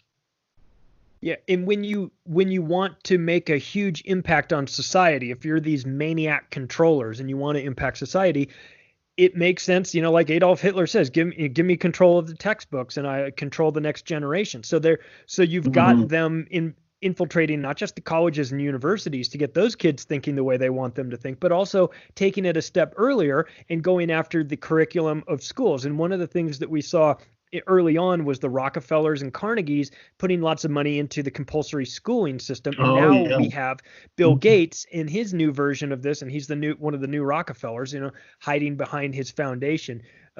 We've got him pushing Common Core, which is, if anyone has taken a look at the Common Core math component, it is, I don't know any other way to describe it other than intentional disinformation and torture of these kids, because it is so backward that it screws kids up, not to mention puts us way behind every other country in terms of math. What they're doing is they've invented a new way to do equations that is so convoluted and complex that it doesn't get to the basic function of arithmetic, where you actually can solve problems. It becomes something else that, I mean, it's creating a dyslexic impulse. And I mean, my friend, the late Dr. Samuel Blumenfeld, wrote many books about this. He used to come on my show all the time. And he talks about how phonics, which is the way you learn English, because English is a phonetic language, and you develop a reflex by which you put vowels and consonants together to form words. It was replaced by look-say reading, and it was done deliberately by this establishment, starting with John Dewey, who was the father of quote-unquote progressive education. And what it did was require the new reader to memorize words as if they're pictographs. It created a dyslexic impulse. You didn't really read, you were guessing, and you were like looking at sentences and kind of glossing over them and kind of grasping at their meaning.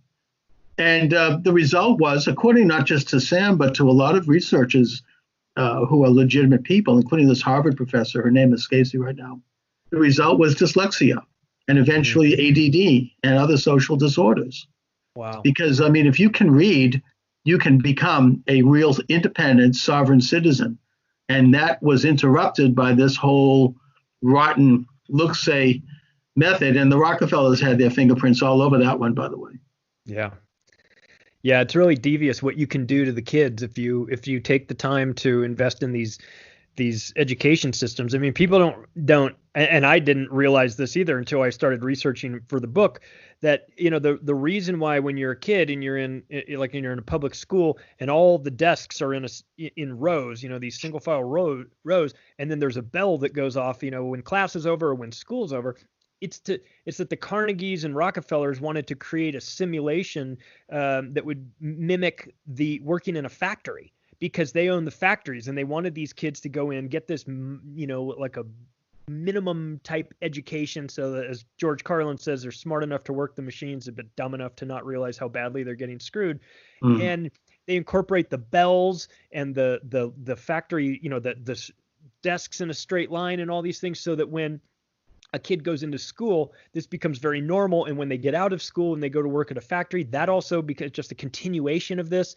And so it's very, you know, what you realize is that we maybe haven't thought about it all that much, but they certainly did. They put a lot of time and effort into thinking of how this best would shape society for their benefits. And a lot of what we do and a lot of what we consider to be normal is normalized because they normalized us to it. You know, it wouldn't be normal to us if it hadn't been for the influence of these organizations like the Rockefeller Foundation, the Carnegie Institute, and the Bill and Melinda Gates Foundation. And so we see this moving forward. So I think one thing that a lot of us need to be aware of is that sometimes these organizations that purport to be there for the benefit of humanity are not actually doing the things they say they're doing, but they're actually being run by maniacs that that have a very specific agenda, and they are shaping reality to fit their needs. And so somebody that thinks, oh, the Rockefeller Foundation is out there doing all this great work. No. The Rockefeller Foundation was created because the Rockefeller family was so hated by society because their companies had treated people so poorly that there was a massive revolt against them. And so the Rockefeller Foundation was started with these guys that had an understanding of the new concept of public relations and press releases and things like that. And they started working on their image, and they started having professionals come in and help them with their image. And now we see, you know, now the average person sees the Rockefeller Foundation and thinks of it as this, you know, foundation for the betterment of humanity. And that's not what it is at all. And so I think it's important for us moving forward to understand that the Bill and Melinda Gates Foundation is very similar in that respect as well. Right. No, I think you're right. I mean, they might do some good work as window dressing, but the fact is that part of the 1913 passage of the 16th Amendment, which was the direct taxation of income, and we need to realize that wasn't the case before that. Before that, the federal government raised money from tariffs and from apportionment from the states. The states would do taxes, and it was much more democratic in that sense. This gave the government the right to directly tax your income and also know everything about you from your tax return. But one of the addendums to that bill was the creation of foundations and nonprofits, which allowed these huge, behemoth, wealthy families like the Rockefellers and the Brown brothers and the Harrimans and these industrialists to put their money into these nonprofit silos, which they could then do two things. They could hire their kids, their ne'er-do-well children, and give them fat jobs and friends, and they could use the money to transform society outside of government by influencing in the culture and using money to do that. Yeah. And the Rockefellers were part of that. They were a big part of it, but there's a lot of these foundations that have gone on ever since. I think a good source of information on this is David Horowitz from the Freedom Center, wrote a book about it a couple of years ago that really documents how enormous the Carnegie Institute, the Ford Foundation, all of these people, the incredible amount of money they have and how they wield that money to fix our culture in a way that fits their image of how we should be, I should say. Now, again, I'm not saying they don't do also good work. I like the fact that they finance the Boston Symphony Orchestra. Why not? I'm talking about there's other aspects to it that are less visible. Let's put it that way. Yeah. Yeah, they've got to do something good, right? Or else no one will buy it. So right. they go around and they do things from time to time that benefit people. But more than anything, it's a tax shelter, and it's a vehicle that they use to so that they don't lose all of their wealth through once they die. So it's either easy for them to pass it on to their future generations and all these things. So yeah, it's always a very suspect when you look at these large organizations that say that they're out to help humanity. Look, some of them have an intention to do good things. The smaller ones are usually, and they actually, I don't mean to be partisan about it, but the more conservative ones are. And of course, we knew that they were screwed over during the Obama years. They weren't allowed to get tax exempt status, thanks to Lois Lerner, who pled the fifth about 50 times before Congress and who met with Obama and who made sure that suddenly conservatives were waking up and saying, hey, we could do this too. We can form nonprofits. We can create foundations. And they said, oh, no, sorry, that's not meant for you. But anyway, Charlie, I'm reaching toward the end of the segment. So sure. Where do you see the present pandemic falling into all of this octopus, if you will? How are they manipulating what is a real disease, by the way? I mean, this isn't a joke, but I mean, I'm fearful about these mandarins of the octopus, as you call it. I mean, and them manipulating the situation to suit their image. Yeah, for sure. They'll take advantage of every sort of crisis that they get because it creates chaos and panic, and it becomes this whole, the problem reaction solution sort of situation. So it almost doesn't matter whether an event is real or faked, staged, or not as organic as it appears, because the damage that's done as a result of it is what really matters. Because we're seeing things like everybody's lining up to just loot the government as much as they can. You've got big business asking for money. You've got industries that have that should never get government handouts or tax breaks or things like the cruise line industry when they register all their ships in Liberia and in Western Africa and then the Kennedy Center. What's that? The Kennedy Center got $27 million. Right. Harvard got a big chunk of money. They've got more money than the Vatican. I mean, they've got like a $60 billion endowment, and they're taking money out of that. Yeah, anybody that everybody sees this opportunity and they go. Although they did return it after it became public, but yeah, exactly. They had, but that's actually surprised me that they returned it because I would have expected them to just pocket it. But everybody's got their hands out in situations like this. The big pharma, which I don't trust at all, they're deeply involved in this, of course, with Bill Gates. Well, they want to make. I mean, I think that's why they are discounting hydroxychloroquine, which, by the way, from what I understand, is very effective and very low risk. But the problem with hydroxychloroquine is it's cheap. It's been on the market since the 1930s or 50s, and you can get a 1 month supply for $20. Yeah. The drug companies aren't going to make money on that. No. So they don't want that. They want to have like these new expensive things that they can put on the market, and the stock price goes way up, and you've got these the vaccines, which are very questionable. Yep. And they end up really cashing in on it, and then raise the price of Medicare, and healthcare goes up because it all gets billed to the government. But anyways, Charlie, again, let my listeners and viewers know where they can get your excellent book. Oh, sure. You can get the book at Amazon. If you like the paperback version, you can get it at Amazon, or you can get it at barnesandnoble.com. If you like the digital version, you can also get it there, or you can get it at my website, which is theoctopusofglobalcontrol.com. And I have a podcast called Macro Aggressions, which is on Apple Podcasts and Spotify and iHeartRadio, and also on David Icke's new video platform called Iconic. So you can check that out. But yeah, anybody that wants to connect with me can do so through the website as well. And let's not go shape-shifting anytime soon either. No, we will not. We will not go shape-shifting. No, I like David Icke. Anyways, Charlie, listen, thanks for joining me. I'll put a link up to all of your sites on the YouTube channel as well. Awesome. Thanks so much, and Charles. I appreciate it. I appreciate you reaching out. All right. Have a good one. Thanks. You too. Bye. All right. Bye-bye. All right, Charlie, I'll send you a link to YouTube once it's up. Right on. I appreciate it. Thanks so much. Thanks for reaching out to me. This is fun. I love talking to interesting people. Yeah, me too. Thanks a lot. Thanks, man. I'll talk to you soon. Bye. All right. Bye-bye. All right. Welcome to the program. Charles Moskowitz here. Thanks for joining me, everyone. It's an honor and a privilege to welcome Dr. Jerome Corsi to the program. Dr. Corsi has been a guest from time to time. He has been on the forefront of political and cultural analysis for the better part of the last several decades, going back to his work on the Swift boat controversy in 2004 when John Kerry was running for president. And he's got into a lot of very important issues. He's got a shelf full of books.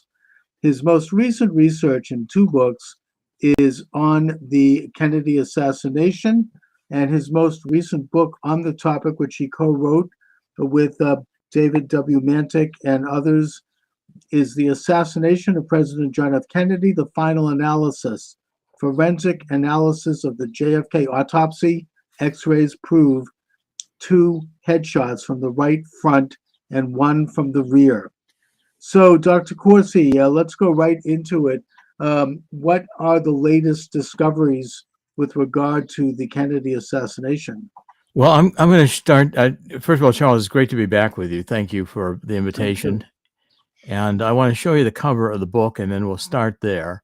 Okay. Here's the cover of the book. I think you can see it now. Is it clear on the screen? Mm-hmm. Is it shared? Okay. So the title is The Assassination of John F. Kennedy, The Final Analysis. And I co-authored it here, as you can see, with David Mantik. David Mantik is an MD. He's a radiation oncologist.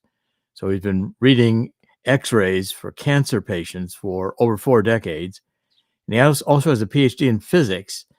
And his PhD was on a physics topic dealing with X-rays.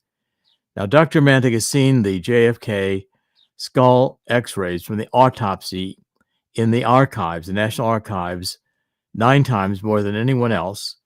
And he has done optical density measurements, which means you take a odometer, which is a scientific instrument, and you can meter or centimeter, millimeter by millimeter, sometimes 1/10 of a millimeter by 1/10 of a millimeter. You can measure the amount of light coming through the X-ray, which permits you to really do a detailed scientific analysis of what you're looking at. Mm-hmm. Now, of the 3 X-rays that exist in the archives of JFK's autopsy from the skull, all 3 are, first of all, forged. They're not the originals, and they were altered to mask evidence of frontal shots. Right. Now, okay, so what you can see in the cover here, this is a Zapruder film. This is the frame. Right. JFK has just been shot in the throat. You can see his hands coming up to his neck. A bullet has entered the windshield from the front and it's hit him in the neck. Okay, and then of the headshots, the first one that hit Jack Kennedy was at frame 313 in the Zapruder film, and it moved his head forward, and it blew out a lot of the right front of his head.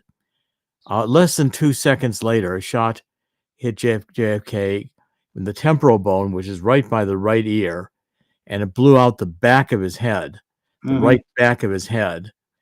And then a shot hit him in the forehead almost at the same time. And if we look at that, in fact, if I increase the magnification on that and give it to you in a little bit bigger format, let's see if I can do that. Well, I'll do that when we get inside the others. But you can see here, the shot entered the forehead right at the above the right eye at the hairline, and you can see the fragment of the bullet breaking up and goes across the top of Jack Kennedy's head, the right quadrant of his head, and the biggest fragments in the back, which is clear indication of a frontal shot, because the large fragments they weigh more and they have more momentum. They travel the farthest, and it did not exit the back of the head. So that's a clear evidence of a frontal shot. Okay, and that's again, what this means is that Lee Harvey Oswald was not the sole gun shooter, because he was supposed to have been shooting from the Texas School Book Depository, which was behind the limousine when the shooting started. And so therefore, there's no way and this means that there are essentially at least 3 gunmen, one from a low angle behind Jack Kennedy, probably in the Daltex building directly behind the limousine, and across the street from the Texas School Book Depository. The one from the hit in the temple, this keyhole fracture right here, that shot came from the grassy knoll. And I can show you some of the Zapruder film here when we get into it in a minute. This shot up here, like the shot through the windshield, probably came from a shooter who was on the other side of the grassy knoll, the south side of Dealey Plaza, up by the railroad yard above the triple underpass. Right. So you got a crossfire. You got 3 shooters, and this is different than other books, because here we've got scientific evidence. This is the measurement. You're looking at the X-rays. We know these X-rays are Jack Kennedy's X-rays because they are the X-rays of the teeth. The dental records match a pre-mortem before he was killed X-ray Jack Kennedy had taken of his skull that was found at the JFK Presidential Library in Boston. But this white patch back here, right, which you can see, that's too white. It's off the grade for what the range of light that can come through an X-ray. That means that this was intentionally patched and blocked from light, because the shot that came here and blew out the back of the head undoubtedly did damage this whole part of the skull. And you couldn't be permitted to see that in the X-rays, or you would have known that this was a frontal shot. Okay, now I'm going to quit sharing this for a minute, and here I want to give you a couple of other things here to think about. At Parkland Hospital, which Jack Kennedy was taken to Parkland Hospital immediately after the shooting. Right. And this was the doctors who, had the first look at Jack Kennedy, but no time to alter the wounds. And what they saw, they all said that it was two frontal shots that they saw. And I'm going to read you some of what they said. Here is a nurse. Her name is Nurse Bell. She just comes into the trauma room 1, the emergency room at Parkland, for just a couple of minutes. For literally, her job is to see how badly the patient is injured and whether or not there's going to be an operation needed, because she's going to go prepare the operating room. Right. So she's the first person to see the president when he came in. Yeah, and she's taking a look at it to see how bad the wounds are. So her testimony under oath to the Warren Commission, she said, when I took the first look, I could recognize the president, but I didn't see an injury because there was no injury around his face, she explained. So she said, where's the injury? Now, Dr. Perry, who was standing there, he was trying to do a tracheotomy. He's trying to open up the bullet wound in the throat, see if they get a tube down there to get JFK breathing. Perry reached up on the president's head, and he pulled it up, and he turned it a little to the left so you could see in here. And there was a gaping hole, she said, where the brain and fluids were dripping out. The wound on the back of JFK's head could have been 3 or 4 inches in diameter, what I saw. That's like a baseball. Yeah. Dr. Crenshaw said, I walked to the president's head to get a closer look. His entire right cerebral hemisphere, that's this part, the whole right of the hemisphere, appeared to be gone. It looked like a crater, an empty crater. All I could see was mangled, bloody tissue. From the damage I saw, there was no doubt in my mind that the bullet had entered the head through the front. As it surgically passed through the cranium, the missile obliterated the temporal, that's up by the ear, Right. and all the parietal, this is up more towards the top of the head, and the occipital lobes in the back of the head were gone, lacerated, and then it lacerated the cerebellum, which is a part of the brain at the very back. Yes. The wound resembled a deep furrow in a freshly plowed field. Several years later, when I showed slow motion films of the bullet striking the president, the physics of the head being thrown back provided final and complete confirmation of a frontal entry by the bullet to the cranium. Okay, so now that's what they saw at Parkland. And I want to show you some of the Zapruder film and I'm going to share my screen again. Yes. And I'm going to show you in the Zapruder film where you can see these two of the shots very clearly. And here we go. Share this, and I'm going to pick out frame 313. Okay, this frame here is where the shot hits JFK in the back of the head, and you can see the blood and tissue are going up out of his head forward. Mm-hmm. The front of his head, the very front of his head here, they're kind of like a head flap. That's where the bullets exited, and the damage has caused the bullet going through the head, and he's pushed forward. Mm-hmm. Now, less than 2 seconds later, in frame 331, there is a massive hit to the side of the head, and I'm going to blow this one up so you can see the comparison here. This one here, I'm going to make that one go to be much bigger, and so you can get a close-up of it. We're going to go to, I'm going to zoom in on it. Okay. You can see basically there that JFK's head, you can see two separate wounds. This is just the front of it. This is the whole side of his head is just blown open by the bullet that hit the side. Right. And it's blowing out the back of the head. Okay, those two separate shots. Yes. Okay, so those are a shot from the rear, a shot from the front, and he is now thrown violently to the left. So if we follow through here, you can see he's pushed violently back into the left. This is where you get the violently back into the left sequence. And that's clearly from a frontal shot. Okay, and I'm going to now show you some more of these. See, that's again a separate shot from the shot that hit at 313. Mm-hmm. I'm going to go actually into the book. And I'm going to show you some from the book now. Okay. I'm going to quit showing this. And I'm going to pick up the screen share here of the book. Mm-hmm. And then I'm going to find the pictures I want. Let me look at the book for itself. The book is a large book, by the way. It's 500 and some pages long, and it is very, very thoroughly illustrated. Mm-hmm. Everything we're talking about is very clearly demonstrated in the book, and you can follow it along and see exactly. You know, we put all the medical, really detailed medical and scientific evidence in the back and appendices. So if you want to see them, you can read them. But again, it's not really required if you really want to just understand the argument of the book. Right. Now, I'm going to come up here to the frame 411. This is I'm showing you some of the Zapruder film now in frames.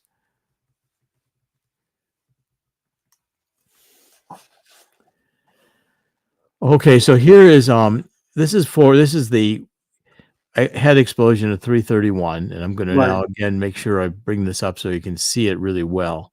Mm-hmm. I bring that up to 500. Okay. You can see how much the head is blown apart. Yeah. Yeah, that's a tough. Yeah, these are gruesome pictures. No, it's I can barely, even now I can barely stand to see this. So he's moving back into the left, and Clint Hill is coming up onto this is a Secret Service agent. He's trying reaching for the hand. So the shot throws Jack Kennedy back into the left. Clint Hill gets covered by brain matter. As this officer over here gets covered by brain matter. Jackie Kennedy starts to come out of the car. Yeah. And she's reaching back. she's reaching for a piece of Jack Kennedy's brain in the back. I want to increase this one in size so that we get a good look at it. I think this part of the Zapruder film was only declassified recently. I mean, we saw a lot of it originally, but we didn't see this. I mean, this in this detail, she's reaching for a piece of the brain. Mhm. And when she gets the piece of the brain, and the whole point of this is it's all blown to the left. There's a fragment of Jack Kennedy's head that's actually blown on the lawn over here. Right. That's clearly a shot from the grassy knoll. Yes. Okay. And the x-rays validate that. Now, when Jackie gets it, she goes back into the car. And what she does is she tries to put Jack's head back together again. Oh. So when they're going through they're now driving further down on Elm Street, and they're going through the triple underpass, and Jack Kennedy is sitting upright. You can see his face. Yeah. You can see his ear. He's dead. Right. Back of his head, you can see this is all blown out here. Yeah.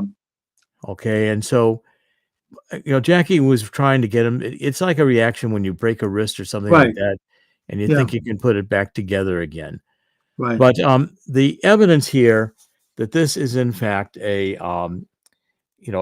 these shots. I want to show you a couple. I want to show you more clearly the shot to the forehead, because it's dramatically clearly a frontal shot. And again, this book now is definitive in that it lays to rest the question of whether Lee Harvey Oswald was the shooter, because no shots in this head came from the Texas School Book Depository. So we know now that the government has been lying for 60 years. Yes. And framed Lee Harvey Oswald as the shooter when they So knew there was no shots coming from the Texas School Book Depository? None at all that hit his head. Right. I mean, obviously the people that did the shooting, they were very, very experienced sharpshooters. I mean, obviously. Oh, these whoever did these shooting shots were perfectly. They were just killers. Oh, yeah. They knew what they were doing. Yeah. They knew what they were doing. I mean, they don't hit Jackie. They're shooting through the windshield through 2 Secret Service agents. The bullet that entered the forehead created the red blob. It's a marking. This was a liquid mercury bullet. As I'm going to explain, the body showed frontal shots, and the government's explanations that the shots had to come from the back. Right. So they flew the body into Andrews Air Force Base, and as I'll tell you in a few minutes, there was pre-autopsy surgery. Before the autopsy started, the 2 Navy pathologists at Bethesda altered Jack Kennedy's wounds. They did pre-autopsy surgery. And who were they? I'll get to that in just a minute. Right. Thank you. This is the track of the bullet. So you can see it breaking up. It doesn't exit. You can't remove a liquid mercury bullet. And so therefore, this is just clear evidence of a frontal shot. Mm-hmm. And you can see it entered the front. Dr. Chesser also did an analysis of it. When it entered the front of the head, there was all these little scatter dust-like particles that came at the entry point. Right. And then a picture of it here that shows you without color, but you can see here how it looked in the X-ray, where there's clearly so that's clearly a frontal shot. Right. Mm-hmm. Now, the government had a problem in that there was a photographer who was taking pictures of in front of the limousine. His name was Alchins. He was standing in front of the limousine when the shooting happened. And so the Texas School Book Depository was seen in the background, and that picture was published in newspapers across the country within about an hour or so of the assassination. It was on the AP wire. Okay. And so people across the country knew that the shooting had occurred. That's a big blow up of the Alchins picture, but the Texas School Book Depository is behind when the shooting starts. The bullet's coming through the windshield here and hitting his neck. So they couldn't have had any. If Lee Harvey Oswald was a shooter, you can't have had any shots from the front. Right, of course. And if we take a look at the pictures, the Alchins took another picture as the Kennedy limousine passed him. There you can see the bullet coming through the windshield It's even clearer here in this blow up. So that's a reflection of where the bullet came through the windshield. Mm-hmm. Okay, now, when they flew Jack Kennedy's body back to, by the way, the body was taken out of Parkland Hospital at gunpoint because the autopsy pathologist showed up and he said, "This is a local murder. I am the coroner. I am going to do the autopsy in Dallas." Well, it was known that the shots came from the front and they had a problem. They couldn't let the autopsy be done in Dallas. I'm going to read you what Clint Hill said, and then I'm going to go back to sharing in a minute. But Clint Hill gave a very good description of what of how the shots affected him. He's the Secret Service agent in the back of the car. He said, "As I approached the vehicle, JFK's limousine, there was a third shot. It hit the president in the head, the upper right of the right ear, causing a gaping hole in his head, which caused the brain matter, blood, and bone fragments spew forth out over the car, over myself. At this point, Mrs. Kennedy came out of the back seat under the trunk of the car. She was trying to relieve something that had gone off to the right rear. She did not know I was there. At that point, I grabbed Mrs. Kennedy, put her in the back seat. The president fell over onto her lap to his left. Mm-hmm. Yeah. Frontal shot." And he also said, "The right head of JFK's head was exposed. I could see his eyes were fixed. There was a hole in the right rear portion of his head about the size of my palm. Most of the gray matter in that area had been removed. It was scattered throughout the entire car, including on Mrs. Kennedy."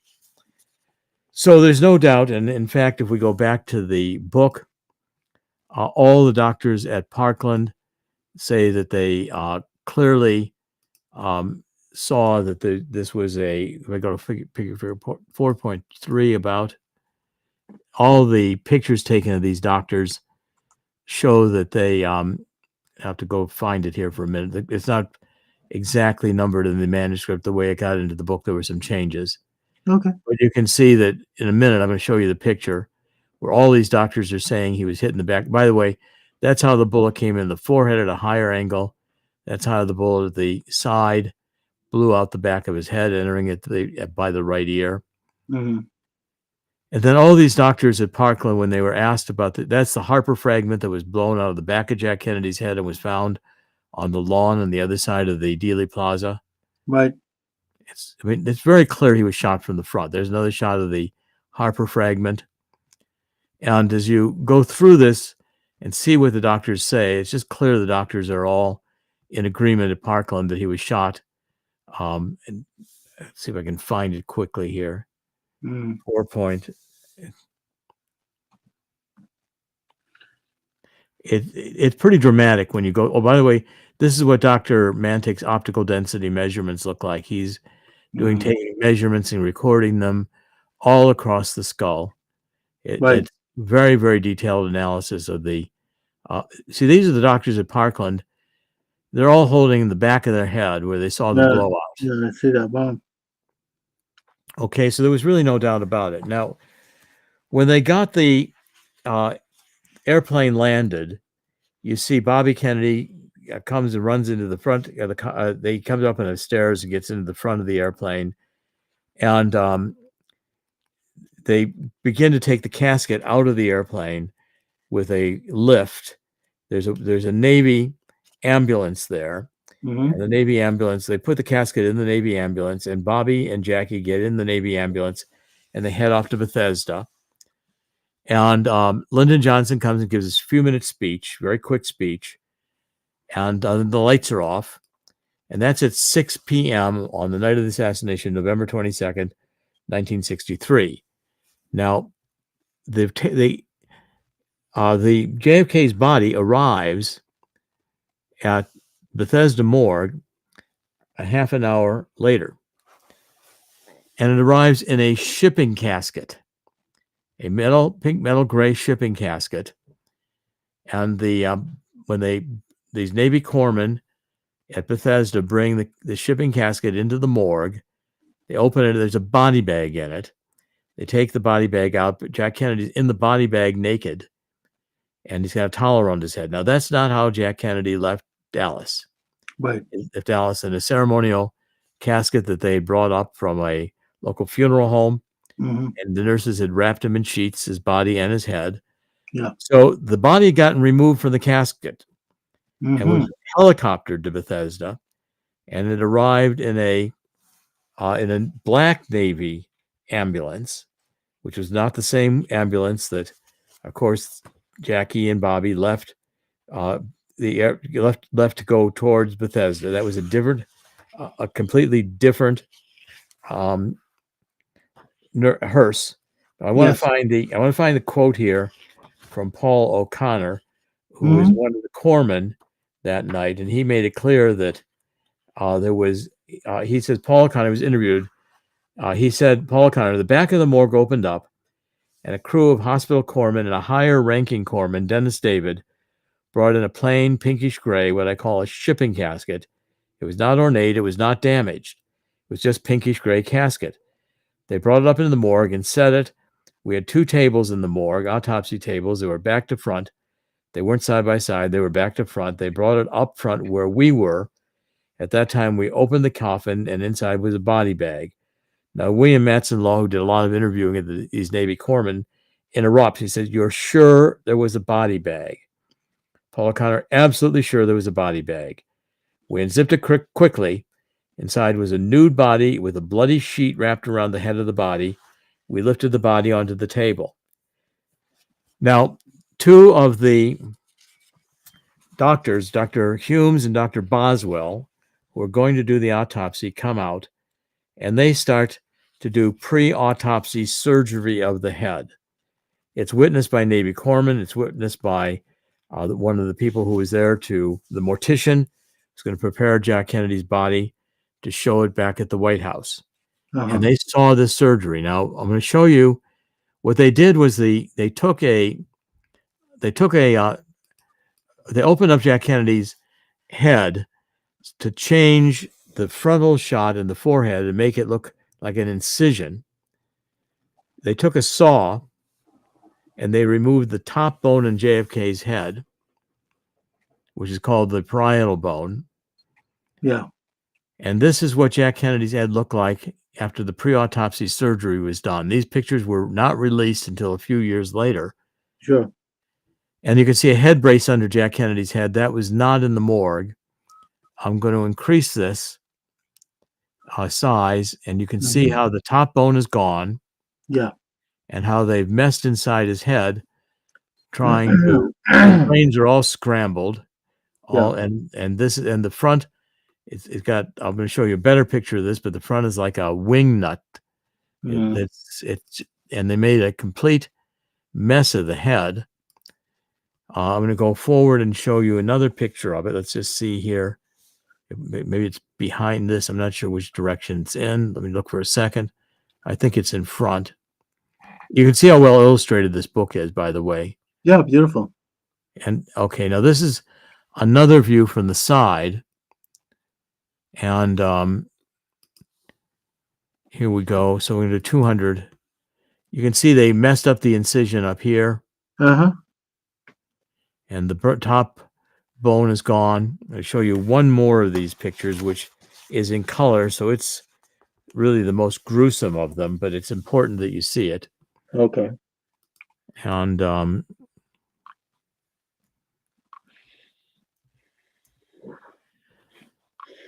okay, so I'm going to increase this too. Okay. All right, now you can see how this is where the incision in the forehead was. Yeah. You can see the straight line saw cut to remove yes. that bone. That is clearly not. Yeah, that's unbelievable. That saw remove that bone. Oh, yeah. That's not a shooting from park. That's No. not. That's pre-autopsy surgery. The 2 FBI agents who attended the autopsy said when Dr. Hume brought the body into the morgue, everybody gasped because there's clearly, to anybody who knows autopsies, this was pre-autopsy surgery, which is illegal. Of course. It's not how a bullet wound looks. And And I guess Hume said there was pre-autopsy surgery because the two FBI agents put it in their 302 after action report. And that's in the public record, that there was pre-autopsy surgery. Okay, now I'm going to quit sharing the screen here for a minute. And now what happened with the casket is by about 7:17, so Jack Kennedy's body arrived at the morgue at 6:30. They began doing the pre-autopsy surgery. By about 7:17, the limo from Bethesda shows up. It comes to the front of the Bethesda Naval Hospital. Jackie Kennedy and Robert Kennedy get out and they go up to the VIP room through the front door. Okay. The two drivers who were the Secret Service agents driving the limousine in Dealey Plaza are now driving the hearse. And they don't know where the entrance is to the morgue. So Roy Kellerman goes inside the morgue from the front door to look for, it goes inside Bethesda Naval Hospital to look for the morgue. William Greer, the driver, is sitting there. And the two FBI agents who do the 302 report, Jim Siebert and Frank O'Neill, come up and they say, well, come with us. We have to get our FBI physicals every year at Bethesda, so we know where the morgue is. They take the hearse around to the back of the morgue, back of Naval Hospital, and the two FBI agents and the two Secret Service agents unload the Dallas ceremonial casket and put it in the anteroom for the morgue. The Navy corpsmen say you're not allowed to enter the morgue because obviously they're doing pre-autopsy surgery. They don't want that seen. Right. And this is the ceremonial morgue, the casket that left Dallas. That's at 7:17. Now there's also a Navy and there's all units honor guard. So Navy, Air Force, Marines, Army in dress uniforms. And they were at Andrews Air Force Base. They had their own car and they were going separately to Bethesda morgue. And they were going to get there too early. So Admiral Galloway from the morgue, he's part of the Bethesda Naval Hospital, finds another Navy gray ambulance, and he drives out and he finds these guys driving around with the honor guard. He leaves on a wild goose chase for 15 or 20 minutes around Washington to delay them. Wow. They don't arrive until about 8 o'clock. By then, they've got Kennedy's body back in the ceremonial casket. The honor guard brings the casket into the morgue. They open up the casket and start the autopsy. And they say there's pre-autopsy surgery. So I think you can see now from what Dr. Mantic did by documenting, this is like crime scene investigation. This is not he said, she said. We're not talking about who the shooters were. We're not speculating. We know everything we've said in this book is true. And the pre-autopsy surgery was validated by Doug Horn, who wrote an introduction to the book. He did 5 volumes inside the Assassinations Records Review Board. Doug worked on the Assassinations Records Review Board for several years, and he got the medical evidence, did a lot of interviewing of all the medical personnel, especially at Bethesda, and wrote a very comprehensive report on documenting the pre-autopsy surgery. Now, why this is important today, because it's clear that on November 22nd, 1963, the CIA, which, by the way, had a complete background analysis on Oswald. Oswald was captured about an hour into the flight back to, going back to Washington. Right. And the CIA distributed worldwide a dossier on Oswald that said he was a Marine who had served at a secret base in Japan, from which we were flying these U-2 planes over China and Russia, and that he had defected to Russia as a communist sympathizer. So the CIA obviously had that prepared. They had a frame up on Oswald to begin with. Oswald said he was a patsy. When the limousine got to Parkland Hospital, the Secret Service gets a pail of water, and they start washing out the blood and guts from the back seat. They're altering a crime scene. People, bystanders, see the front bullet that came through the front of the windshield. They see it's a frontal shot. It punctured the outside as it entered the windshield, and it beveled the glass. Mhm. Glass actually fell back in Jack Kennedy's face, and the mortician had a hard time stopping the little bleeding that was going on in his face, even after they prepared Jack Kennedy for display. And so the Secret Service got the limousine out of there. The Secret Service began altering evidence from day one. You have a deep state military-industrial complex killing a Jack Kennedy. Jack Kennedy did not want to go to war. He wouldn't go to war with Russia and the Cuban Missile Crisis. He back-channeled to Khrushchev. We took our missiles out of Turkey. Khrushchev took Soviet missiles out of Cuba. Mhm. Jack Kennedy started to have détente. He wanted to have a test ban treaty, which he put in place for Kennedy and Khrushchev. Right. And he gave a speech at American University. That's where the final analysis comes from. Jack Kennedy said in the final analysis, we all live in this small planet. We all breathe the same air. We all cherish our children and grandchildren, and we are all mortal. So he wanted to have coexistence. He had signed an order to pull out of Vietnam. The Joint Chiefs, there's going to be billions of dollars made going to war. They wanted to go to war. And so the deep state just took over and lied. They created a narrative. And so therefore, what the message of the Kennedy assassination is that this hasn't stopped. And 9/11, why do buildings collapse that were not hit by the airplanes? Building 7. Why in 1991 do we go to invade to get Saddam Hussein, invade Iraq, and there's no weapons of mass destruction found? Colin promised that's why we were going there. Why do we have a bad flu that's made into a pandemic and a vaccine that doesn't stop you from getting the disease, but in fact could make you sick and kill you? The government lies. And Right. we've been in a Jim Carrey Truman Show, thinking we're watching reality. We're just watching a scripted CIA, intelligence agency, military, industrial complex series of perpetual crisis after perpetual crisis, perpetual war. Destroying the economy when they want to destroy the economy, creating pandemics. Now you've got the globalists wanting to take over, and the rest of us are going to eat bugs. They don't need us anymore. We're useless eaters. Right.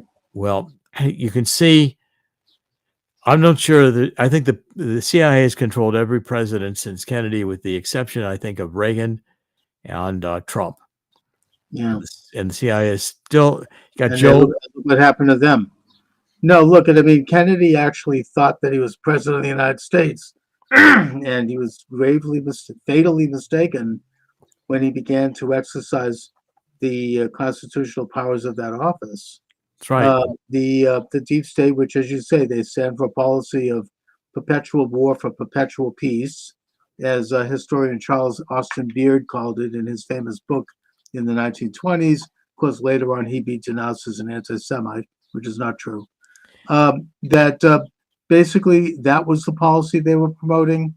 That was there were other elements of Kennedy that were troubling to them. I mean, he delivered a speech to this Businessmen's Association where he talked about the dangers of secret oaths. That's and right. Secret societies. Fascinating speech. According to the late historian Jim Marr, he was releasing silver certificates backed by silver that did an end run around the Federal Reserve. That's That right. was stopped by Johnson within hours of the assassination. And there were other factors. Kennedy actually was a patriot who believed in putting America first and his country first. And he paid the ultimate price for that.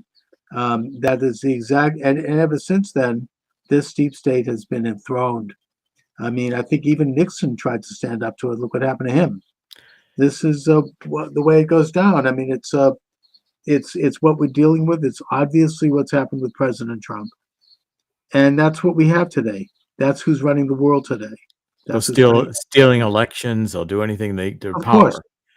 And No. then Jim Mars. You mentioned Jim Mars. Jim Mars wrote a book on the Fourth Reich. Yes, they're very good. Yeah.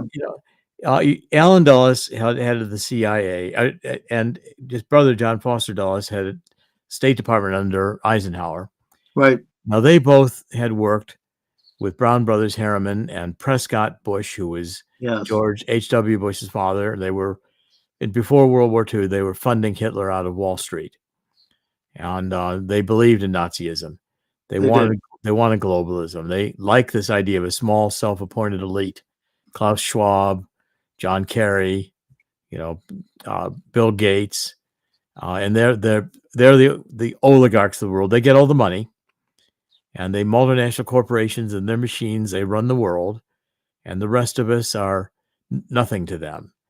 Right. I mean, it's basically a transfer of governing powers to this unelected, authoritarian elite. I mean, it goes back to Wilson and the signing of the Federal Reserve Act and the 17th Amendment, which is the direct taxation. But I mean, I think that the modern manifestation actually goes back to the Rhodes Roundtable, and as discussed by Professor Carroll Quigley in his book Tragedy and Hope, which is a great book. It's a great yes, book. The emerge of America and the British Commonwealth into an Anglo-American establishment, and that would informally rule the world. It's an old story. Every generation has dealt with it all the way back to Adam and Eve.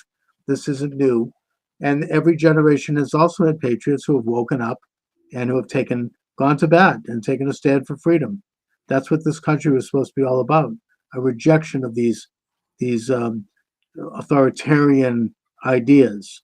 And so here we are today. We have President Trump standing in the breach. He's like this unique figure that is a truth teller and that's willing to go to bat. He certainly doesn't have to. If he had kept a low profile, he'd be fine. He wouldn't have all these phony laws created to go after him and his family and his wealth. What do you think is going to happen now, Jerome? I mean, what do you think is going to go on with this election? Well, I think that there's a lot to happen yet. It's still in the works. I think that the American people are waking up. I do believe this book has played a role and will play a role. I've now created the Anti-Globalist Alliance. I've been Archbishop Vigano in Rome has been calling for this to be done for years, and I finally did it.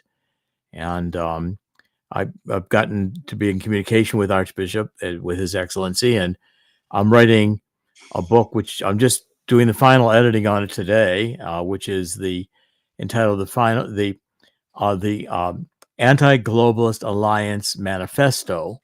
Great. And its subtitle is Ending the War on Humanity. It'll be published in either August or September by War Room Books, and Bannon is writing the introduction. Wonderful. Great man, by the way. War Room Pandemic is a tremendous resource. They're trying to put him in prison, probably will. But, I think that people see this, they see through it. These are prices that have to be paid. So Jerry, what can my listeners and viewers do to help? How can we get involved? Well, there's lots of ways to get involved. When I form the Anti-Globalist Alliance formally and launch it with a website, you can join as members, participate. We're going to be running programs, to get things back into community control, get it out of the control of the globalists. Different programs are going to be outlined in this manifesto. Follow my website, which is thetruthcentral.com. And we're going to have lots of different ways where people can participate.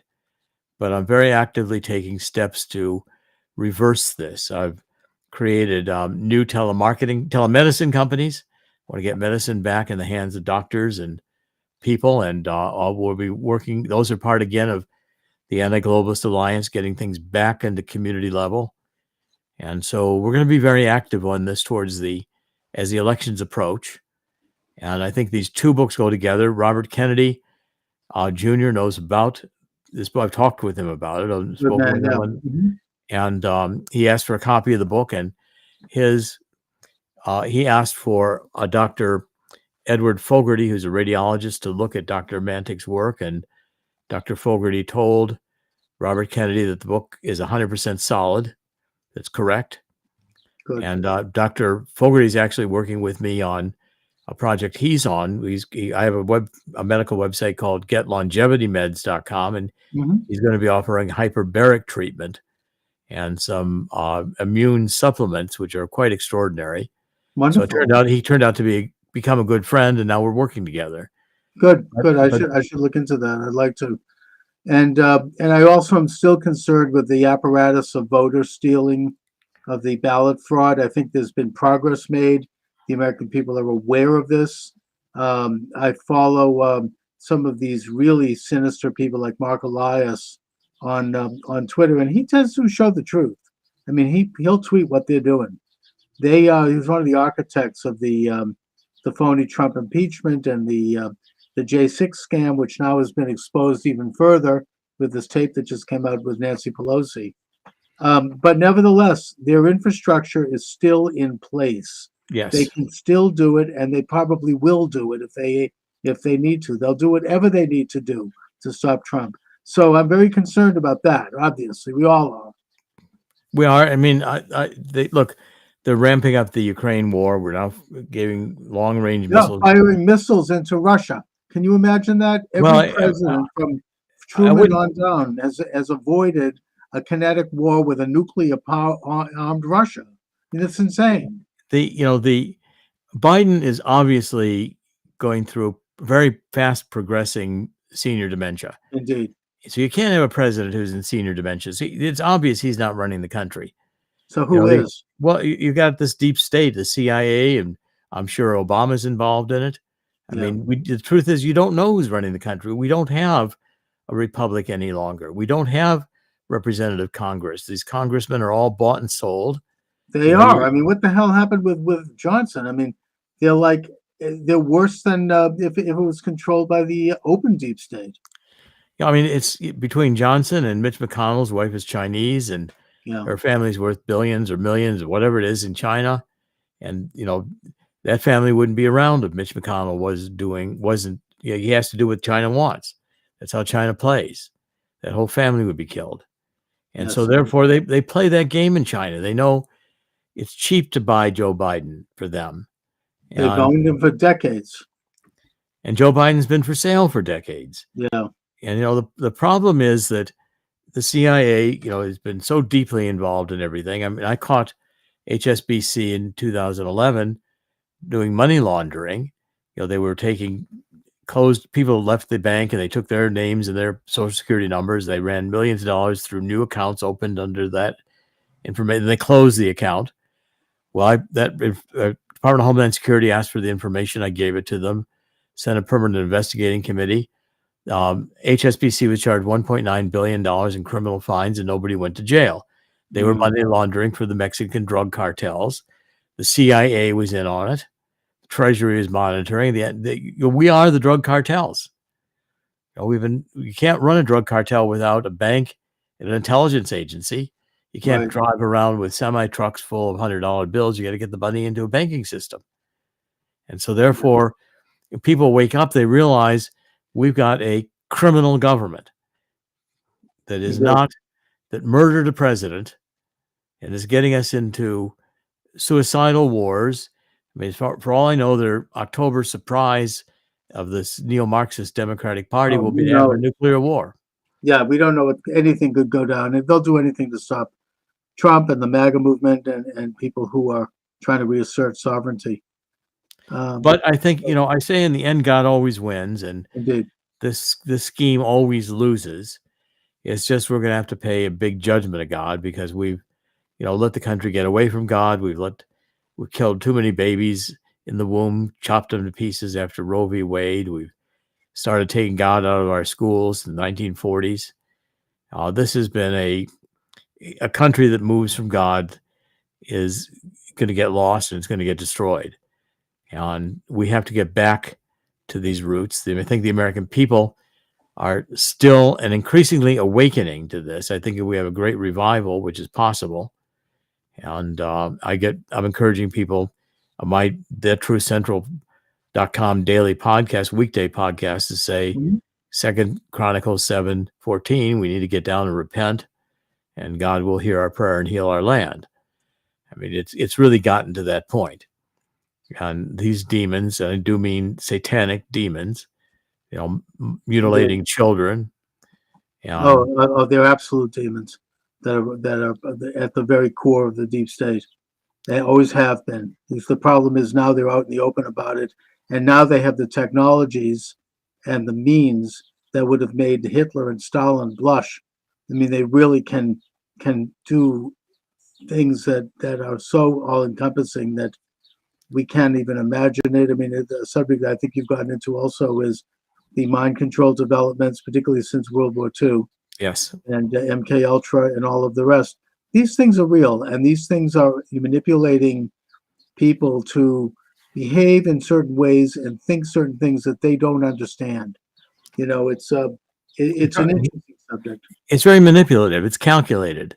Right. And so therefore, I mean, and one of the other books I wrote on the truth about neo-Marxism, cultural Maoism, and anarchy was that, you had a defector from Russia, Bezmenov, in the 50s, who came over and said, he said the whole methodology was to get God out of things, to destabilize, to create this one series of crises after another, run psychological operations, get people to feel confused, and then they abandon power. The middle class is being destroyed, and people are finding there's going to be a massive economic crash eventually here with all the debt that's around. And so, again, you have to understand that this is being done intentionally by the deep state. They want to destroy in order to create. They're depopulationists. They don't care. They don't think they need these billions of people. They want the Earth's resources for themselves. And they will gladly eliminate billions of people. And they say so openly. Oh, yeah. And it's become that, and these new technologies around artificial intelligence and transhumanism with its front is transgenderism. The idea of blurring the difference between men and women, blurring the difference between property and government. All of these things are everything that go against the Bible, and that we need to understand distinctions. That's right. That's part of what God's blueprint at Sinai. I mean, to show what is sacred and what's profane, and to understand that, and we can understand it. Yes, we can. And the Kennedy assassination was the day this changed. It was the day the deep state decided they're just going to take control. Indeed, and that was the coup. That was the coup d'etat. So, Dr. Corsi, again, the book is The Assassination of President John F. Kennedy, The Final Analysis, Forensic Analysis of the JFK Autopsy, X-rays proves 2 headshots from the right front and 1 from the rear. This is available as a paperback at Amazon.com. And Dr. Corsi, I hope to have you back as you release your manifesto and from time to time, and to stay in touch. I look forward to that, Charles. Thank you very much. Great to be back with you, and thank you. Thank you, sir. God bless. It's amazing what you can do with technology now, Yeah. And here we go. All right. Welcome, everyone. Charles Moskowitz, Monday through Friday, 3 to 4 p.m. Eastern Standard Time. I want to thank the good people over at TECN TV, the Exceptional Conservative Network, which is now carrying the show live, and their owner, Ken McClanton, great conservative out of Washington, D.C. If you want to chat, you can do so at rumble.com/Moskowitz. And we actually take calls here, 617-396-4958. My guest is Captain Seth Keshel. Captain Keshel has been, he's a former naval intelligence officer. Army. Army, thank you, sir. And thank you for your service. And you have been on the issue of the great election steal. Since Election Day, I have followed you. You have an extraordinary breadth of knowledge with a particular orientation towards statistical analysis, which is very important. You have traveled the country. You have spoken on the issue. You like to have fun, I noticed. You do some recordings, so you bring a real energy to this issue at a time when those of us who are critical of the election have been vilified often, and it's not always easy. It's kind of a lonely trog occasionally. So I thank you, Seth, for what you've done, first of all. So You're welcome, Charles. I appreciate the invite to the show. We've been trying to connect for quite some time. indeed.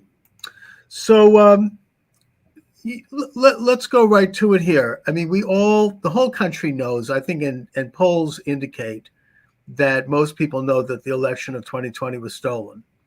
60% Republicans polled even recently still believe that and still understand that. And I don't know if there's polling on Democrats, but I'm pretty sure it's probably 20 to 30%, and a large number of independents.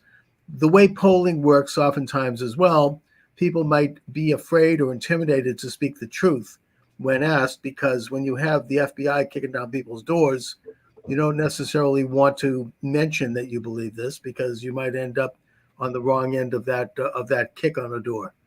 So, suffice to say that everyone knows damn well what happened in 2020. And I think that you are bringing a lot of data to this and science to it that further reinforces what happened. So let's just talk for starters about your methods of analyzing the election state by state, county by county. All right. So there's 3,143 counties or county equivalents in independent cities in the United States that contribute votes in our presidential elections and also in statewide elections in those states. And of course, they are going to have a finite number of votes, which maxes out clearly at the number of registered voters, which we'll get into is a serious problem. Now, some of these counties, including in the key states that are key for the Electoral College with any Donald Trump run for the presidency, and really any Republican run now that the map is shifting around, you have states like Pennsylvania and Michigan, Ohio, Iowa, Wisconsin, Indiana, all across the Midwest, the Rust Belt. And a lot of those counties are stagnant in population, so they're fixed. The population hasn't changed much, or it's declining. And in counties like that, Westmoreland County, Pennsylvania is my favorite example. When you have what's called a coalition shift, people that vote this way that then start voting the other way, when the population is dropping because jobs are leaving, then what that means is one party's stack of votes continues to go down. You can look at Westmoreland County for 3 decades, declining vote totals, election after election after election. And what you have there is a record Trump performance in 2020, and at the same time, a record Biden performance as well, shaving Trump's margins by about, it looks like 18,000 plus votes in my estimates in a state decided by 80,000. So it takes into account population change, whether that's a surging stream of new population or whether that's a trickle or whether that's a decrease. Then we have the party registration where it's available in 32 states. You can see in the counties which way the trends in the elections should be going.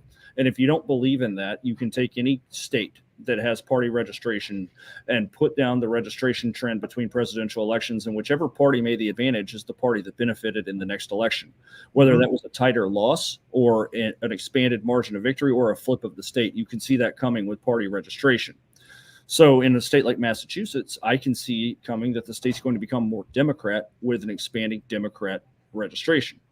In a state like Pennsylvania, when it was a 21-to-1 ratio of registered Republicans to Democrats in Trump's term, that is signaling very strongly that Trump is not only going to win Pennsylvania again, he's going to win it by a wide margin. My number for Pennsylvania is 6.4%. Okay, so let's just focus on Pennsylvania because it's one of the most egregious examples of what happened. I think it was public knowledge before the election that Republican registration was way up in that state. That was in the news. I recall reading about it. We also had a situation where the state legislature was being undermined by a very corrupt attorney general and secretary of state, mainly installed due to financing from George Soros, who were switching and changing the laws against the U.S. Constitution, Article 2, which says that only the state legislature holds the plenary power to make election laws. And they challenged that, and the challenge was thrown out by a corrupt state judiciary. Eventually, it made its way to the Supreme Court, and the Supreme Court ignored it after the election. So, the issue of the corruption of our judiciary is a separate question. But the point I'm making here is that Pennsylvania, like several other states, and I know this is such a complex issue. There's so many moving parts, but on election night, it was one of the states that simultaneously shut down and stopped counting. And at that time, Trump was ahead by almost 750,000 votes, right? Then they reopened the next day and they start recounting and recounting and recounting until a week later, they suddenly find enough votes so that the media, the mainstream Mockingbird media, could declare Biden the winner. And that was how he won. Now, I mean, what do we do to counter that? Because that kind of corruption is so pervasive and so ingrained there now that I don't see how there's ever going to be another free election in that state, given those circumstances. Pennsylvania has gotten much worse since the 2020 election. This has been a stealth play ever since Trump won the states in 2016. So you have the Trump flip of PA, Michigan, Wisconsin, and a near flip of Minnesota in 2016. Minnesota was on the same trend as the rest of the states and should have been a Trump state in 2020. So when we look at the data on those states, you can see in 2018 that the 2018 midterm is when the Trump level election manipulation actually began. But because Donald Trump wasn't removed from office, most people didn't notice, especially since the end result, which was a flip of the House. And hey, there's actually a split decision here. We got more Senate seats. Most people didn't notice the massive turnout. My number suggests that there's 12 to 21 million more votes cast than are feasibly possible based on historic turnout figures since 1974. So that's the 2018 midterm. And that midterm was instrumental in Pennsylvania for reelecting Tom Wolf and making sure that Pennsylvania had statewide Democrat leadership in place for 2020, because they had it in place for 2016. But in 2020, they needed it because Pennsylvania looks like it had a rightward lurch in the 2018 midterms as well. Mm-hmm. And then you see in Michigan, 2018 was important for getting Nessel, Whitmer, and Benson in office there in Michigan. Right. All three of them were swept in 2018. John James also lost his Senate seat in 2018, and that was when he ran against Debbie Stabenow.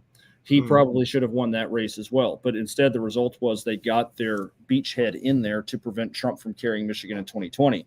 And in Wisconsin, you have Evers, who snatched the governor's seat away from Scott Walker in 2018. That was with the Milwaukee dump of votes late in the night and put it just over the recount threshold. Walker conceded the race. So that is the origins of this. They got their people in place, and of course Minnesota did the same, and they made sure, and Arizona did the same. You have Katie Hobbs was put in 2018 after the race was called for Steve Gaynor, who ran against her for Secretary of State, and they counted in Maricopa County for days. It's when they got Kristen Sinema in the Senate, and you've seen it all throughout the state. Brad Raffensperger went into Georgia in 2018, and we have this nexus of politicians that were put in place in 2018 or before to ensure that Trump wasn't able to get reelected in those key states, because those 6 states are what I call the contested states: Georgia, Arizona, Nevada, Pennsylvania, Michigan, and Wisconsin. I have all 6 going to Trump easily. The closest state of those 6 is Pennsylvania at 6.4%. None of those states belong in the actual top 10 of the 2020 election. I also have Minnesota as a Trump state. And I have a number of states that you would never think of in a million years that are within 6 points, that are perpetually blue states. Right. I mean, that would be if we actually had an honest election. Correct. So you had the Soros's project of installing secretaries of states, attorneys generals, and corrupt district attorneys, that because he understood that that's where the power lay, that's where you could have people manipulating the law in such a way that would benefit them.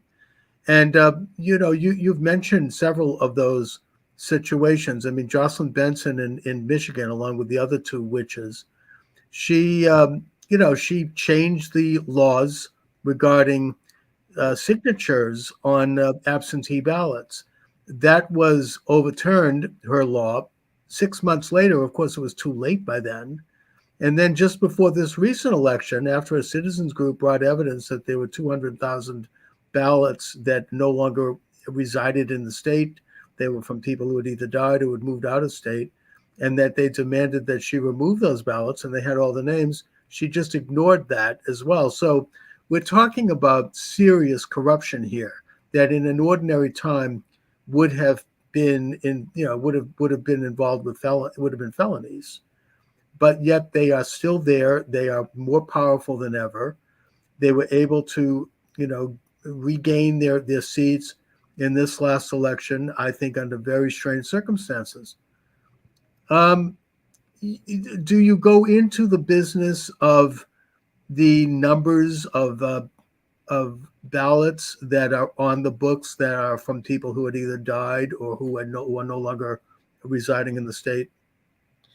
So people in the state election integrity groups, they get into that because they have to, and that's their piece of terrain that they can control. Where I came in at a national level. At the end of the 2020 election, while President Trump was still in office, I was brought in to give statistical guidance, just like I do now, and it was to provide material for the lawsuits. So I had context, which of course the courts don't care about that because statistical proof is not hard evidence of a crime like you might find on a security camera. But it supports, hey, something's not right here. Your blood pressure is 200 over 150. Something's not right here. And that is what my statistics show. So I came in at the national level. And then when the election integrity movement kicked off with a national perspective, I've never really been at the county or state level. That doesn't mean I don't have insight on it, but the people that are working at the counties and at the states, they know very closely. They know their county officials, their elections administrators, their county commissioners. And for me to get involved in it would really only create a more difficult path for them. They're going to say, here's a national election denier or one of the more prominent election deniers in the world at this point. And that is something, but I am aware of the New York Citizens Audit for one. I'm aware of all the election integrity movements across the country, and there's a lot of really good ones. You have them everywhere. Audit the Vote Hawaii is outstanding. Audit the Vote Pennsylvania is outstanding. All across the country, we've got, even in Alabama, dark red states, we have people that are doing good. Even there in Massachusetts. Oh yeah, you've got some groups there that hosted me in Middlesex County last year, and that was fun. We had about 10 Antifa show up with their masks on, and they took a look at me, decided they didn't want to do anything about it, but they're out there. Yeah, they're the thugs, or the kind of what Lenin called the shock troops are brought in occasionally to deal with the lower side of the scissors, the upper side being the institutional, kleptocracy, I guess you might call it. The oligarchies, who are really determined to do whatever they have to do to advance their power. And at this point, it's open, it's out in the open, even more so than in 2020 when we all watched it happen on TV, all the states shutting down. I mean, it just, they just did it in broad daylight. And I'm talking now about Maricopa County, where they literally sent ballots in that jammed the machines. I mean, that they were fitted in such a way that they shut down machines in only the most Republican of precincts and wards. And in a way, I suppose you could say that Republicans kind of stepped in it with that one, because we announced in advance that we would be voting in person. And maybe if we had been a little bit more stealthy about it, we could have pulled it off. I don't know. But the point is that that was the most open, the most egregious steal of all. Now, do you get into the business that Mike Lindell has done such a good job with in terms of looking at the algorithms in the machines? I mean, I know that during the forensic audit in Maricopa County, the corrupt, really rotten election board there refused to relinquish the passwords to the machines. They couldn't actually go into them. And that the company that runs them, that I'm even afraid to mention by name here because they sue everybody with slap suits, they would sue, as I say, I mean, they sued anybody who criticized this.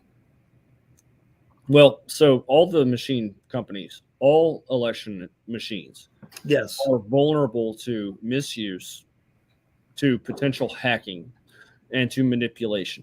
So as far as my involvement with Cause of America or Mike Lindell, I am tightly wound with a number of their key personalities. I do a lot of travel, and I regularly present with people who are tight with Mike.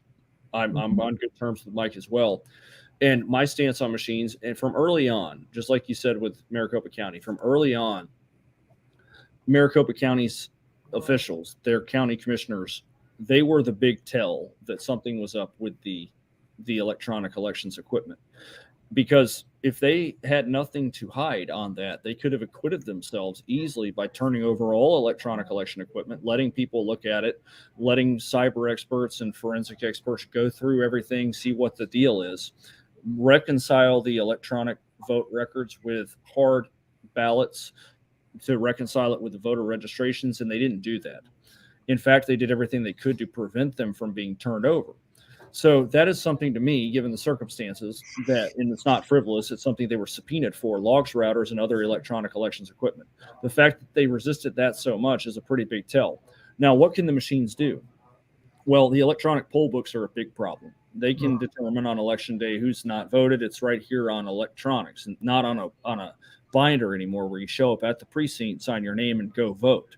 That is by design, that we're herding people into voting centers and that we're trying to make this as digitized as possible, because now we have much more data, and people are now abusing the data, and they are using duplicate or triplicate registrations. They are not cleaning voters off the rolls that have moved or died or moved out to a different precinct. And then you have, of course, completely fictitious voters, which you can find everywhere in those 6 key consensus states, especially.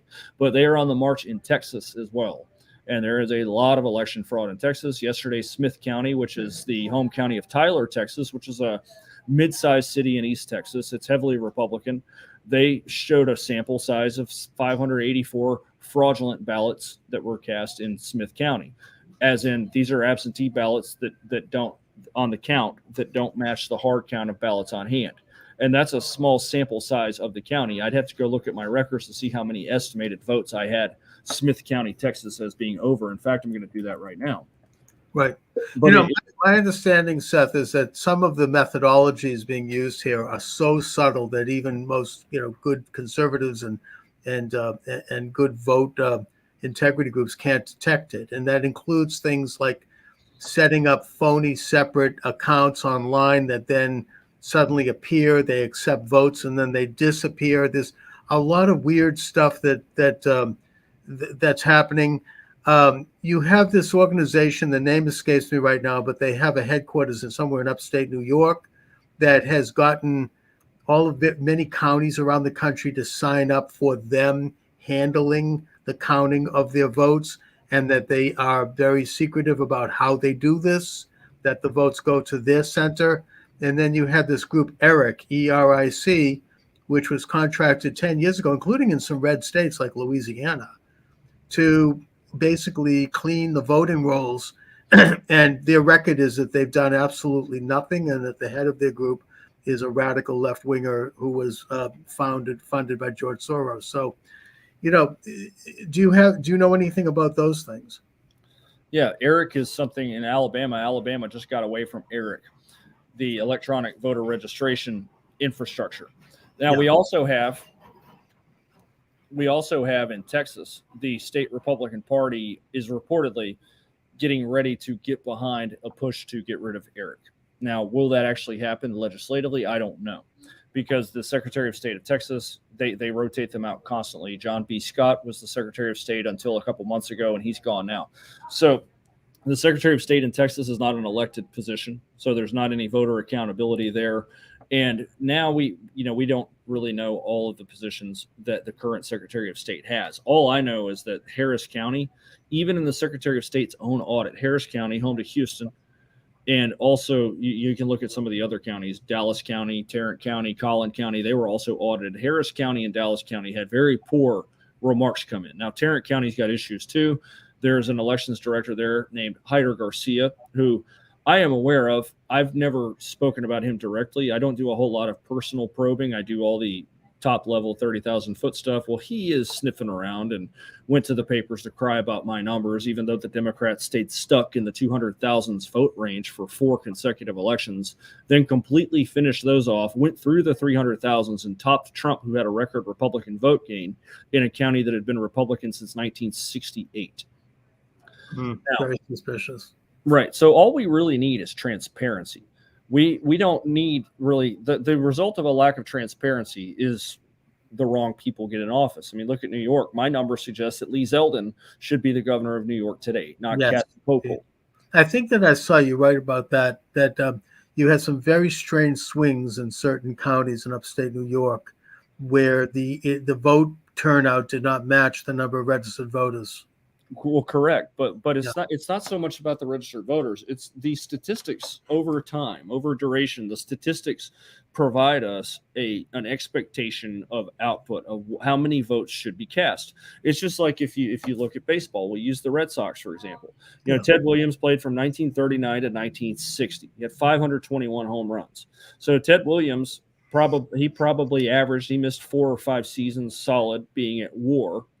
But Ted Williams must have averaged 35 home runs a year if he played a full season. Now, if we have him at 35 a year, we can look at some of his highs. He probably finished in the 40s here and maybe had a season that was cut short in the 20s. Now, if all of a sudden he's got one season that it's 71 home runs, well, what happened here? Now, you can see it in the 90s where you have the steroid era where players are cracking home runs out like softball leagues. But statistics generally give you an expectation. And if everybody all of a sudden starts hitting 50 and 60 home runs, then you know something is going on. So if Joe Biden has 81 million votes, or if even in the 2018 and 2022 midterms, America just started voting all of a sudden and we have record high turnout everywhere, then we should see that everywhere. And still, I can go through the map in 2020 and find places that did not have a spike. Suffolk County in Massachusetts looks normal to every election year. So according to my model, I flagged that as green. Now, I'm sure that any big city, county like that has its inherent issues that are always. Well, that's because it's been corrupt for 50 years, but that's putting that aside. But in all the right metros, they corrupted 2020 as well. So Baltimore County in Maryland, Baltimore City in Maryland, and then not Baltimore County, Baltimore City, and then Suffolk County, Massachusetts, or you can look at Bronx or Manhattan, New York. They look normal compared to every election trend. In fact, Trump trended New York, or he trended Manhattan, Bronx, Queens heavily in his direction. But you can look at other places like all of a sudden, why is there no motivation for Biden among rural black voters in Alabama or in Arkansas? But it's really an enthusiastic block for him in Georgia. So these things don't make any sense to me. Right, and it does look a little strange when you see these kind of anomalies. And another factor that, of course, enters into the picture is the amount of money that poured in from people like Zuckerberg, who wrote a personal check for $420 million to fund these 2 turf organizations, which basically spread it around, as they used to say, greased a few palms. Only in the battleground states, only in Georgia, Arizona, I think in Detroit, where basically people, and Wisconsin, where people were doing activism, like harvesting ballots and signing people up and setting up tables at fairs and doing the kind of the street work. The thing that's amazing to me about that is that there's very few whistleblowers amongst people who were doing this kind of shady work. Was it just because, there was one or two that spoke to Dinesh D'Souza in his movie 2000 Mules, but it's amazing how tightly sealed that whole thing is. Why do you think that is? I think that people become too siloed in their understanding of what happened in the 2020 election. It's not just the computers. Some people go in, it's just ban the machines. That's part of the problem. But the mechanism of the election of 2020 and other elections is to use various means that are allowed by state law.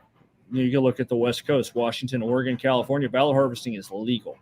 Then you have other states where it's not. So when you do it, you're going to do that at the risk of getting caught. Georgia, Arizona, but then you have compliant, wimpy, useless state legislatures and corrupted courts that refuse to crack the whip on that. Now, in Florida, ballot harvesting is not only illegal, it's a felony.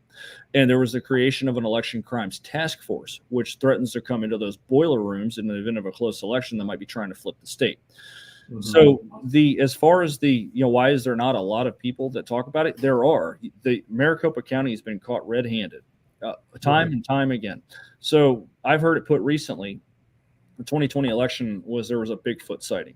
and nobody got it on camera. Well, 2022, that's on camera. Everybody saw Oh, Maricopa yeah. County Obviously. operating in real time to make sure Kerry Lake didn't win. In fact, Kerry Lake never even took a single lead. Abraham Hamadeh took a lead for a split second before the lead went away. So I think that Kerry Lake was kept below even just to make sure she didn't. I think they had to stop her, because if she had won, the whole rotten thing would have been blown open. I mean, that would have been the beginning.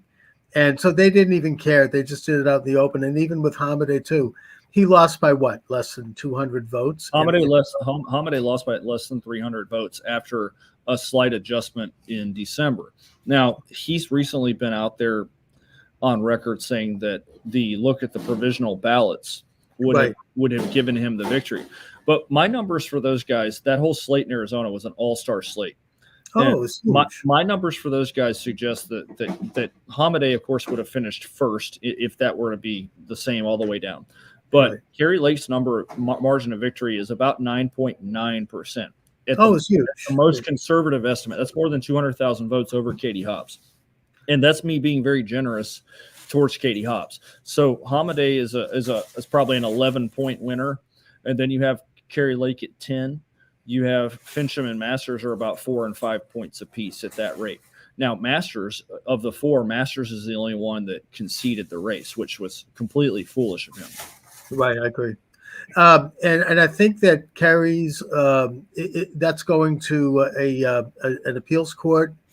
I kind of think that the judge in the state, Thompson, I think he might have been threatened or something. I mean, I think that, these people play hardball, because that was such an obvious case of fraud. And yet, he's decided it wasn't. I mean, it just, could he be either that corrupt, or I think he might have been frightened. But either way, it's now in an appeals court. Where are they now? Do you know? So the main issue that you're getting at here with Thompson is a nationwide epidemic. Judicial corruption has been, the foundation of that has been laid for decades. Right. You really started getting into that when politics got very divisive in the 90s. You might remember red state, blue state became a conversation topic around Bush Gore. So the political well was poisoned. Politics is supposed to be boring. You had, remember in 1976, it's Gerald Ford versus Jimmy Carter, and they were arguing about inflation.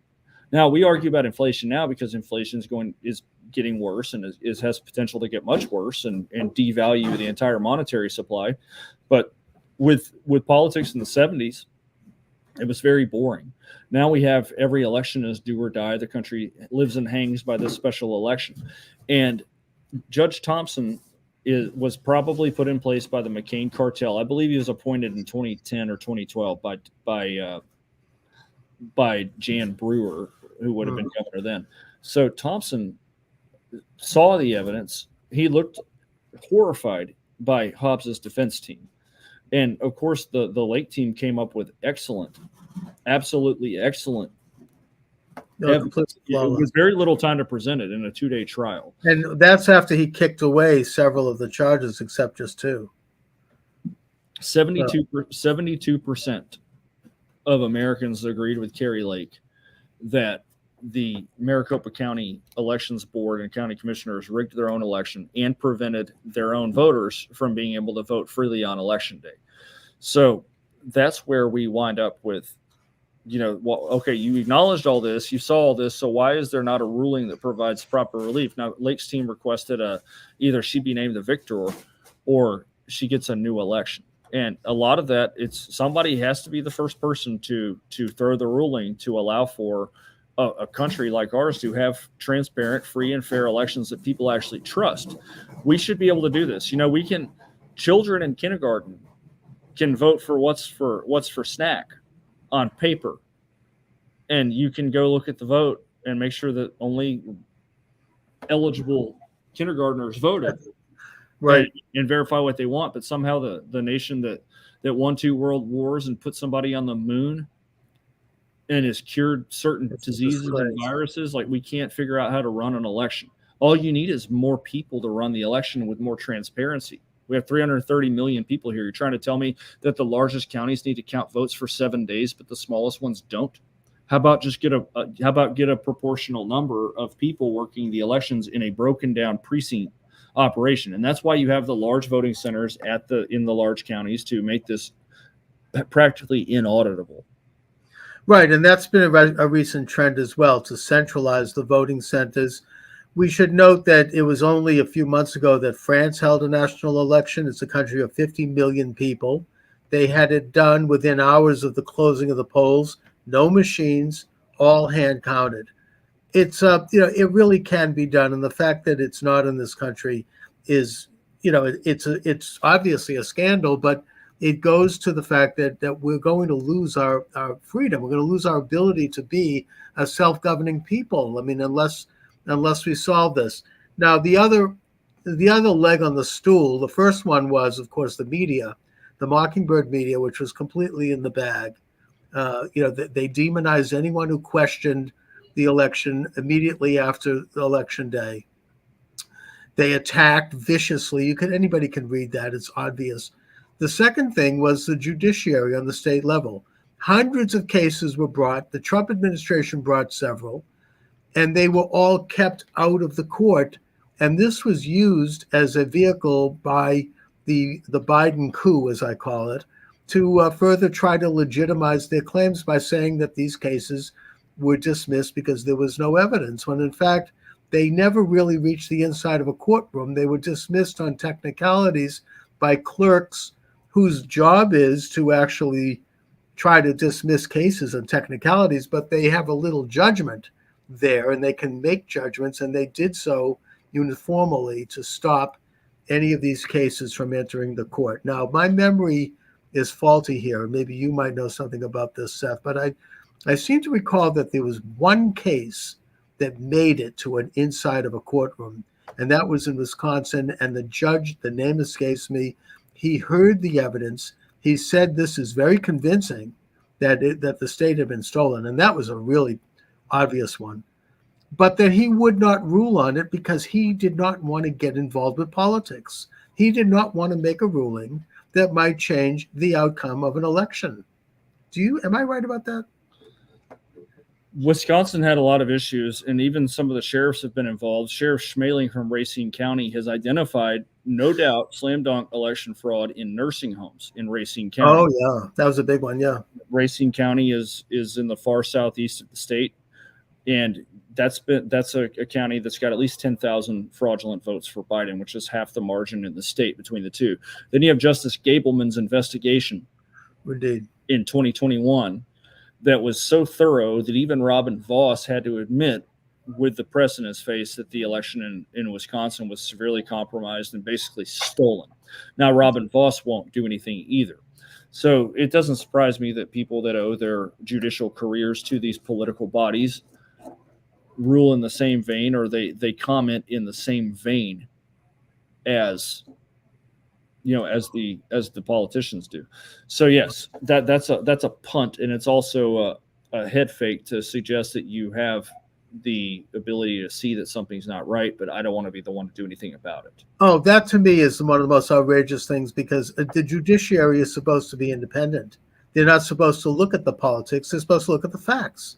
They're supposed to be, if we don't have, that's a complete compromise of the principle of a balance of powers, that they would say, we don't get involved in politics like hell. I mean, that's outrageous that they would take that position. But that is the position they took across the board, including the Supreme Court. They just decided at some level, and I'm not saying it was a conspiracy, the people sitting around in a room somewhere and talking about it. It was just more of kind of an informal decision that they would not get involved in politics. So. Well, it's not politics when people's voices are disenfranchised. Right. And American citizens can't cast their vote as constitutionally prescribed. Then it goes beyond simple politics.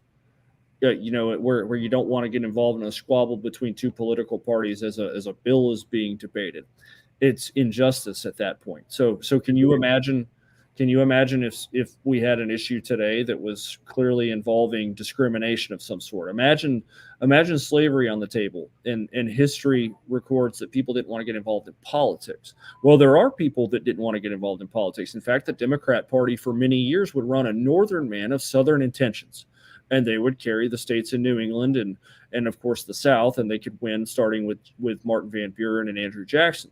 So then eventually it became something where everybody has to oppose. And now that excuse wouldn't fly that you didn't want to get involved dealing with injustice over politics. So the same thing is true. The voting issue is the civil rights issue of our lifetime. And it's the reason that the hit pieces don't work on people like myself or anybody else who goes around talking about election fraud is because 60+% of the country agrees that the elections are toast. If you don't believe me, go ask some people that don't look like your standard Republicans and start talking about that and mention Build Back Better. And then if there's a head nod, talk about the election issues. Almost everyone I've talked to agrees with that. So I'm not an extreme majority in this point. Oh, no. The whole world is looking at the United States, and they see that this regime is illegitimate. And it's kind of common knowledge. I mean, it's not even, something that's up for grabs, but it's particularly disappointing to me, the judiciary. You bring up the Civil War. It was a judiciary. It was jury nullification, actually, that got rid of the Fugitive Slave Act because they said this is not constitutional. And it was Massachusetts, of all states, the founding of a lot of things, which got rid of slavery because of lawsuits brought by slaves and representatives into the state judiciary, and it ended up becoming so costly to keep a slave that they got rid of it, not because the government wanted to. So the judiciary has a very important function here, and it really has fallen down on the job. Now, the third leg in the stool was the events of January 6th, the assembly. The assembly was when every 4 years the president, they get together and the delegates basically confirm who is going to be the next president of the United States. And every 4 years, going all the way back to Jefferson, there have been many cases where there has been a contest, including Jefferson's contest himself in 1800, where Jefferson, as the president of the assembly and as the vice president of the United States, declared himself president of the United States. I mean, it's an extraordinary power that president has, who is also the vice president. And there were 7 delegations that were being contested. There were signed letters with at least one representative and one senator jointly signing a letter requesting a hearing on 7 states. That was in the process of happening. The media was there filming. Those states were the states you've mentioned, Seth, along with New Mexico, apparently. And Arizona was first because alphabetically the states are called. In the middle of the hearing, all of a sudden the guy shows up with the Viking hat and it's over. And everything got shut down. And if anybody was watching television at that time, and I was, they were rolling out extraordinary evidence of fraud. And the whole country was watching. And so it was put to a stop by that incursion. Of course, then later that night or in the wee hours of the next morning, they reassembled and they just gavelled Biden through. Talk about a coup. No hearings, no media, no one saw it. So what say you about that particular incident? Mike Pence could have, if you've read the Brunson brothers case. Now, yes, I am not somebody who is bullish that courts are going to see the law and see the facts and do the right ruling. So yes, it's as far out in left field as that case appears to be, it's actually correct, because these are people that took their oath and they vowed to support the United States Constitution and defend this country, and with it, the rights of the people. And when you have the dozens of congressmen or senators that hesitated to certify the results or asked for audits to be done on the results and to delay, they neglected to debate and deliberate on the merits of that subject, and in doing so recklessly certified this result. Now look at the global impact of this person being president Oh, horrible. and his appointments and the precedent that this is set for us to just go ahead and say that it's real. I mean, the epitome of what it is to be an American is to not trust the government. Of course. Because that's the foundation of this country. In fact, the foundation of our nation is right there, basically where you are in Massachusetts, how far that's fallen. But those were people that knew better than to trust the government with everything, including your liberty, including your wealth. And so, yes, Mike Pence should have paused the certification of the Electoral College and sent the electors back. One of the major Sorry, I'm in a hotel here. That's okay. Get some of the background noise. One of the major problems President Trump faced in his last days in office was people began to bail on him. You could see the entire cabinet, saying that this is bad. We've already done our challenges. And one of the things the left did is they rushed right ahead, or even the so-called right, these Republican houses, they rushed right ahead and certified their election results. And then what they did is they appointed their Biden electors. And then they slammed it through on January the 6th. So they cemented in their goalposts as they moved them. And everybody that was part of the legal challenges in 2020 thought, before we really saw the extent of the judicial corruption in this country, we were like, well, this is very obvious to everybody that they, screwed this election up big time. So certainly we're going to get the right outcome. And then, of course, here's the hearings in Georgia. Here's Texas versus Pennsylvania, which was from the Attorney General of Texas, Ken Paxton, which alleged that Pennsylvania's miscarriage of the 2020 election led to Texas's 38 electors being disenfranchised. Well, they tossed that case too on procedural grounds or on standing. So nobody could get in to the courts, even though you can read some of the sidebar about Clarence Thomas's wife and her opinions about the election, and you would have had at least one justice that would have tossed the election. That'd be Clarence Thomas. Oh, yes, for sure. You know where John Roberts is, and I will also say that Amy Coney Barrett and Brett Kavanaugh have been major disappointments on the court, in my opinion. No, I agree with that. And Neil Gorsuch has been hit or miss, but he's. But on that one, they completely fell down. Nobody wanted to hear that case, and that was such an obvious one, with amicus briefs from 5 other states. They were simply saying that this state of Pennsylvania had violated the law by allowing their governor and their attorney general to make laws and put the whole country at jeopardy by putting in place a fraudulent system. And to me, the fact they wouldn't even hear that is it just shows how deep the corruption goes. Yeah, it's not a single issue, just like the elections. It's not just machines. It's not. It's a very complex issue. There's so many moving parts to this, and it all kind of fell in place. I mean, there's a new book out by Dr. Alexander that he talks about. He was on the COVID task force, and he says that Fauci and Birx, they trusted him mainly because he was black and because they had like an Indian accent, and so they thought, oh, he must be one of us, a Trump hater. So they kind of let their hair down around him and talked about how they were trying to sabotage Trump by using the COVID virus. I mean, can you imagine how despicable that is? They don't care that people might be dying from a virus and the country's locked down. They wanted to prolong that because they thought it would hurt Trump. So there are so many moving parts. We didn't even talk about the Hunter Biden laptop and the fact that 55 intelligence officers, including a former CIA director, lied and signed a document saying that this had been a Russian plant. The New York Times eventually admitted it a year later. It's too late. But it just has such a coordinated look to it.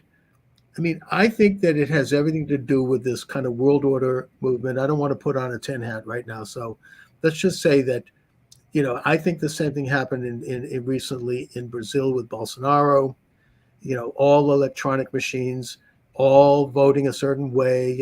In some cases, he was getting more than 100%, the other guy, 100% of the vote. It just didn't look right. And I think that it's going on all over the world right now. The whole world is upside down. every coalition, just about every alliance that's out there, the way that people goad people into alliances and wars is really the same as it's been for more than 100 years. You could see that with I was on Bannon's War Room today, and he mentioned that a lot of what's going on in Europe today resembles the beginning of the Great War that happened in 1912, 13, 14. Yes. And, with the potential for involvement and engagement. Now we have a nuclear just like confrontation in other nations. Yeah, except now they seem to be planning for a nuclear confrontation. I mean, the leadership is really even more demonic than it was then, in terms of the potential to really destroy half the world in order to achieve their bizarre and hateful agenda of world power. I mean, it's it's really kind of overwhelming. But since we are reaching toward the end of the program, Seth, on all of this unhappy information, I know that we need to talk about what can we do positively as citizens because you are out there doing a lot of very important work here, and other people can contribute in their own way.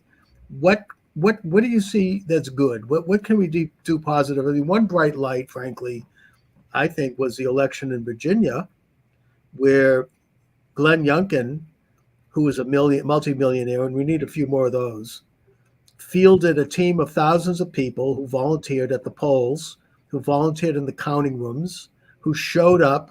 These are retired people, teenagers, students, people from all walks of life, and that the Republican National Committee put money behind it. They knew damn well what had happened. And he won. Probably the cleanest election in that state since Jefferson, and I'm not even sure that one was so clean. So what can we do, Captain Keschel? People have to get involved in every corner of the country. Yeah. And for my field of fire, which is elections, I've Right. set up something called 4 for the Core.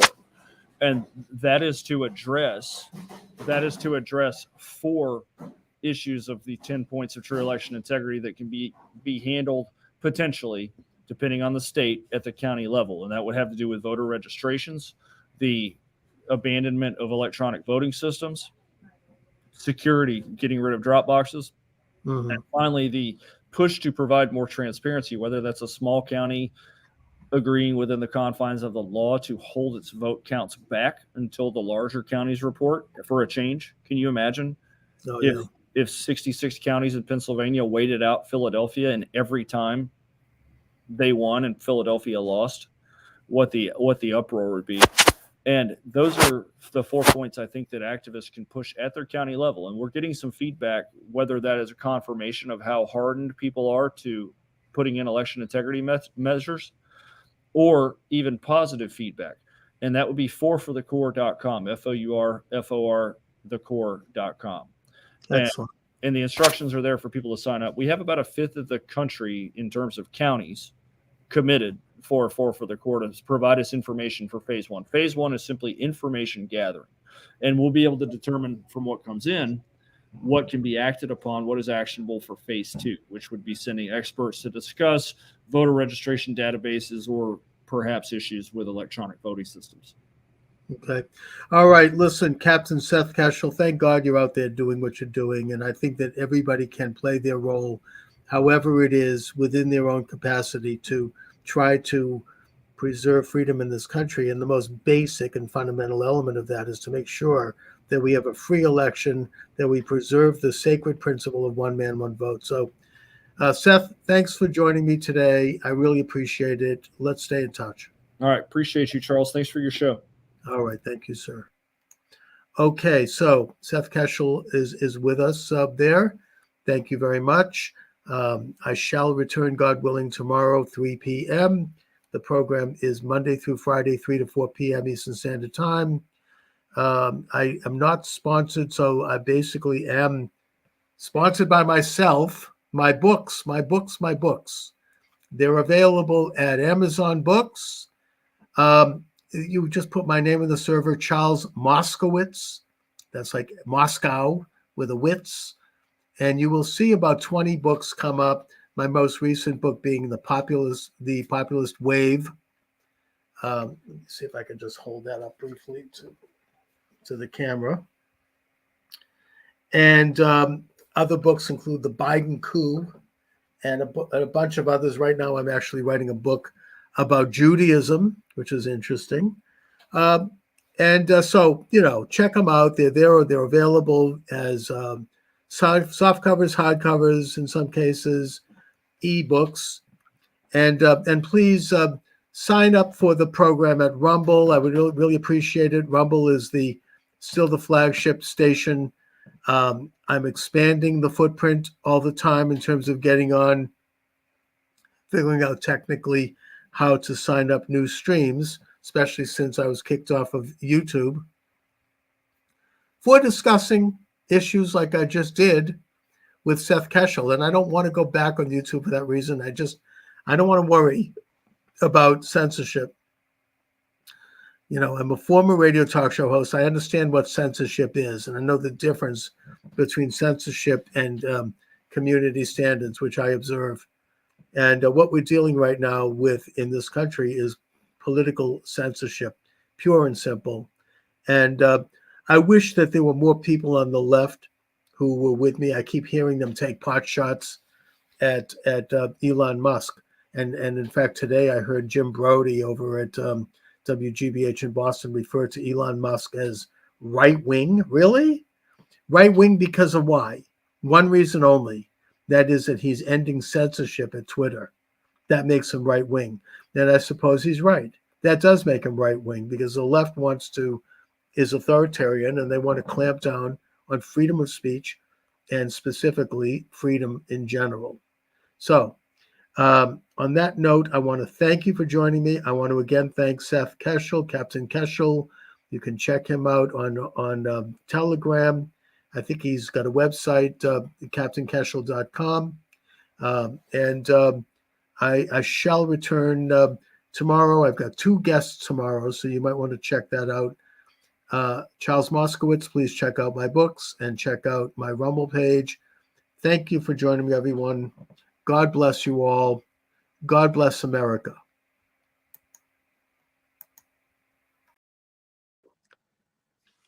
All right, welcome to the program, Charles Moskowitz. Thanks for joining me, everyone. My guest is Vince Everett Ellison, who is the author of Crime, Inc., How Democrats Employ Mafia and Gangster Tactics to Gain and Hold Power. Excuse me. Vince Ellison was born on a cotton plantation in Haywood County, Tennessee. In 2000, Vince received the Republican Party nomination for South Carolina's 6th Congressional District. In 2019, Vince wrote The Iron Triangle, which became an Amazon #1 bestseller. And this book deals, I think, in a less than veiled way with the Democratic Party, a little bit of history of it, and where it stands today. So, Vince, why don't you introduce your book a bit here? Give us a thumbnail on its story. Well, this is my book. It's Crime, Inc. Indeed. It says how Democrats employ mafia and gangster tactics to gain and hold power. In this book, I just take the Democratic Party and I show that they are very similar to a organized crime family, how they use similar tactics and they have similar goals, and how they also coordinate together. So how I've proven in the first chapter that the Democratic Party, just like the mafia and the triads and MS-13, are a foreign entity. Their ideology comes from a foreign government. Their ideology comes from Moscow. It's not an American form of ideology. It's not an American ideology. And I show how the civil rights movement was used to infiltrate the Democratic Party into this Marxist communist group right now. So the NAACP, RAM, the Black Panthers, SELC were all communist fronts. And even the white people, even the white atheists and Marxists and weirdos and hippies back in the day, infiltrated the civil rights movement and backed it up so that they could take over the Democratic Party, which they did in 1972. And since then, the Democratic Party does what the mafia does. They make their money through hits. The mafia has hitmen. The Democratic Party has Planned Parenthood. They do trafficking. You know, the mafia does human trafficking and drug trafficking and sex trafficking. The Democratic Party does through by allowing the borders to be open. The mafia grooms their children very, very young. They get them when they're when they're 9, 10, 11 years old, and they get them in the gangs. And, the gangs do the same thing. But the Democratic Party uses public education for the same thing. They groom the children to join the Democratic Party and do all this weird stuff. They're into porn. They hate women. They hate minorities. They send the drugs to the minority areas. They control the minority areas. When you read this book, you'll see that the Democrat Party and organized crime are one and the same. Even when it comes to false piety, the mafia, the triads, all of them try to act like, and all these Crips and Bloods act like they're so religious. They go to church and they pray and whatnot. But then when it comes down to it, they'll kill you. They'll take children and use them for porn. They'll do anything for money. So it's a false piety. So as you read this book, you will ask the question: did the Democratic Party cause organized crime, or the organized crime form the Democratic Party? They're both one and the same, hand in glove. It does seem to be like kind of a double-faced entity, kind of like the Roman god of Diana, which had two faces. And on the front face is this pious, benevolent group, and then behind the back is an entirely different agenda that is really hard to explain. And since they control the high ground of the media and the culture, you don't get to question it.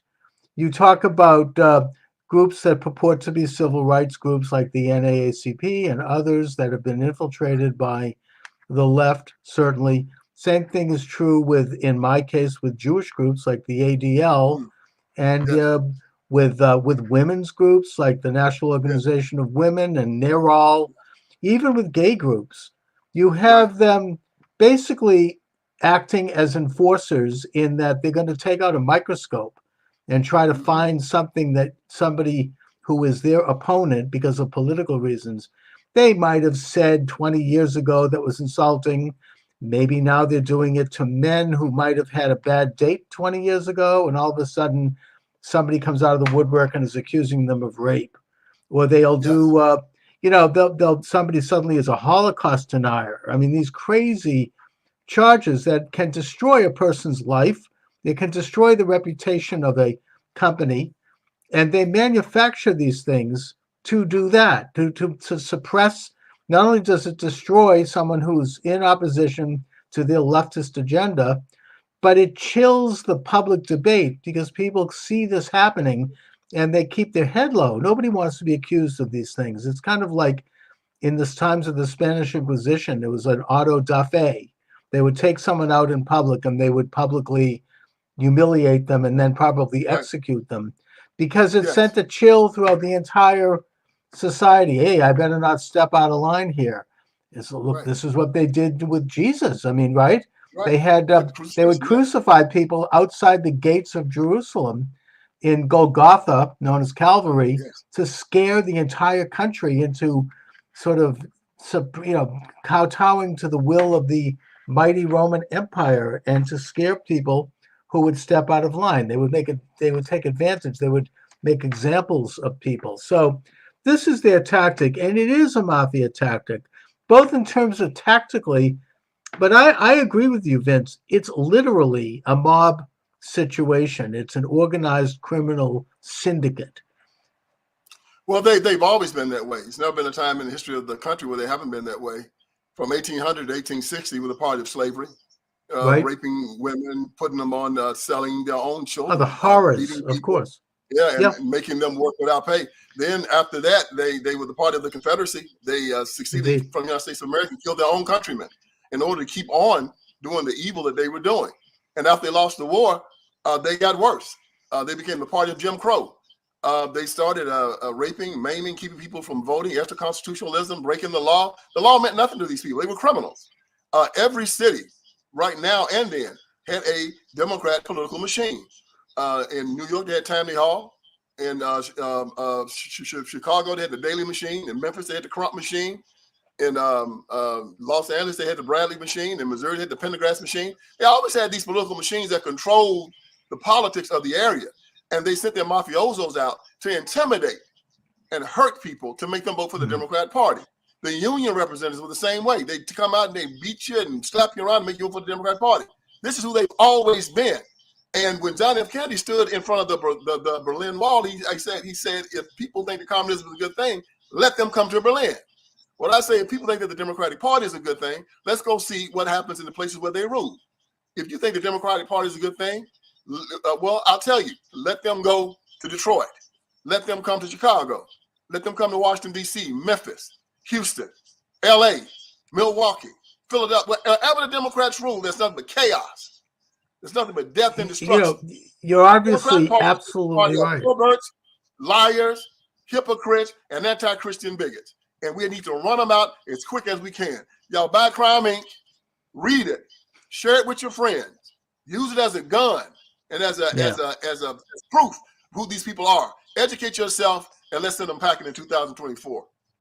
Well, this is what we need to overcome here, because as you point out, they have controlled the big American cities, I think absolutely since the mid 1960s, when they started with these riots that were communist inspired, and that they enthroned these machines that are stealing elections. They have these they shut down when the polls shut down. They have people in there, these ward healers, who fill out the ballots. There's plenty of witnesses of this, and I think that has only been enhanced by electronic machines that are online and all these other mechanisms, these mass mailings of the absentee ballots that people get like 30, 40 ballots at their house, or they go to a vacant building and they get somehow mailed in and they stuff the drop boxes. We all know what happened.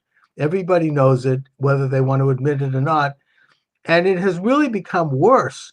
You know, I don't think it's an accident that these corrupt Democrat machines are controlling these cities, and these cities have literally gone to hell. People aren't voting for that. I don't believe they are. I mean, I don't believe the people of that. No, the Democrats have been stealing elections since 1872. That's why the Civil Rights Movement was precipitated, because the Democratic Party wouldn't let black people vote. They were stealing elections then. They never stopped stealing elections. They would rather steal an election than win one outright. This is just who they are. And I go into a lot about Martin Luther King Jr. and how the communists were controlling the Civil Rights Movement. In 1956, Taylor Brandt wrote in his book, America in the King Years, he said in 1956 that the Comintern gave a order that their people in the Civil Rights Movement were supposed to turn the black community to a replica of the old Soviet Union, And they did that. We have one party rule, dictator worship, false religion. They bought the communists to the black church and they made it apostate. Martin Luther King Jr., a lot of people don't know these things about him, but he was excommunicated from the black church in 1961. He was excommunicated from the National Baptist Convention for trying to take it over for the communists and the Civil Rights Movement. So he started his own religion. He called it the the Progressive National Baptist Convention. Look it up. The Progressive National Baptist Convention was started when the National Baptist Convention, a 10 million member unit, kicked Martin Luther King Jr. out of it. He killed a preacher on the floor, rioting, trying to take it over in 1961. Also, a lot of people don't know that Martin Luther King Jr. was the first recipient of the Margaret Sanger Award in 1966 for opening up abortion clinics. They also don't know that he was the reason for the man out clause in welfare. They ran the father out of the house. They said that the mother could get money only if the father was out of the house for welfare. Yeah, King was behind all of that. See, Martin Luther King and John F. Kennedy told King before the March on Washington that he had communists in his organization. You need to get them out because they want to help. They want to destroy America. So people need to understand the history of King, and I talk about this a lot in my book. I Have a Dream speech, which people read which little school children now have to recite, was written by two communists, Clarence Jones and Stanley Levinson. And King said in that speech that he had 100 years after the Emancipation Proclamation, the Negro is still not free. Well, that is a lie. I was born free. God gave me my freedom. According to John Locke, my freedom is an unalienable right. It is irrevocable, non-transferable, and unsellable. And he also said that we should be ashamed of the color of our skin, that we dream of one day that we will be judged by it. I will not walk up to a racist and ask him to look over the color of my skin. Never me. If Martin Luther King wants to do that, let him do that. I don't care how you feel about the color of my skin. That's your problem. If you put your hands on me, you're going to have another one. So I want all your viewers and your listeners to go to my website, VinceELlison.com. That's VinceELlison.com. You'll see my blogs. You'll see my books for sale. You'll see my documentary, and buy them, and they'll rock your world. Oh, you bet. So, Vince, your book is Crime Inc. How Democrats Employ Mafia and Gangster Tactics to Gain and Hold Power.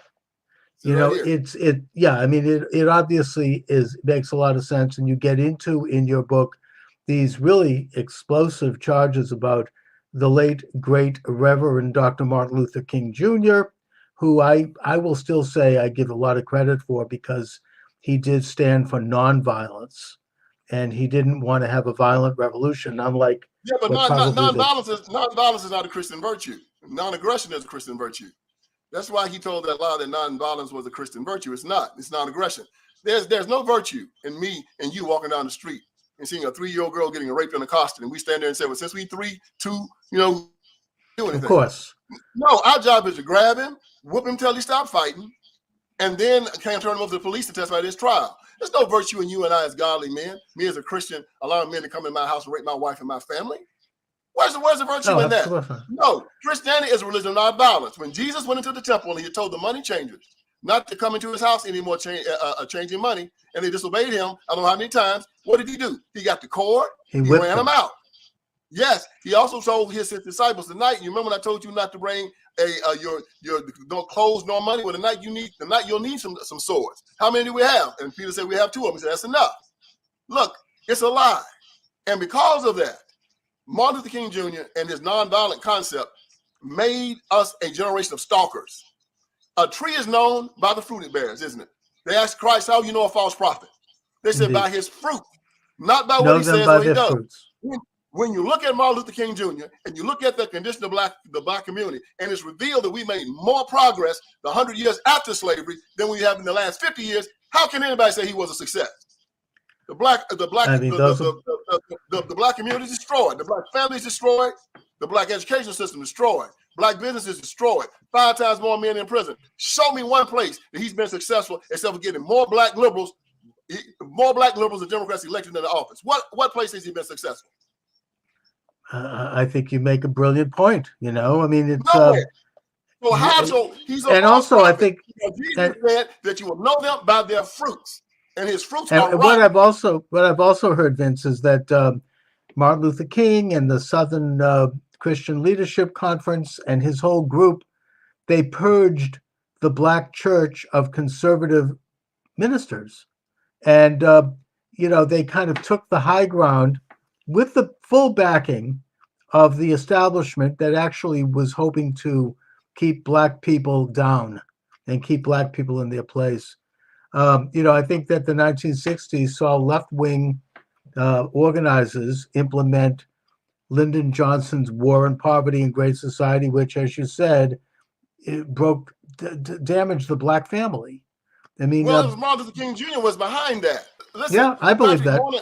Patrick Moynihan did the Moynihan Report. Yeah, that's in 1965. Right. He told Lyndon Johnson that we need to use the federal government to put the black man back in charge of his family. Lyndon Johnson agreed. In his book, Bearing the Cross, David Garrow talks about this. He told Moynihan to take his report to the civil rights community. McGeorge Bundy was with Moynihan when he did it. He took it to Martin Luther King Jr. and the civil rights community at this convention they were having. And McGeorge Bundy wrote, it was a wonder Moynihan got out of that room alive. They cussed him out, called him everything but a child of God. The feminists said that marriage was like slavery. And they did not want to put the man back in the head of the family. And so they put the man in-house clause in welfare and said if the man is caught in the house, instead of the family getting welfare, he gets none. They only get money if the man is out of the house. And in one generation, we went from 80% of our children being born in wedlock to 80% being born out of wedlock. And that's because Martin Luther King Jr. turned down Lyndon Johnson's, when Lyndon Johnson said he wanted to put the black man back in the head of the family, they turned it down. People put this on LBJ. It was not LBJ. It was MLK. And my documentary proves it, and my book proves it. I have a documentary out. It's called Will You Go to Hell For Me? And in this documentary, I asked the question, can a Christian vote for a person that says, I'm going to cut off the breasts of little girls and call them little boys, castrate little boys and call them little girls, give them puberty blockers that mess up their lives forever, vote for 9-month abortion, killing children on the table, do the sex trafficking and fentanyl across the border that's killed 100,000 Americans every year, trap children in failing schools where they never learn to read and write, take weapons from people in war zones so people can kick their doors in and kill them and defund the police so they can't be protected. Can anybody vote for that and think that they won't be held responsible in the eyes of God? I say no. What is evil? I'll make it simple for you. Evil is anyone that'll harm a child. Jesus Christ said, anybody that will harm one of these little ones, they'll put a millstone be tied around their neck, they'd be thrown into the sea. Well, I hope these Democrats can swim. You make, as I said, I mean, I can't really add anything to that. It's a brilliant presentation. I hope that it reaches enough ears. And I know they're trying to censor you on YouTube and all of that, and your documentary. Vince, where can people get your documentary? They can go to VinceELlison.com. VinceELlison.com. You can get my books, you can read my blog, you can get my documentary there. If you want to see the trailer, go to VinceELlison.com. You can watch the trailer there, and it'll send you to a link where you can buy the documentary, stream it, or where you can buy the DVD. I debuted the documentary on Tucker Carlson's show a month before he left Fox News. Tucker said it's one of the most powerful trailers he's ever seen. Sean Hannity said the same thing. I would ask you to watch that trailer and then look at this documentary. Buy it or buy the DVD or stream it. But it will change your life. All this stuff about Martin Luther King Jr. and how they let the communists infiltrate the civil rights movement and how they went into the Democratic Party. It's all in there. All about the black preacher, the black politician, the black civil rights worker being used as conduits by rich white liberals to keep black people under control. It is all there. Every question you have about why excellent. black I mean, Christians, the black church began to be corrupted in the late 1930s with Margaret Sanger and her so-called Negro Project, where she set up an abortion clinic in Harlem, knowing that as a white woman she wouldn't be able to convince black people to go have abortions. So they started to pay ministers to encourage it. And she was a very close friend of Ernst Rudin, who was a Nazi sociologist, and she would publish his work, and she believed in race theories, and she considered black people to be a dysgenic race, and well, the sad thing is that black people believed it. It's not that white people believed it. They can believe what they want to believe. But the black preacher, the black politician, the black civil rights organizers taught black people to believe it. This is why we kill each other in such astronomical numbers. And this is why the most dangerous place in the world for a black person is inside the womb of his mother. So they teach us to kill one another while we're in the womb. So we definitely kill each other after the child is born. We have a dysfunctional society, and that's because we always had a dysfunctional clergy. And the clergy was taught by the plantation owner to tell black people to kowtow and keep themselves in line for white people. And this is why black people during the civil rights movement turned into stalkers. They had their own schools, they had their own communities, and we've been the only people in the history of the world that ever forcibly asked or forced our oppressor to allow us to integrate with them. That's because of a Stockholm syndrome and a cognitive dissonance. It made no sense. It makes no sense now. Most of the other minorities, whether it be Indian or Jewish, think about Jewish people after the Holocaust going up to the Germans, asking them to integrate with them. It's ridiculous. Instead, just like Brigham Young, what did they do? Brigham Young went out west, created his own state. The Indians did the same thing. Give us our reservations. Most people want to get into an enclave. They want to remain American, but they don't want to be under the heel of their oppressor or the people that they think are their oppressor. The black American, led by the Democrat Party, asked, cried, and demanded to live under the heel of their oppressor. And that's where they are now, under his heel. And it's not the white Democrat, it's not the white conservative that's doing it. The white conservative, the best decision the white conservative ever made was to leave the Democrat Party in the early 1970s. Because if they had, they would have fallen victim to the same stuff that the black people have right now. They would have had them at the bottom of every socioeconomic statistic in America also. Instead, when you come down south, the white conservative is doing fine. He saw it coming. He saw the LGBTQ coming. He saw the atheism coming. He saw the lies, the deceit, and the poverty coming. And he said, the heck with the Democrat Party, and got out of it. Saved himself. But black people wanted to hold on to the master.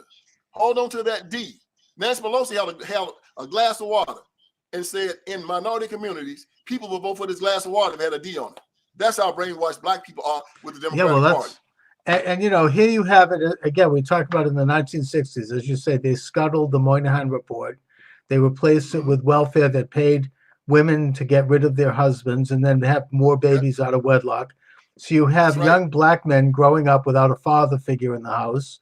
You have leftist economic programs that are stripping the neighborhood of entrepreneurialism and opportunity and all of it. You've got the school system that's been infiltrated and taken over by ideologues who are not teaching things like phonics to help a person know how to read, and all of the methodologies and the Constitution. Instead, it becomes a behavioral soapbox run by these leftists. Man. Yeah, and that include it particularly affected Black families because they had already started to destroy the family, and they didn't have the support. And Martin Luther King Jr. them and all of them backed it up. I mean, it's the stupidest thing in the world. You say you hate George Wallace and you hate Orval Faubus and Lester Murdoch and all those guys, right? All those old Southern governors. But then you have a school system that you have absolute control. We said, no, we don't want to scuttle that school system and hand our children over to the racists. It's like Jews saying, I want to hand my Jewish children over to Nazis to educate. Now, look at what's going on now. The children can't read, they can't write. Baltimore doesn't have one school that can educate children properly in math or science, not one, or reading, not one. Nevertheless, when people start talking about school choice, Black people, when you poll them, will go 95% for vouchers and charters. But when it comes time to vote for the politicians, they say, I won't vote for a Republican because he's a Republican, but I'll vote for a Democrat. It's brainwashing, it's Stockholm syndrome, and they demoralize them to a point where they cannot even think. They think that they are what they say they are. You're no good, you're ignorant, you're stupid, you don't deserve anything, but the crumbs that fall from the table, that's all you're going to get. Don't try to do any better. Don't try to do any better. And when Al Sharpton and Jesse Jackson walk out there talking about you how can you pull yourself up from with your bootstraps and you ain't got no boots? You know, telling Black people what they can't do all the time. Jesus Christ said what? He said, you're more than a conqueror. You cannot be a victim. You cannot be oppressed. They said, thou shalt not covet. But what do these guys say? Income inequality. They say, he said, my peace I leave with you. What do they scream? No justice, no peace. They walk around here begging and stalking white America, looking in the window. Everybody hates a stalker. I don't care how pretty a woman is. If she's a stalker, she's despised. And they turn Black America into a generation of stalkers who are pitied and despised all over the world as opposed to be respected. That's why I can't stand the Democrat Party. They are a cabal of liars, perverts, psychopaths, anti-Christian bigots, full of pride, full of hate. They destroy everything they touch.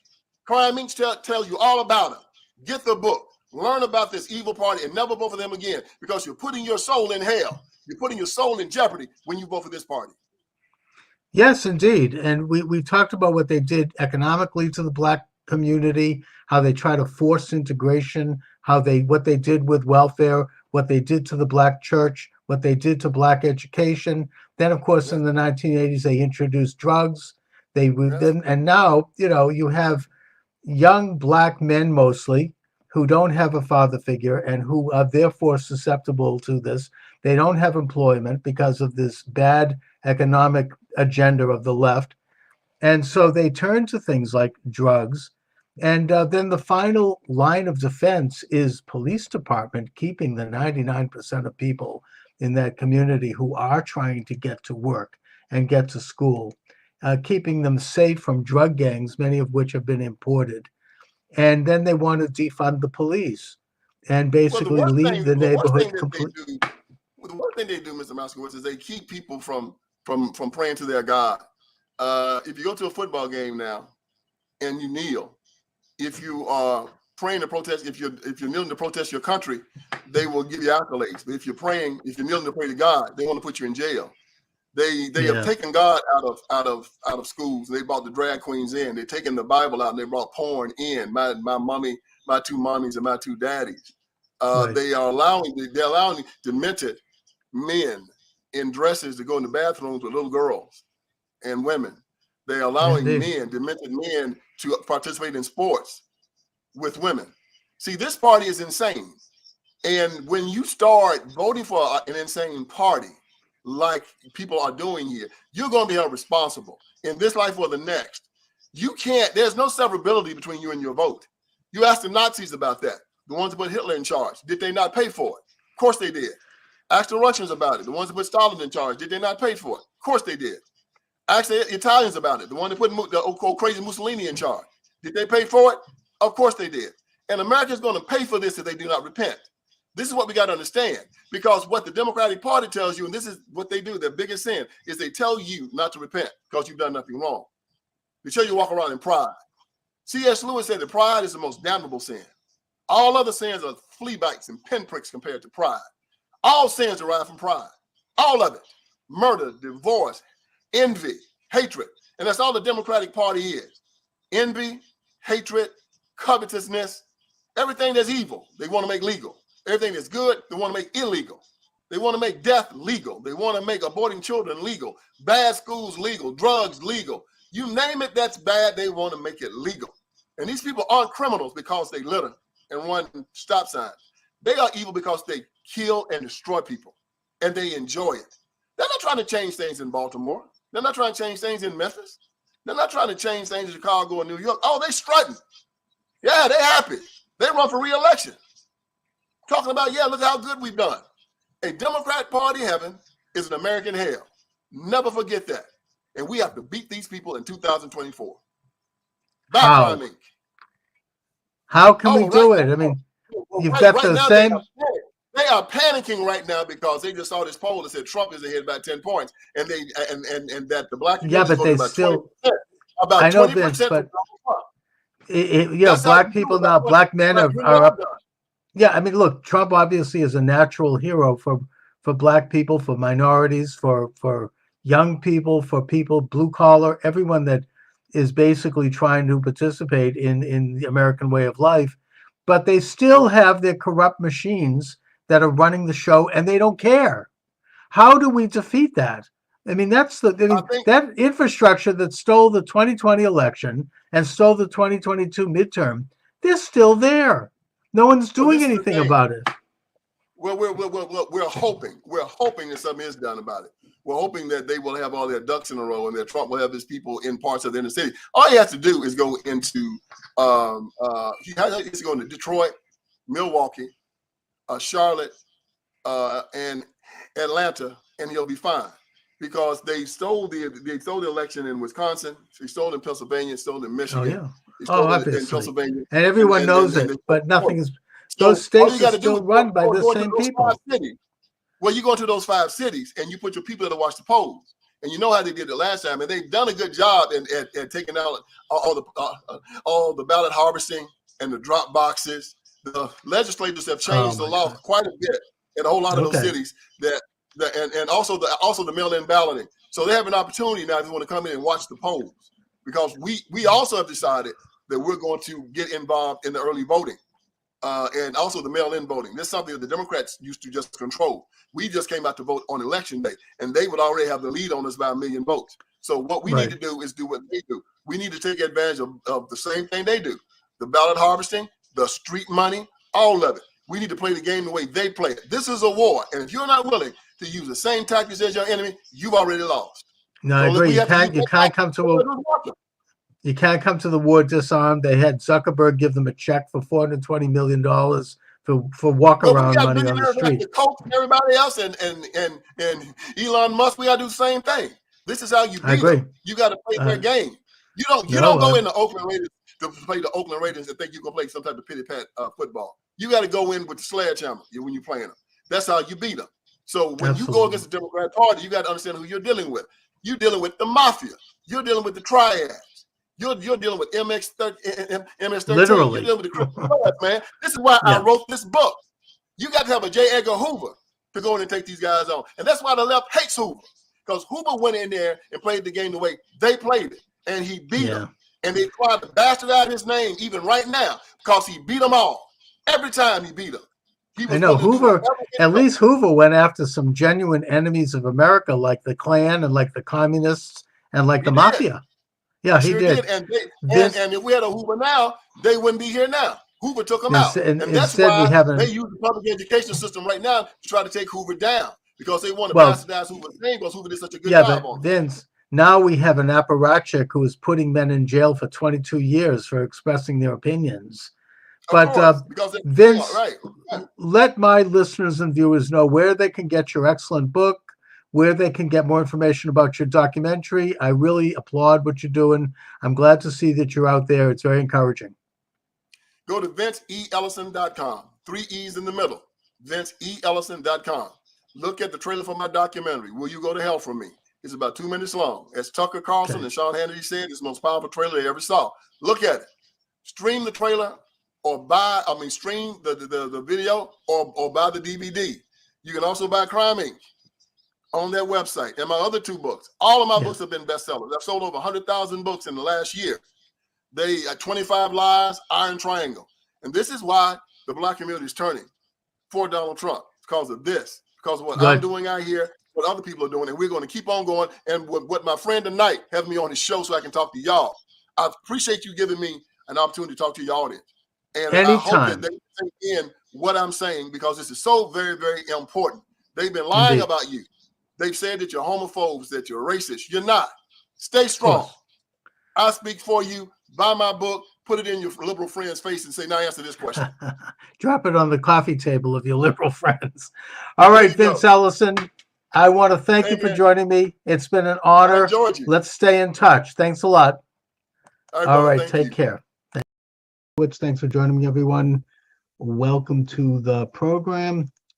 I just want to make sure I'm live on Getter. Getter's a big growing site for me. It's really amazing. And also Roku will be on board next week.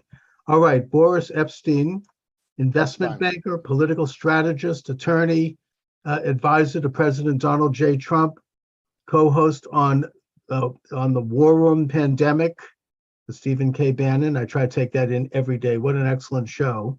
It's amazing he's still, they can't seem to touch him, that he's still up there.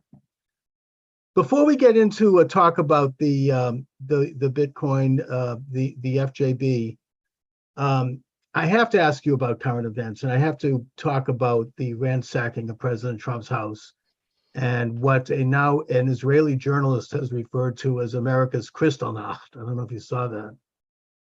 But what's going on? I mean, how is President Trump? Well, I mean, what's going on is very clear: is that this is a politicized persecution, a weaponization of, of law enforcement, and it's clear as day that Biden and his feckless administration are doing all they can to try and intimidate President Trump from running again. But it's not going to work. President Trump's going to continue to fight for the American people. I can't believe how amazing Donald Trump is as a man. I mean, to withstand this kind of personal attack against him and his family for 7 years. I mean, I hope that he knows how loved he is by so many people in this country. When you look at the strength that he's displayed, I don't think there's been a case of leadership like that probably since Lincoln. No doubt about it. The president is this country's leader. He's the irrefutable leader of the Republican Party, the MAGA movement, but America as a whole, because he's got the broad shoulders that we need to lead us during this difficult time. You know, it's a relatively new phenomena in this country for FBI agents and people, ninja dressed law enforcers showing up at private homes and banging the door down and pulling people out of bed at 5 o'clock in the morning. This is not normal. Has this ever happened? I mean, other than obviously for drug dealers and crime. It's unbelievably troubling. It's using and weaponizing law enforcement to target political opponents. It's what we thought could only happen in third world countries, but now it's happening right here in America, and it's a scary time, a dark time in America, as President Trump said in his statement. Indeed. And I think that there is a huge backlash against it, even among some people on the liberal side. Certainly there's a break on the part of independents. I think some of the rhino Republicans, the Trump hating types,